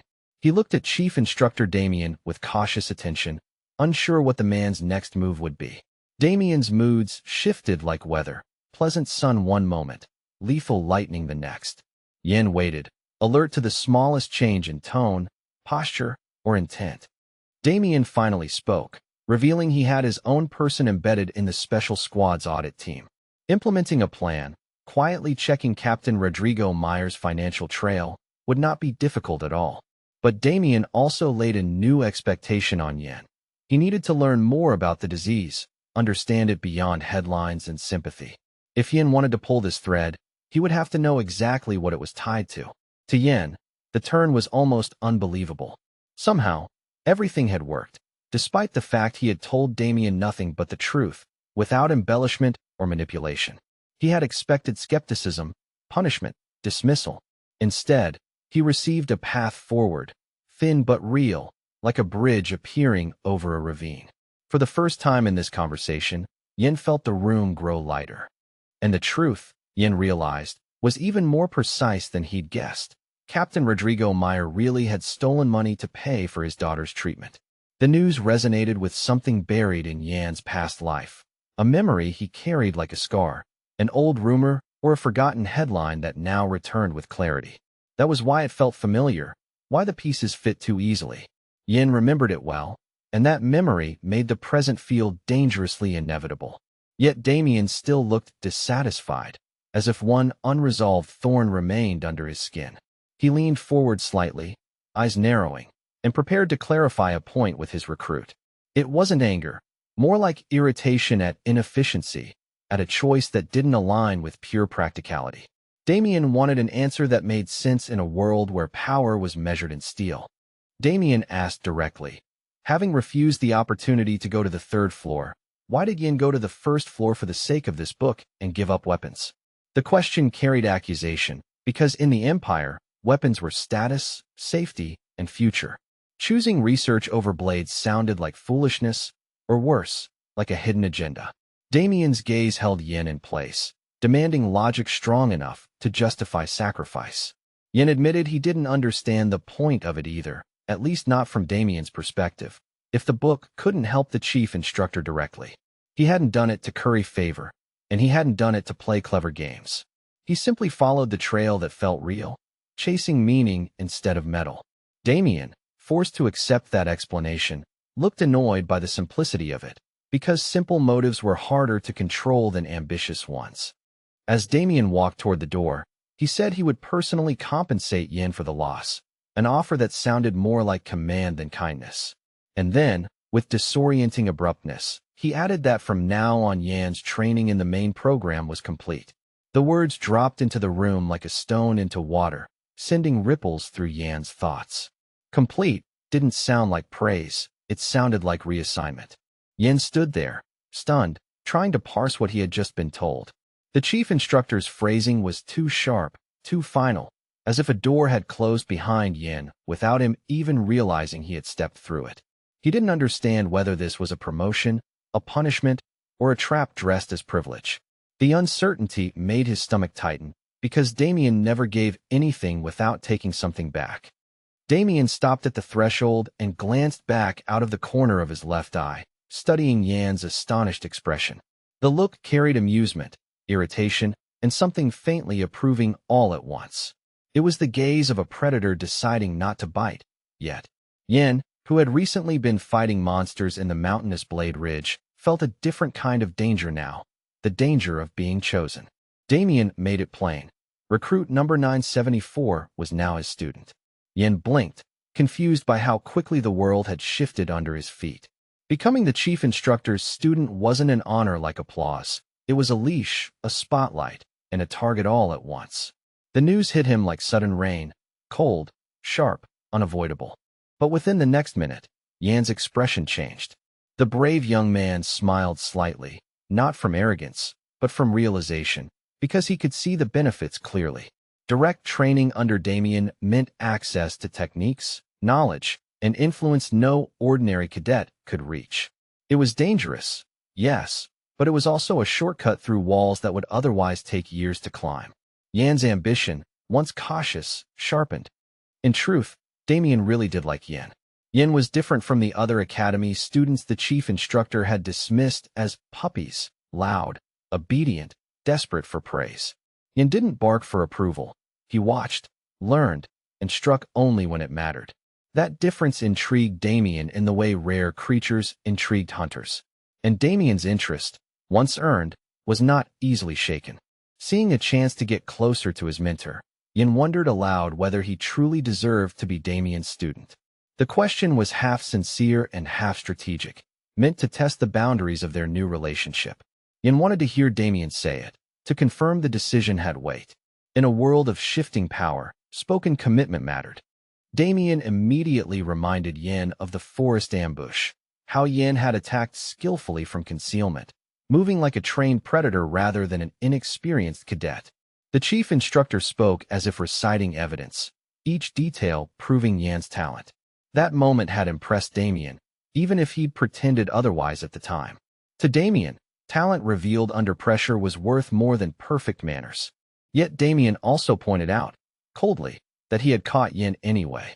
Yin, suddenly self-conscious, admitted he feared being too inexperienced, too rough around the edges, and that he might tarnish Damien's reputation. The worry wasn't entirely humble. It was practical, because Damien's name carried weight and enemies. Yin didn't want to be the flaw in his mentor's blade, the crack that others could exploit. Damien's temper snapped, and he shouted for the conversation to stop, demanding Yin quit circling the point. He was confident Yin would become his student whether Yin felt worthy or not, and his tone almost reduced Yin to a possession, something he had decided to claim. The implication was infuriating and oddly affirming at once. Damien didn't choose lightly, and he didn't ask permission. Yin felt the power imbalance clearly, like a collar clicking shut. Finally leaving Yan's private room, the aggressive chief instructor ordered him to remember this decision and begin training, no matter what. The command wasn't negotiable. It was carved into the air like a brand. Damien didn't offer schedules or gentle guidance. He offered a mandate. And then he was gone, leaving the room colder despite the lingering scent of wine. Yin was left alone at last, and to his own surprise, he was glad for the silence. Damien's presence, intense and invasive, had already begun to annoy him, like standing too close to a fire that refused to stop burning. The broken furniture and scattered shards felt like proof the meeting had been real. Yin exhaled, letting his shoulders drop, and allowed himself one moment of unguarded relief. Holding the pendant that carried the image of his own family, Yin turned it slowly between his fingers, the metal warm from his grip. He wondered how he could get even closer to Damien from now on, not in affection, but in access, in trust, in leverage. Becoming a student was one thing. Becoming indispensable was another. The pendant felt like an anchor, reminding him that every step forward should lead him back to the truth he wanted most. Recalling his previous encounter with Damien in the forest, the clash, the pursuit, the symbol he had glimpsed on the instructor's body, Yan's thoughts tightened with purpose. That mark had not looked random. It had looked like a seal, a lineage, a hidden statement written on skin. Yin began to suspect it connected to his own family secret, the thing his past life's memories kept circling. The more he remembered, the more the symbol felt like a door he was finally close to opening. Yin opened the pendant carefully, as if afraid of what he might find inside. In the polished inner surface, a reflection caught the light, revealing a drawing that seemed simple at first glance, but heavy with meaning. It looked like the kind of image that could answer questions about his missing mother and father, questions that had gnawed at him like hunger. His breath slowed as he studied it, because he sensed he was staring at a clue meant to survive time. Looking closely at the symbol in the reflection, Yin came to a startling conclusion. He had a huge chance to uncover the secret at last. The lines, the angles, the strange familiarity, everything suggested connection rather than coincidence. His pulse quickened, but his mind stayed steady, cataloging details the way a soldier memorizes terrain. If this was a key, he would not waste it by rushing. For advanced training activities, the Recruit Training Center maintained an arena complex made up of several buildings, numbered up to 3. It wasn't a single hall but a dedicated training district, structures designed for controlled violence, harsh conditioning, and specialized techniques. The very idea of Arena 3 carried a mythic weight among cadets, whispered about like a forbidden temple. Yin had heard those whispers, and now he was stepping closer to their source. This vast multi-level complex was restricted, accessible only to top-ranking instructors whose authority could unlock sealed doors. The architecture itself discouraged curiosity: tall walls, guarded corridors, and entrances that seemed to hide rather than welcome. It was the kind of place built to keep secrets inside, not to keep students safe. Knowing that Damien could send him there made Yan's stomach tighten, with equal parts excitement and caution. At the moment, the arena stood deserted and quiet, its wide spaces echoing with absence. Only one person trained within building number 3. Yin, the monster slayer of the mountainous Blade Ridge, Recruit 974, now pushing his body past comfort and into discipline. Sweat darkened the floor beneath him as he hammered out push-ups by the hundreds, each repetition a vow written in muscle and breath. He had already done a couple hundred, and he wasn't stopping, because if Damien was his mentor now, Yin intended to become something no one could dismiss again. Balanced in a rigid upright stance, Yin pushed himself into a one-armed repetition, lowering with controlled precision and rising with a steady exhale. Every line of his body, shoulders, back, core, tightened like drawn cord, his muscles clearly displaying hard-earned strength rather than showy bravado. The movement was clean, disciplined, almost silent, as if he were trying to teach his own flesh to obey a harsher command. Sweat beaded and slid down his skin, catching the light as proof that this was no casual exercise. Inside one of Arena 3's training rooms, the atmosphere was eerily calm, the kind of quiet that made even breathing sound loud. A long, imposing flag of the organization hung high on the wall, heavy fabric draping like a watchful witness over the empty space. The emblem on it seemed to stare down at Yan's form, as if measuring whether he belonged here. In this sealed chamber of privilege, the stillness felt ceremonial, an altar built for discipline. After grinding out 200 push-ups, Yin finally paused and sat back on his heels, letting his arms tremble as blood rushed through them. He took a slow breath, then another, forcing his heartbeat to settle instead of explode. In his opinion, this place was dreary, not because it was shabby, but because it was lifeless. Training here all alone made the hall feel like a tomb built for ambition, echoing with effort but empty of voices. Catching sight of his reflection, muscles tight, eyes sharper than before, Yin felt the changes in his body more clearly than any instructor's praise could describe. The introduction of the Mona heart had altered him from the inside out, adding a new pressure behind every breath and a strange density beneath his skin. He could feel energy settling into channels that once felt thin or dull. It wasn't just strength, it was structure, as if his body had been rebuilt with hidden reinforcements. But the changes came too slowly for his patience, like a river carving stone one painful grain at a time. Yin understood that to match his inner energy, this new, unfamiliar power, he would need long, brutal training, not a few proud sessions. His body had to catch up to what was now living inside him, or the mismatch would become weakness. He clenched his jaw, accepting that mastery would be paid for in countless repetitions and sleepless nights. Now Yin had access to a privileged arena stocked with cold weapons, shields, and training implements reserved for high-ranking instructors. The racks were lined with blades of different weights and temperaments, shields built for different tactics, and tools meant to break bad habits out of stubborn bodies.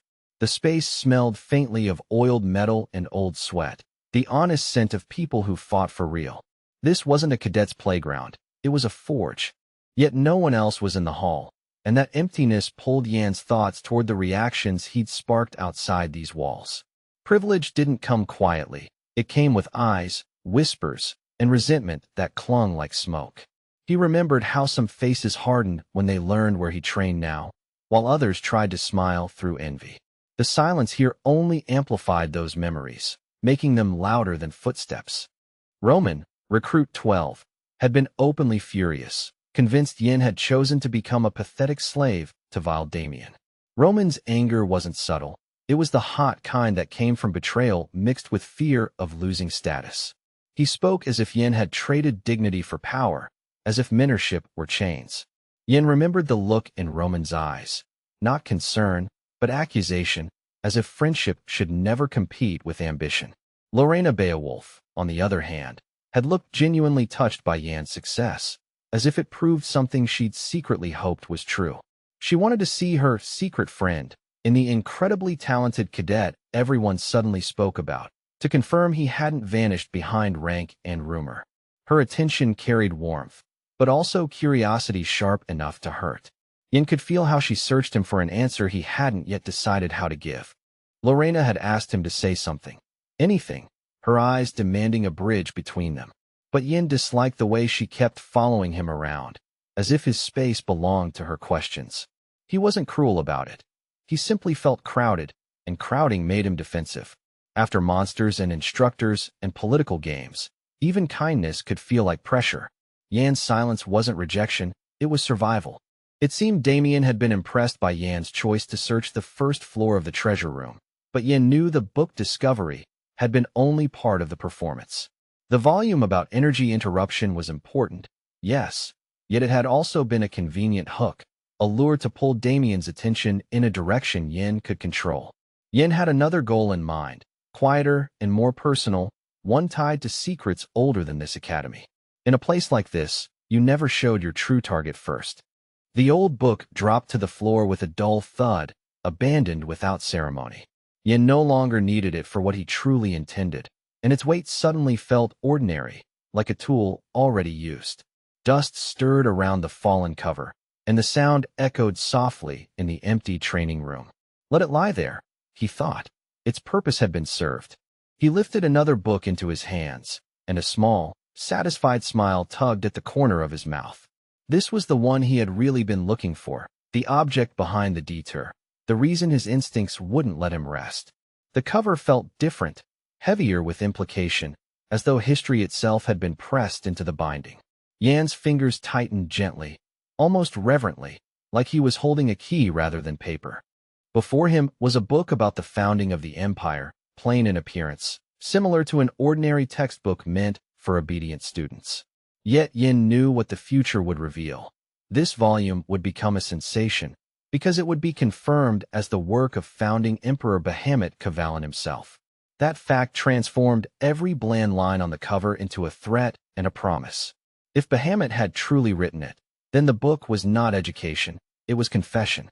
Yin now carried the heart of mana, but he still couldn't use the divine dragon's breath to its fullest extent. The technique lived inside him like an unfinished song, powerful, present, and frustratingly incomplete. When he tried to draw it out, it felt like grasping smoke with bare hands. He needed more than raw energy. He needed the pattern, the method, the true shape of the breath. In ancient times, the divine dragon's breath had been created by Emperor Bahamut himself together with the wizard Mammon. The technique was not a random spell. It was a collaboration between imperial will and arcane genius, forged like a weapon meant to outlast centuries. Knowing that made Yan's chest tighten. Two legends had written this power into the world, and now he was stumbling through its echoes. If he wanted mastery, he would need the minds behind it. Now Recruit 974 desperately needed the strength and knowledge of those two figures to master the technique quickly. He didn't have years to experiment blindly. Too many enemies were already circling, too many mysteries were moving in the dark. Yin needed Bahamut's understanding, the founding emperor's explanations, notes, or hidden warnings, anything that could accelerate his control. Without that knowledge, the divine dragon's breath would remain a half-drawn blade. For a moment, Yin felt a sting of pity when he thought about Mammon. They had taken what the wizard worked on for so long, stripped him of his legacy, and then killed him, an injustice sharp enough to breed vengeance in anyone with a soul. Yin understood, unwillingly, why someone might become bitter and cruel after being used like that.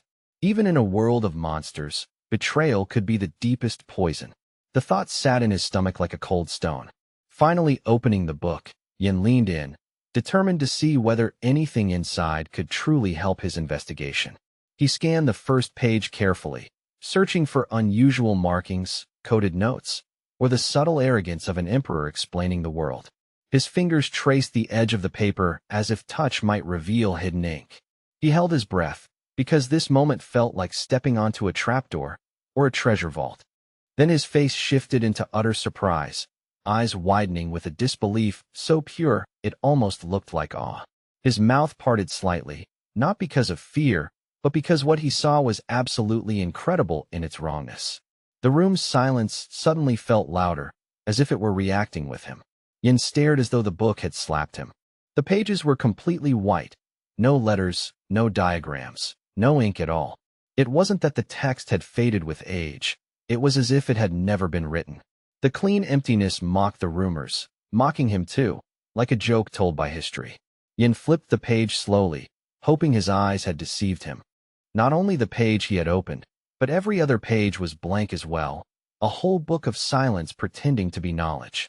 Yin remembered the rumors, that founding Emperor Bahamut Kavalan had written it, and that he had killed Mammon to become the sole possessor of the divine dragon's breath. If that story was true, then maybe this emptiness was deliberate, Bahamut refusing to record what would expose him, erasing the truth so no one could steal it back. The blankness suddenly felt less like failure and more like concealment. A new thought appeared in Yan's mind the instant he accepted what he was seeing. If the book was meant to be written and yet remained blank, then the text might exist in another form. Hidden ink, mannery active script, or a method only the rightful user could trigger. The emptiness might be a lock, not an absence. Yan's pulse quickened as possibilities arranged themselves like pieces on a board. This wasn't a dead end, it was a riddle. While Yin was lost in that feverish chain of thought, he failed to notice the terrible black hand hovering above his head. It hung in the air like a stain torn from a nightmare, fingers long and unnatural, silent as a curse. The presence didn't rustle cloth or scrape stone. It simply existed, heavy with intent. In that moment, Yin was studying the book, while something studied him. Sensing that something was wrong, Yin turned around sharply, heart tightening. Yet Arena 3's training hall remained silent and empty, its corners calm, its flag unmoving, its air undisturbed. No footsteps, no breathing, no obvious intruder, only the echo of his own movement. The emptiness felt staged, like a scene arranged to make him doubt his instincts. With suspicion burning hotter, Yin looked toward the far corner of the room, the place where shadows gathered deepest. He narrowed his eyes, letting his senses stretch outward, searching for the smallest sign of displacement. The corner felt wrong, like a spot on a painting where the colors didn't match. Yan's shoulders squared, preparing for an attack that might not even have a body. He had clearly felt someone watching him, an unmistakable pressure on the back of his neck, yet he couldn't identify who or where. Then Yin looked back down at the book he'd been studying only a minute ago and noticed subtle changes that made his stomach twist.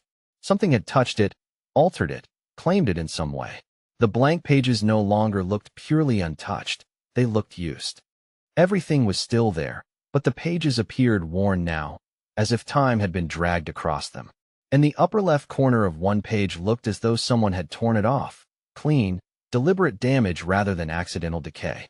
Yin ran his gaze over the ragged edge, feeling anger rise, because the book had been violated in his hands. A clue had been stolen right in front of him. An idea sparked, sharp and immediate.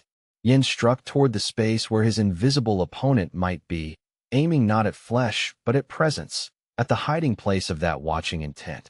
He moved with decisive aggression, refusing to be toyed with. If the enemy was a shadow, he would cut the shadow until it screamed. Using magic, Yin tore and slashed at a pale column that had begun to arouse his fear, carving the air around it with visible force. The strike left bright scars of mana in its wake, ripping at whatever might be concealed behind stone and illusion. He tried again, pushing harder, trying to cut through the column itself as if it were a veil. But even with all that effort, he still couldn't truly split it, couldn't reach what he sensed beyond.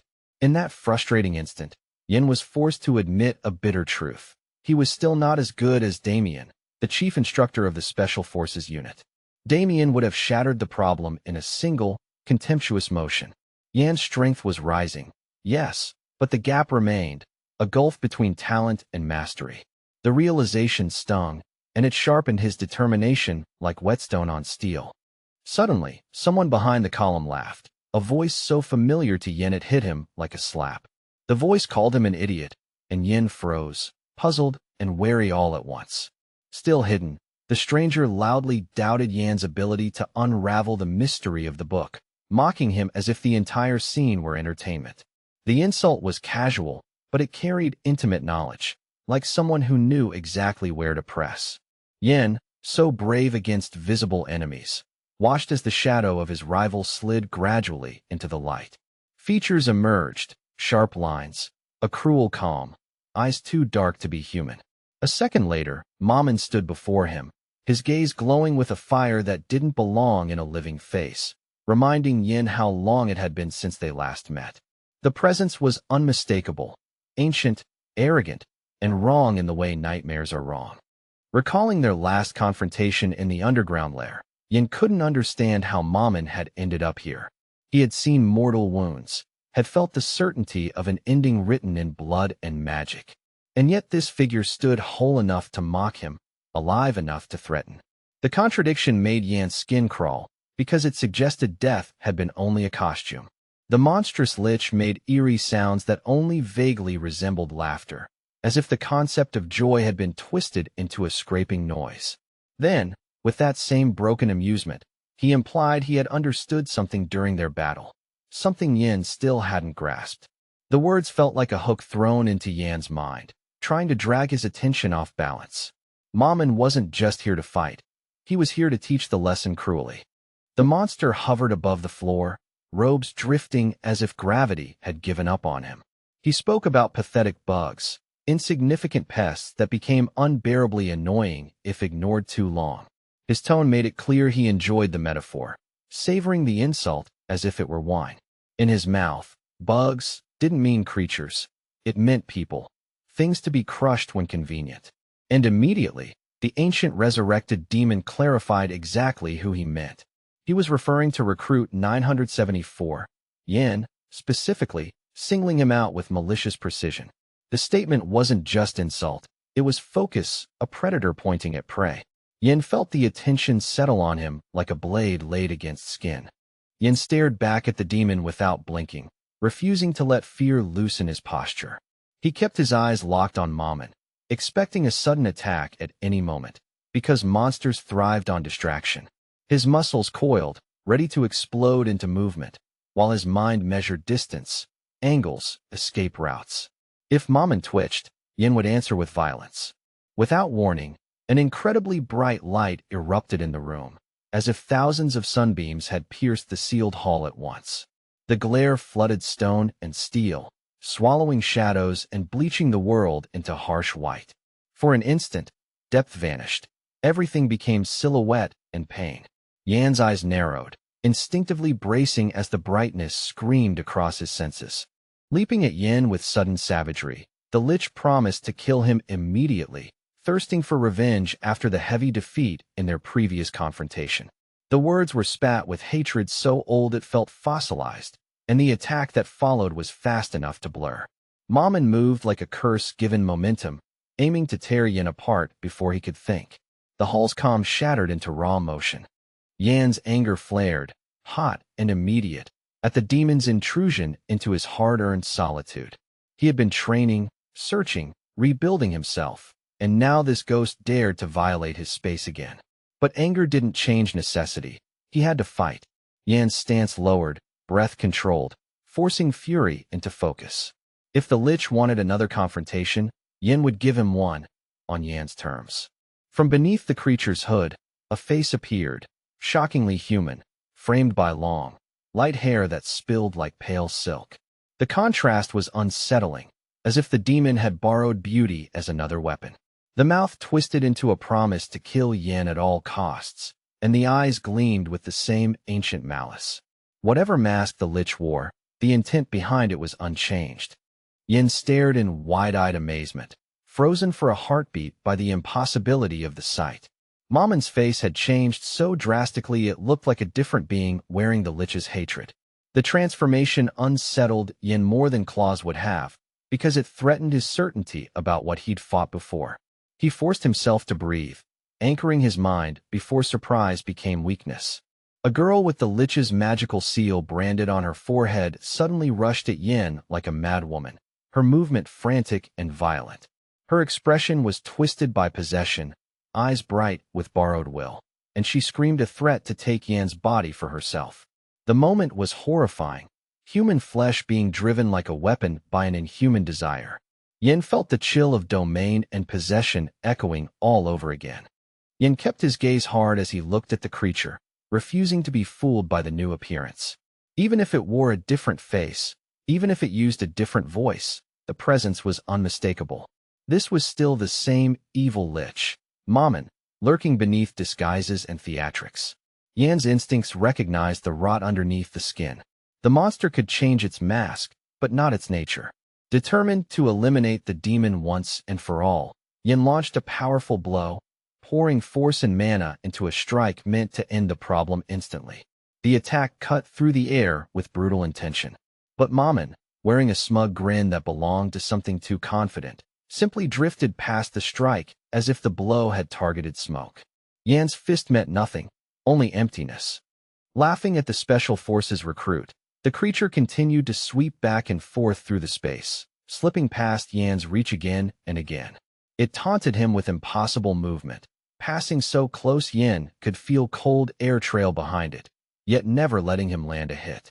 Yin couldn't understand how this was possible, how something could be present enough to threaten, but absent enough to ignore impact. The mockery turned the fight into a humiliating chase.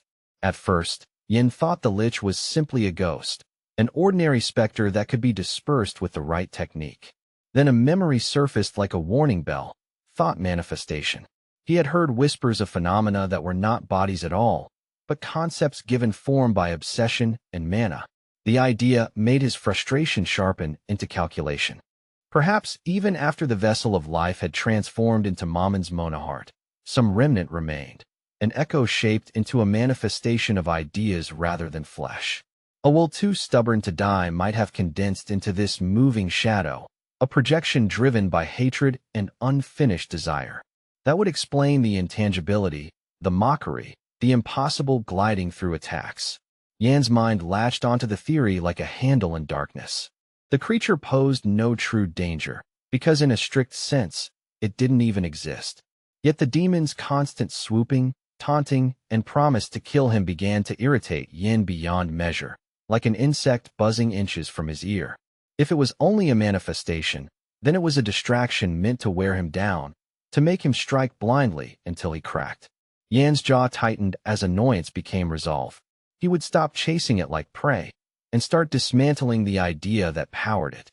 Still inside the echoing training hall, Yin asked the one he called Mom to take him to the other world. Yet the moment the words left his mouth, reality answered with cruelty. His body felt wrong, his presence skewed, as if he belonged to neither realm.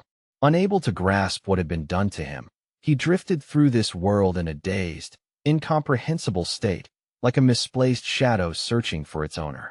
The creature bearing the crimson magic seal did not bother with explanations. She only laughed, low and cutting, at every question thrown by the young athlete from the recruit training center. Her amusement carried a contempt that made each inquiry feel childish, as though his courage was nothing but a toy to her. The more earnestly Yin spoke, the more her laughter seemed to deepen into something cruelly entertained. The ancient witchcraft-born creature's physique refused to settle into anything consistent. Limbs and contours seemed slightly wrong each time Yin blinked. Even as her shape wavered, Her tone remained steady in one thing: mockery. She taunted the recruit with deliberate precision, savoring every flinch and every forced breath he tried to hide behind discipline. For so long, Mammon had been little more than a walking corpse, an ugly remnant dragged along by lingering malice. Now, under the influence of Yan's mana heart, that ruin began to peel away, revealing the outline of the sorceress she once was. Color returned where death had dulled it, and her presence sharpened, less rotten artifact, more living threat reborn through borrowed power. Did he truly believe a mage like her would simply vanish and be forgotten? Now that she had returned, she carried the certainty of slaughter as easily as breath, convinced she could kill everyone, just like that man, the descendant of Bahamut. Her resurrected confidence was not hope, it was a promise carved into rage. A magical seal flared in the girl's eyes, burning like a brand pressed into the soul, and her gaze hardened into something merciless. With fierce, trembling anger, she swore to erase every last betrayer from her path. The vow sounded less like words and more like a sentence already passed, waiting only for execution. Strange changes rippled through the air as Mammon hovered, an unnatural flutter, a distortion in her flight that didn't match any ordinary spell work. The shift was immediate and unsettling enough to snap Yan's attention into focus, the way a soldier reacts to the faintest sign of an ambush. As a special forces recruit, he recognized danger in things that looked small. The sorceress's body began to shrink, her stature compressing as if an invisible hand was squeezing her into a smaller vessel. She couldn't stop it, not because she lacked pride, but because this form was simply more economical, consuming less mana while still letting her wield the girl's magical abilities. Efficiency, not comfort, dictated her shape, and the compromise tasted bitter. Remembering the earlier nightmare of the demon lich, Yin could not reconcile that horrifying image with the refined, altered figure hovering before him now. How could this sorceress claim she would take revenge on all people after changing so drastically, as if she had been reshaped by some grotesque, plastic surgery of magic? The contrast unsettled him, because it suggested the monster had learned to wear a mask.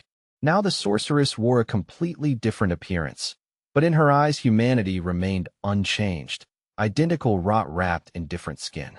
She insisted that all people looked the same on the inside, and she spat the blame back at them with cold certainty.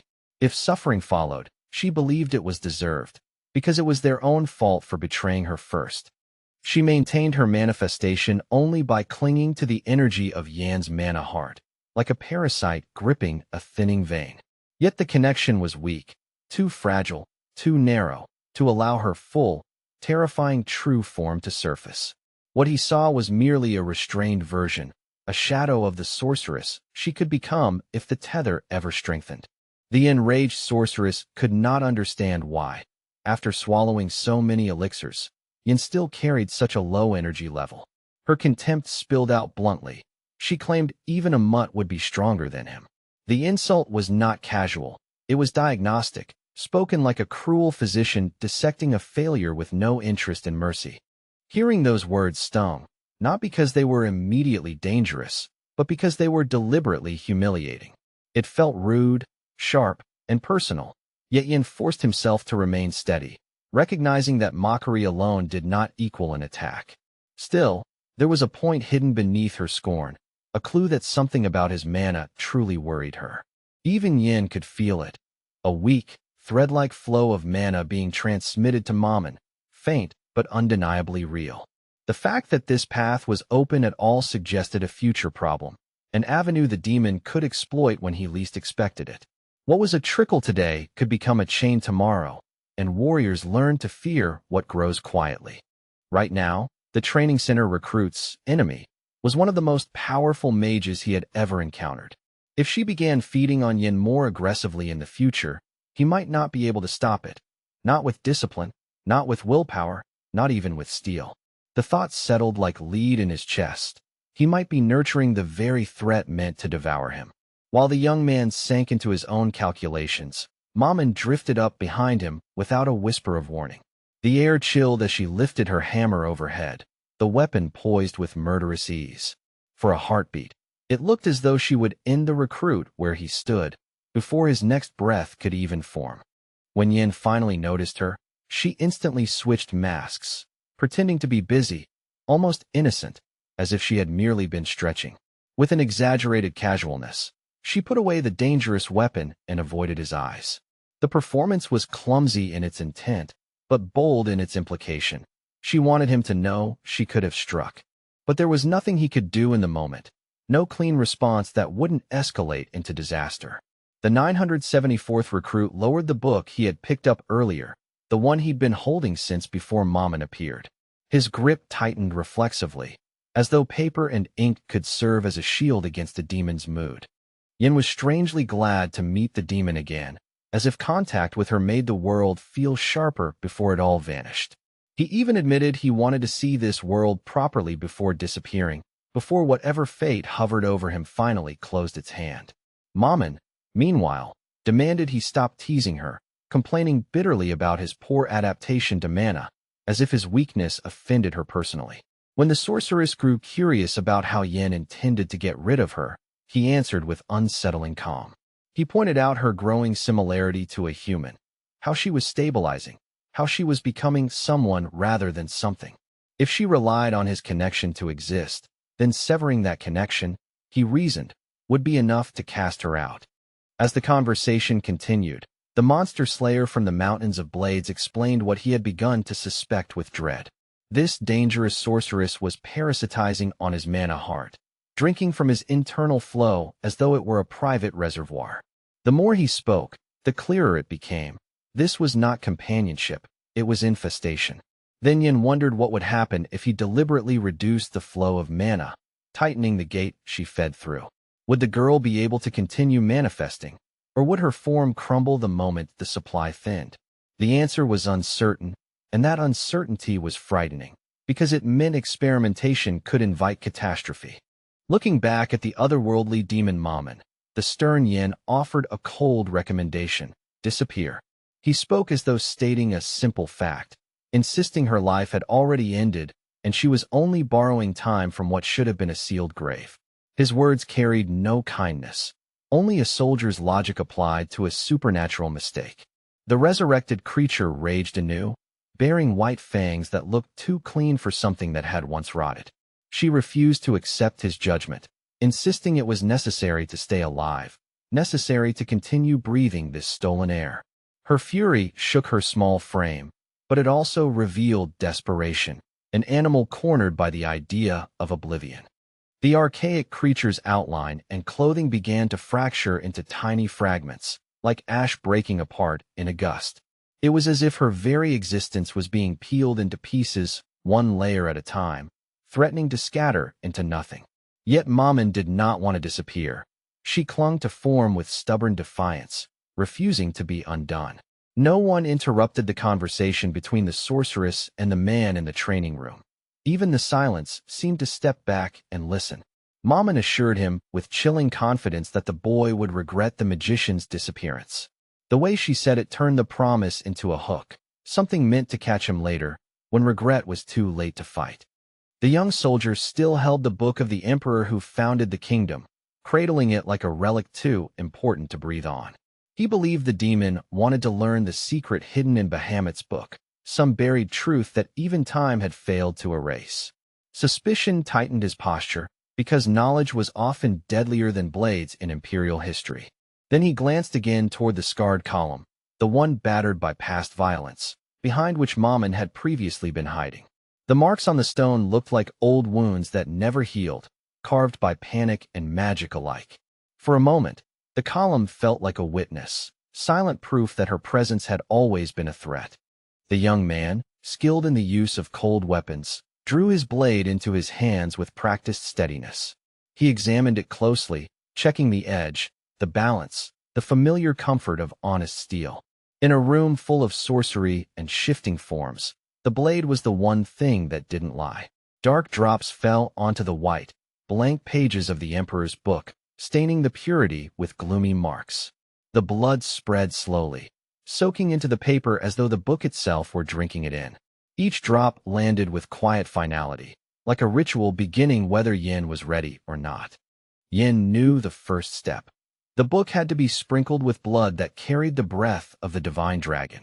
But beyond that, he had no certainty, no guidance, no clear instruction on what came next.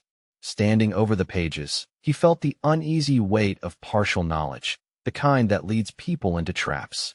With the air of someone who considered herself an authority, Maman raised her palm and began explaining the consequences of slowly directing mana into the book of history. Her tone was instructive, almost smug, as if she enjoyed being the one holding understanding over his head. She warned that the process was not merely reading. It was awakening, and awakenings had costs. As she described it, the blood did not remain blood for long. It transformed, drawn into purpose by mana's pull.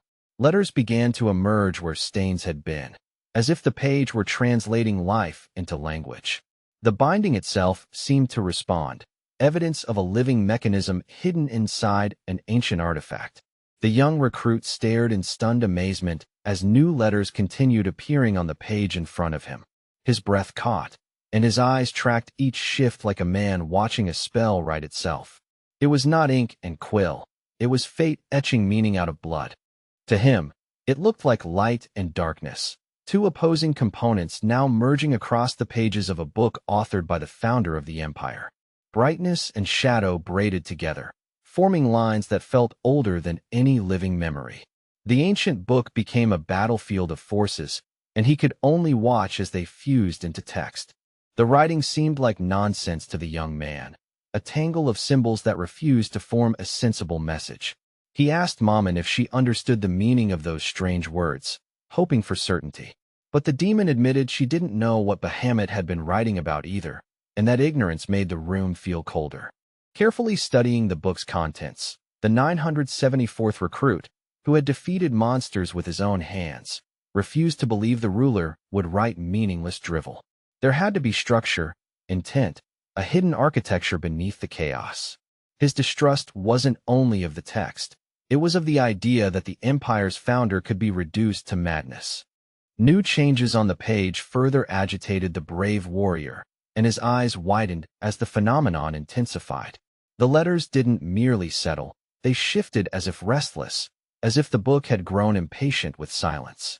The air around the pages felt charged, like a storm gathering inside paper. To his great surprise, the letters began to lift off the page, peeling upward from the white surface like living sparks. They left the book behind in a swirling ascent, defying gravity as though it were a suggestion. The once still pages now looked emptied, their secrets floating free. Yin was even more shocked when the flying letters started forming whole words near him, assembling with deliberate precision. They hovered in the air at eye level, close enough to feel like an invasion of personal space. It was as if the book had decided the page was no longer enough and had chosen him as its new canvas. New sentences floated in the air, steady and readable, as though the room itself had become a scroll. He could study them now without squinting, without guessing, and that clarity was almost more frightening than confusion. Meaning, once revealed, demanded a response. Then the sentences began drifting toward the young recruit's body, and Yin noticed their presence on his hand, cold, tingling, and undeniably real. The words clung like invisible ink, crawling across skin as if seeking a destination. He flexed his fingers instinctively, but the letters did not fall away. All those sentences gathered toward the mana heart, where the magical seal he had once seen in the dungeon of the terrible lich already shone brightly. Yet at the last moment, the words bypassed that heart entirely, circling around it as if rejecting the old pathway. To his astonishment, they began forming a new mana heart instead, an unfamiliar core taking shape where none should exist, shocking even a muscular warrior hardened by battle. With glassy eyes, the Special Forces recruit stared ahead, frozen by the metamorphosis unfolding inside and around him. His thoughts lagged behind the event, as though his mind couldn't keep pace with what his body was becoming. Awe and dread mingled until he could no longer tell which was heavier. The book of the emperor who founded the kingdom, held so tightly only moments ago, slipped from Yan's hands and struck the floor. The sound was dull, almost shameful, like a sacred thing being dropped in surrender. In that instant, He looked less like a soldier and more like a man overwhelmed by revelation. The sorceress, noticeably smaller now, didn't understand why the young man had dropped the book. She stared up at him with irritation and suspicion. Yen, however, tried to convince himself it was a figment of imagination, until he raised his hands and saw the lingering traces of those letters, proof that something had changed. The words had reassembled into different phrases within that new mana heart, and no illusion could rewrite reality so thoroughly. So this was the great secret Bahamut had hidden in the book, buried beneath ritual and danger, so only the worthy, or the reckless, could uncover it. Now, even knowing it could ruin him, Yin understood he had to pry it open fully. The secret was no longer a mystery on paper, it was alive inside him, demanding completion. Yin began walking toward Maman, who floated in the air with a wary, predatory calm. Despite their hostility, a common cause had formed between them, stitched together by the book's awakening and the new mana heart's pulse. Each step felt like crossing a threshold where trust was impossible, but cooperation was necessary. Heading for the exit, the recruit called for Maman to follow, promising he would find a way in the future, even if he couldn't define it yet. His voice carried urgency, the tone of someone who knew delay could be fatal. But the sorceress looked at him as though he spoke nonsense, unable to understand what he meant right now, or why he was acting like tomorrow belonged to them. Turning back to the flying magician, Yin spoke of a solution, finding a new body for her to inhabit. The creature couldn't parasitize him forever, not without eventually destroying what sustained her, and he refused to become her lifelong vessel. His words were firm, almost diplomatic, but beneath them lay steel, an insistence that this bond would end, one way or another. The sorceress stared after the departing monster slayer with a faint, unsettled bewilderment, as though she couldn't decide whether she'd just been mocked or offered salvation.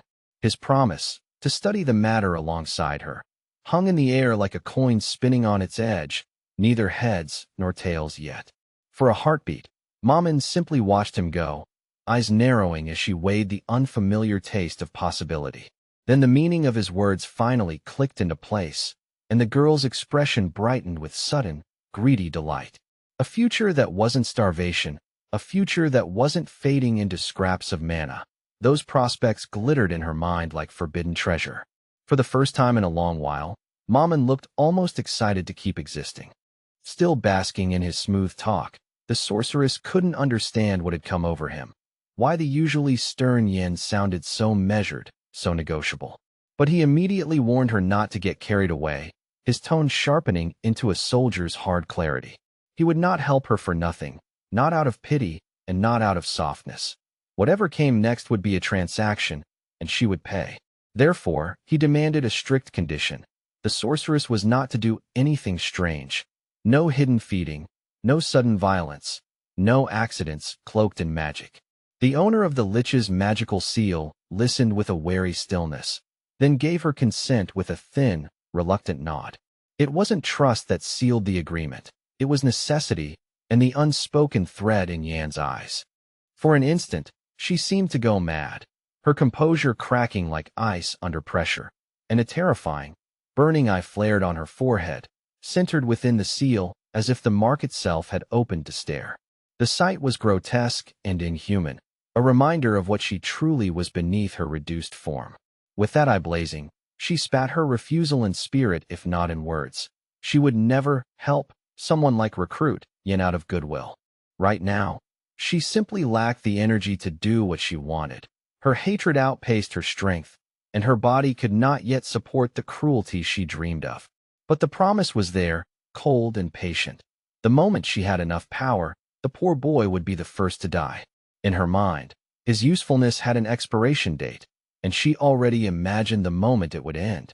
Unaware of the full weight of her murderous thoughts, Yin continued forward, boots steady, shoulders set, moving as though the corridor ahead was the only threat worth tracking. Behind him, Maman watched with a terrifying, inhuman gaze, the kind that didn't blink often enough. Her stare was less like a person's and more like a predator measuring distance. As if sensing something wrong, an itch between the shoulder blades, a soldier's instinct for danger, the talented recruit turned back toward Maman. Yet the creature was no longer glaring at him with malice. Instead, she wore a relaxed expression, almost bored, as though nothing dark had crossed her mind at all. The sudden calm felt artificial, like a mask hurriedly pulled on. That performance only made things more questionable for Yin, and he found himself considering banishing the mage right then and there. He didn't agree with sharing a single body and a single mana system with a parasite, even if the connection still felt like his. Yet the dilemma cut deep. Severing her might also damage what had changed inside him, and he could not ignore that the new mana heart was now part of his existence. Far from that tense exchange, a huge, multi-level complex sprawled deep within a dense forest, its architecture half swallowed by shadow and old growth. The place looked designed for secrecy, layers of halls, arches, and training grounds arranged like a fortress hidden in green. And within its boundaries, interesting events were unfolding, as if the forest itself had become a stage for something dangerous. Above the seemingly deserted buildings, a crimson sky glittered with unnatural sparkles, as though the heavens were dusted with embers. Tall black trees loomed overhead like silent sentries, their branches twisting into sharp silhouettes. The red light painted everything with a faint sense of menace, turning even stillness into suspense. Something was happening here, subtle at first, then unmistakable, as green leaves whipped back and forth through the air, caught in currents that didn't belong to ordinary wind. The forest rustled with agitation, like it was breathing faster. Each fluttering leaf felt like a warning sign, a small signal that magic was in motion. A hand in a black glove clenched into a tight fist, moving rhythmically amid the harsh cadence of physical and strength training. The knuckles flexed, tightened, released, each motion deliberate, disciplined, almost punishing. Sweat and effort made the air feel heavier, as if the body itself was being forged under invisible pressure. It was the 974th recruit of the Special Forces Unit, Yin, dressed in his training uniform, pushing his strength skills to their limit.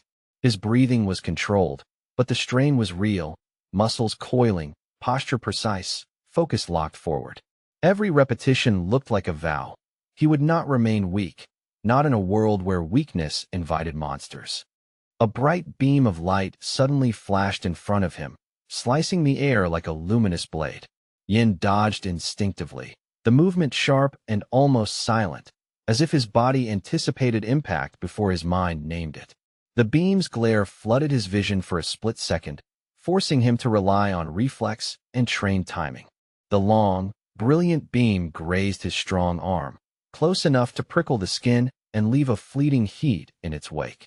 His muscles gleamed under the harsh illumination, each line and curve thrown into sharp relief. The near hit wasn't merely a warning. It was a test of precision measured in millimeters. As if possessed by stubborn purpose, the new recruit trained relentlessly inside that stream of bright light, refusing to slow even as the danger intensified. The glow became a relentless opponent, constant and unforgiving, demanding perfect footwork and perfect breathing. Yin kept moving, letting discipline override fear, as though endurance itself could outlast magic. His strength and combat instincts allowed him to dodge the magical light with skilled, almost brutal efficiency, each evade timed to the pulse of the beam. He didn't merely avoid, he adapted, reading angles and rhythm the way fighters read an opponent's shoulders. The training ground felt like a battlefield, and he treated every flash as a real strike.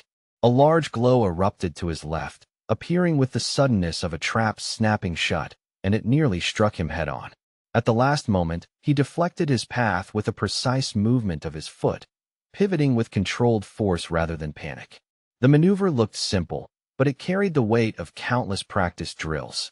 But the light grew stronger and stronger, the brightness thickening until the air itself seemed saturated. Yin became almost invisible inside the radiance, swallowed by the stream as if it meant to erase him from sight.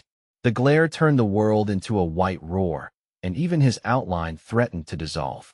In a fraction of a second, the light completely enveloped the brave warrior, sealing him in a luminous cage. For that instant, it looked hopeless, as though he had no chance of winning this confrontation against an opponent made of pure, overwhelming brilliance. The beam's intensity suggested annihilation, not training, and the thought tasted like steel on the tongue. Yet it didn't last long. Once again, the brave man fought his way out using hands and feet, forcing space open with raw movement and stubborn timing. He rolled, stepped, and struck the ground with controlled bursts of power, refusing to be pinned. The glow slipped off him in fragments, as if his motion itself tore holes in the light. The light began to recede more and more, pushed back by his timely blows and sharp repositioning. Each counter-movement carved a corridor of shadow through the brightness, letting him breathe and see again. It was as though the training spell responded to dominance, retreating when met with fearless resistance. Performing the right movements with unwavering form, the muscular recruit fought off the magic and looked unmatched in the confrontation. His stance stayed grounded, his shoulders aligned, his timing ruthless. He wasn't merely surviving. He was mastering the pattern. The training ground echoed with the rhythm of impact and evasion, like a drumbeat of progress. It seemed he had overcome the problem and emerged victorious, the glow fading as if conceding defeat. But then, without warning, a huge flash of light erupted before him, larger, harsher, and far more aggressive than the previous strikes. Victory vanished instantly, replaced by the cold realization that the test wasn't finished. It had only advanced to a harsher stage. Yin raised his hand as though trying with all his might to shield himself from being swallowed again, fingers splayed against the glare. His muscles tensed so hard they trembled, and his boots bit into the ground to anchor him. The instinct wasn't only defense. It was refusal, a silent declaration that he would not be consumed.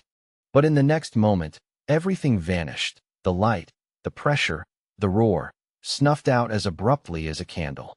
Yin stood alone, posture aggressive, scanning the space around him with a predator's vigilance. The sudden quiet felt suspicious, like the pause before an ambush, and his eyes tracked every shadow for the next strike.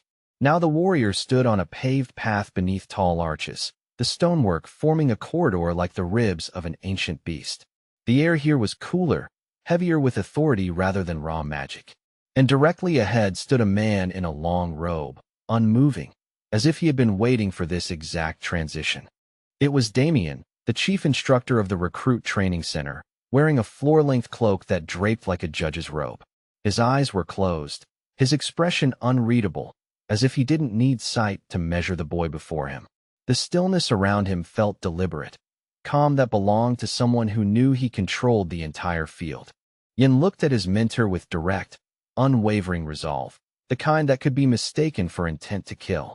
His gaze didn't flinch, didn't soften, and his body angled forward as if preparing to strike first. In that instant, student and instructor stood like opposing blades, poised at the moment before collision.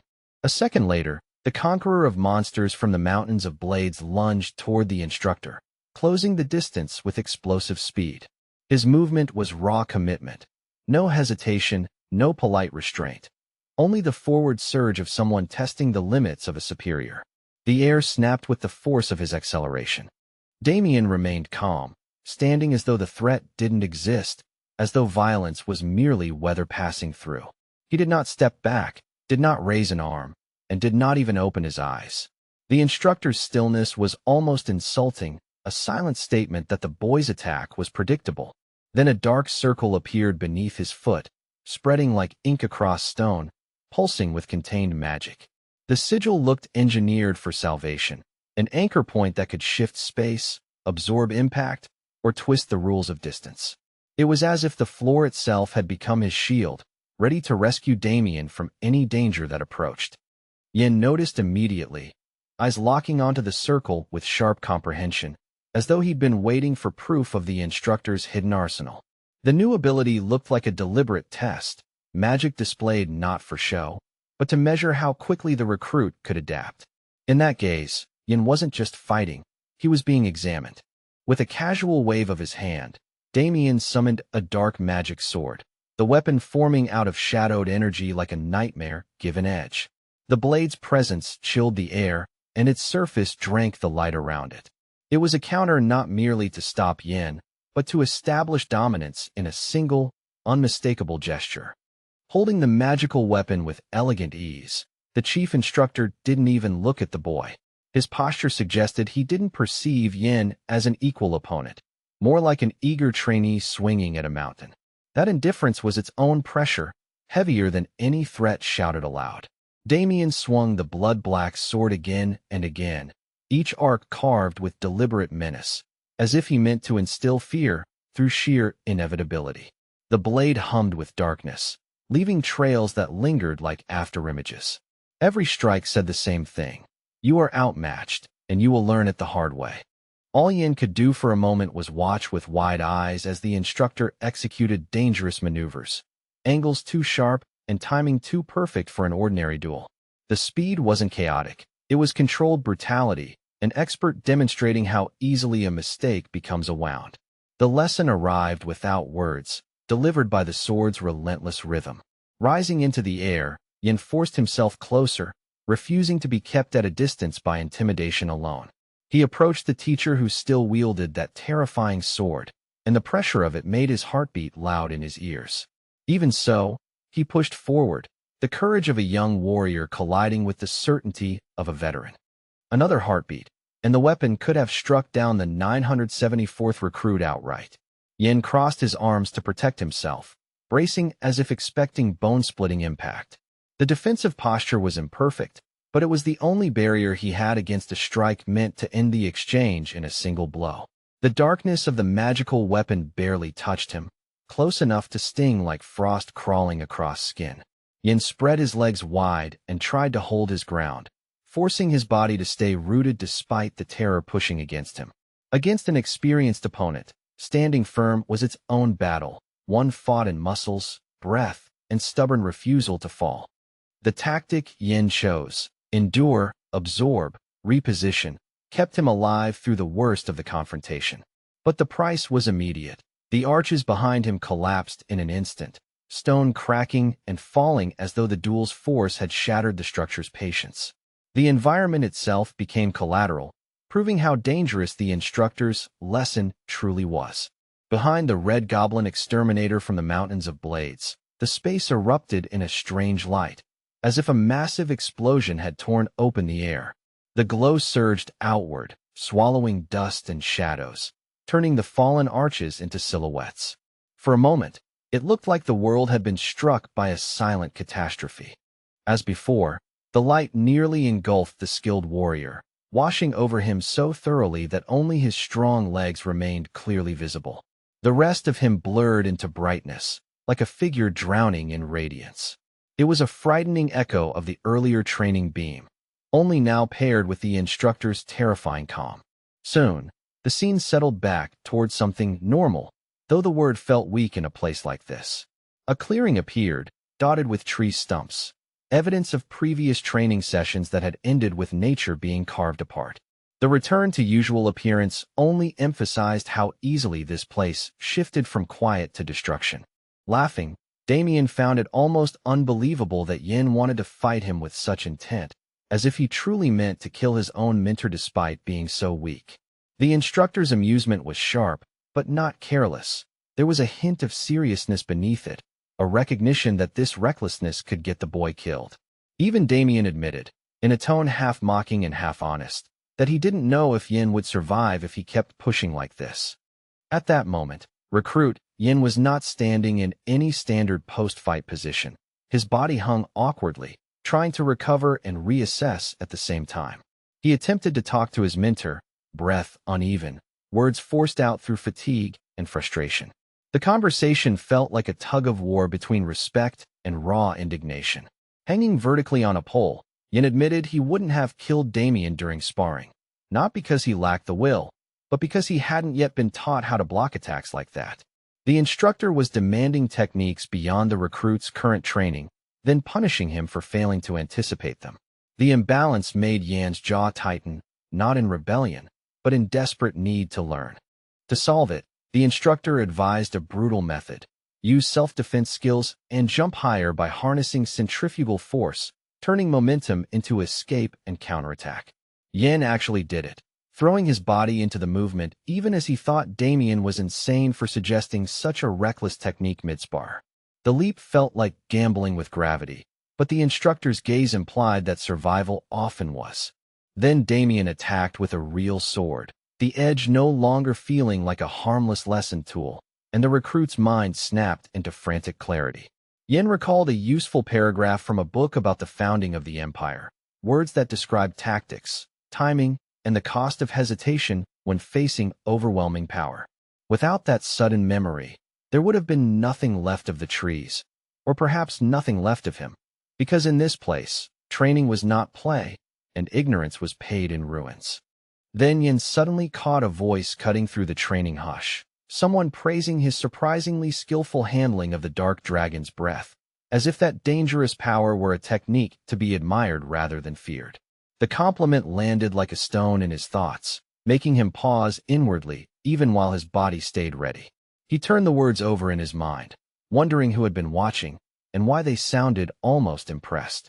The sorceress who appeared looked him over with sharp curiosity, wanting to know what kind of strange man Yin truly was, someone who didn't fit the mold of a weak fry, unlike the ordinary recruits she'd seen. The comparison prickled at him immediately, because it tried to drag him into the same shallow category he'd fought so hard to escape. He didn't like being measured by insult, even when the intent was praise.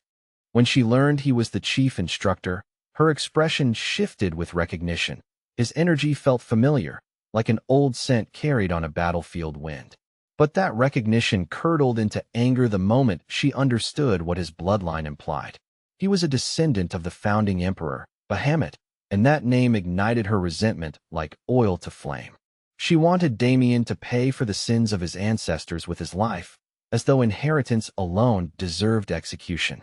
The intent was murderous and immediate, and even without understanding why, the unsuspecting instructor suddenly felt pain lance through his shoulder, sharp, invasive, and wrong. It was the kind of pain that didn't come from muscle strain, but from a hostile will pressing into flesh. Damien had been enjoying the rare ease of relaxing with his student, letting the moment feel almost casual after the brutal exchange. Meanwhile, Yin couldn't hide his hunger for answers. He wanted to know how his teacher had made it look so effortless. That gap between them, the distance in mastery, irritated him as much as it inspired him. The young man had just witnessed the first form of the Dark Breath sword, an infamous technique spoken of as the Coward Slayer. Even the name carried weight, implying it punished hesitation as harshly as it punished weakness. What Yin saw wasn't merely a swing of a blade. It was a principle made violent, a lesson carved into the air. No cadet had ever seen the second form, not because it was secret, but because none of the recruits at the training center had survived the first long enough to reach it. That fact, horrifying as it was, bored Damien more than it alarmed him, like a teacher tired of students failing the opening page. To him, the absence of survivors was proof not of cruelty, but of a disappointing lack of potential. At first, the mentor addressed his student coldly as number 974, letting the designation bite like a collar.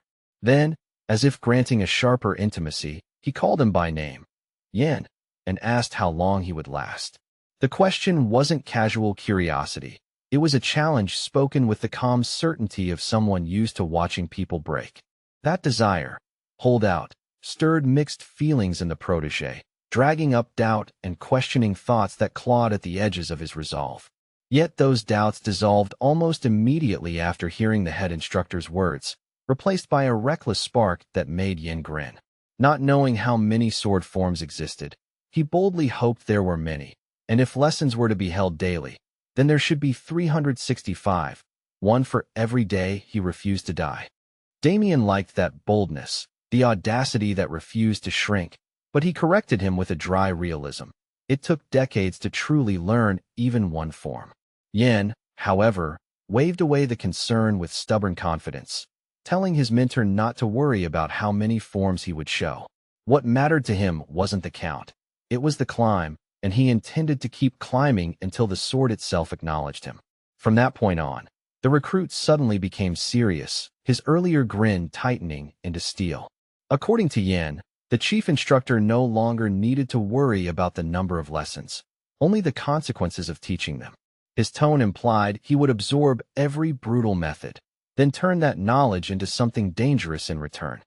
Then Yan's face jerked forward as if struck by something heavy and merciless, the impact snapping his head with a humiliating force. The blow wasn't random. It was corrective, a teacher's punishment delivered with the blunt honesty of power. Pain flashed bright behind his eyes, and the taste of blood threatened at the back of his throat. It was Damien, the chief instructor of the training center, unwilling to tolerate such bold statements from his student without response. His expression remained calm, but the strike carried clear meaning. Confidence was allowed, but arrogance would be crushed. In that single hit, the instructor reminded Yin who controlled the pace, the terms, and the danger. Despite the heavy attack, recruit Yin managed to stay on his feet, refusing the easy collapse that would have satisfied the lesson. He steadied himself, shoulders squaring, eyes sharpening, and his posture shifted from stunned to ready. The pain became fuel, and he prepared to counterattack with the fierce pride of someone who would rather break than bow. To dislodge his opponent from that unshakable position, the conqueror of mountain monsters raised his fist, winding his body like a drawn bow. He was about to rush the enemy with direct violence, closing distance before Damien could casually reset the battlefield. The intent was clear. If he couldn't match magic with magic, he would strike with will. But then he used magic himself, raw, forceful, and newly confident, shaping his own hand into a weapon that resembled a blade. The transformation was eerie and precise, as if bone and muscle had become the foundation for an edge of hardened mana. It wasn't a simple enhancement. It was an act of turning the body into a tool of war. The dangerous weapon was nearly complete, shimmering with lethal promise, and Yin wore a mad smile that didn't belong to a normal trainee. In that grin was obsession, the kind that refuses to allow an opponent any chance of victory. He wasn't thinking about sparring anymore. He was thinking about proving that he could stand in the same storm as his instructor. From then on, every day the chief instructor trained with Yin at the same forest site near the abandoned complex, turning routine into relentless trial. The air there became familiar with impact sounds, scorched leaves, and the sharp scent of exertion. Day after day, the boy returned, battered but unbroken, and the instructor kept pushing as if sculpting something dangerous out of stubborn flesh. Time passed in a hard blur of sweat and scars, and 2 years later another important meeting took place at the recruit training center. What had once felt like a distant milestone now arrived like a bell tolling judgment. The cadets gathered with sharpened nerves, each one aware that the next evaluation would decide their future. Based on the test results, the 50 best cadets would be selected, their names carved into the next stage by performance alone. The test itself was no different from the previous one, maintaining the same brutal standards and unforgiving pacing. But those at the bottom of the list would be separated to train alone, a quiet exile that marked them as lagging behind the pack. Naturally, recruit Yin once again defeated Lorena Beowulf, who took second place with clenched teeth and narrowed eyes, while their colleague Cruel Dwight came in third. The ranking felt almost inevitable now, like a ritual repeating itself. Yet inevitability only sharpened Lorena's frustration, because effort alone could not close the gap. Lorena could not understand how Yin, who had recently disappeared and stopped coming to standard training sessions, still claimed first place every time. The contradiction gnawed at her. Absence should weaken a cadet, not elevate him. And yet, whenever the results were announced, his name sat at the top like a verdict no one could overturn. Remembering how the young man had stood here last time, steady, distant, almost unreadable, Lorena grew intensely curious about how he trained in secret. What kind of regimen produced such consistency, such dominance, without the usual routines? The mystery felt personal now, a shadow following her every defeat. Clenching her fist until her glove creaked, the aristocrat truly wanted to know where the man she had fought monsters with in the mountains of blades had gone. That shared history made his vanishing act feel like betrayal, even if no promise had been spoken. She wanted answers, not to admire him, but to surpass him. A black, terrifying demon once tried to confront Lady Beowulf, but it was defeated in their very first clash, cut down before it could establish dominance. The victory proved her strength and sharpened her reputation among the cadets. Yet even triumph tasted incomplete when Yan's shadow still loomed above the rankings. As part of the next test from the training center, The girl fought several monsters at once, creatures with eerily glowing eyes that made them look half-possessed. She moved through them with disciplined ferocity, sword flashing, footwork crisp, refusing to be surrounded. Each kill was a statement. She belonged among the elite, no matter what the scoreboard said. In the following exam, she swore she would take first place at all costs, pouring every ounce of pride into the attempt. But she let Yin pass her again, as if the gap between them was an unbreakable law, and Roman came in third. The outcome landed like a familiar bruise, painful not because it surprised her, but because it refused to change. Lorena continued to participate actively in cadet testing, slashing with her sword and defeating new monsters with relentless persistence. She destroyed terrifying creatures again and again, forcing her limits outward through repetition and rage. Even exhaustion couldn't dull her, because each victory was another step toward the day she would finally take what kept slipping away. This time, she truly believed she could emerge victorious from her peculiar rivalry with Yin, as if fate might finally blink. But she was unlucky again, and the result mocked her hopes without mercy. The disappointment didn't break her. If anything, it sharpened her obsession into something colder and more determined. Recruit Yin inevitably took first place once more, his position unshaken as stone. Lady Beowulf had to settle for second, forced to swallow her pride in public, and Cruel Dwight came in third again. The ranking board felt like an engraved curse. No matter the battle, the order returned to the same cruel pattern. At first glance, it looked like a cute cat, gentle-eyed, facing forward with harmless innocence, making standard cat sounds that might have fooled the untrained. The meows were soft and almost comforting, as if the creature belonged in a warm lap rather than a test arena. But the longer one stared, the more wrong the silhouette became. The animal's neck was abnormally long, stretching far beyond what any ordinary cat should possess, and its proportions felt subtly predatory. It kept meowing, but the sound now seemed like bait, a lure meant to lower guard. Even without seeing teeth, it was clear this was not a typical cat. It was something wearing cute, like camouflage. Lorena Beowulf stood before the giant long-necked cat, recognizing it for what it truly was, a worm dragon, an A-rank monster whose body combined grotesque length with coiled power. The beast's size dwarfed ordinary threats, and its posture suggested it could strike faster than its ridiculous shape implied. Lorena tightened her grip, refusing to let shock steal her timing. With a piercing meow that sounded more like a scream than a pet's call, the multi-legged monster lunged forward in an instant, trying to catch and devour its next victim. The ground shuddered under its weight, and its movement was disgustingly smooth despite all those legs. Hunger drove it like a commandment, and it chose Lorena without hesitation. And then, the familiar magic web appeared, woven from radiant magical light, snapping into place with practiced efficiency. It was the same kind of spell that had already helped the kids from the training center survive earlier monster fights. The luminous strands caught the creature's momentum, turning a killing lunge into a restrained, thrashing struggle. Longat might have possessed a massive, terrifying body and sharp, deadly fangs, but it was powerless against Lorena's magic sword. Her blade carried clean authority, cutting through fear and flesh alike with disciplined arcs. Every strike was precise, aimed not just to wound, but to dismantle the monster's advantage piece by piece. Thanks to the brave girl's relentless effort, the giant monster was scattered into fragments, its form collapsing into useless pieces that could no longer threaten humans. The arena air filled with the fading stink of defeated magic and torn flesh.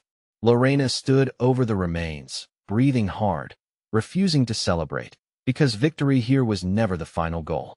Determined to win for real, Lorena silently told Roman to wait, as if speaking the promise into existence would make it inevitable.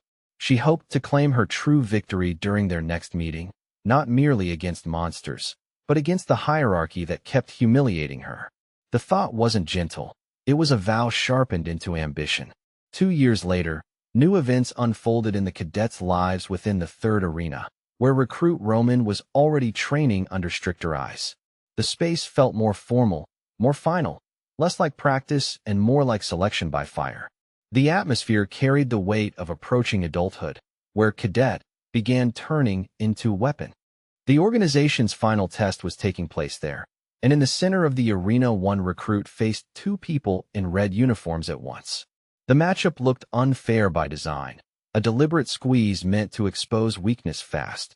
Dust rose with every step, and the crowd's attention sharpened as the duel promised real consequences.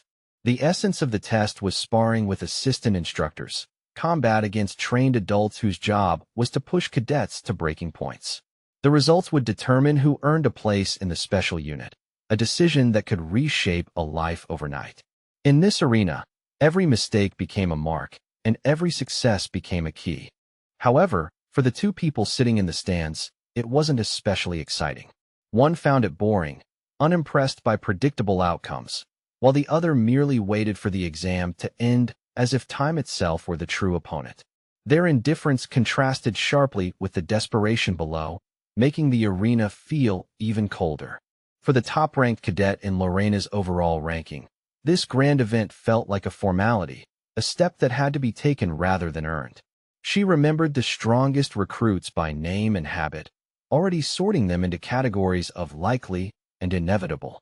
The test was dramatic for the weak, but for the elite, it was simply paperwork written in bruises.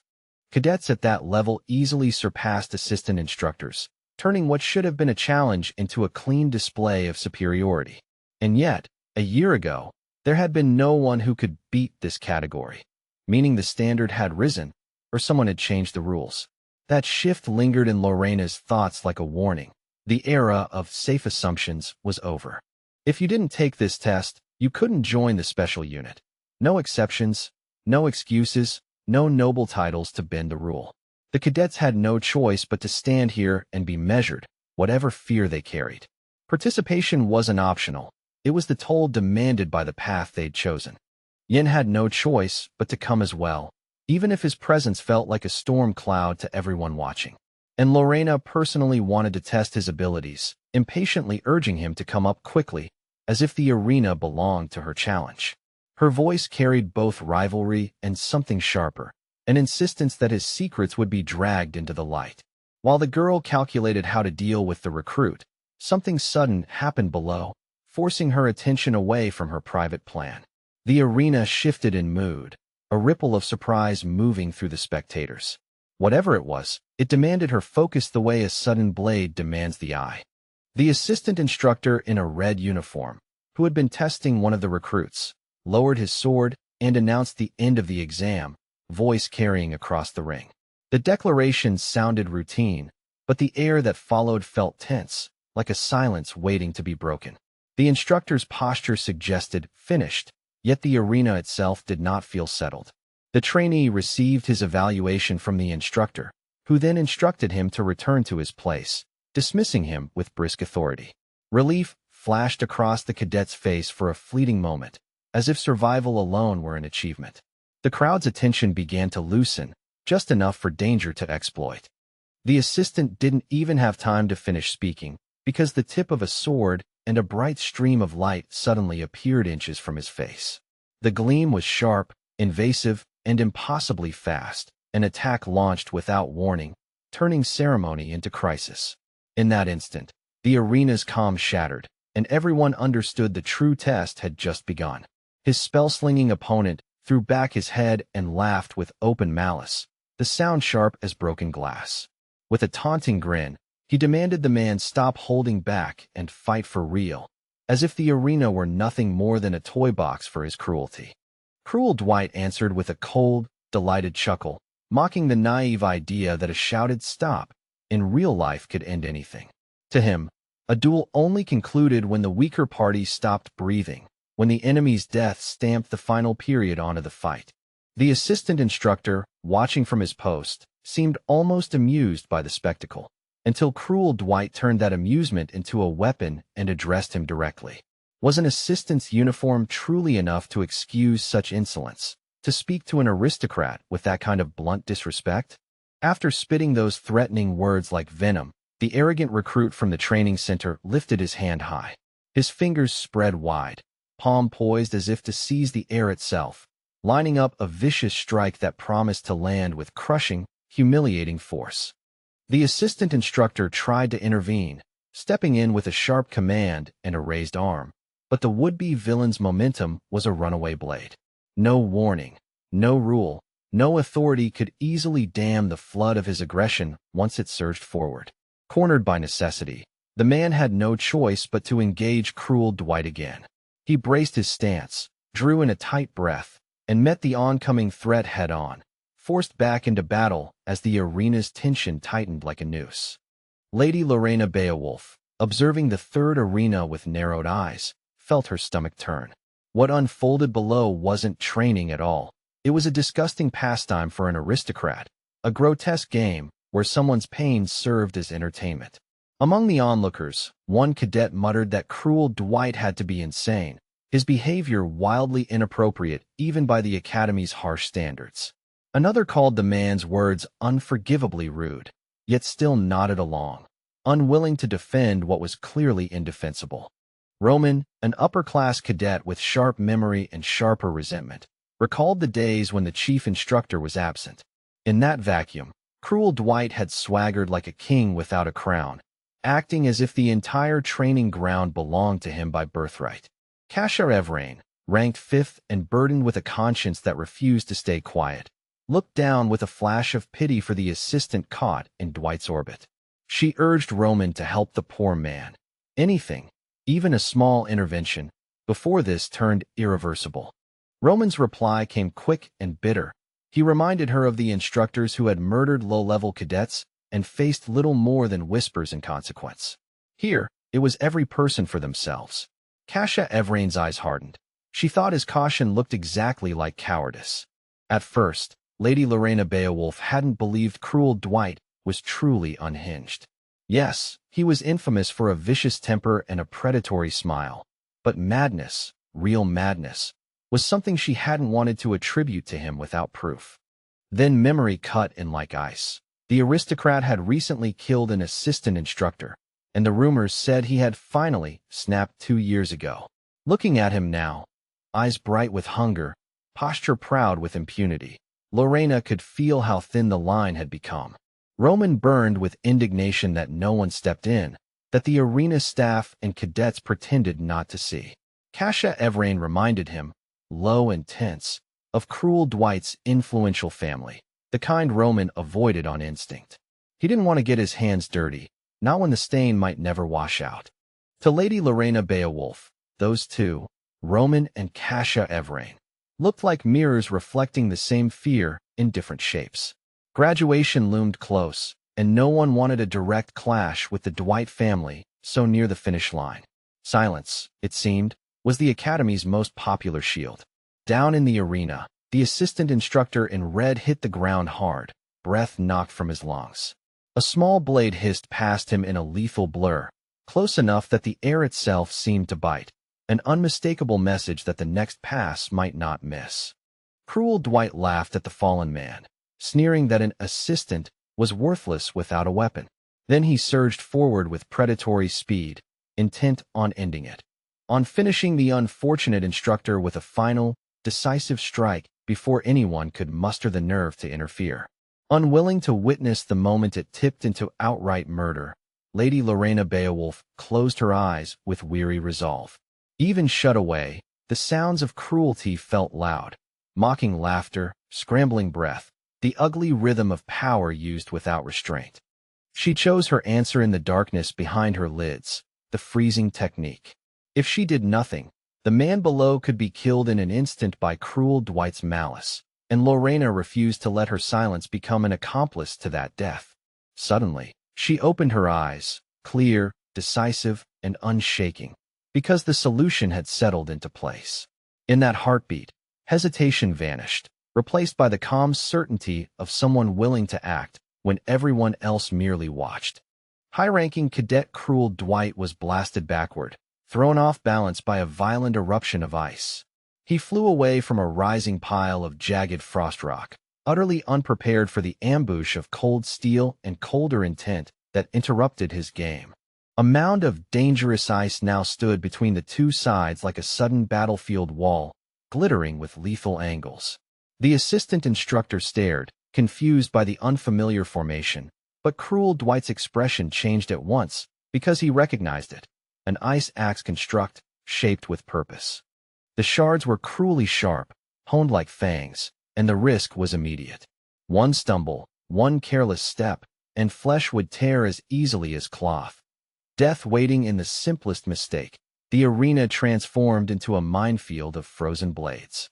Lady Lorena Beowulf approached the combatants with measured steps, careful not to ignite a wider commotion among the stands. Even so, her gaze stayed locked on every movement below. She couldn't look away now that she'd entered the storm she meant to stop. An ice sword, an heirloom of House Beowulf, formed in her grasp, gleaming with pale, disciplined light. She listened to cruel Dwight's furious complaints, his voice dripping offense as he ranted that she had dared to joke with his family, as if her intervention were a personal insult. With absolute seriousness, Lady Lorena Beowulf warned him not to attack her. Her tone carried iron beneath its calm, and she added a chilling directive.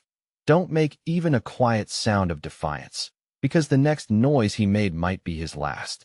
The villainous recruit answered with a crooked sneer, eyes half-lidded in contempt. He carried himself like someone who had never been forced to obey, and his posture made it clear he had no intention of granting her requests the dignity of consideration. Cruel Dwight admitted it plainly, with the casual cruelty of a man discussing routine chores. He wanted to eliminate her before finishing his studies. And now, with witnesses too frightened to move and an arena already steeped in violence, was, in his mind, the perfect moment. Lady Lorena Beowulf snapped back, refusing to bow to his theatrics, her words sharp enough to cut through his arrogance. Like an ancient demon lich from old legends, cruel Dwight's eyes flared as if stoked by hellfire, and he declared this would be the final test of Lady Lorena's life. As one of the staff hurried in to drag the injured assistant away, Lorena pointed out cruel Dwight's pattern with biting clarity. He always chose easy prey, always hunted those who couldn't properly resist, so if he craved a real fight, he should face someone stronger. The malicious aristocrat only giggled, the sound light and childish against the violence in his eyes. He seemed to truly believe victory was guaranteed, as though defeating her would be as effortless as stepping on an insect in the dust. Clutching his head in exaggerated disbelief, cruel Dwight answered with syrupy sarcasm, mocking Lady Lorena's words as noble in the most insulting sense. Every syllable dripped with contempt, as if dignity itself were something to be ridiculed. Lady Lorena Beowulf studied him, seeing the dangerous shift beneath the jokes. His aggression wasn't fading, it was sharpening, feeding on resistance, growing stronger with each heartbeat, as if her challenge had poured oil onto a smoldering fire. Driven by spite, he seemed determined to break her, not merely defeat her. He wanted to see the honest girl's composure crack, to watch her noble face twist with shame and despair, because humiliation, to him, was a sweeter trophy than victory. One of the rivals sprang upward, body coiling like a drawn bow as the duel escalated. The jump wasn't just movement, it was commitment, a clear signal that the next exchange would be dangerous, decisive, and fought with no room for mercy. A blinding radiance erupted across the field, as if hundreds of heavenly bodies had detonated in a single point. Light spilled over the arena in a roaring wave, momentarily washing out shadows and turning every drifting ice shard into a star-bright knife. To confront cruel Dwight's ferocity, Lady Lorena Beowulf steadied her grip on the family sword, letting its chill anchor her nerves. The weapon's icy glow reflected in her eyes, turning her resolve into something visible, cold, clean, and unyielding. Young Mr. Dwight prepared as well, curling his fingers as if the air itself could be torn. Dark energy traced along his hands, sharpening into claw-like edges, and his expression promised an attack meant to maim first and kill second. In the heat of battle, the aristocrat hovered in the air, buoyed by arrogance and power. He looked down at Lady Lorena like a predator circling a trapped animal, utterly confident that triumph was already his, ordained by rank and bloodline. Lady Lorena Beowulf refused to yield. She set her feet, lifted her blade, and trusted the twin pillars of her strength, her swordsmanship and her bravery, prepared to carve her own victory instead of begging it from fate. Then she faced him squarely and demanded he admit the truth. He kept circling like a vulture. He wanted her sword. Not just to win, not just to hurt. He wanted to take what belonged to House Beowulf and wear it as proof of dominance. Gritting his teeth with seething hatred, cruel Dwight glared at Lady Lorena, his gaze heavy with venom. He vowed to deal with someone as worthless as her, using bare hands alone, as if hand-to-hand combat would make her defeat more personal and more satisfying. In the next instant, they collided with savage precision. Steel met claw, ice met dark force, and the shock of impact rippled through the arena as both fighters refused to retreat even a single step, each determined to make the other break first. From the stands, Roman watched with a grim certainty. He believed the outcome was already obvious. But Kasha Evrain challenged him, insisting the rivals were evenly matched and that the fight's balance could still swing with one mistake or one hidden trick. The 12th recruit tracked every exchange and noticed Lady Lorena had gained a subtle edge, her rhythm cleaner and her timing tighter. He murmured that after the 30th strike, it would become harder for cruel Dwight to keep pace. Fatigue and pressure would start to bite. High-ranking cadet Kasha Evrain felt a surge of relief at that observation, hope flickering despite the danger. Still, doubt clung to her thoughts like frost, because cruel Dwight didn't look like someone who would lose honestly or quietly. At intervals, cruel Dwight released a strange pulse of energy, wrong feeling, unnatural, as if the air itself recoiled. His family was rumored never to use the special unit's secret dark techniques, and yet the signs hinted he might be drawing on something forbidden now. And more than that, cruel Dwight was fighting with lethal sincerity, unlike Lady Lorena, as Kasha Evrain suspected, holding back just enough to avoid scandal while still risking everything. That imbalance raised uneasy questions for Roman standing beside her, jaw tight with frustration. With a hand pressed to his head, Roman scoffed, unable to understand what Kasha Evrain thought she knew. He reminded her that she was 5th in the overall recruit rankings, yes, but cruel Dwight had held 3rd place for the last couple of years, and that reputation wasn't built on luck. Kasha Evrain countered by invoking the heavenly trio of leaders, those untouchable elites above even 3rd place. But Roman's expression barely changed. He didn't care about distant legends in this moment, only the brutal reality unfolding below, where titles meant little once blood hit the sand.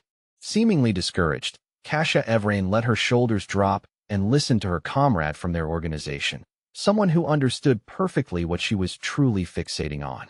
His tone carried that quiet, knowing edge, as if he could see straight through her bravado to the worry underneath. She had assembled a squad of 80, commoners and aristocratic children alike, but in practice it felt less like a disciplined unit and more like an idle fan club orbiting around status and rumor. And at the time, Kasha Evrain had apparently been too busy courting the nobility, collecting titles and influence instead of building real cohesion. In response, the girl fired back that he had been just as occupied in those same days, hardly in a position to judge her priorities. Roman didn't argue. He simply looked at Kasha Evrain in heavy silence, his gaze steady and unreadable, as though weighing words he chose not to say. Roman's own creation was no less calculated, a squad made from slaves and cadets, forged into 56 soldiers total.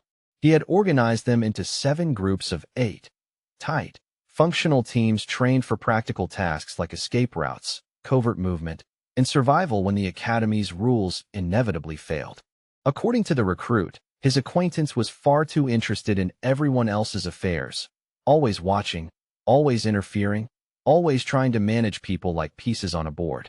Yet Kasha Evrain was certain Roman thought about her more than he admitted, often, intensely, and far too personally for a man who pretended to be detached. Then a strange sound cut through their conversation, sharp, unnatural, and wrong in a way that made both of them freeze. The talk about squads and work relationships died instantly, swallowed by sudden unease as their attention snapped back to the arena. Lady Lorena Beowulf's razor-edged sword hovered at cruel Dwight's throat, the cold gleam so close it kissed the skin without breaking it. For a heartbeat, it looked like the duel had finally ended, and that sight, clean and decisive, brought visible relief to the 2 spectators watching from above. Cruel Dwight dropped to his knees, pride forced down with his body, and looked up at Lady Lorena as if he could still bargain with arrogance. He tried to speak, but Lorena's voice cut in first, calm, final, and mercilessly clear. It was over. If he wanted more, she suggested, they could fight again when he learned what defeat felt like. She warned him that if he kept relying only on brute strength and frantic fury, he would lose again, every time, without exception. Lady Lorena urged him to learn humility, to temper his ego before it shattered him, and to stop disgracing himself with childish cruelty masquerading as confidence. The aristocrat could do nothing but seethe and swallow the bitter taste of defeat. His chest heaved with heavy breaths, sweat and rage tightening his face, while his eyes flicked again and again to the sword tip hovering near his neck, an icy reminder of how close he'd come to being ended. A black shadow slid into existence beside him, like a dark twin peeled from his own hatred and stitched into shape. With a malicious purr, it leaned close and asked the question that struck like poison. Would cruel Dwight endure this humiliation again, or would he finally choose something uglier? Laughing at the poor, cruel Dwight, the shadow recited his failures with cruel delight, each word a jab into an old wound. It reminded him how he kept hitting rock bottom, how he'd been forced to give away personal belongings, how he always lost what mattered, and sneered that nothing would ever change for him in the future. The smirking darkness insisted that if cruel Dwight had fought properly, if he had fought to kill, none of this would have happened. No kneeling, no humiliation, no sword at his throat. Only dominance, fear, and the clean silence that follows a corpse hitting the ground. Then the black creature coaxed him to remember, to reach back into childhood when the world had been his.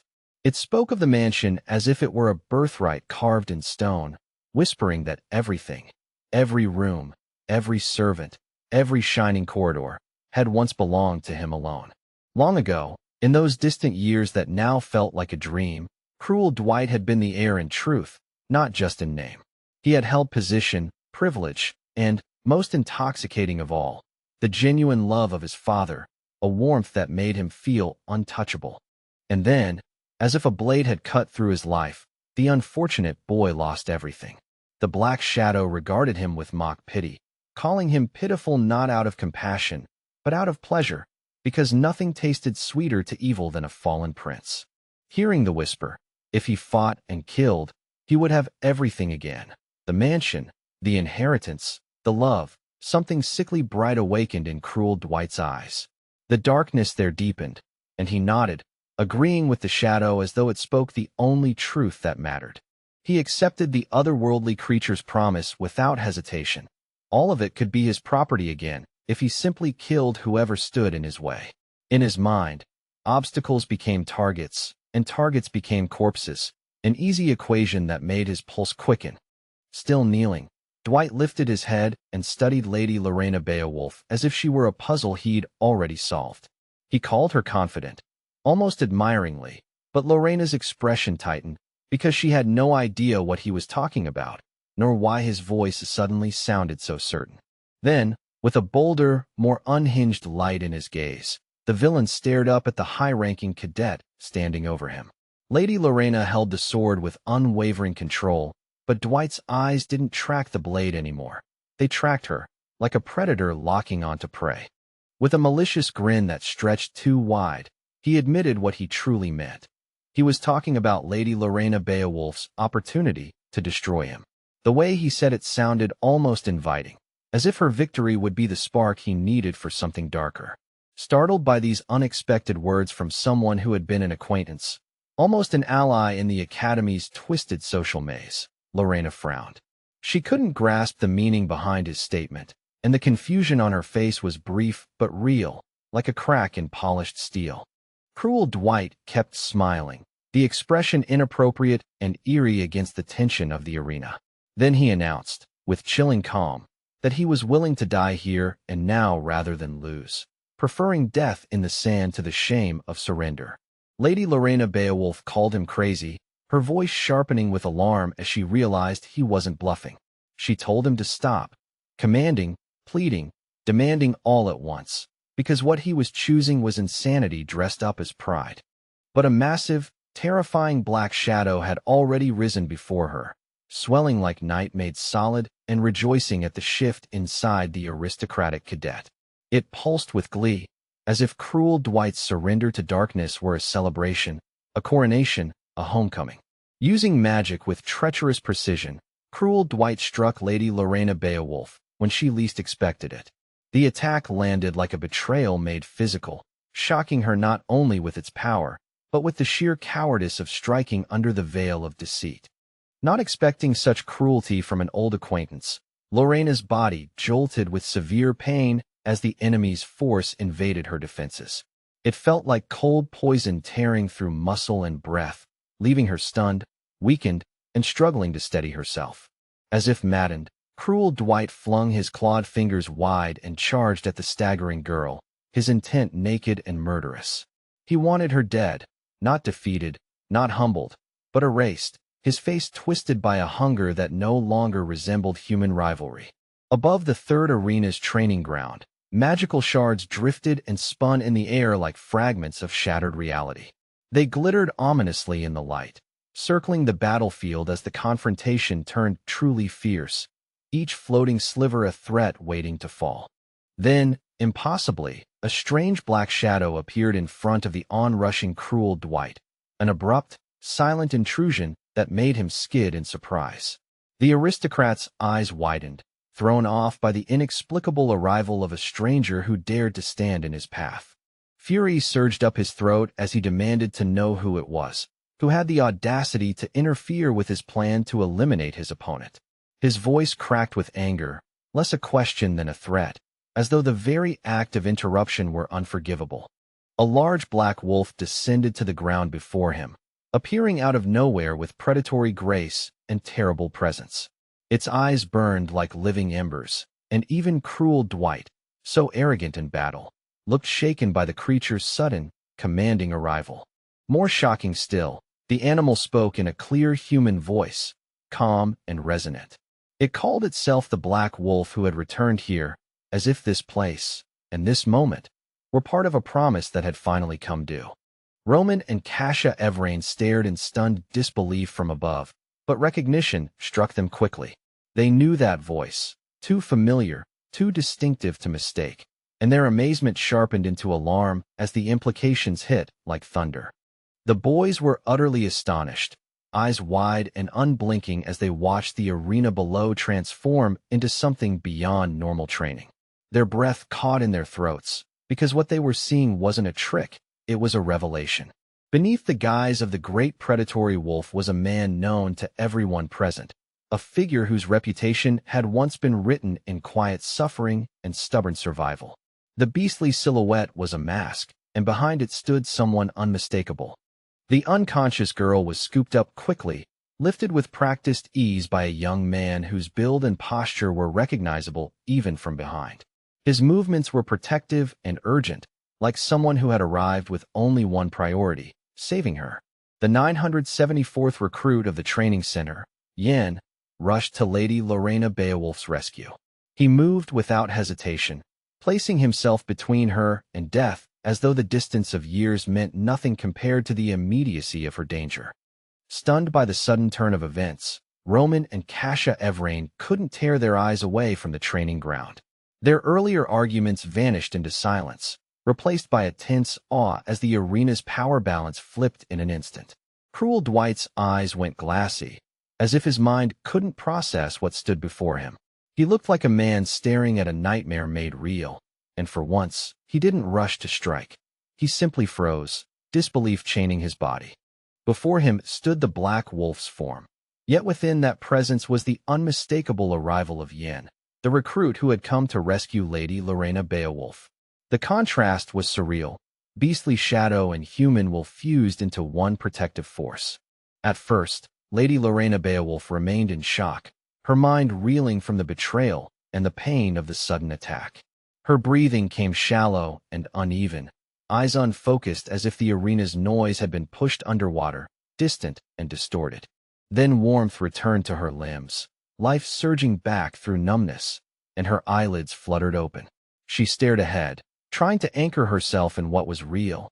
Light, sound, the weight of her own breath, and the figure holding her steady. The brave warrior could hardly believe it. The former low-ranking recruit, Yin, was standing before her now like a guardian carved from determination. The gap between who he had been and what he had become struck her like lightning. Lady Lorena Beowulf breathed his name with raw relief and fierce gratitude, voice trembling despite her strength. He was the one who had prevented cruel Dwight from killing her, the one who had arrived at the exact moment her fate threatened to snap. Refusing to surrender his hope for victory, cruel Dwight advanced toward them, convinced that luck was finally on his side today. He believed he would deal with Yin the same way he had dealt with Lorena, by crushing resistance and proving dominance through blood. After placing the girl under the Black Wolf's protection, the 974th recruit told her to rest, even if only for a moment. His voice was firm but gentle, urging her to breathe, recover, and let him take the brunt of what came next. With a malicious smile, the aristocrat Dwight laughed at Lady Lorena Beowulf as if she'd taken in a stray dog. He mocked her, claiming she was taming a wolf for a circus act, 2 years in a row, trying to turn her compassion into a joke and her allies into props. Yin kept his eyes on the enemy across from him, gaze steady and cold with hard-earned certainty. He told cruel Dwight that even after 2 years, the villain hadn't changed at all, still cruel, still arrogant, still the same rot wrapped in noble skin. As the tension sharpened and the air filled with drifting magic, a new presence entered the training arena, someone drawn by the commotion, someone who noticed the arrival of an interesting figure here. The atmosphere shifted again, as if the next chapter had just stepped onto the sand. The witch who had swept in on a gust of cold air looked, for an instant, as though she were being swallowed whole by cruel Dwight's surging power, like a moth pulled toward a furnace. Yet Yin's gaze did not waver. He felt the currents beneath the spectacle, and in his bones he knew exactly what he was seeing. Yin had understood from the very beginning, long before anyone else dared to name it. The sorceress measured the newcomer with a sharpened stare, and a sour thought crossed her mind. The 974th recruit wasn't merely watching. He could see, in a way that made secrets feel naked. To her, it was obvious that cruel Dwight's growth had accelerated too quickly, too smoothly, like a blade honed in the dark. That progress could not be allowed to settle and solidify. If she didn't cut it off now, there would be no time to blink before an aristocrat's pride curdled into something monstrous, before a man crossed the line and became a demon. Deep inside Cadet Dwight, the demonic essence answered her arrival with a low, vicious chuckle, wet, amused, and hungry. It wasn't laughter meant to be heard. It was the sound of malice recognizing a worthy audience. The arena air itself seemed to tighten, as if the shadows were leaning in to listen. Cruel Dwight, unhinged, calculating, and curious, strained to catch what Yin might be saying to the true owner of that borrowed body. The recruit, meanwhile, sensed a tremor of anxiety behind his opponent's bravado, as though cruel Dwight was suddenly worried about what the future might do to him. Even monsters, it seemed, could fear what came next. The victor of the monsters and the mountains of blades carried the quiet confidence of someone who had survived slaughter and called it training. He looked at his current opponent as if the outcome had already been decided. In his mind, regret was a destination, and his enemy was already walking toward it. With a snarl that sounded like a command to the world itself, the villainous cruel Dwight demanded the chatter end. Then he sprang forward, fast and merciless, aiming to erase the brave young man with a single decisive kill. The strike was not just violence, it was an announcement. Before the rivals could collide, a man appeared at the entrance and cut through the tension with a scathing rebuke, calling the boys arrogant with the authority of someone who had buried arrogance before. After 2 long years away, his presence hit like a hammer.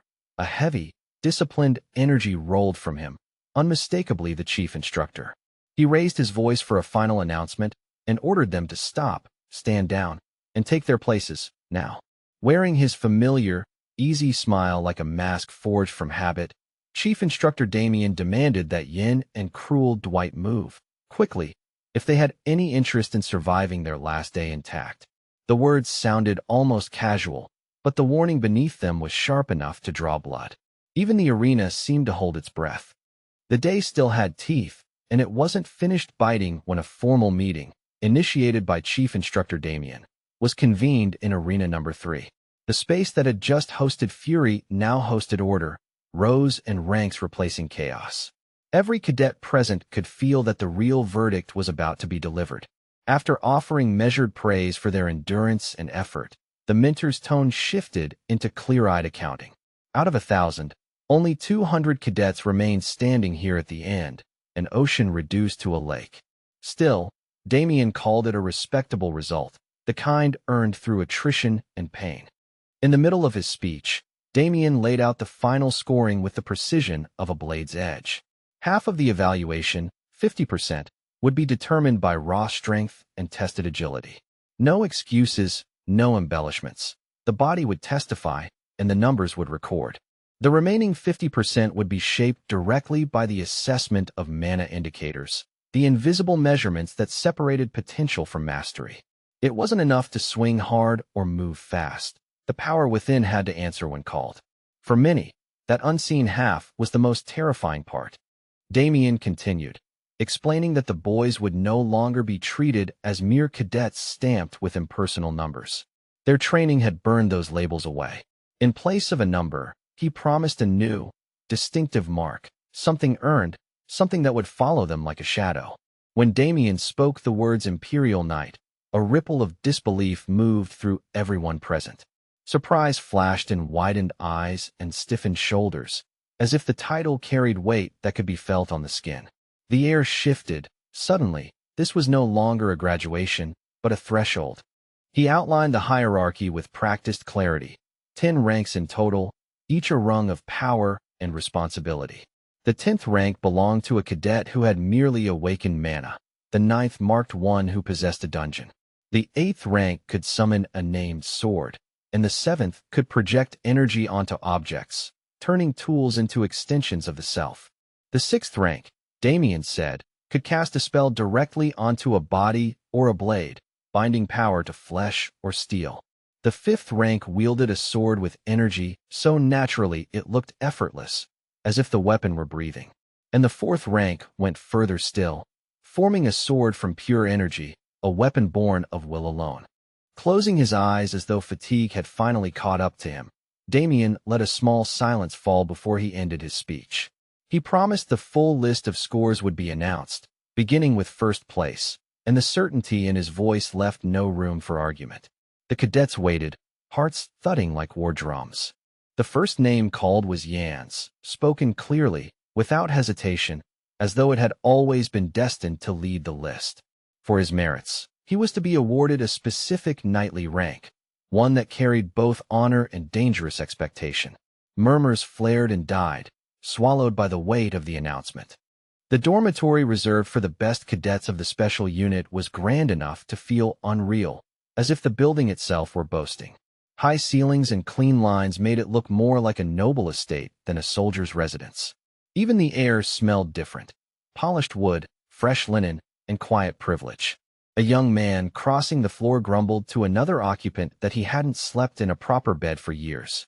His complaint wasn't dramatic. It was weary, the kind of bitterness that comes from too many nights on stone or straw. With every step, his shoulders seemed to beg for softness. Yin was genuinely startled that Mammon knew so little about the ranks and qualifications of Imperial Knights. The ignorance felt almost impossible, like finding a scholar who couldn't read.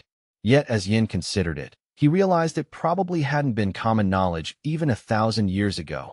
Some truths were always kept behind closed doors. So, using simple words and patient rhythm, Yin began explaining the system to the resurrected wizard Mammon. Knights, he said, were divided into tiers much like magic circles, each rank a boundary of capability. It was a ladder of power, but also a map of what kind of battles someone could survive. Most people, Yin continued, ended up with the 7th or 8th rank. It sounded unimpressive on paper, but it was enough to hunt and defeat most monsters alone without being reduced to a corpse in the dirt. In practice, those low ranks still meant a person was dangerous. The Elite Four, however, received the 6th rank, a step that separated them from the crowd like a cliff edge. No one among the remaining cadets could defeat them, not cleanly, not consistently, not without luck. To hold that rank at their age was proof of true elite status, the kind that kingdoms quietly fear. Behind the brave cadet, Lady Lorena Beowulf approached with measured steps, her presence composed and unmistakably noble. As she drew closer, her eyes narrowed slightly, taking in every detail. She thought Yin had changed a great deal over the past 2 years, sharper, steadier, and harder to read. Studying the tall young man, the noble girl realized how long it had been since she'd last seen Yin up close. His hair had grown considerably, falling in a way that made him look both wilder and strangely refined. Time had stretched him, not just in height, but in quiet gravity. Yin, the monster slayer who had once felt like a reckless peer, looked back at Lady Lorena Beowulf and noticed changes of his own. She had matured, her expression less impulsive, her posture more certain. The girl from the old days was still there, but she was wrapped now in sharper edges. Lorena began to speak, but the memory of what had happened with cruel Dwight caught in her throat and strangled the sentence before it could finish. Yin gently told her not to worry, his tone calm enough to steady a shaking hand. He added that he had ointment with him, just in case she felt unwell. Preparedness offered like quiet courtesy. Lorena's thoughts churned. Why would Yin do something no one had asked of him? The gesture felt practical, yet suspiciously timely. Did he truly expect her to lose a fight against cruel Dwight? Or was he seeing dangers she didn't want to admit existed?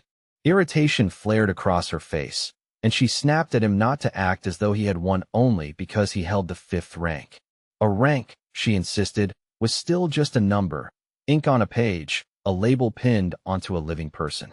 Her pride pushed the words out harder than she meant.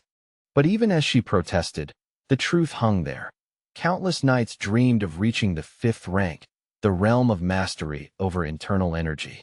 It was a level most never touched, no matter how long they trained. And the only one known to have achieved it at 17 was the heir, Crown Prince Leon Cavallan, making Yan's achievement impossible to dismiss. With a huff, Lorena Beowulf turned away from her companion and delivered a final, cutting remark. His new hairstyle didn't suit him. The comment landed with casual cruelty, as though she hadn't realized how sharp her tongue could be. Yan's expression tightened for a fraction of a second, hurt made brief, then hidden. As she walked down the long corridor of the Special Detachment Dormitory, Lorena's anger cooled into discomfort. The hallway felt too quiet, the polished walls reflecting her shame back at her. Step by step, she realized the shamelessness of what she'd done, how needlessly she had struck at someone who hadn't struck first. Ahead, the man standing in front laughed and pointedly referenced Lorena's 5th rank achievement, as though poking at a bruise to test how much it hurt. He remarked that, because of Crown Prince Leon Cavallan, Lorena hadn't become the youngest knight of that category. A pity, he said, with mock sympathy. Refusing to acknowledge any superiority over her older brother, Lady Lorena Beowulf dismissed his behavior as childish posturing, even if the barb still stung. Mammon, the resurrected wizard, didn't initially believe the 5th rank was such a shocking pinnacle. To him, power had always worn different shapes. Yet Yin remembered Lorena's words about his long hair, replaying them like an unwanted echo. With a reluctant exhale, he admitted, if only to himself, that she might be right. Mammon couldn't understand why Yin, whom he still stubbornly called boy, would hide his power instead of displaying it. In Mammon's mind, revealing strength was the fastest path upward, a ladder climbed by declaring one's worth aloud. Concealment felt like self-sabotage, like dimming a torch in a dark tunnel. Yin, however, believed it was better if no one truly saw the full depth of his power. He explained this to Mammon while the magical seal on his forehead pulsed faintly, as if agreeing with his caution. In a world that hunted talent, secrecy was armor. With a sharp, knowing smile that didn't quite reach his eyes, the young cadet decided on a compromise. He would reveal just enough, only the portion necessary to lure attention like bait for a moth, while keeping the real blaze hidden behind shadows. Control, not spectacle, would be his weapon. One of the training center's buildings, tall, severe, and threaded with high staircases, lay in near silence, almost deserted. Footsteps echoed too clearly, as though the halls had been emptied for private judgment. The stillness felt deliberate, the kind that makes even breathing sound loud. Chief Instructor Damien walked with one of his assistants, speaking in a low, controlled voice about how Yin had intimidated the others. He admitted he hadn't expected that kind of impact, especially not so quickly after returning. The conversation carried the weight of concern disguised as analysis. Damien also brought up the Black Wolf, his tone sharpening with curiosity, because Yin had never been taught how to summon such a beast. The detail didn't fit the curriculum, and mismatched details were the ones that mattered most. Now Damien wondered whether the cadet had used the Dark Dragon Sword technique, something dangerous enough to stain reputations. The assistant trailing behind his superior tried to object, hesitating as if each word might be punished. He shifted his posture, gathering courage that looked fragile in the long corridor. Even his breathing sounded careful. Apologizing first, the assistant, Senior Instructor Jake, finally voiced his opinion. Damien was far too attached to Yin. He added that the use of such forbidden techniques would violate the center's rules, no matter who performed them. The accusation hung in the air like a drawn blade. Hearing every syllable, Chief Instructor Damien stopped and turned, his eyes locking onto Jake with sudden, chilling clarity. The corridors seemed to narrow around them, as if the building itself were listening. Authority settled over Damien's expression like a heavy cloak. Jake responded immediately, still not knowing what kind of storm he had just summoned. His words came out too fast, as though speed might protect him from consequence. He tried to stand firm, but fear trembled underneath his spine. Damien thought Jake had grown reckless and reminded him, coldly, of his recent promotion to senior instructor. Then Damien asked, with biting emphasis, since when Jake had started expressing opinions as though they were equal. The question wasn't curiosity, it was a warning wrapped in politeness. Jake blanched and apologized at once, his confidence crumpling into submission. But Damien didn't argue or lecture. He simply demanded Jake tidy the room, because it was time for him to leave. The dismissal was swift, and that made it worse. Once alone, the senior assistant exhaled in shaky relief, as if he had just surfaced from deep water. His mind raced, rearranging the exchange into something survivable. In that quiet aftermath, he formed what he believed was the only reasonable conclusion. He concluded that it was no longer possible to rely on Chief Instructor Damien's judgment, not when personal attachment had begun to tilt the scales. The thought felt dangerous, yet it settled with grim certainty. And when he later shared it, the colleagues behind him, those who had watched and whispered, could only agree. Senior Instructor Jake's mind snapped back to Yin like a hooked chain, and his eyes flashed with naked hatred.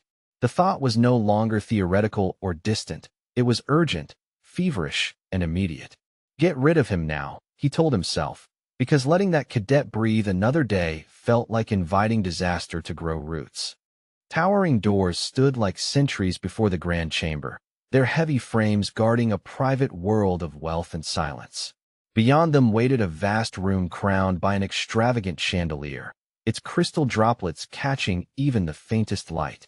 The very air smelled expensive, polished wood, cold stone, and old authority. At the far end of the chamber, a tired young man slept soundlessly on an oversized sofa, his breathing slow and even. The cushion cradled him as though it had been made for exhaustion itself. In the hush, each rise and fall of his chest was the only proof that time was still moving. It was Yin, no longer the lean cadet people remembered, but a young warrior who had grown noticeably stronger over the past year. His shoulders were broader, his arms corded with hard-earned muscle, and even at rest he carried a quiet density. The body he wore now looked forged rather than merely trained. The slayer who had shattered monsters across the mountains of blades slept with the calm of someone who had stared death down too often to fear dreams. His face was relaxed, yet there was a faint stubbornness in his brow, as if his will refused to fully soften. It felt, for a moment, like nothing in the world could disturb this peaceful rest. But something in the darkness disagreed. From a corner where the chandelier's light could not reach, a pair of faintly glowing eyes watched Yin like a predator studying prey. A soft, amused laugh slipped out, quiet as dust falling, sharp with anticipation and cruel delight. Hovering above the sleeping Yin was Mammon, the resurrected sorcerer whose gaze carried possession like a promise. To him, Yan's body was not a person's vessel but a prize, something meant to be claimed, occupied, and used. His presence pressed down on the room like unseen hands, greedy and patient. Yan might have assumed the mage had surrendered or faded into silence, but the truth was far uglier. Over the past 2 years, Maman had seized every tiny opening, every lapse, every moment of weakness, to steadily rebuild his strength. He had been growing in the shadows, feeding on time itself, waiting for the perfect crack. Calling on the magical seal for aid, Maman turned his burning, hellish eyes on the gifted cadet as if trying to pierce skin and bone. He didn't want to reveal everything at once. He wanted to plant a hint, a seed of dread. His stare said, "I am still here, and I am learning you." With a slow, deliberate motion, the sorcerer traced glowing symbols in the air, weaving a spell over Yan's sleeping form. The sigils spiraled like chains, seeking an entrance into the cadet's mind, a hidden door behind consciousness. The intent was invasive and ruthless. Hack the mind, seize the body, and turn the warrior into a puppet. Maman was not in a hurry. He planned to peel control away layer by layer, like stripping bark from a living tree, until Yan's resistance became a hollow shell. Little by little, step by step, he intended to win the war without triggering a single alarm. He was about to mutter what he would do last, the final indignity, the finishing seal, but the words died before they formed. Something in the room shifted, subtle yet undeniable, like a blade sliding free of its sheath. The air tightened, and even the darkness seemed to recoil. The conqueror of monsters opened his eyes. Yan's gaze snapped into focus with predatory clarity, locking onto the greedy presence looming over him. In that single look, sleep vanished completely, replaced by cold awareness and a fury kept on a short leash. "Release me," Yan demanded, voice low and dangerous, and his threat did not need volume to carry weight. Behind his words, a magical black wolf gathered shape, silent, poised, and ready to leap straight for Maman's head. The beast's killing intent sharpened the room, turning shadow into a weapon. Maman smiled as if this were an amusing lesson and claimed he only wished to test Yan's magical abilities. Yan's expression hardened immediately, and he reminded the ancient sorcerer of an earlier promise. If Maman tried something like this again, Yan would grind him into dust without hesitation. The warning was calm, but it carried the finality of an execution. The ancient magician's anger flared at the boy's refusal to surrender his body, and the tension spiked toward violence. Yin nearly lunged, ready to end the argument with force, when a voice suddenly cut through the moment from outside. Someone asked whether the cadet was in training. The interruption hit like a bell in a chapel, sharp, unwanted, and impossible to ignore. Yin moved to the bedroom door, wary now, surprised by the late-night intrusion. He didn't understand who would come at an hour when even the bravest cadets were supposed to be sleeping. The quiet of the corridor beyond felt unnatural, like it was holding back a secret. At last, the door of the Special Forces cadets' room cracked open, only slightly, as though the night itself were cautious. A thin slice of darkness slipped inside, carrying cooler air and the faint scent of stone. Yan's hand hovered near where a weapon could be reached in an instant. On the threshold stood one of the instructor's assistants, posture stiff with practiced discipline. The man stated plainly that Chief Instructor Damien was currently looking for Yin. The message sounded official, but the timing made it feel like bait. The assistant hid his face behind a standard mask, the kind that erased emotion and identity in one cheap gesture. His eyes, however, lingered on Yin with a careful, appraising stillness. He gestured for Yin to follow, clearly intending to escort him to Chief Instructor Damien without delay. Outside, the free trade alley of the special unit lay empty under the night, swallowed by a silence so deep it felt like snowfall. No footsteps, no voices, only the faint whisper of distant wind. The darkness reigned over the alley, absolute and smothering, as though the world had been muted. The complex's many windows were black and lifeless, each one a closed eye in a sleeping fortress. Everyone who lived behind those panes had surrendered to rest. The stillness was so complete it made Yan's breathing feel too loud. Walking behind the masked assistant, Yan demanded to know why he was being summoned at this hour, especially now that the exam had ended. His suspicion was practical, not panicked. He simply refused to be led like livestock. The man ahead offered no explanation, only forward motion. The route they took felt wrong. Yin noticed the turns, the angles, the oddly deserted stretch they were moving through, and his unease sharpened with every step. Questions piled up in his mind, and he cast them toward the silent assistant like probes searching for weakness. Yin pressed again, asking if Chief Instructor Damien himself had ordered this escort. The assistant kept his mouth shut, his silence more revealing than any answer. Yan's eyes narrowed. Obedience without clarification was a language he had learned to fear. Without breaking stride, the assistant slid his hand toward his sleeve, trying to discreetly draw a hidden weapon. He intended to strike from the dark, believing Yin wouldn't notice the tiny shift in posture. The choice was cowardly, but efficient, an attack meant to end things before they began. Realizing Yin was sharper than expected, the assistant pivoted abruptly, the deadly weapon flashing into view. His movement was fast and practiced, aimed at catching the young man mid-question. The blade rose with murderous intent, hungry for a quick finish. But Yin vanished. One heartbeat he was there. The next he was simply gone. No stumble, no warning, only absence. The treacherous employee slashed through empty air, his sword hissing uselessly, and shock cracked across his masked composure. Just as suddenly, Yin appeared behind the attacker, close enough for the man to feel the heat of his presence. Yin wasn't only quick-witted, he moved like a phantom shaped by battle. An unusual bright light flared in the alley, brief, unnatural, and razor-sharp, framing the moment where Yin was forced into combat with a new opponent.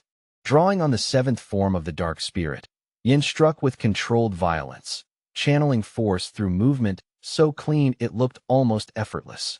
The technique erupted like a pulse of shadowed power, slamming into the villain who dared to attack in close combat.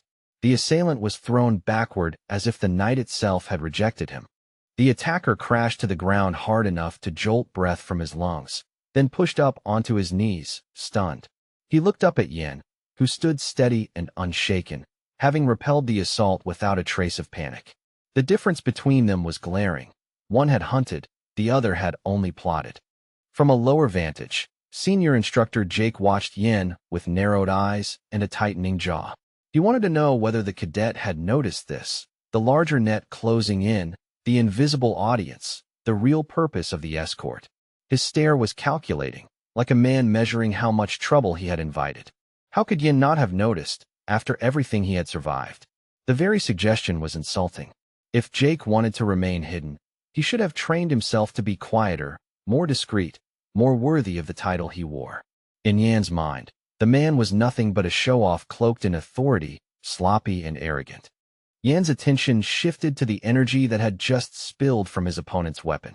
It wasn't ordinary killing intent. It carried a peculiar density, a signature that clung to the air like smoke. He studied it carefully, because power always left fingerprints. The blade was an impressive blood-red sword, its sheen like fresh wound light in the dark. Yin recognized exactly where such weapons belonged and how they were typically used, tools meant for sanctioned cruelty, for executions that pretended to be justice. Seeing it here, in an alley, told him everything he needed to suspect. Keeping his eyes locked on Senior Instructor Jake, Yin demanded confirmation. Was he truly a senior instructor, or merely someone wearing the title like stolen armor? And did Chief Instructor Damien know about this ambush, or was this a private betrayal? The questions were calm, but they cut deep, forcing the truth toward the surface. Jake cursed under his breath when Yin pointed out how unacceptable this behavior was for senior instructors. Yin also mentioned the consequences: discipline, exposure, disgrace, names for the kind of downfall Jake couldn't afford. The threat of accountability made Jake's anger twist into something uglier. In Jake's eyes, Yin had become arrogant because he had reached the 5th rank, strutting as though talent made him untouchable. Worse, Jake claimed that Yin and others like him were simply lucky in the exam, fortunate accidents masquerading as merit. But luck, Jake believed, was making these cadets cocky, and cocky cadets were easy to bury. Several uniformed figures surged forward from the shadows at Jake's signal, closing in on Yin like trained dogs. Their boots were quiet, their formation practiced, and their intent unmistakable. Jake watched with grim curiosity, wondering how long Yan's insolence would last once numbers became the weapon. Yan smiled faintly, not out of joy, but out of clear-eyed understanding. Even he couldn't cut down so many opponents without paying a price, not while being constrained by uncertainty and surprise.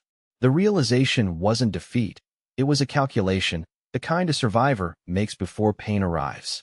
Soon enough, the free trade alley returned to silence and calm, as if the violence had been swallowed whole by the night. The darkness smoothed over the scuffle like water closing after a stone. No screams lingered, only the faint echo of footsteps leaving. Yan, who had emerged victorious from countless battles with monsters, now sat on the ground, bound and restrained. Rope or seals held him in place, and his breathing was controlled but tense. This time, the brave young man had been defeated by rivals who fought like conspirators rather than warriors. Maman drifted nearby, confused by Yan's choices and the restraint he had shown when he could have escalated into slaughter. He didn't understand this kind of hesitation, this measured restraint in the face of betrayal. Still, he snapped at Yan to be quiet, as though silence could restore control. Yan demanded to know why Jake was doing this, forcing the question into the open despite the bindings. Around Jake, other accomplices murmured impatiently, urging their captain to deal with the prisoner quickly and leave before anyone noticed. Their urgency smelled like fear wearing a uniform. Jake asked Yan, with a cruel tilt to his voice, whether he truly wanted to know the reason. Yan answered without hesitation, yes, because he wanted to understand where he had gone wrong, and what mistake had invited this blade to his throat. Even tied down, his eyes stayed steady. Then Jake leaned closer and asked whether Yan remembered what had happened 2 years ago. The question was loaded, heavy with old blood and unresolved grief. The night seemed to tighten again, as if the past had stepped into the alley beside them. Jake described that day. Yan and the other cadets had escaped the center, and the organization had unleashed pursuit groups to drag them back. Instructors were sent like hounds, armed with authority and lethal intent. It had been chaos dressed as procedure, and it ended in slaughter. In the end, those pursuers died by Yan's hand, back when he was still the 974th recruit fighting for survival. Jake's voice sharpened as he spoke of his younger sister, one of the instructors dispatched to chase after Yan. She had been among them, and she never came home. Jake was certain Yan didn't remember her face, because men like Yan left corpses behind the way storms left broken branches. But she had mattered. She had been the leader of the third pursuit group, trusted and capable. To Jake, her name was not a footnote. It was a wound that refused to close. Jake had forgotten none of it. He believed his sister's life had been thrown away for a cockroach, like Yan, and that belief rotted into vengeance over 2 long years. He remembered her writhing in pain, agony carved across her face, eyes burning with hatred as life slipped out, an image that haunted him like a curse. Now, with Yan bound at his feet, Jake was ready to kill the cadet and finally repay that ill-fated day in blood. Senior instructor Jake tightened his grip on the blood-red sword, the blade's cruel hue catching what little light the alley offered. With a grim certainty, he prepared to bring it down in a fatal arc, convinced he was about to send Yan straight into hell. Vengeance and pride steadied his arm, as if murder were a duty he had long rehearsed. Yan remained seated on the ground, bound and restrained, yet his composure didn't fracture. He didn't thrash or beg. He simply lifted his eyes and asked, calmly, for them to let him go. The request sounded almost reasonable, like a man refusing to give his enemies the satisfaction of seeing him afraid. With a vicious cry, Jake raised the sharpened blade high above Yan, letting the moment stretch so the fear could settle, if fear would come at all.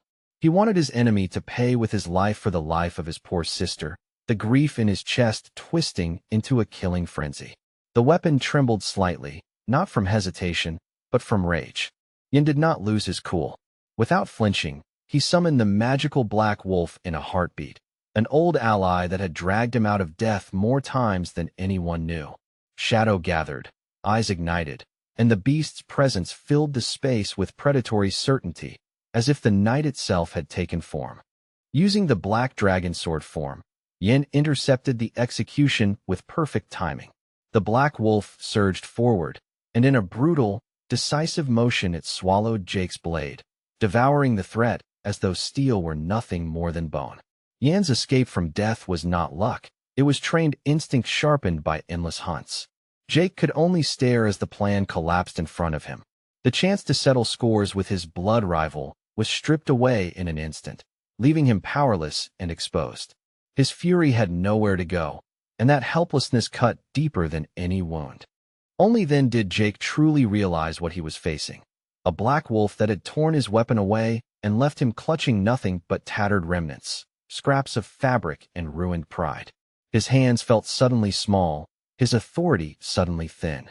The beast's glowing eyes promised that the next bite would not be merciful.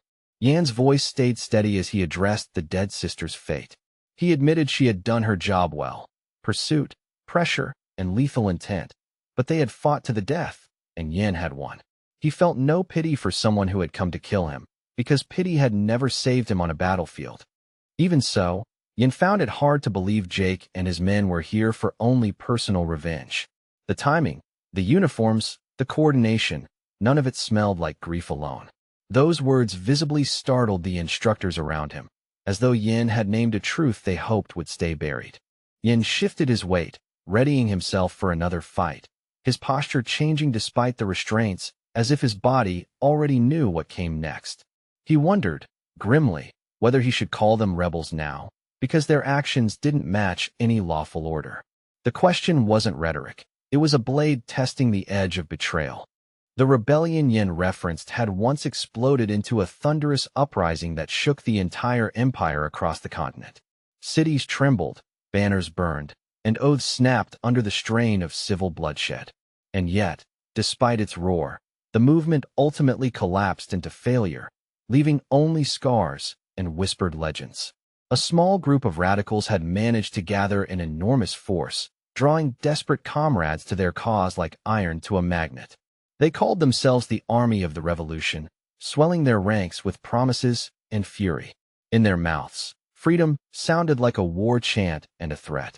From that chaos emerged a darker name, the Order of the Red Revolution. The title was born from the sword carried by their representatives, a symbol meant to terrify as much as inspire. To see that blade was to be warned. This was not protest, but execution dressed as justice. Their weapons were always stained with their own blood, deliberately sprinkled and smeared to deepen the blade's frightening color. It was ritual and intimidation at once, proof of devotion and a promise of cruelty. The red sheen was not paint. It was sacrifice, dried into a permanent threat. Every battle involving the Red Revolution turned into a slaughterhouse. Blood didn't merely spill. It soaked the ground until the earth itself seemed to remember the violence. Survivors spoke of those fights with hollow eyes, as if recalling nightmares that still tasted like iron. Their leader created a technique designed to maximize damage, a method that turned ordinary knights into brutal amplifiers of ruin. With it, even a single swing could become a massacre, multiplying force through disciplined cruelty. It was innovation sharpened into a weapon for war. But the technique carried a vicious drawback. When activated, the user's blood began to burn from within, as if their veins had been filled with fire. Pain became fuel, and fuel became destruction. The leader's gift demanded a price paid in agony. To blunt those consequences, the Order's members resorted to vampirism, stealing life to cool their own burning blood. It wasn't mythology or romance. It was a grim solution born of necessity and cruelty. They fed to fight, and fought to justify feeding. Yin told them plainly that the rebels were preparing for a mutiny. They had intended to meet him anyway, but he approached first, saving them time and stripping them of control. His words landed like a verdict. He knew what they were, and he knew what was coming. Now Yan's curiosity sharpened into suspicion. Were they acting on Chief Instructor Damien's orders, or were other conspirators hidden within the training center? The question split the night open, forcing motives into the light. Yin wasn't just fighting men anymore. He was fighting the shape of a betrayal. Jake spat a muttered insult, contempt dripping from every syllable as he looked at the cadet who had dared to stand alone against them. In his mind, Yan's defiance wasn't bravery. It was arrogance that needed to be crushed. His voice shook slightly, not from fear, but from offended authority. Yin watched Jake with quiet tension, anticipating nothing good from him. He didn't trust the pauses, the glances, the way Jake's men shifted their weight like wolves waiting for a cue. Every muscle in Yan's body prepared for the next betrayal, because betrayal had a rhythm he recognized. Jake couldn't understand how Yin knew so much, how the cadet kept pulling truths out of the dark like knives.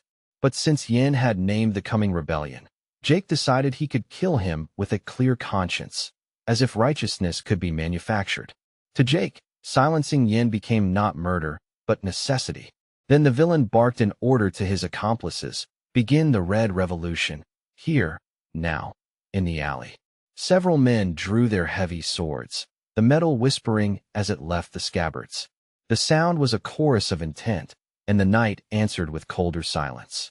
Keeping his eyes on the criminals surrounding him, Yin realized with grim satisfaction that events were unfolding exactly as he had suspected. The escort, the mask, the silence, it had all been a trap.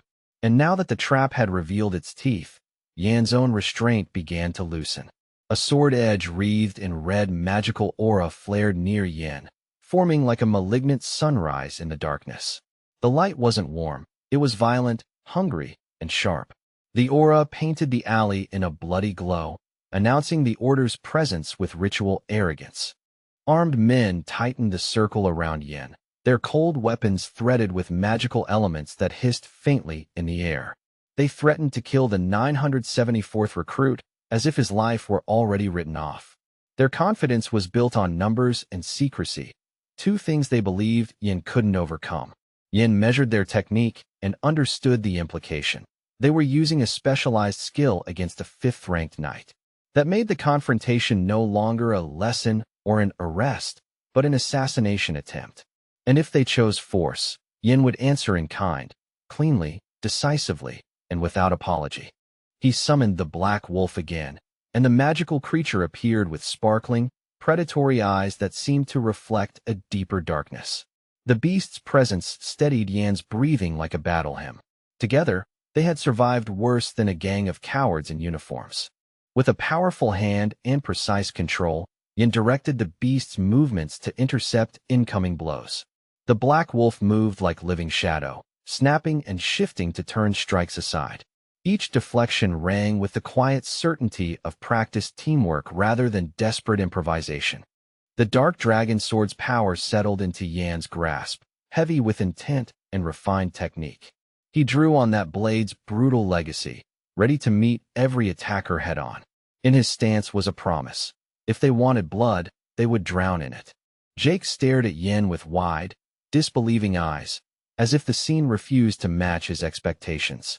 He had imagined a trapped cadet, a helpless victim, an easy execution. Instead, he saw a fighter standing in the center of a storm, calm enough to direct the lightning. Suddenly, Chief Instructor Damien struck into the fray like a descending judgment, and the onlookers froze at the sheer force of his intervention. People could hardly believe how terrifyingly strong he was for someone still so young.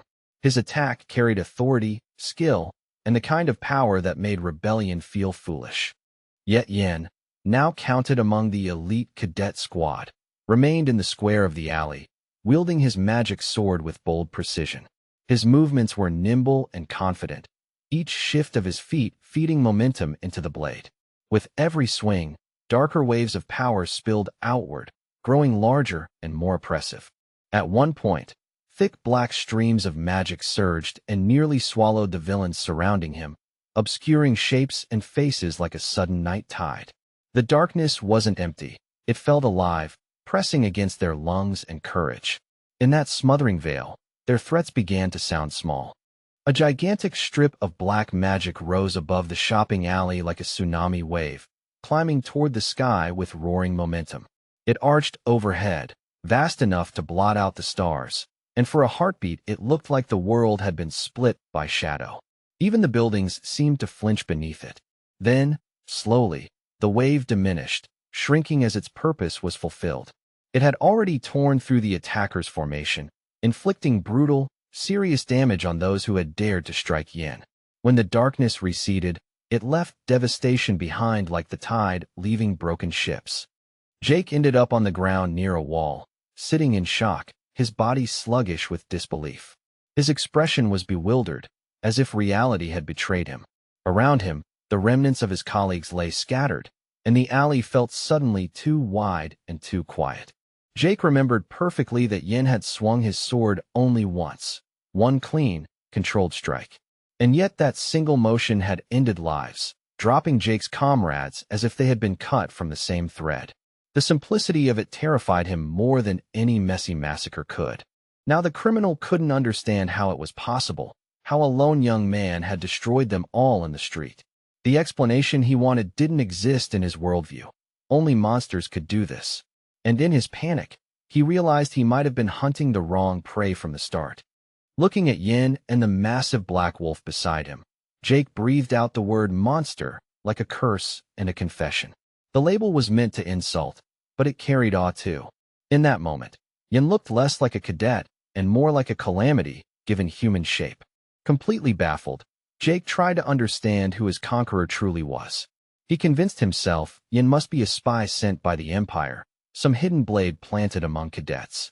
Fear demanded a narrative, and conspiracy was easier to swallow than admitting Yin was simply stronger. Stammering, Jake asked how Yin had discovered who they were, even suspecting that someone had betrayed them, perhaps even Chief Instructor Damien himself. The idea made his eyes dart wildly, searching for enemies everywhere. When men fail, they often blame shadows before they blame themselves. But Yin, the special unit cadet, took control of the interrogation without hesitation. He stepped forward and drove his boot down onto Jake's injured leg, pressing with deliberate, measured cruelty. Jake screamed, pain ripping through him, and the alley echoed with the sound of his arrogance collapsing. Yin reached into his pocket with calm precision and told Jake not to worry. If he answered well, Yin wouldn't touch him again. The promise sounded almost polite, which made it more terrifying. Yan's eyes held no mercy, only the cold patience of someone collecting truth. He pulled out a pendant bearing the image of his parents, the worn surface hinting it had been held in countless quiet moments. Holding it where Jake could see, Yin asked if the senior instructor had ever seen that picture or the symbol on it before. The question was simple, but it carried the weight of a lifetime. Jake's eyes widened the instant he recognized what he was looking at, and a surge of excitement and fear twisted across his face. The reaction was immediate and uncontrollable, like a reflex. It was the kind of expression that betrayed secrets before a single word was spoken. Jake recognized the magical symbol at once, yet he couldn't understand why it had appeared here, in Yan's hand, in this alley. Confusion and dread fought in his gaze, each trying to win control. The symbol wasn't supposed to be connected to a cadet, certainly not this cadet. Yin seized Jake by the front of his clothing and yanked him closer, voice rising with fierce certainty. He shouted that he had finally found the symbol he'd been searching for, the proof that tied too many threads together. Jake groaned in pain, both from the grip and from the terror of being exposed. Yin demanded to know what the symbol meant, assuming it was a family crest or a guild mark with deeper implications. More importantly, he asked how Chief Instructor Damien was connected to it, whether by blood, allegiance, or betrayal. The knight hung on the question, because whatever Jake answered next could rewrite everything Yin thought he knew. Yin couldn't dismiss the possibility that the same ominous symbol might be branded on others as well, on strangers, on allies, even on people who smiled as if nothing were wrong. Yet Jacques, still reeling from the questioning, couldn't fathom why the young man kept circling back to that mark with such urgency, as though it were the only thread holding the entire mystery together. Breathing hard, the agitated young warrior fixed his gaze on his defeated opponent, searching his face for answers that weren't there. The man's features seemed to shift in a way the eye refused to accept, and Yan's confusion deepened into a cold, crawling dread as he tried, and failed, to understand what was happening to the skin and muscle before him. Jacques could barely get the word symbol out before the air around him turned wrong, swelling with unnatural, glistening bubbles that clung to his body like wet glass. In the span of heartbeats, the man began to bloat as if someone were pumping him full of air, his outline stretching into something grotesque and balloon-like, every second amplifying the horror. Then, without warning, the senior instructor at the training center burst apart with a violent finality that stole the breath from everyone nearby. Dark, tar-like spots splattered across the wall he had been leaning against, staining stone and plaster with evidence that couldn't be explained away as a simple accident. Yin, standing as the victor in the aftermath, first assumed his opponent had somehow destroyed himself, an act of desperation or spite. But as the echoes faded, understanding sharpened into something far more chilling. The mysterious symbol wasn't decoration or rumor. It carried meaning, and that meaning could kill. The wizard rejected that convenient explanation outright, insisting it wasn't self-destruction at all, but a magical taboo laid upon Jacques. Worse still, the sorcerer implied that Jacques likely had no idea he carried it, an unseen chain wrapped around him, waiting for the right moment to tighten. There existed a kind of magic so insidious it didn't need fire or lightning to end a life. A single spoken word, or a specific action performed at the wrong time, could trigger it, draining strength, siphoning blood, hollowing a person out from within until the body had nothing left to do but rupture. Yin didn't know who they were, not truly. Only that the warning carried the weight of strict, uncompromising rules. The sorcerer's tone made it clear these people treated safety like law, and his hint, carefully phrased, almost reluctant, was meant to steer the young man away from a fatal misstep.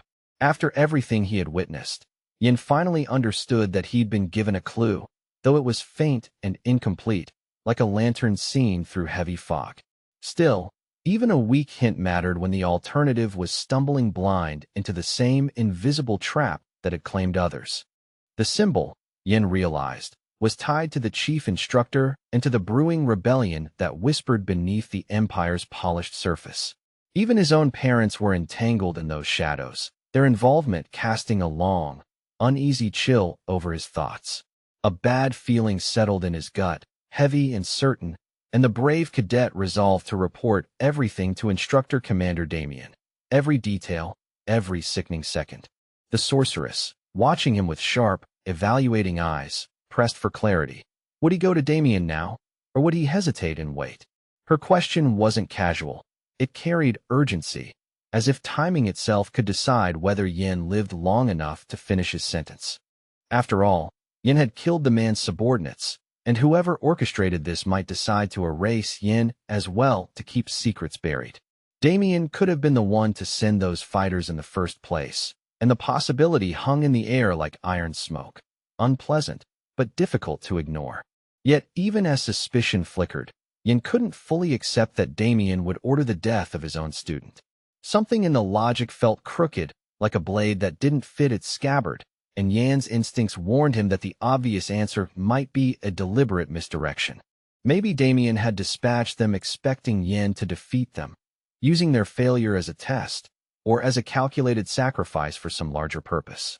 Turning with a controlled tension in his shoulders, Yin addressed the chief instructor behind him, asking carefully, almost warily, whether that interpretation was correct. Damien's face wore his usual smile, the same composed expression that had always seemed reassuring to Cadet Yin. But now that familiar curve of the lips felt different, polished, practiced, and difficult to read, like a mask that could hide either approval or something far more dangerous.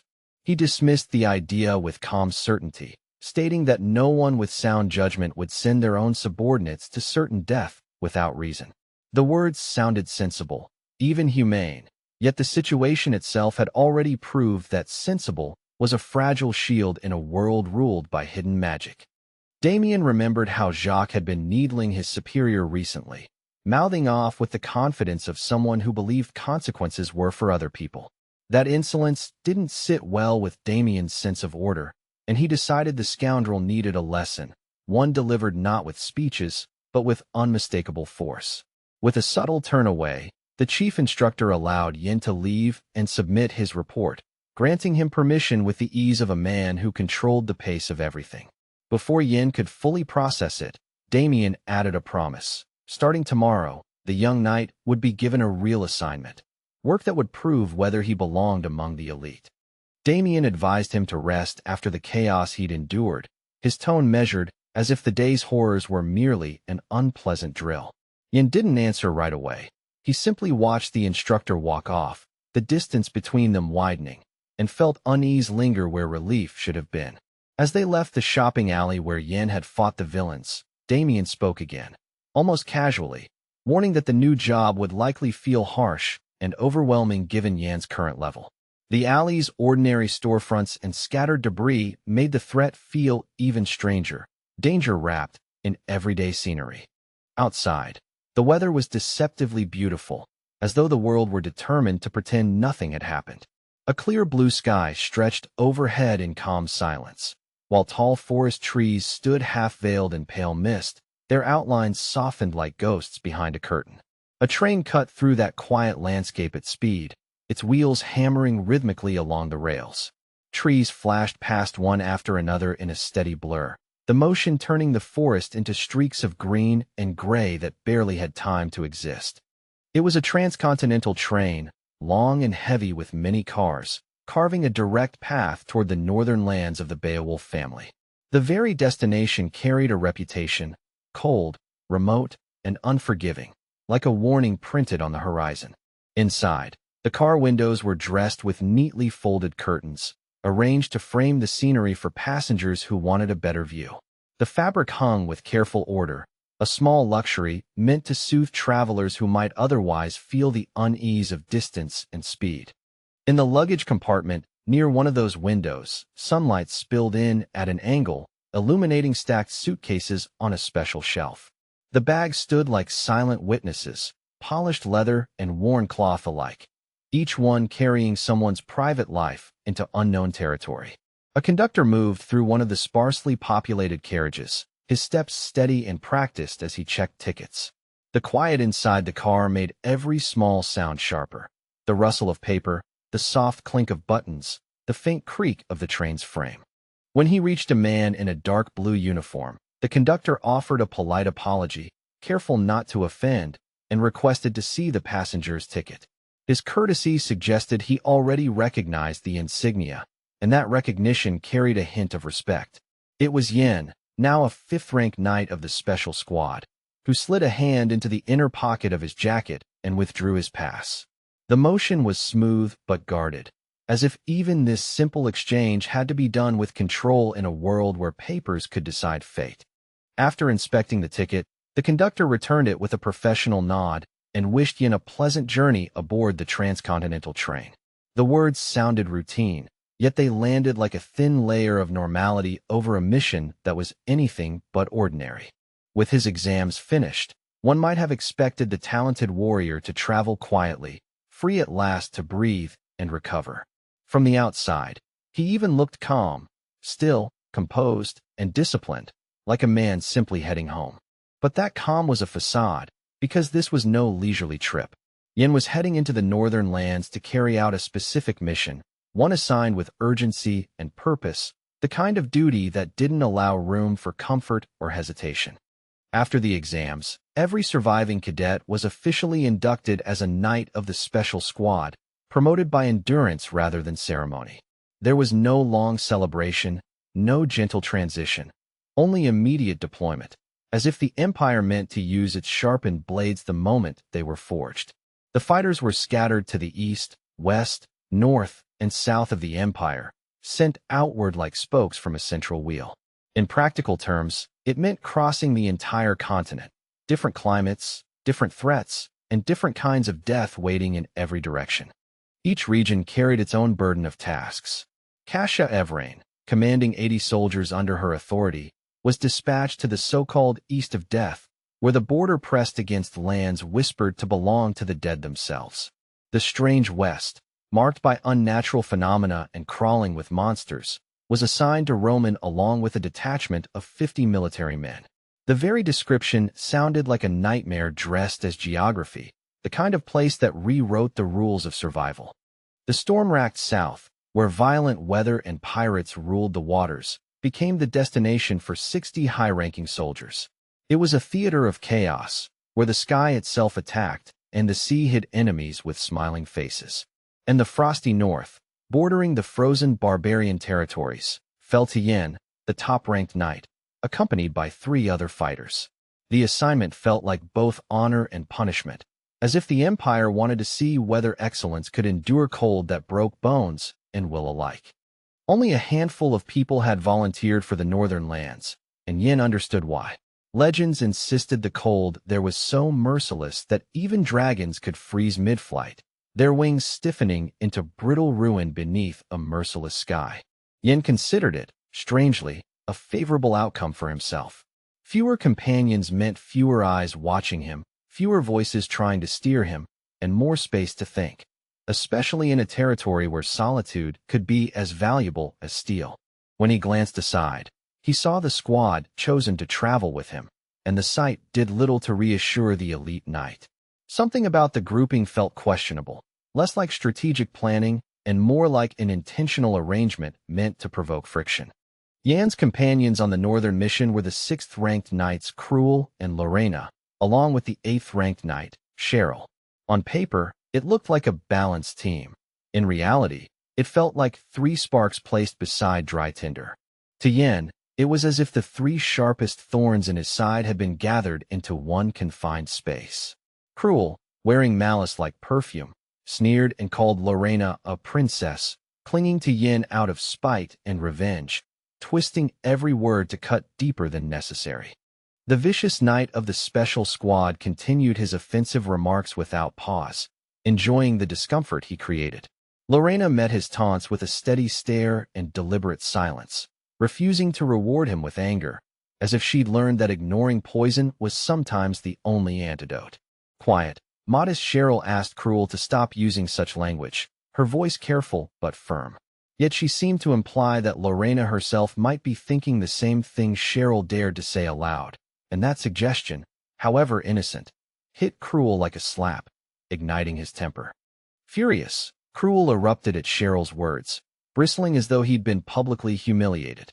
He dismissed her as a servant and treated her concern like insolence. And the insult visibly wounded the girl, her posture tightening as she hurried to deny the accusation and defend her dignity. The 8th-ranked lady repeated her name as if insisting on her right to be recognized, then explained how she and Miss Lorena had become friends during the trial at Blade Ridge. Her words carried a mixture of pride and vulnerability, like someone recounting a bond that mattered deeply. When Lorena had saved Cheryl, gratitude turned into loyalty, and Cheryl chose friendship as her answer to fear. Since then, wherever Lady Beowulf went, Cheryl followed, often unnoticed, often unprotected, because no one else ever stepped in for her. So when she finally spoke up and implied Cruel should shut his filthy mouth, she believed she was voicing what Lorena herself would have said if she'd chosen to strike back. But Cruel didn't want to hear it from Cheryl, not even if her words carried truth. He wanted the condemnation to come from Beowulf herself, Lorena's voice, Lorena's authority, because only that would satisfy his twisted need to be seen, challenged, and acknowledged.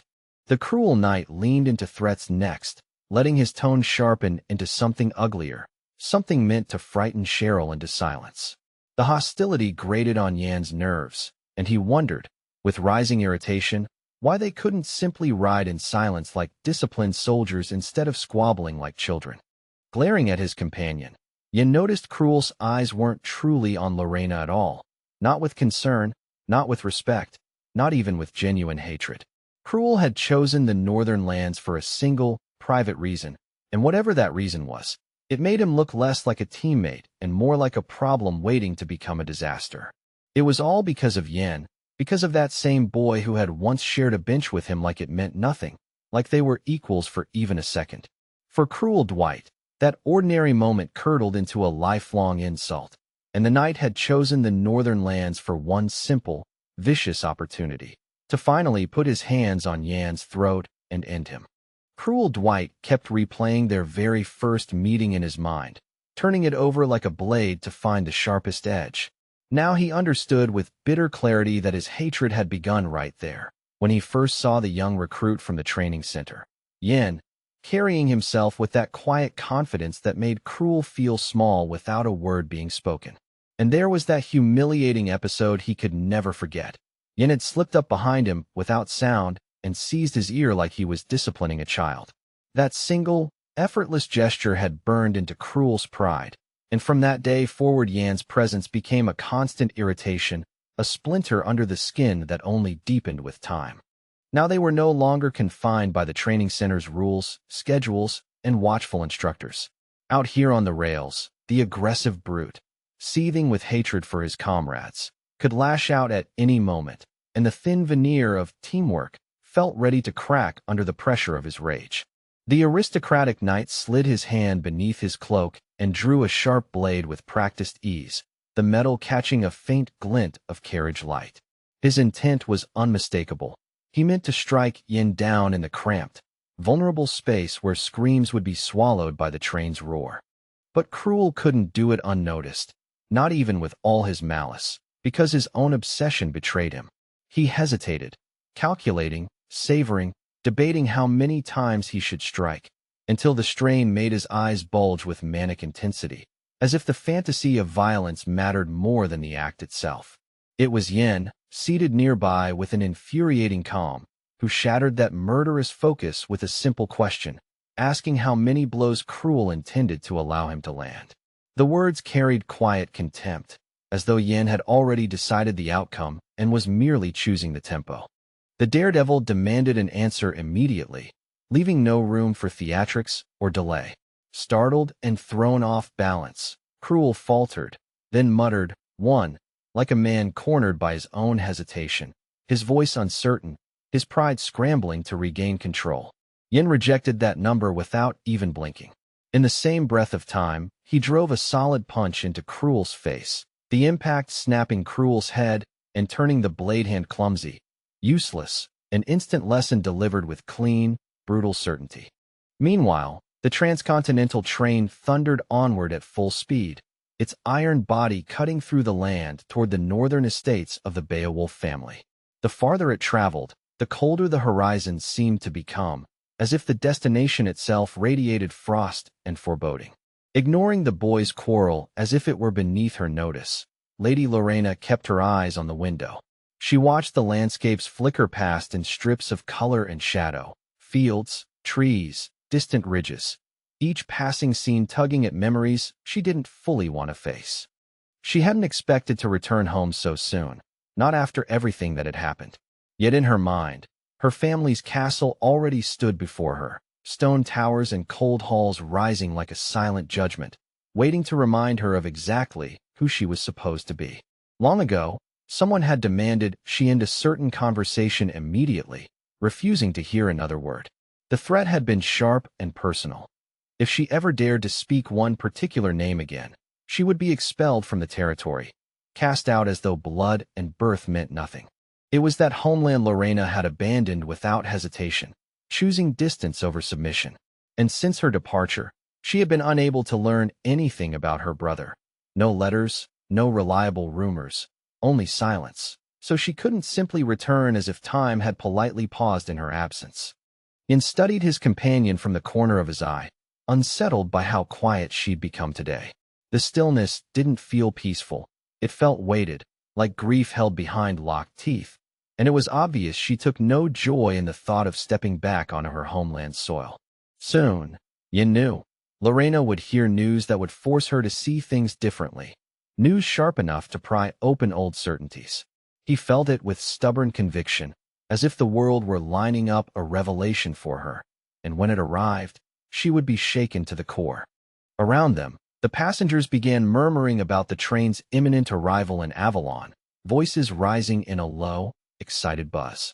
Snatches of conversation drifted through the carriage, speculation, curiosity, and the familiar human habit of treating proximity to power like entertainment. Yin suddenly caught a phrase from nearby, someone asking, in a tense whisper, whether that person would really do such a thing. The odd seriousness of the question made Yin turn his head, his attention sharpening, as if a hidden blade had just scraped against stone. One passenger leaned toward the conductor and asked whether the train would truly not stop in Avalon, given how close they were. The conductor's expression suggested he thought the man was simply anxious or impatient, as though the question were about comfort rather than consequence. According to the conductor, the train couldn't make an exception. Passing by Avalon was unavoidable because of the prince's displeasure, or so the rumor went. But the passenger pushed back, reminding him that the prince's studies had ended, and that timing changed everything in the courts of nobles.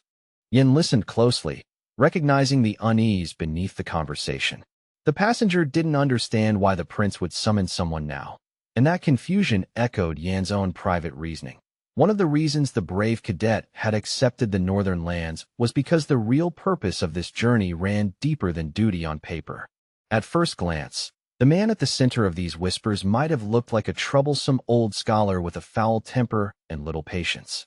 But in truth, he was the teacher of the emperor and the prince, a figure many called the chief sage, someone whose influence reached further than swords ever could.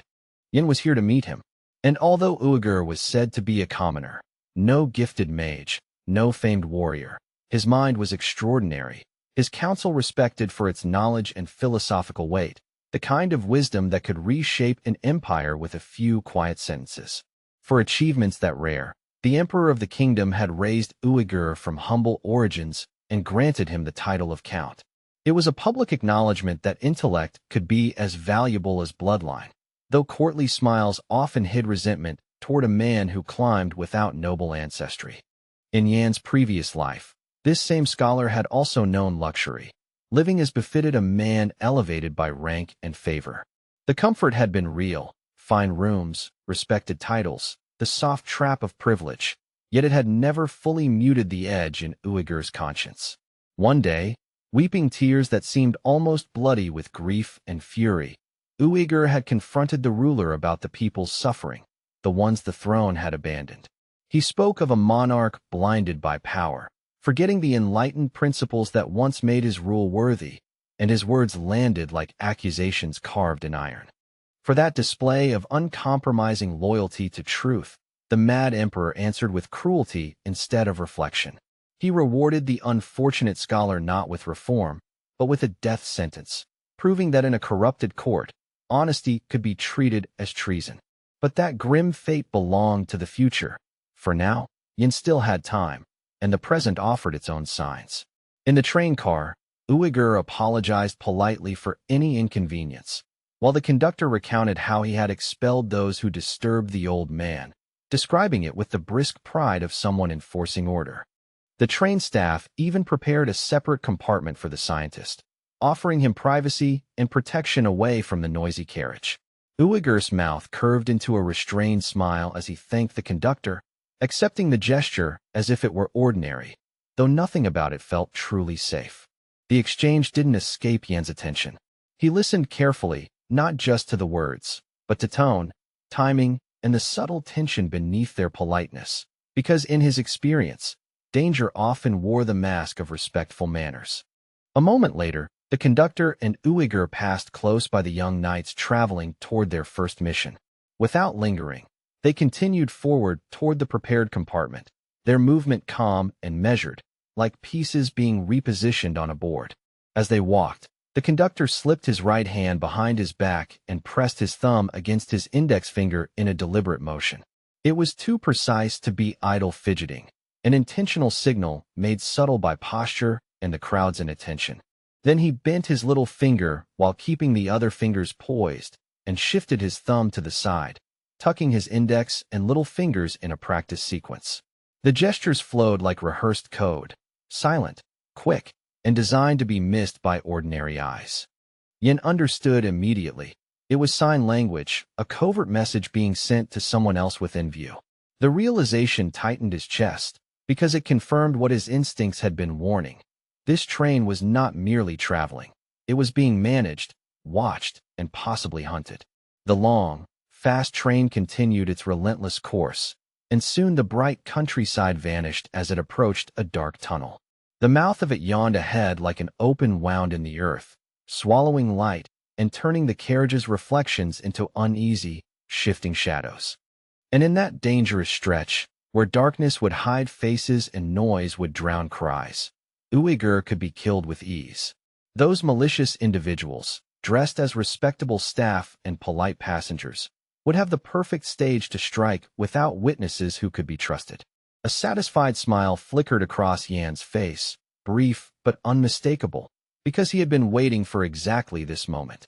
It wasn't joy in violence. It was the cold satisfaction of certainty, the feeling of finally seeing the enemy step into the light of his own prediction. Yin was loyal to the empire, not to the emperor, an important distinction written into his bones. He was the kind of man prepared to sacrifice his own life for the country and its people, even if that meant opposing powerful figures who mistook the throne for the nation itself. Uyghur's wisdom was inconvenient, too intrusive for those who thrived on chaos and secrecy. That was why soldiers of the Revolutionary Army sought to kidnap him, because a man who could teach rulers to think was more dangerous to them than any sword on the battlefield. To coordinate such acts without being overheard, the soldiers had developed a special sign language used only among themselves. It allowed them to pass orders in plain sight, weaving conspiracy through ordinary gestures while unsuspecting onlookers saw nothing but idle movement. The conductor's voice rang out then, announcing that the train would have to stop inside the tunnel for technical reasons. He urged passengers to remain seated and stay calm. The words practiced and soothing, yet to Yin, they sounded like the opening line of an ambush. A brawl was about to erupt in the tunnel, and the fifth-ranked knight, Yin, had been expecting it all along. Now he needed to act quickly, rescue the sage, prevent the abduction, and, if possible, establish contact with Uyghur before the conspirators tightened their net. Yin warned his companions to be careful, because he was about to speak to them through a mental connection. The shift in his posture and focus made it clear he wasn't guessing. He was initiating a method of coordination reserved for real danger, where speaking aloud could get them killed. After urging them to listen calmly and not react visibly, Yin explained that enemies had already taken control of their train. Once they entered the tunnel, those infiltrators would attempt to kidnap a specific person, and every second of surprise they allowed would become the enemy's advantage. The opponents facing the cadets from the elite combat unit were disguised as conductors and trained staff, hiding beneath uniforms and routine. It was the perfect camouflage, authority without suspicion, access without questions, and the freedom to move through carriages like they belonged. Yin didn't rule out something worse. Some of the villains might also be sitting among the passengers, masked by ordinary clothing and harmless expressions. The thought made the carriage feel suddenly crowded and hostile, as if any stranger's gaze could be a knife waiting to turn. With a malicious grin, Cruel reminded everyone that they hadn't received a formal mission assignment yet, so he had no intention of listening to Yan's commands. His defiance wasn't bravery, it was petty sabotage, the childish desire to undermine leadership even when danger was pressing in. In the next second, Yin slapped the aristocrat hard enough to snap his head sideways, the sound sharp in the tense air. Then, with cold authority, the team leader asked if anyone else had questions, making it clear that discipline would be enforced before the enemy could exploit their chaos. Lorena Beowulf, already on edge, struggled to understand what was happening so suddenly. Her eyes widened with agitation and suspicion as she demanded to know how Yin could possibly be so certain, how he could speak as if he'd read the enemy's plan from a hidden page. Yin answered without theatrics, explaining that he had received a secret order from Instructor Commander Damien.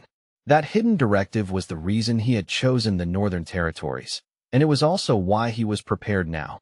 Because this journey had never been ordinary travel, but a covert operation from the moment the train began to move. Lorena Beowulf wanted more than reassurance, she needed clarity. With her pulse still echoing from the earlier terror, she pressed for what her comrade in arms truly knew: the shape of the threat, the identity of the force stalking them today, and the name behind the shadows. The warrior could not yet recite an exact headcount, but uncertainty in numbers did not mean confusion of purpose. His gaze stayed steady, voice firm, as if carved from experience. He might not know how many enemies waited, yet he knew precisely who they were. Yin spoke the name that turned Lorena's unease into a cold, sharp certainty: the Revolutionary Army. It was their agents, organized, deliberate, and ruthless, who had orchestrated the VIP kidnappings, the very crimes that had shaken Lorena and made the train's polished corridors feel like a trap. Outside the windows, the world blurred into steel-gray streaks as the train held to its final route with stubborn normalcy. It rumbled forward as though nothing was wrong, as if no villains walked its aisles, as if fate itself refused to acknowledge the danger riding inside.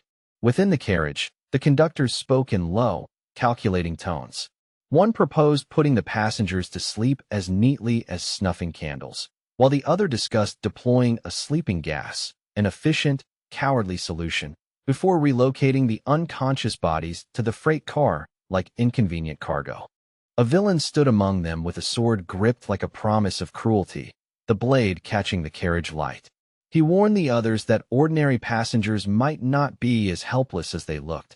There could be members of a special unit hidden among the crowd, trained eyes and faster hands waiting for one mistake. One of the conductors stared at his comrades, startled enough that his practiced composure cracked. He could not understand why weapons were necessary if the plan relied on gas and silence.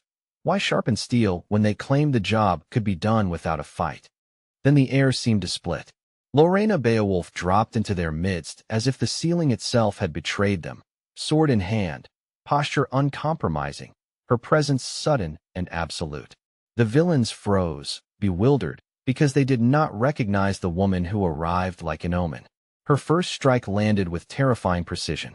In a single, powerful arc, Lorena severed the villain's sword cleanly in two, the broken halves jolting apart as if the weapon had been made of brittle glass rather than hardened steel.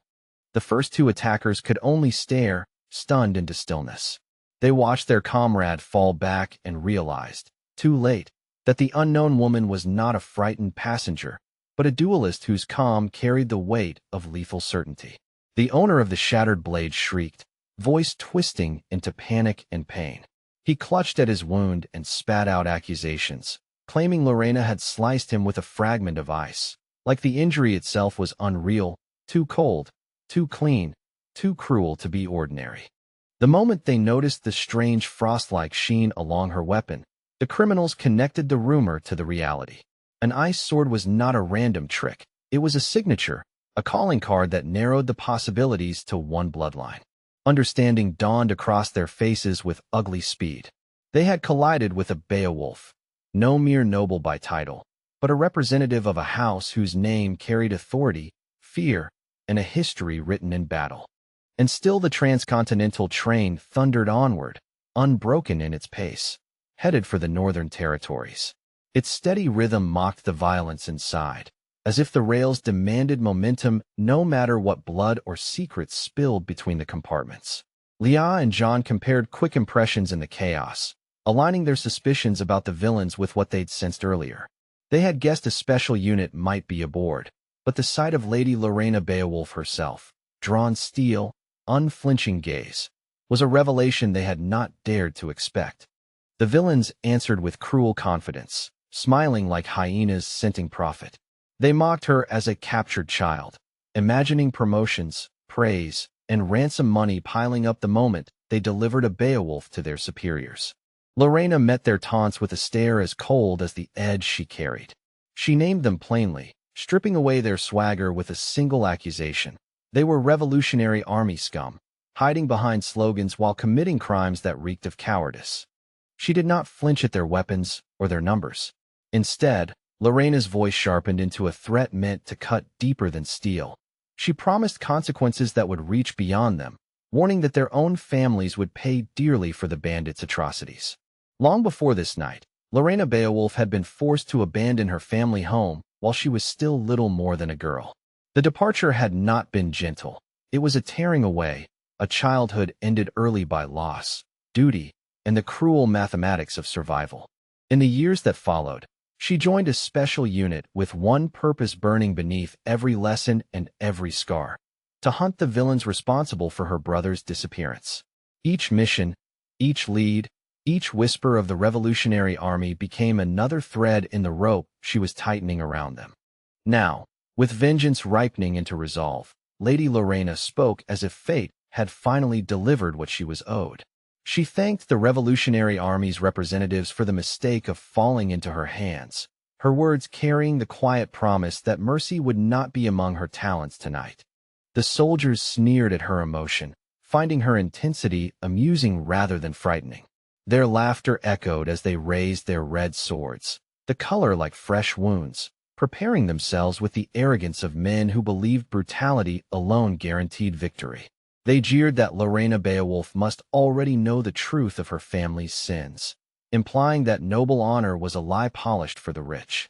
In their eyes, her house's reputation was merely a mask, one they were eager to tear away. They demanded answers with bitter resentment. Who did she think was responsible for her family living in luxury, while soldiers' families scraped by on rotten food and hollow promises? Their fury spilled out like poison, less an argument than a confession of envy and rage. Lorena tightened her grip on her sword, grounding herself in tradition rather than provocation. She reminded them that the Beowulf family had long stood as a shield for the Empire and the northern lands, guardians, not parasites, and she swore she would not allow traitors to claim victory on her watch. For her, the reason was simple and absolute. The Revolutionary Army threatened the Empire itself and the northern territories that depended on its strength.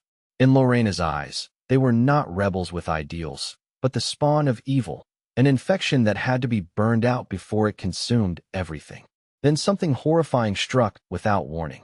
The carriage windows exploded inward with incredible force, glass screaming as it shattered, shards spraying like icy rain across seats and floorboards, turning the compartment into a storm of razor-bright fragments. A gang member stumbled back, eyes wide, trying to understand the sudden chaos. He had lost contact with comrades in the neighboring car, and the silence felt wrong, too heavy, too final, like a door slammed shut on screams he could not hear.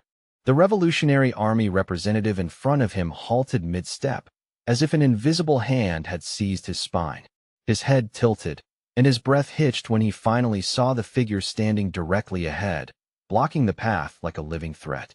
A tall man in a long coat grinned, slow, vicious, and hungry for release. His eyes searched for someone to punish, someone to absorb his wrath, and the two villains before him were perfect targets, convenient, deserving, and close enough to break. The train continued at tremendous speed, devouring miles as if fleeing its own nightmares. In one of the cars, a severed human hand lay on the floor like a grim punctuation mark, and dark blood stains smeared nearby, proof that violence had already passed through and would not be satisfied. The man responsible spoke with chilling pride, naming the weapon he carried as if reciting a sacred title. He called it a magnificent sword from the imperial treasury, a relic of authority and slaughter, and he wielded it with the entitlement of someone who believed the blade existed for him alone. Cruel Dwight, high-ranking knight and executioner by temperament, exhaled as if relieved.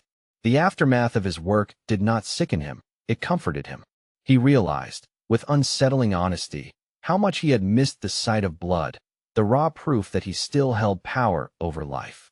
He stared down the corridor with a malicious gleam, already imagining the next body to fall. In his mind, he addressed John like a promise and a threat combined. Prepare yourself, because Dwight intended to kill him next, and the thought delighted him. In the first car of the transcontinental train, the revived sorceress Mun felt a ripple of magic crawl across her senses. She spoke to Yin with casual superiority, calling him small, as though his urgency were an inconvenience she tolerated only because it amused her. Floating in the air as if gravity were beneath her dignity, Mun demanded that the high-ranking warrior stop summoning her for trivial matters. Her tone carried irritation sharpened by arrogance, like a queen scolding a messenger for breathing too loudly. Yin answered without flinching, his logic steady even against her disdain. He reminded the mage, reasonably, almost coldly, that debts did not vanish just because she disliked being reminded of them, and that she still needed to repay what she owed from before. They landed on the roof of the car, wind tearing at their clothes and the night roaring past. From that precarious perch, Yin called Mun back toward the train's interior, insisting they had a priority beyond pride. They needed to save the old sage before the Revolutionary Army broke him. Before this, Lady Lorena Beowulf had moved toward the front cars to confront the Revolutionary Army directly, choosing the path of open battle. Behind her, cruel Dwight handled the rear cars with ruthless efficiency, carving a trail of fear to keep the enemy from closing in. Mammon planned to slip toward the front through the roof, using height and speed to bypass the corridors below. The audacity of the maneuver earned Mun's approval. She called him a trickster, her praise edged with amusement, as if she respected cunning more than courage. Lorena was more talented than Maman had expected, and Yin was quietly glad Mun had not killed the girl the last time they crossed paths. A Beowulf was not a simple ally or enemy. Lorena was like a time bomb, brilliant and dangerous, capable of detonating the entire balance of their plans. Still uncertain whether saving the old sage was worth the risk, Maman questioned Yin directly. Yin confirmed it without hesitation, explaining that Huger was not a sentimental rescue. He was a necessary piece, a deliberate component in Yan's larger design. Yin warned that the Revolutionary Army would not be a single encounter. It would become a recurring war. In that future, no one would be more useful than the sage. Knowledge, strategy, and leverage given human form. And if Huger stood with Yin, their battles would become easier and far more survivable. Calling to Mon, who seemed surrounded by calculating people no matter where she looked, the knight surged forward through the rushing air.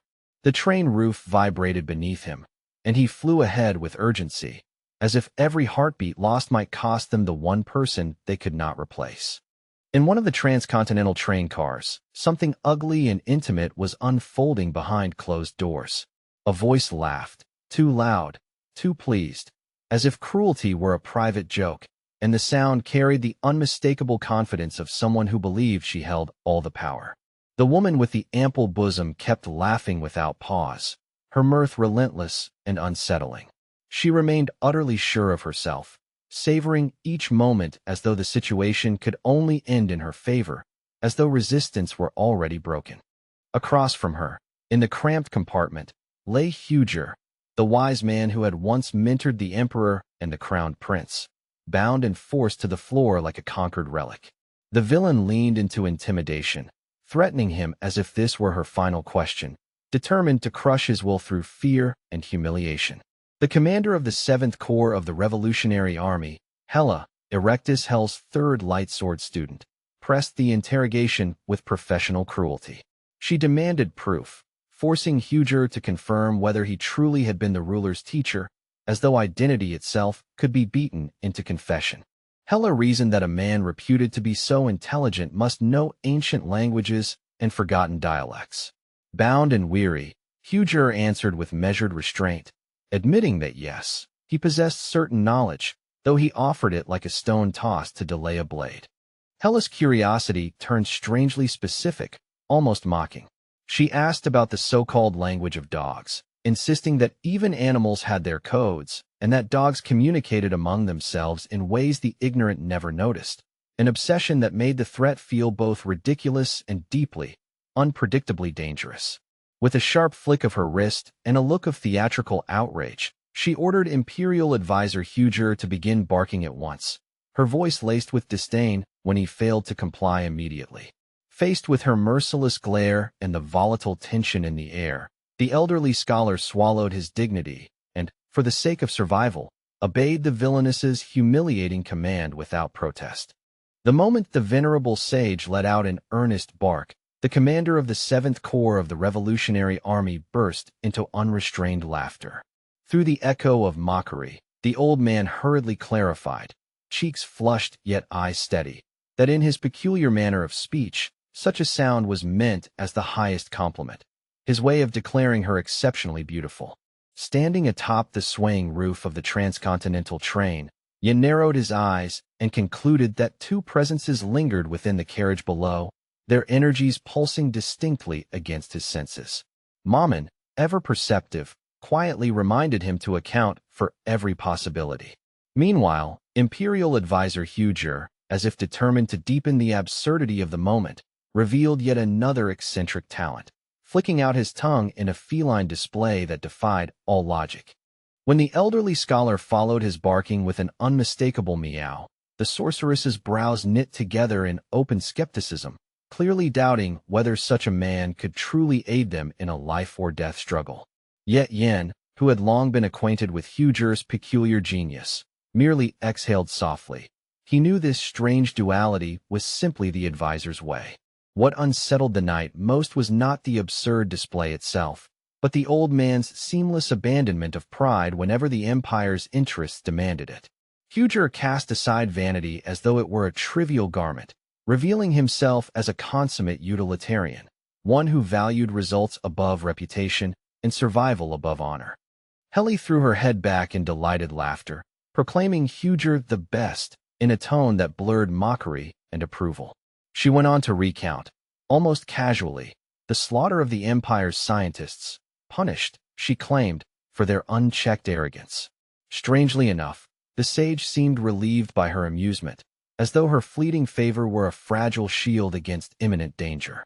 Her fingers twitched toward the hilt of her sword, the third disciple of the light Erectus finding herself ensnared by the very momentum of her own actions. Intent on striking, she discovered that destiny had already tightened its grip around her, leaving no easy path of retreat. When she spoke of the pleasant hours spent with her grandfather, her confession carried an unsettling warmth that stirred conflicting emotions within Huger. A chill crept down his spine. Beneath her innocent tone, he sensed a depth of darkness that made his heart pound with quiet dread.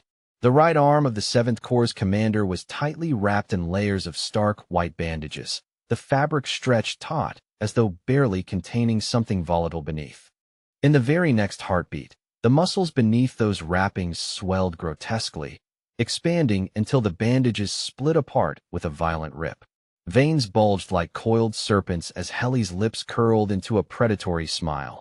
She declared it time to seize the vermin hiding around her, dismissing her enemies as nothing more than rats scurrying in filth.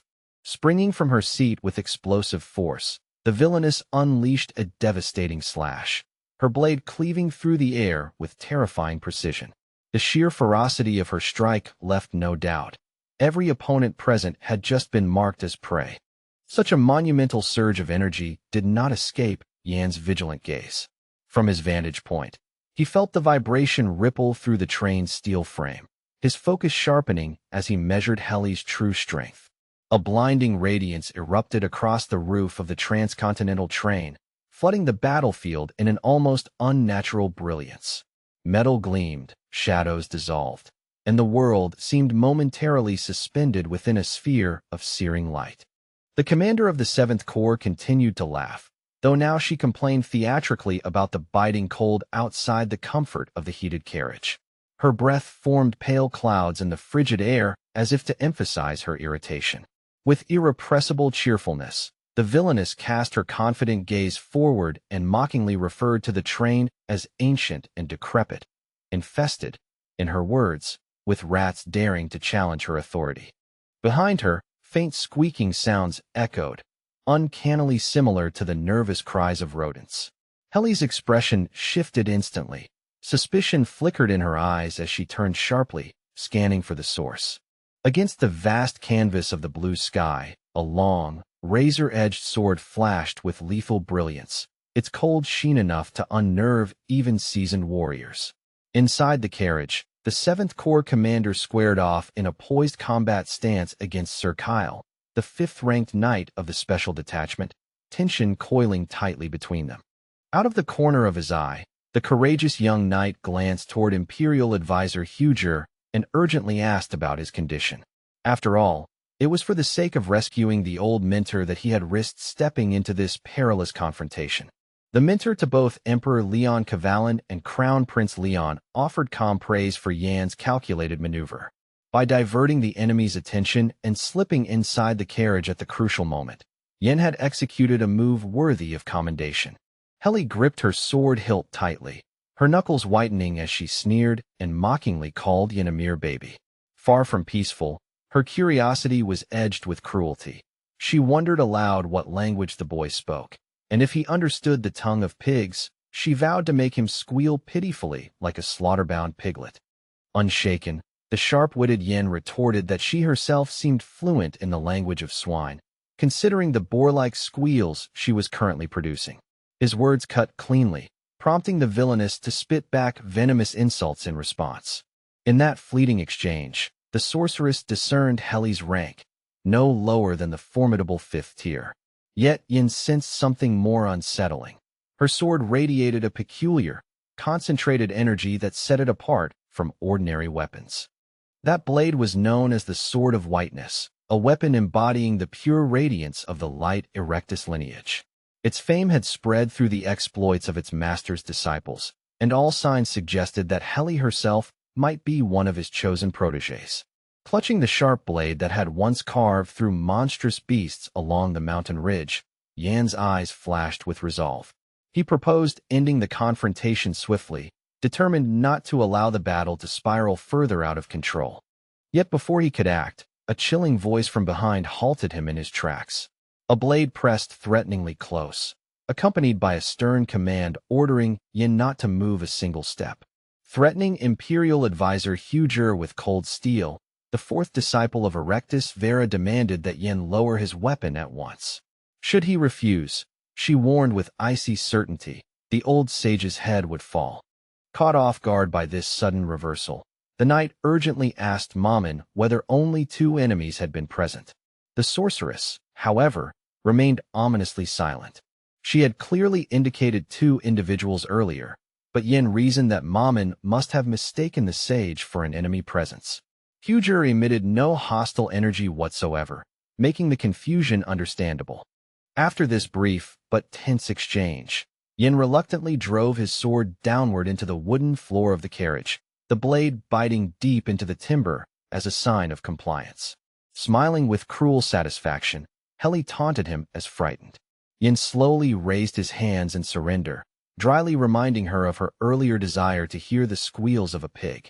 As she advanced toward Yin, the commander of the 7th Corps appeared almost ordinary, her muscular enhancement absent, her frame deceptively unremarkable. But in the blink of an eye, her arm expanded grotesquely once more, muscles swelling to unnatural proportions, transforming her limb into a weapon of raw, brutal power. It was already too late for Yin. Abandoning her earlier fixation on pig-like squeals, Heli now craved the sickening crack of his skull. With savage intent, she lunged forward. The brave young cadet found himself cornered, his position dire as the villainess's allies closed in from the opposite side, hemming him in with merciless coordination. For a fleeting instant, it seemed his fate was sealed. Yet at the critical moment, his loyal combat companion intervened, her formidable weapon cleaving through despair itself. Lorena Beowulf, an aristocrat of the distinguished Beowulf clan and a member of the elite squad, stepped forward with her renowned sword in hand. A confident smile curved her lips as she came to Cadet Yan's rescue. The carriage windows shattered simultaneously, as though struck by the force of a contained explosion, glass fragments scattering like glittering shards of ice. With Lady Lorena's entry into the fray, the very air within the carriage began to freeze, frost spreading rapidly along walls and floors in delicate crystalline patterns. Just as in the earlier clash involving Cruel Dwight and the assistant instructor, jagged formations of icy rock manifested here as well, rising sharply from the ground like frozen spears. Standing resolute against the revolutionary army, Lorena raised her sword and summoned the breath of winter itself. A frigid tempest surged outward, intent on eradicating her enemies without mercy. Suddenly, the girl coughed, her breath hitching as the drastic drop in temperature bit harshly at her lungs. Through Lady Lorena's relentless exertion, an intense frost overtook the carriage. Yet her body had not fully adapted to such strain. A thin stream of blood trickled from her nose, stark against the cold. As a consequence, Lorena would be unable to summon her devastating snowstorm again for some time, the toll on her body too severe to ignore. From behind the aristocrat, an unfamiliar man criticized her for the commotion she had caused. Lorena turned sharply, eyes narrowing as she sought to identify the insolent speaker. A muscular figure strode through the carriage with heavy, unapologetic steps, dismissing the refined Beowulf secrecy as noise. He muttered that matters were far different from what Yin had described. None among them recognized this type of opponent, one capable of neutralizing frost with a sinister dark energy. He had emerged from the very carriage where Cruel Dwight had previously stood. Lorena studied the mysterious man intently as he questioned whether she truly hailed from the esteemed Beowulf clan, his curiosity edged with challenge. Incensed that he possessed such knowledge, the girl pivoted sharply and struck at the villain without hesitation, her blade flashing with righteous fury. These intense and rapidly unfolding events between Lorena and the hostile members of the Revolutionary Army were all taking place toward the rear section of the train. Elsewhere, a figure had fallen to his knees, defeated in the aftermath of a brutal confrontation. Cruel Dwight seethed with anger toward Yen, silently questioning how he had failed to overcome such a monstrous adversary. Cruel Dwight's opponent stood on an entirely different plane from anyone he had crossed blades with before, an overwhelming presence that made past battles feel like childish sparring. Even the air around this stranger seemed heavier, as if strength itself had condensed into muscle and silence, leaving Cruel with the grim certainty that he had encountered something far beyond his usual measure. While the man muttered bitterly about his failures in combat, Cheryl's words and outcomes looping through his frustration like a thorn, Lorena Beowulf never let her guard slip for even a heartbeat.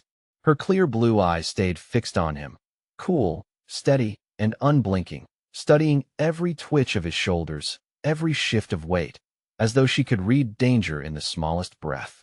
The stranger calmly seized the narrow blade of Lady Lorena's thin sword with his bare hand, fingers closing around steel as if it were nothing more than a ribbon.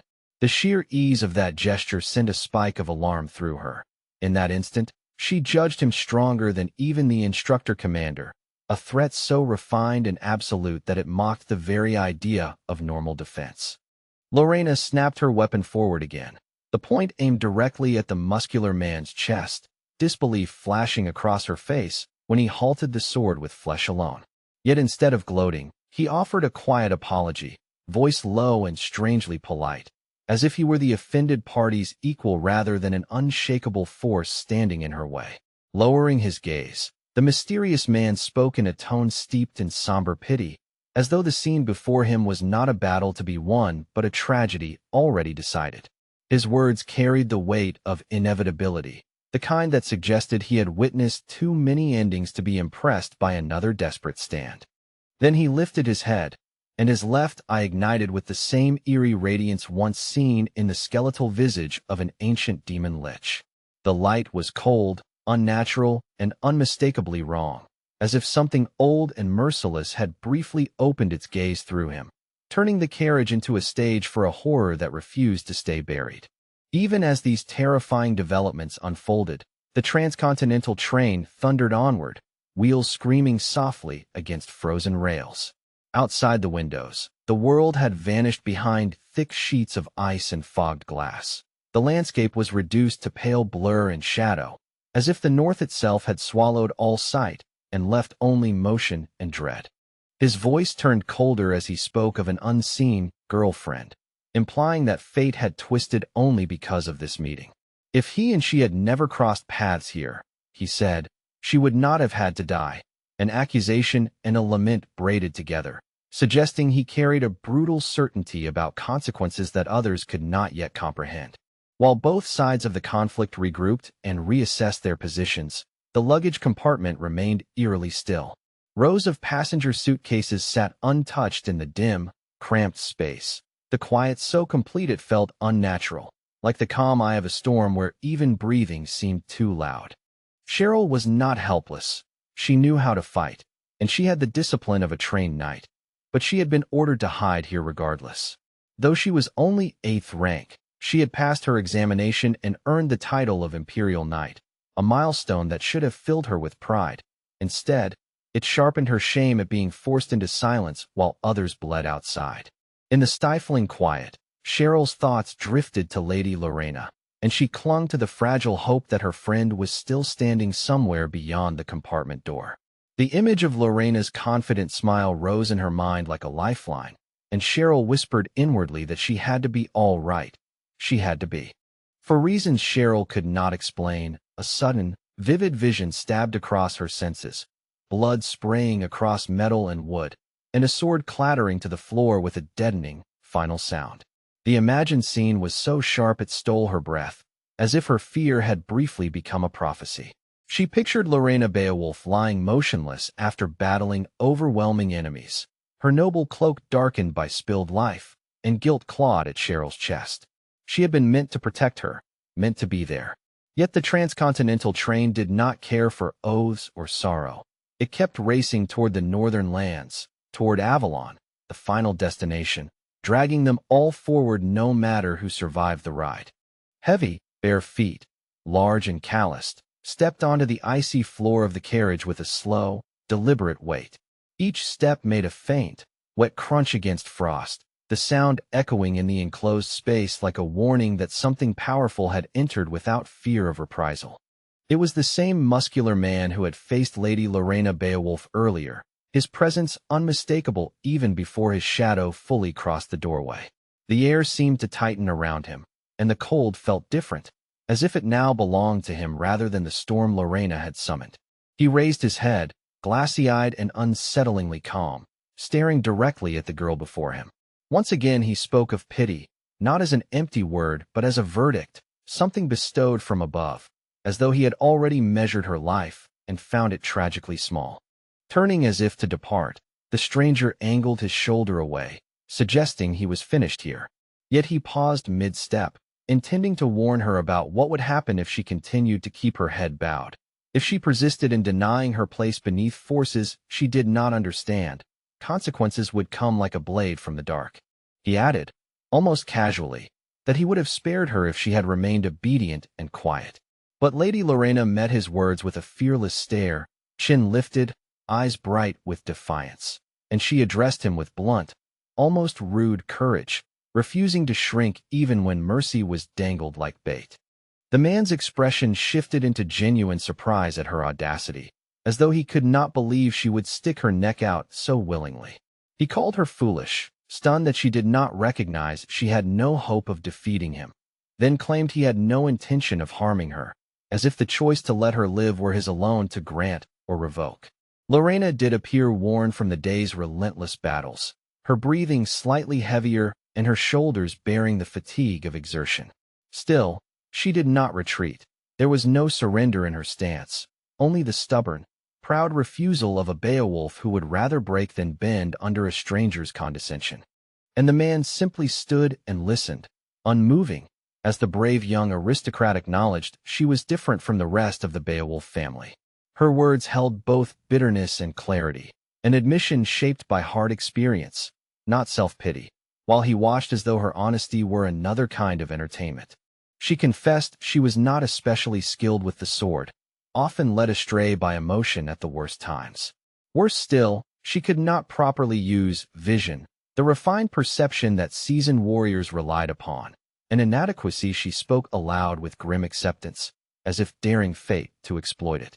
Yet even with those shortcomings, Lorena still had her sharp blade, the weapon she never abandoned, the steel that had accompanied her through hunts and horrors alike. She had fought monsters with it, tasted terror with it, and held it when no one else would. Whatever her limits, her sword was proof she had endured.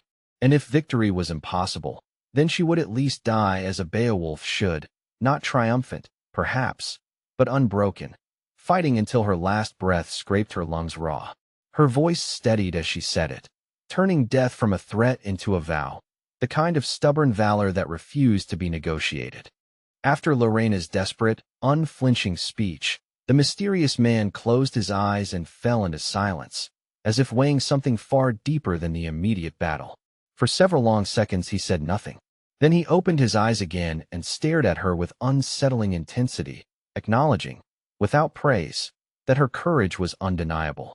According to him, every battle was always life and death, not a contest for pride or reputation. And in choosing her words and stance as she had, the aristocrat had made a grave mistake, one that would echo beyond this carriage, beyond this train, into consequences she could not yet see. He clenched his enormous fist, tendons tightening like iron cords, and flexed his arm until the muscles swelled with frightening density. In a voice that carried both identity and menace, he declared himself a black tiger named Cupid, an introduction that sounded less like a name and more like a warning carved into flesh. Drawing in power as though he were pulling the world into his body, Cupid gathered his strength with brutal focus. His stance lowered, his shoulders rolled, and the air seemed to tremble as he prepared a mountain tiger strike, clearly intending to demonstrate, in the most violent language possible, what he was truly capable of. Silence fell like rain inside the carriage with its torn roof, heavy and absolute. Above them, only the dark sky remained, an open wound revealing distant stars that glittered with indifferent beauty, watching a human struggle that meant nothing to the heavens. Erectus Verus, the fourth disciple, stared ahead in stunned disbelief, his mind struggling to accept the scene before him. The outcome contradicted every assumption he had carried into the fight, and his shock made him hesitate when instinct demanded action. He and his group should not have been able to lose. They had the numbers, the pressure, the advantage. They had even disarmed their opponent and taken a hostage, stacking the battlefield in their favor. Yet reality had overturned their logic as effortlessly as a giant hand scattering pieces on a board. The commander of the 7th Corps, Yahello, was now pinned to the carriage wall by a massive sword, her body trapped by sheer force and precise placement. Verus could not understand how the battle had twisted so violently. The image of their leader immobilized felt like an impossible nightmare made real. He looked at Yahello's dejected face, so unlike her earlier confidence, and bitterness curled in his stomach.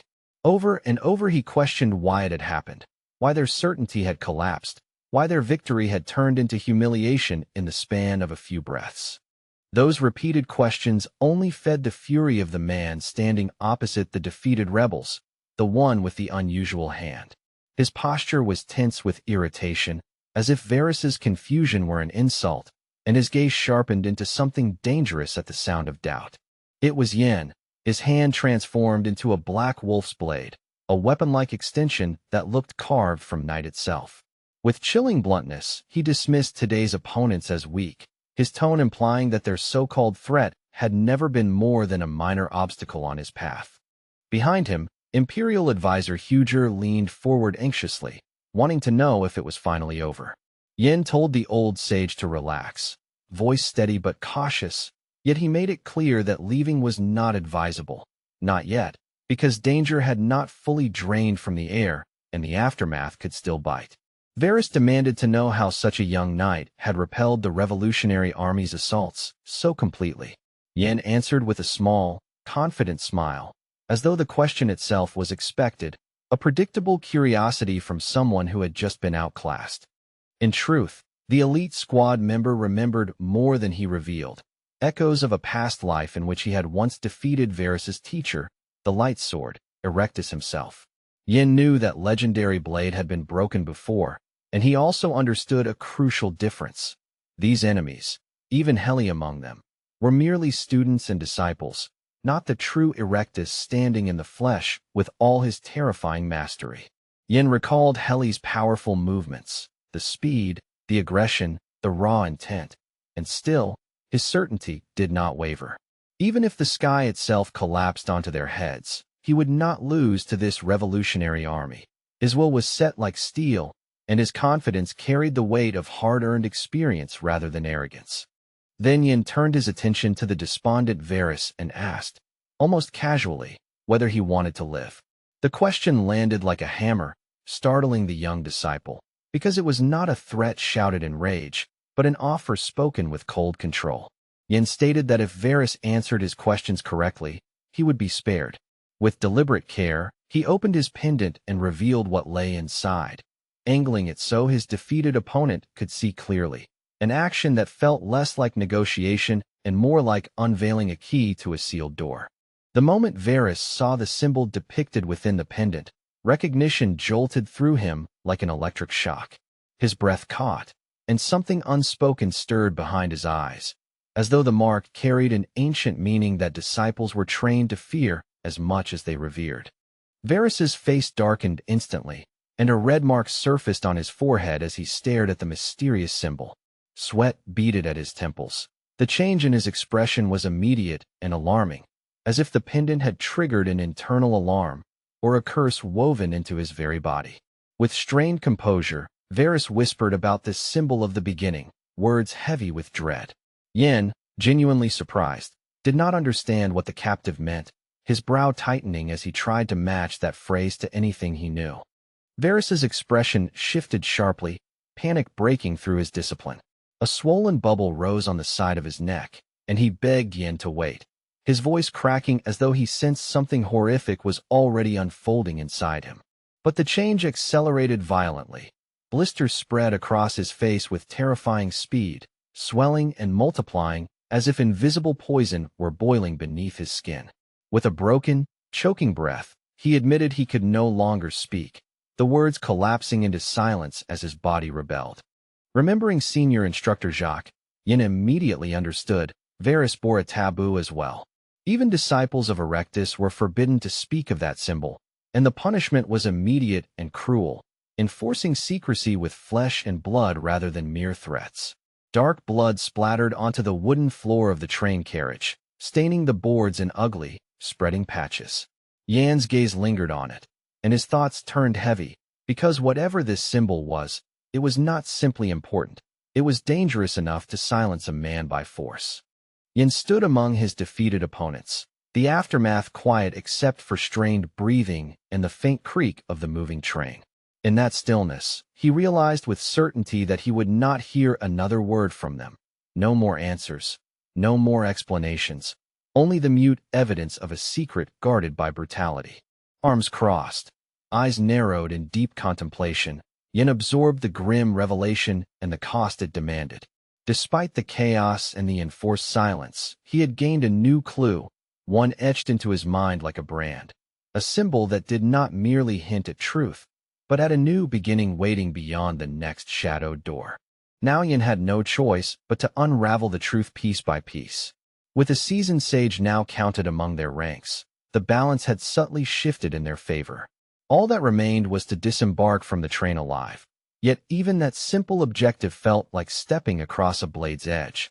Without warning, a violent explosion thundered near the first carriage, a concussive blast that devoured every stray thought in an instant. The leader of the Northern Territory's mission snapped his head toward the source, instincts flaring as the night itself seemed to rupture. Staring ahead with tightening brows, Yin struggled to comprehend what could possibly detonate with such ferocity aboard a train reinforced by magic and steel. The sheer force of it suggested sabotage of the highest order, something deliberate, something catastrophic. Still pinned against the carriage wall by an enormous sword, the commander of the 7th Corps of the Hell Revolution Army coughed harshly, blood flecking her lips as her chest heaved beneath the crushing pressure. Raising her head despite the blade that restrained her, the villainess revealed a small device clutched in her hand, a trigger marked by a single red button. With a thin, triumphant smile, she calmly informed Yin that flames were already consuming the engine room. She spoke with unwavering confidence, insisting that Yin would never manage to halt the train in time. According to her, an overheated magic stone had been pushed beyond its limit, an arcane core primed to unleash devastation. That unstable stone, she explained, would ensure the train could not possibly break at Avalon Station. Instead, it would hurtle forward unchecked, transforming its unstoppable momentum into a weapon of mass destruction. With cruel delight, she described how the resulting explosion would roar loud enough to shake the northern capital, and how towering pillars of fire would rise high above the city's skyline, branding the night with inferno. Helly, blood streaking down her face, attempted to add that none of them would live long enough to witness it, but the sentence died in her throat, cut short by pain and failing breath. Her features twisted as though life itself were draining from her body. Yan's eyes narrowed in confusion.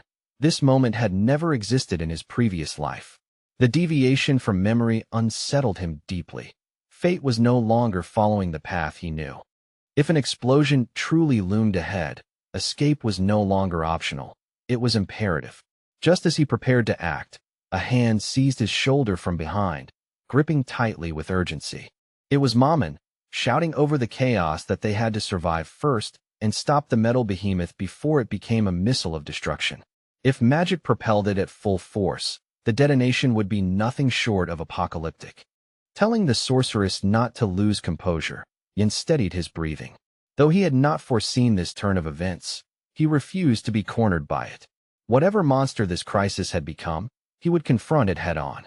Meanwhile, the engine room of the transcontinental train burned fiercely, flames devouring enchanted mechanisms. The roof of the 3rd carriage had already been blasted away, leaving jagged metal ribs exposed to the night sky. Yet directly in the path of the runaway machine, racing at reckless speed, stood a lone figure, a 7th-rank royal knight. unmoving and resolute. This fair-haired warrior, his eyes gleaming with fierce determination, was Kyle. Calm in the face of catastrophe, he planted himself before the oncoming train like a living barricade. Blazing fire erupted violently from the fractured engine chamber, illuminating the rails in flickering orange light and casting monstrous shadows against the darkened countryside. Despite the explosion's fury, the train still barreled toward Avalon without slowing. Kyle remembered Emperor Leon Kavalin's command to safeguard the sage at any cost, and felt its weight settle firmly upon his shoulders. But they could not simply allow an out-of-control transport to crash into the city. Duty extended beyond a single life. It encompassed the countless innocent souls awaiting dawn.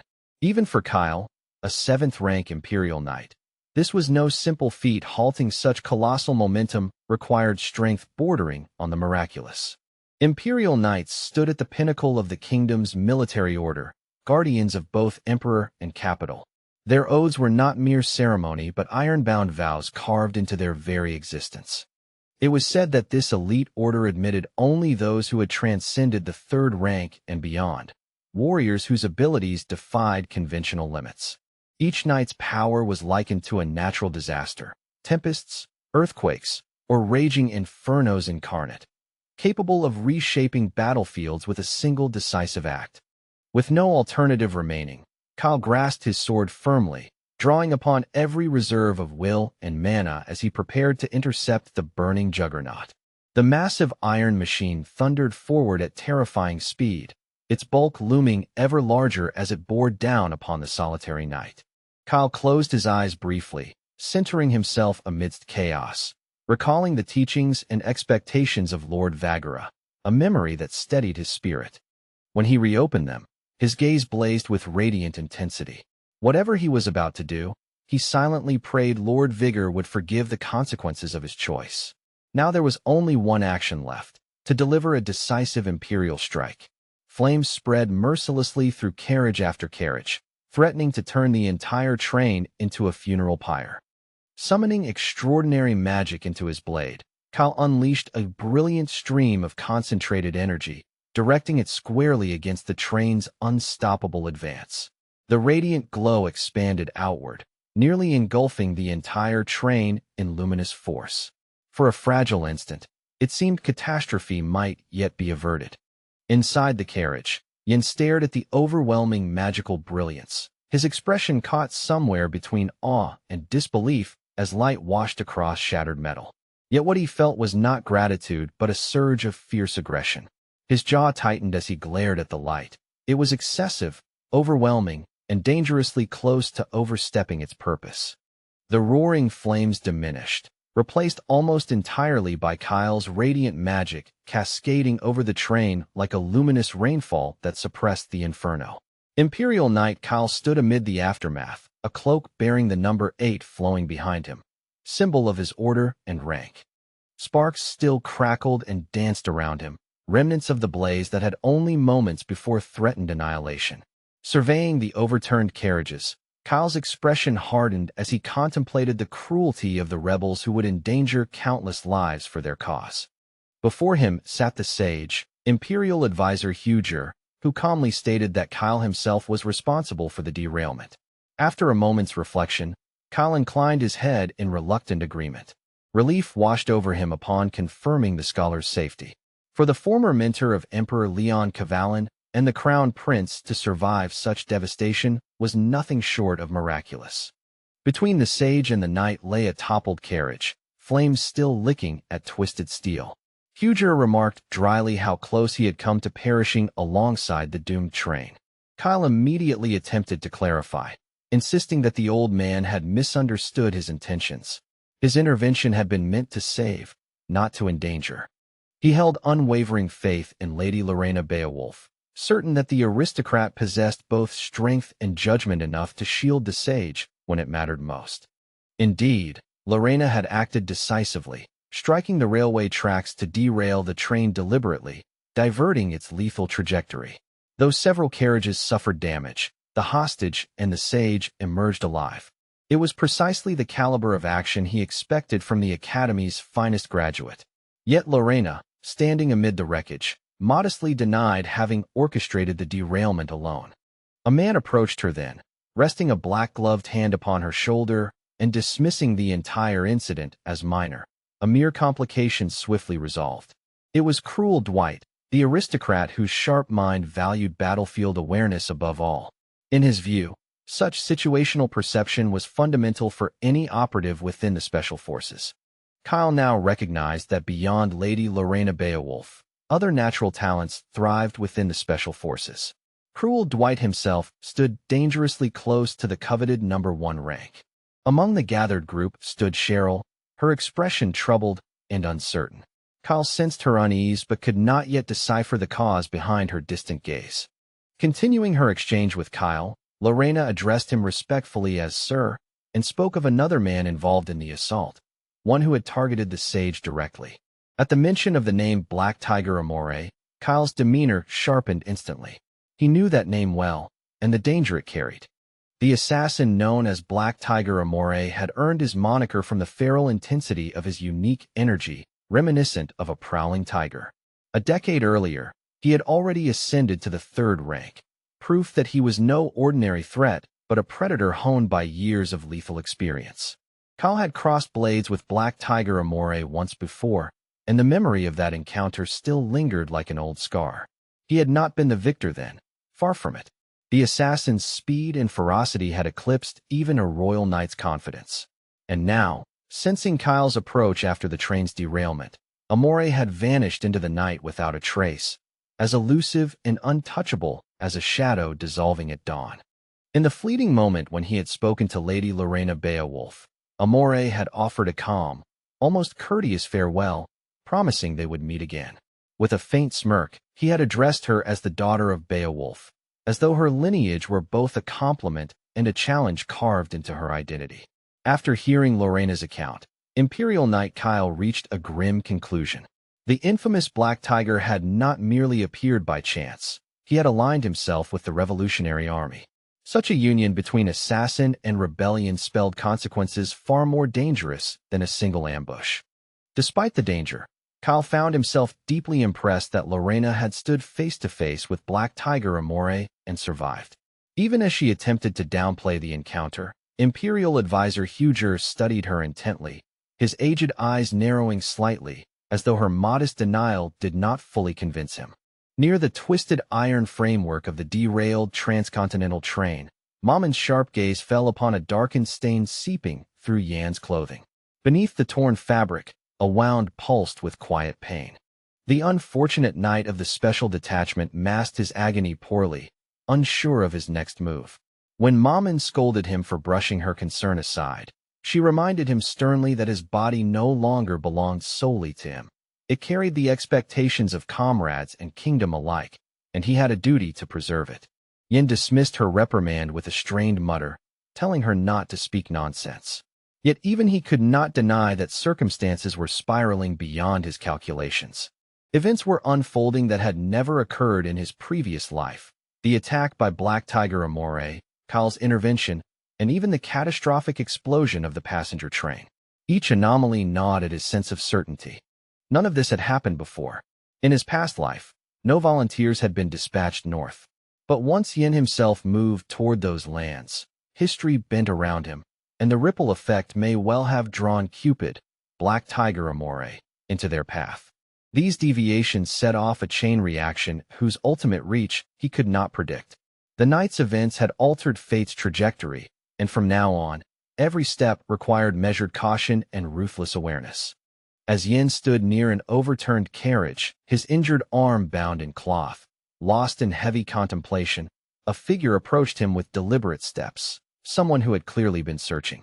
It was Imperial Advisor Huger, the brilliant scientist and former tutor to Emperor Leon Cavalin and the Crown Prince.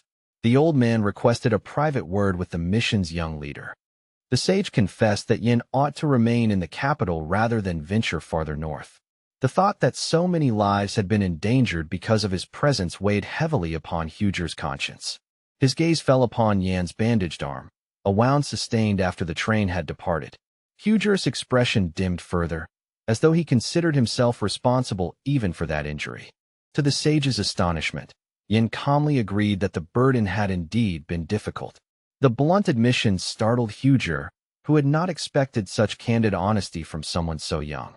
Closing his eyes briefly, the former royal mentor accepted a silent truth. He now owed this elite knight a debt, one not measured in coin, but in responsibility and respect. From within his robes, the elderly scholar produced a rectangular metal plate and extended it toward Yin, urging him to accept it without hesitation. Yin examined the unusual object with curiosity, weighing its shape and engraved markings, already sensing that it carried more significance than its modest appearance suggested. Huger explained that the plaque bore his own name and seal. Possession of it would mark Yin as the sage's personal representative, a symbol of trust and authority recognized by those who understood its value. According to the scholar, this simple plate could open doors otherwise sealed and grant influence where brute strength alone would fail. Yin smiled faintly, as though unaware of just how powerful such recognition could become. Yin accepted the plaque, remarking half-jokingly that he would graciously overlook the sage's earlier barking display. Huger winced at the reminder, clearly unamused by the young man's unfiltered frankness. In the end, the scholar had no choice but to depart. Yet he spoke quietly of fate, suggesting that if destiny permitted, he and the cadet would cross paths again. Yin understood how fortunate he had been to secure such a connection, even if it came through hardship. Maman, meanwhile, studied the plaque with keen interest, clearly aware that its worth extended beyond mere sentiment. As they walked past the wrecked carriages, Yin remarked that everything now depended on how wisely he wielded this new token of authority. Moving forward through the debris-strewn rails, Yin carefully considered his next strategic moves. The sage's plaque was not just protection, it was leverage, and leverage demanded foresight. Now, he and his team had to proceed toward their next objective within the kingdom, their path shaped by both danger and opportunity. Their destination lay within the land known as Black Frost, where a castle crowned by a towering spire rose against the bleak northern sky. The district surrounding it was dense and shadowed, tall houses pressed tightly together, leaving only narrow alleyways where light struggled to reach the ground. In one such narrow space, a black sword stood embedded in hardened gray material, its presence dominating conversation as though it were more artifact than weapon. A bald man with a thick, dark beard grinned as he gripped the sword's hilt, announcing confidently that his client required this very blade. He offered Yin 500 guilders to repair the weapon and relinquish it. For the young knight, such a sum represented a fortune capable of altering plans entirely. The blacksmith, puzzled by the high cost of repair, could not comprehend how Yin had managed to damage an ink iron blade of such durability. Yet the young man had indeed pushed it beyond its intended limits. The black sword had been a gift from the instructor commander, who doubted Yan's ability to wield it through the dark dragon sword technique. The strain of that forbidden technique, however, had proven too much for ink iron alone. When the blacksmith asked if any additional services were required, Yin declined politely, expressing gratitude but requesting nothing further. The craftsman embraced Yin warmly, promising better service next time. Yet for other customers, the blacksmith's demeanor was far less welcoming, a contrast that did not go unnoticed. Following the train disaster, the training center's team arrived in the town of William, situated near the Beowulf territory's borders. Because of worsening weather conditions, the mission members resolved to reach their final destination by passing through the gates of Villian instead of traveling openly. However, the magical circle powering the city gates required mana replenishment, prompting the guard to keep them sealed until noon the following day. Fortunately, William was only a modest town. Its smaller magical infrastructure meant the recharge process would not take excessively long. The special task force used the unexpected delay to rest and recover before embarking on their crucial journey, strolling through the town's narrow streets. For the first time since his reincarnation, Yin found himself among ordinary townsfolk rather than soldiers or nobles. Upon awakening in this life, he had been thrust directly into the training center. This bustling simplicity felt strangely foreign. Maman, perched comfortably upon the shoulders of a high-ranking knight, observed the surroundings with fascination. Yet when she commented on the strangeness of it all, Yin could not grasp her meaning. Once again, Maman recalled Imperial Knight Kyle and their encounter after the train's crash, the memory still vivid in her mind. She questioned whether Yin had truly failed to sense the yellow dragon's aura emanating from Kyle during that critical moment. As Yin scanned the unaware townspeople, he admitted ignorance of such energy. Maman stared at him in disbelief, astonished by his lack of awareness regarding powers he himself wielded. The heart of mana, she explained, could store only 6 elemental forces: black, red, blue, green, earth, and gold. Within the golden element slumbered the essence of the yellow dragon. Yin struggled to understand her concern. To him, power was power, one element among many. His simplistic perspective left Maman genuinely stunned. If mastery were so simple, Maman argued, anyone could found an empire. The dragon's energy required resonance with the divine dragon's breath within the mana heart, a sacred inheritance not easily summoned. She could not fathom how her companion could remain so superficially informed about such profound matters, questioning half-jokingly whether anything substantial resided inside his skull. Yin dryly assured her that it did. The only individuals from whom Maman had sensed that dragon energy were the instructor commander and crown prince Leon Kavalan, for they were direct descendants of Bahamut, the founding emperor himself. Yet what truly lingered in Yan's thoughts was not the train disaster nor the rebels, it was Kyle. The royal knight's presence had stirred something unfamiliar within him. Determined to understand how this man might be connected to his own fate, Yin resolved to investigate further, quietly committing the name to memory. Without warning, a passerby recognized him and uttered a number, 974. The sound struck Yin like a distant echo from another life. For a fleeting second, he was no longer a mission leader or elite cadet, but merely that old designation resurfacing from the depths of memory. As he turned the corner, Yin spotted Lady Lorena Beowulf and Cheryl approaching with arms full of grocery bags. Their expressions radiated relief and triumph, as if surviving the train catastrophe had transformed even mundane errands into small victories. They urged him to return to their lodgings and rest, but Yin calmly explained he had placed orders for weapon repairs and still needed to make preparations for the mission. The girls insisted they, too, were preparing, though their definition of preparation seemed delightfully flexible. Yin regarded them skeptically. From his perspective, their preparations resembled little more than an enthusiastic shopping excursion rather than disciplined readiness for the harsh northern campaign ahead. Cheryl, an 8th-rank knight despite her youthful cheer, simply smiled while balancing several overfilled bags. Her light-hearted expression betrayed no hint of guilt for their extravagant purchases. Lorena, carrying herself with aristocratic composure, defended their actions by insisting they had purchased only essential supplies, mostly provisions to sustain them through the colder days ahead. Yin raised an eyebrow and asked whether they intended to consume all that food within a single day. Cheryl faltered under the question, glancing uncertainly at her friend for support. Then, with a mischievous sparkle in her eyes, Cheryl smiled as if suggesting that, under the right circumstances, they absolutely could devour everything they had bought. She eagerly invited Yin to accompany them for further shopping, warning him that his current attire would hardly suffice within Beowulf territory. Yet Yin insisted he preferred to select his own necessities. Cheryl clasped her hands and widened her eyes in an exaggeratedly cute plea, urging him to join them. Yin studied her carefully, reflecting on how drastically people could change when unburdened by immediate danger. Inside the store, the salesperson promised attentive, personalized service, offering to hand-pick garments tailored specifically for Yin. Embarrassed by the attention, he quickly asked the man to lower his voice. Unbeknownst to them, a shadowed figure lingered behind a wall near the display window, quietly eavesdropping on every word exchanged between the customers and the clerk.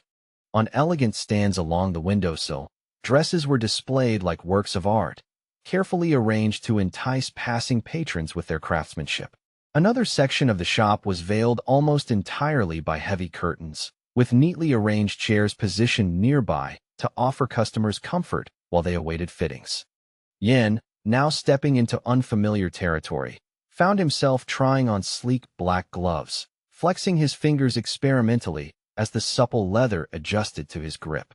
He selected a practical winter coat, sturdy gloves, and durable boots designed for cold climates, deliberately avoiding anything overly heavy. Excess weight, he reasoned, would only hinder mobility in battle.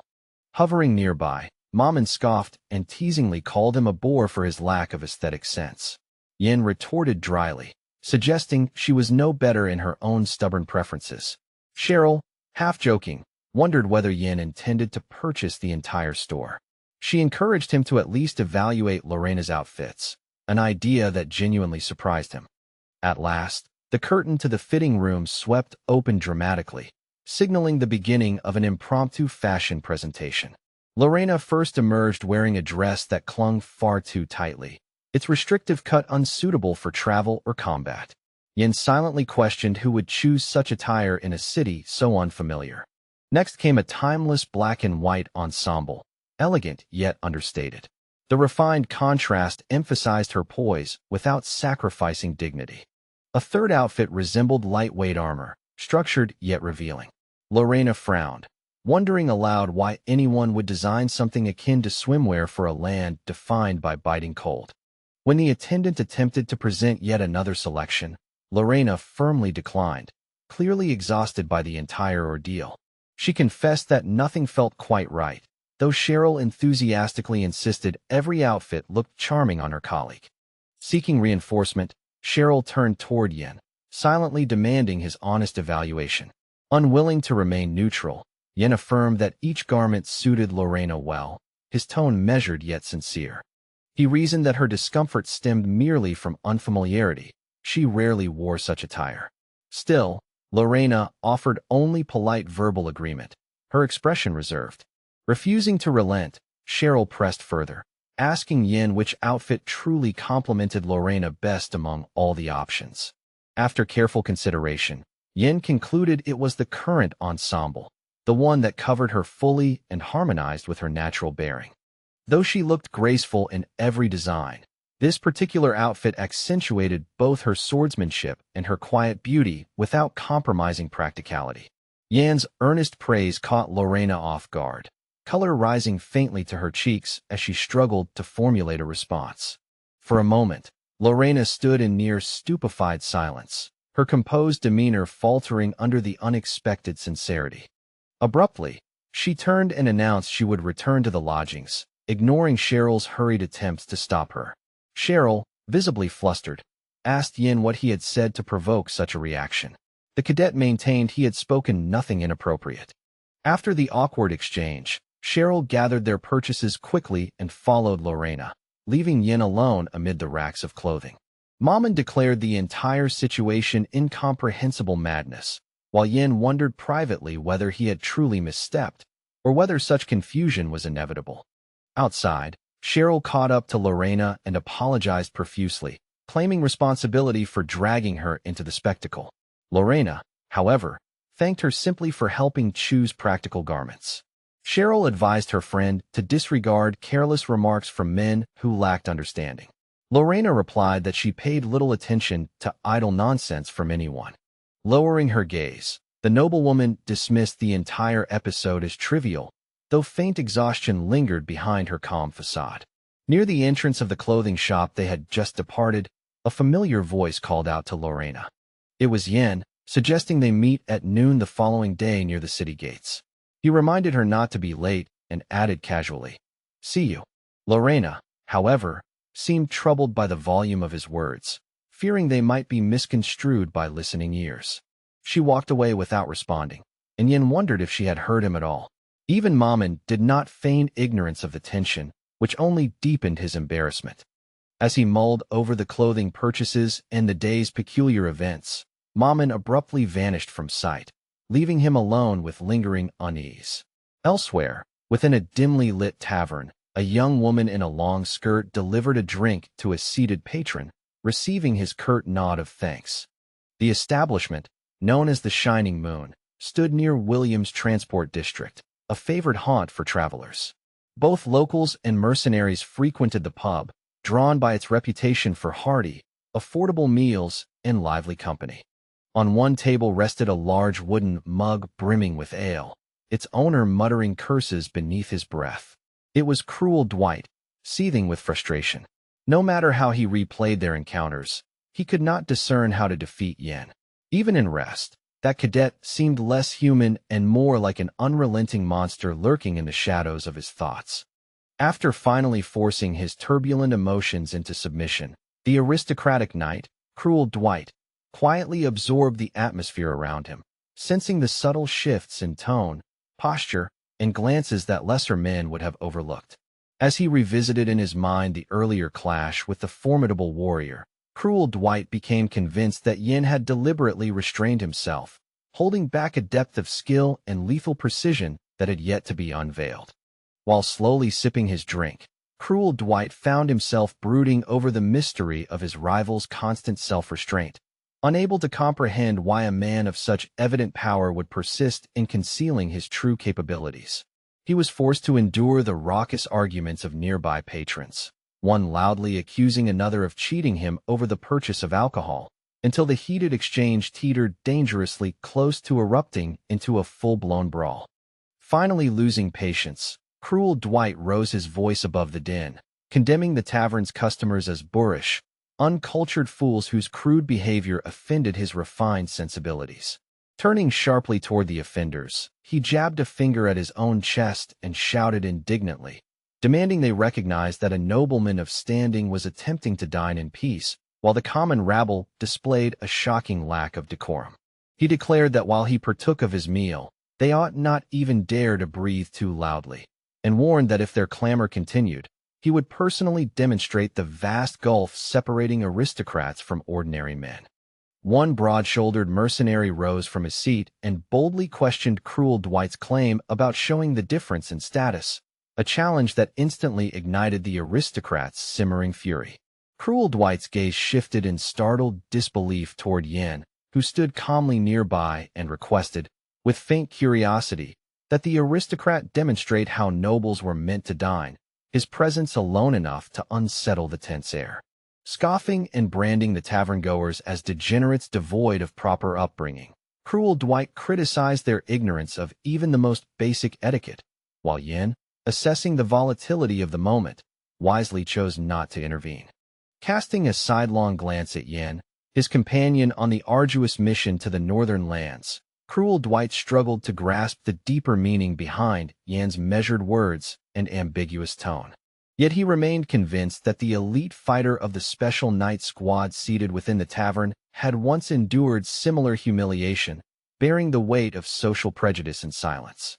Indeed, it was precisely because of the shifting tides of circumstance and power that he now found himself in this unfamiliar town, navigating a reality far removed from the sheltered corridors of nobility. Yan's quiet suggestion that if Cruel Dwight ceased relying solely on his noble title he might grow stronger, struck him like a sudden gust of cold wind, leaving the aristocrat momentarily stunned by the implication. Without warning, a pair of immensely powerful hands descended upon the unsuspecting Cruel Dwight's shoulders, gripping him with crushing familiarity as a rough voice addressed him as though he were merely another stranger.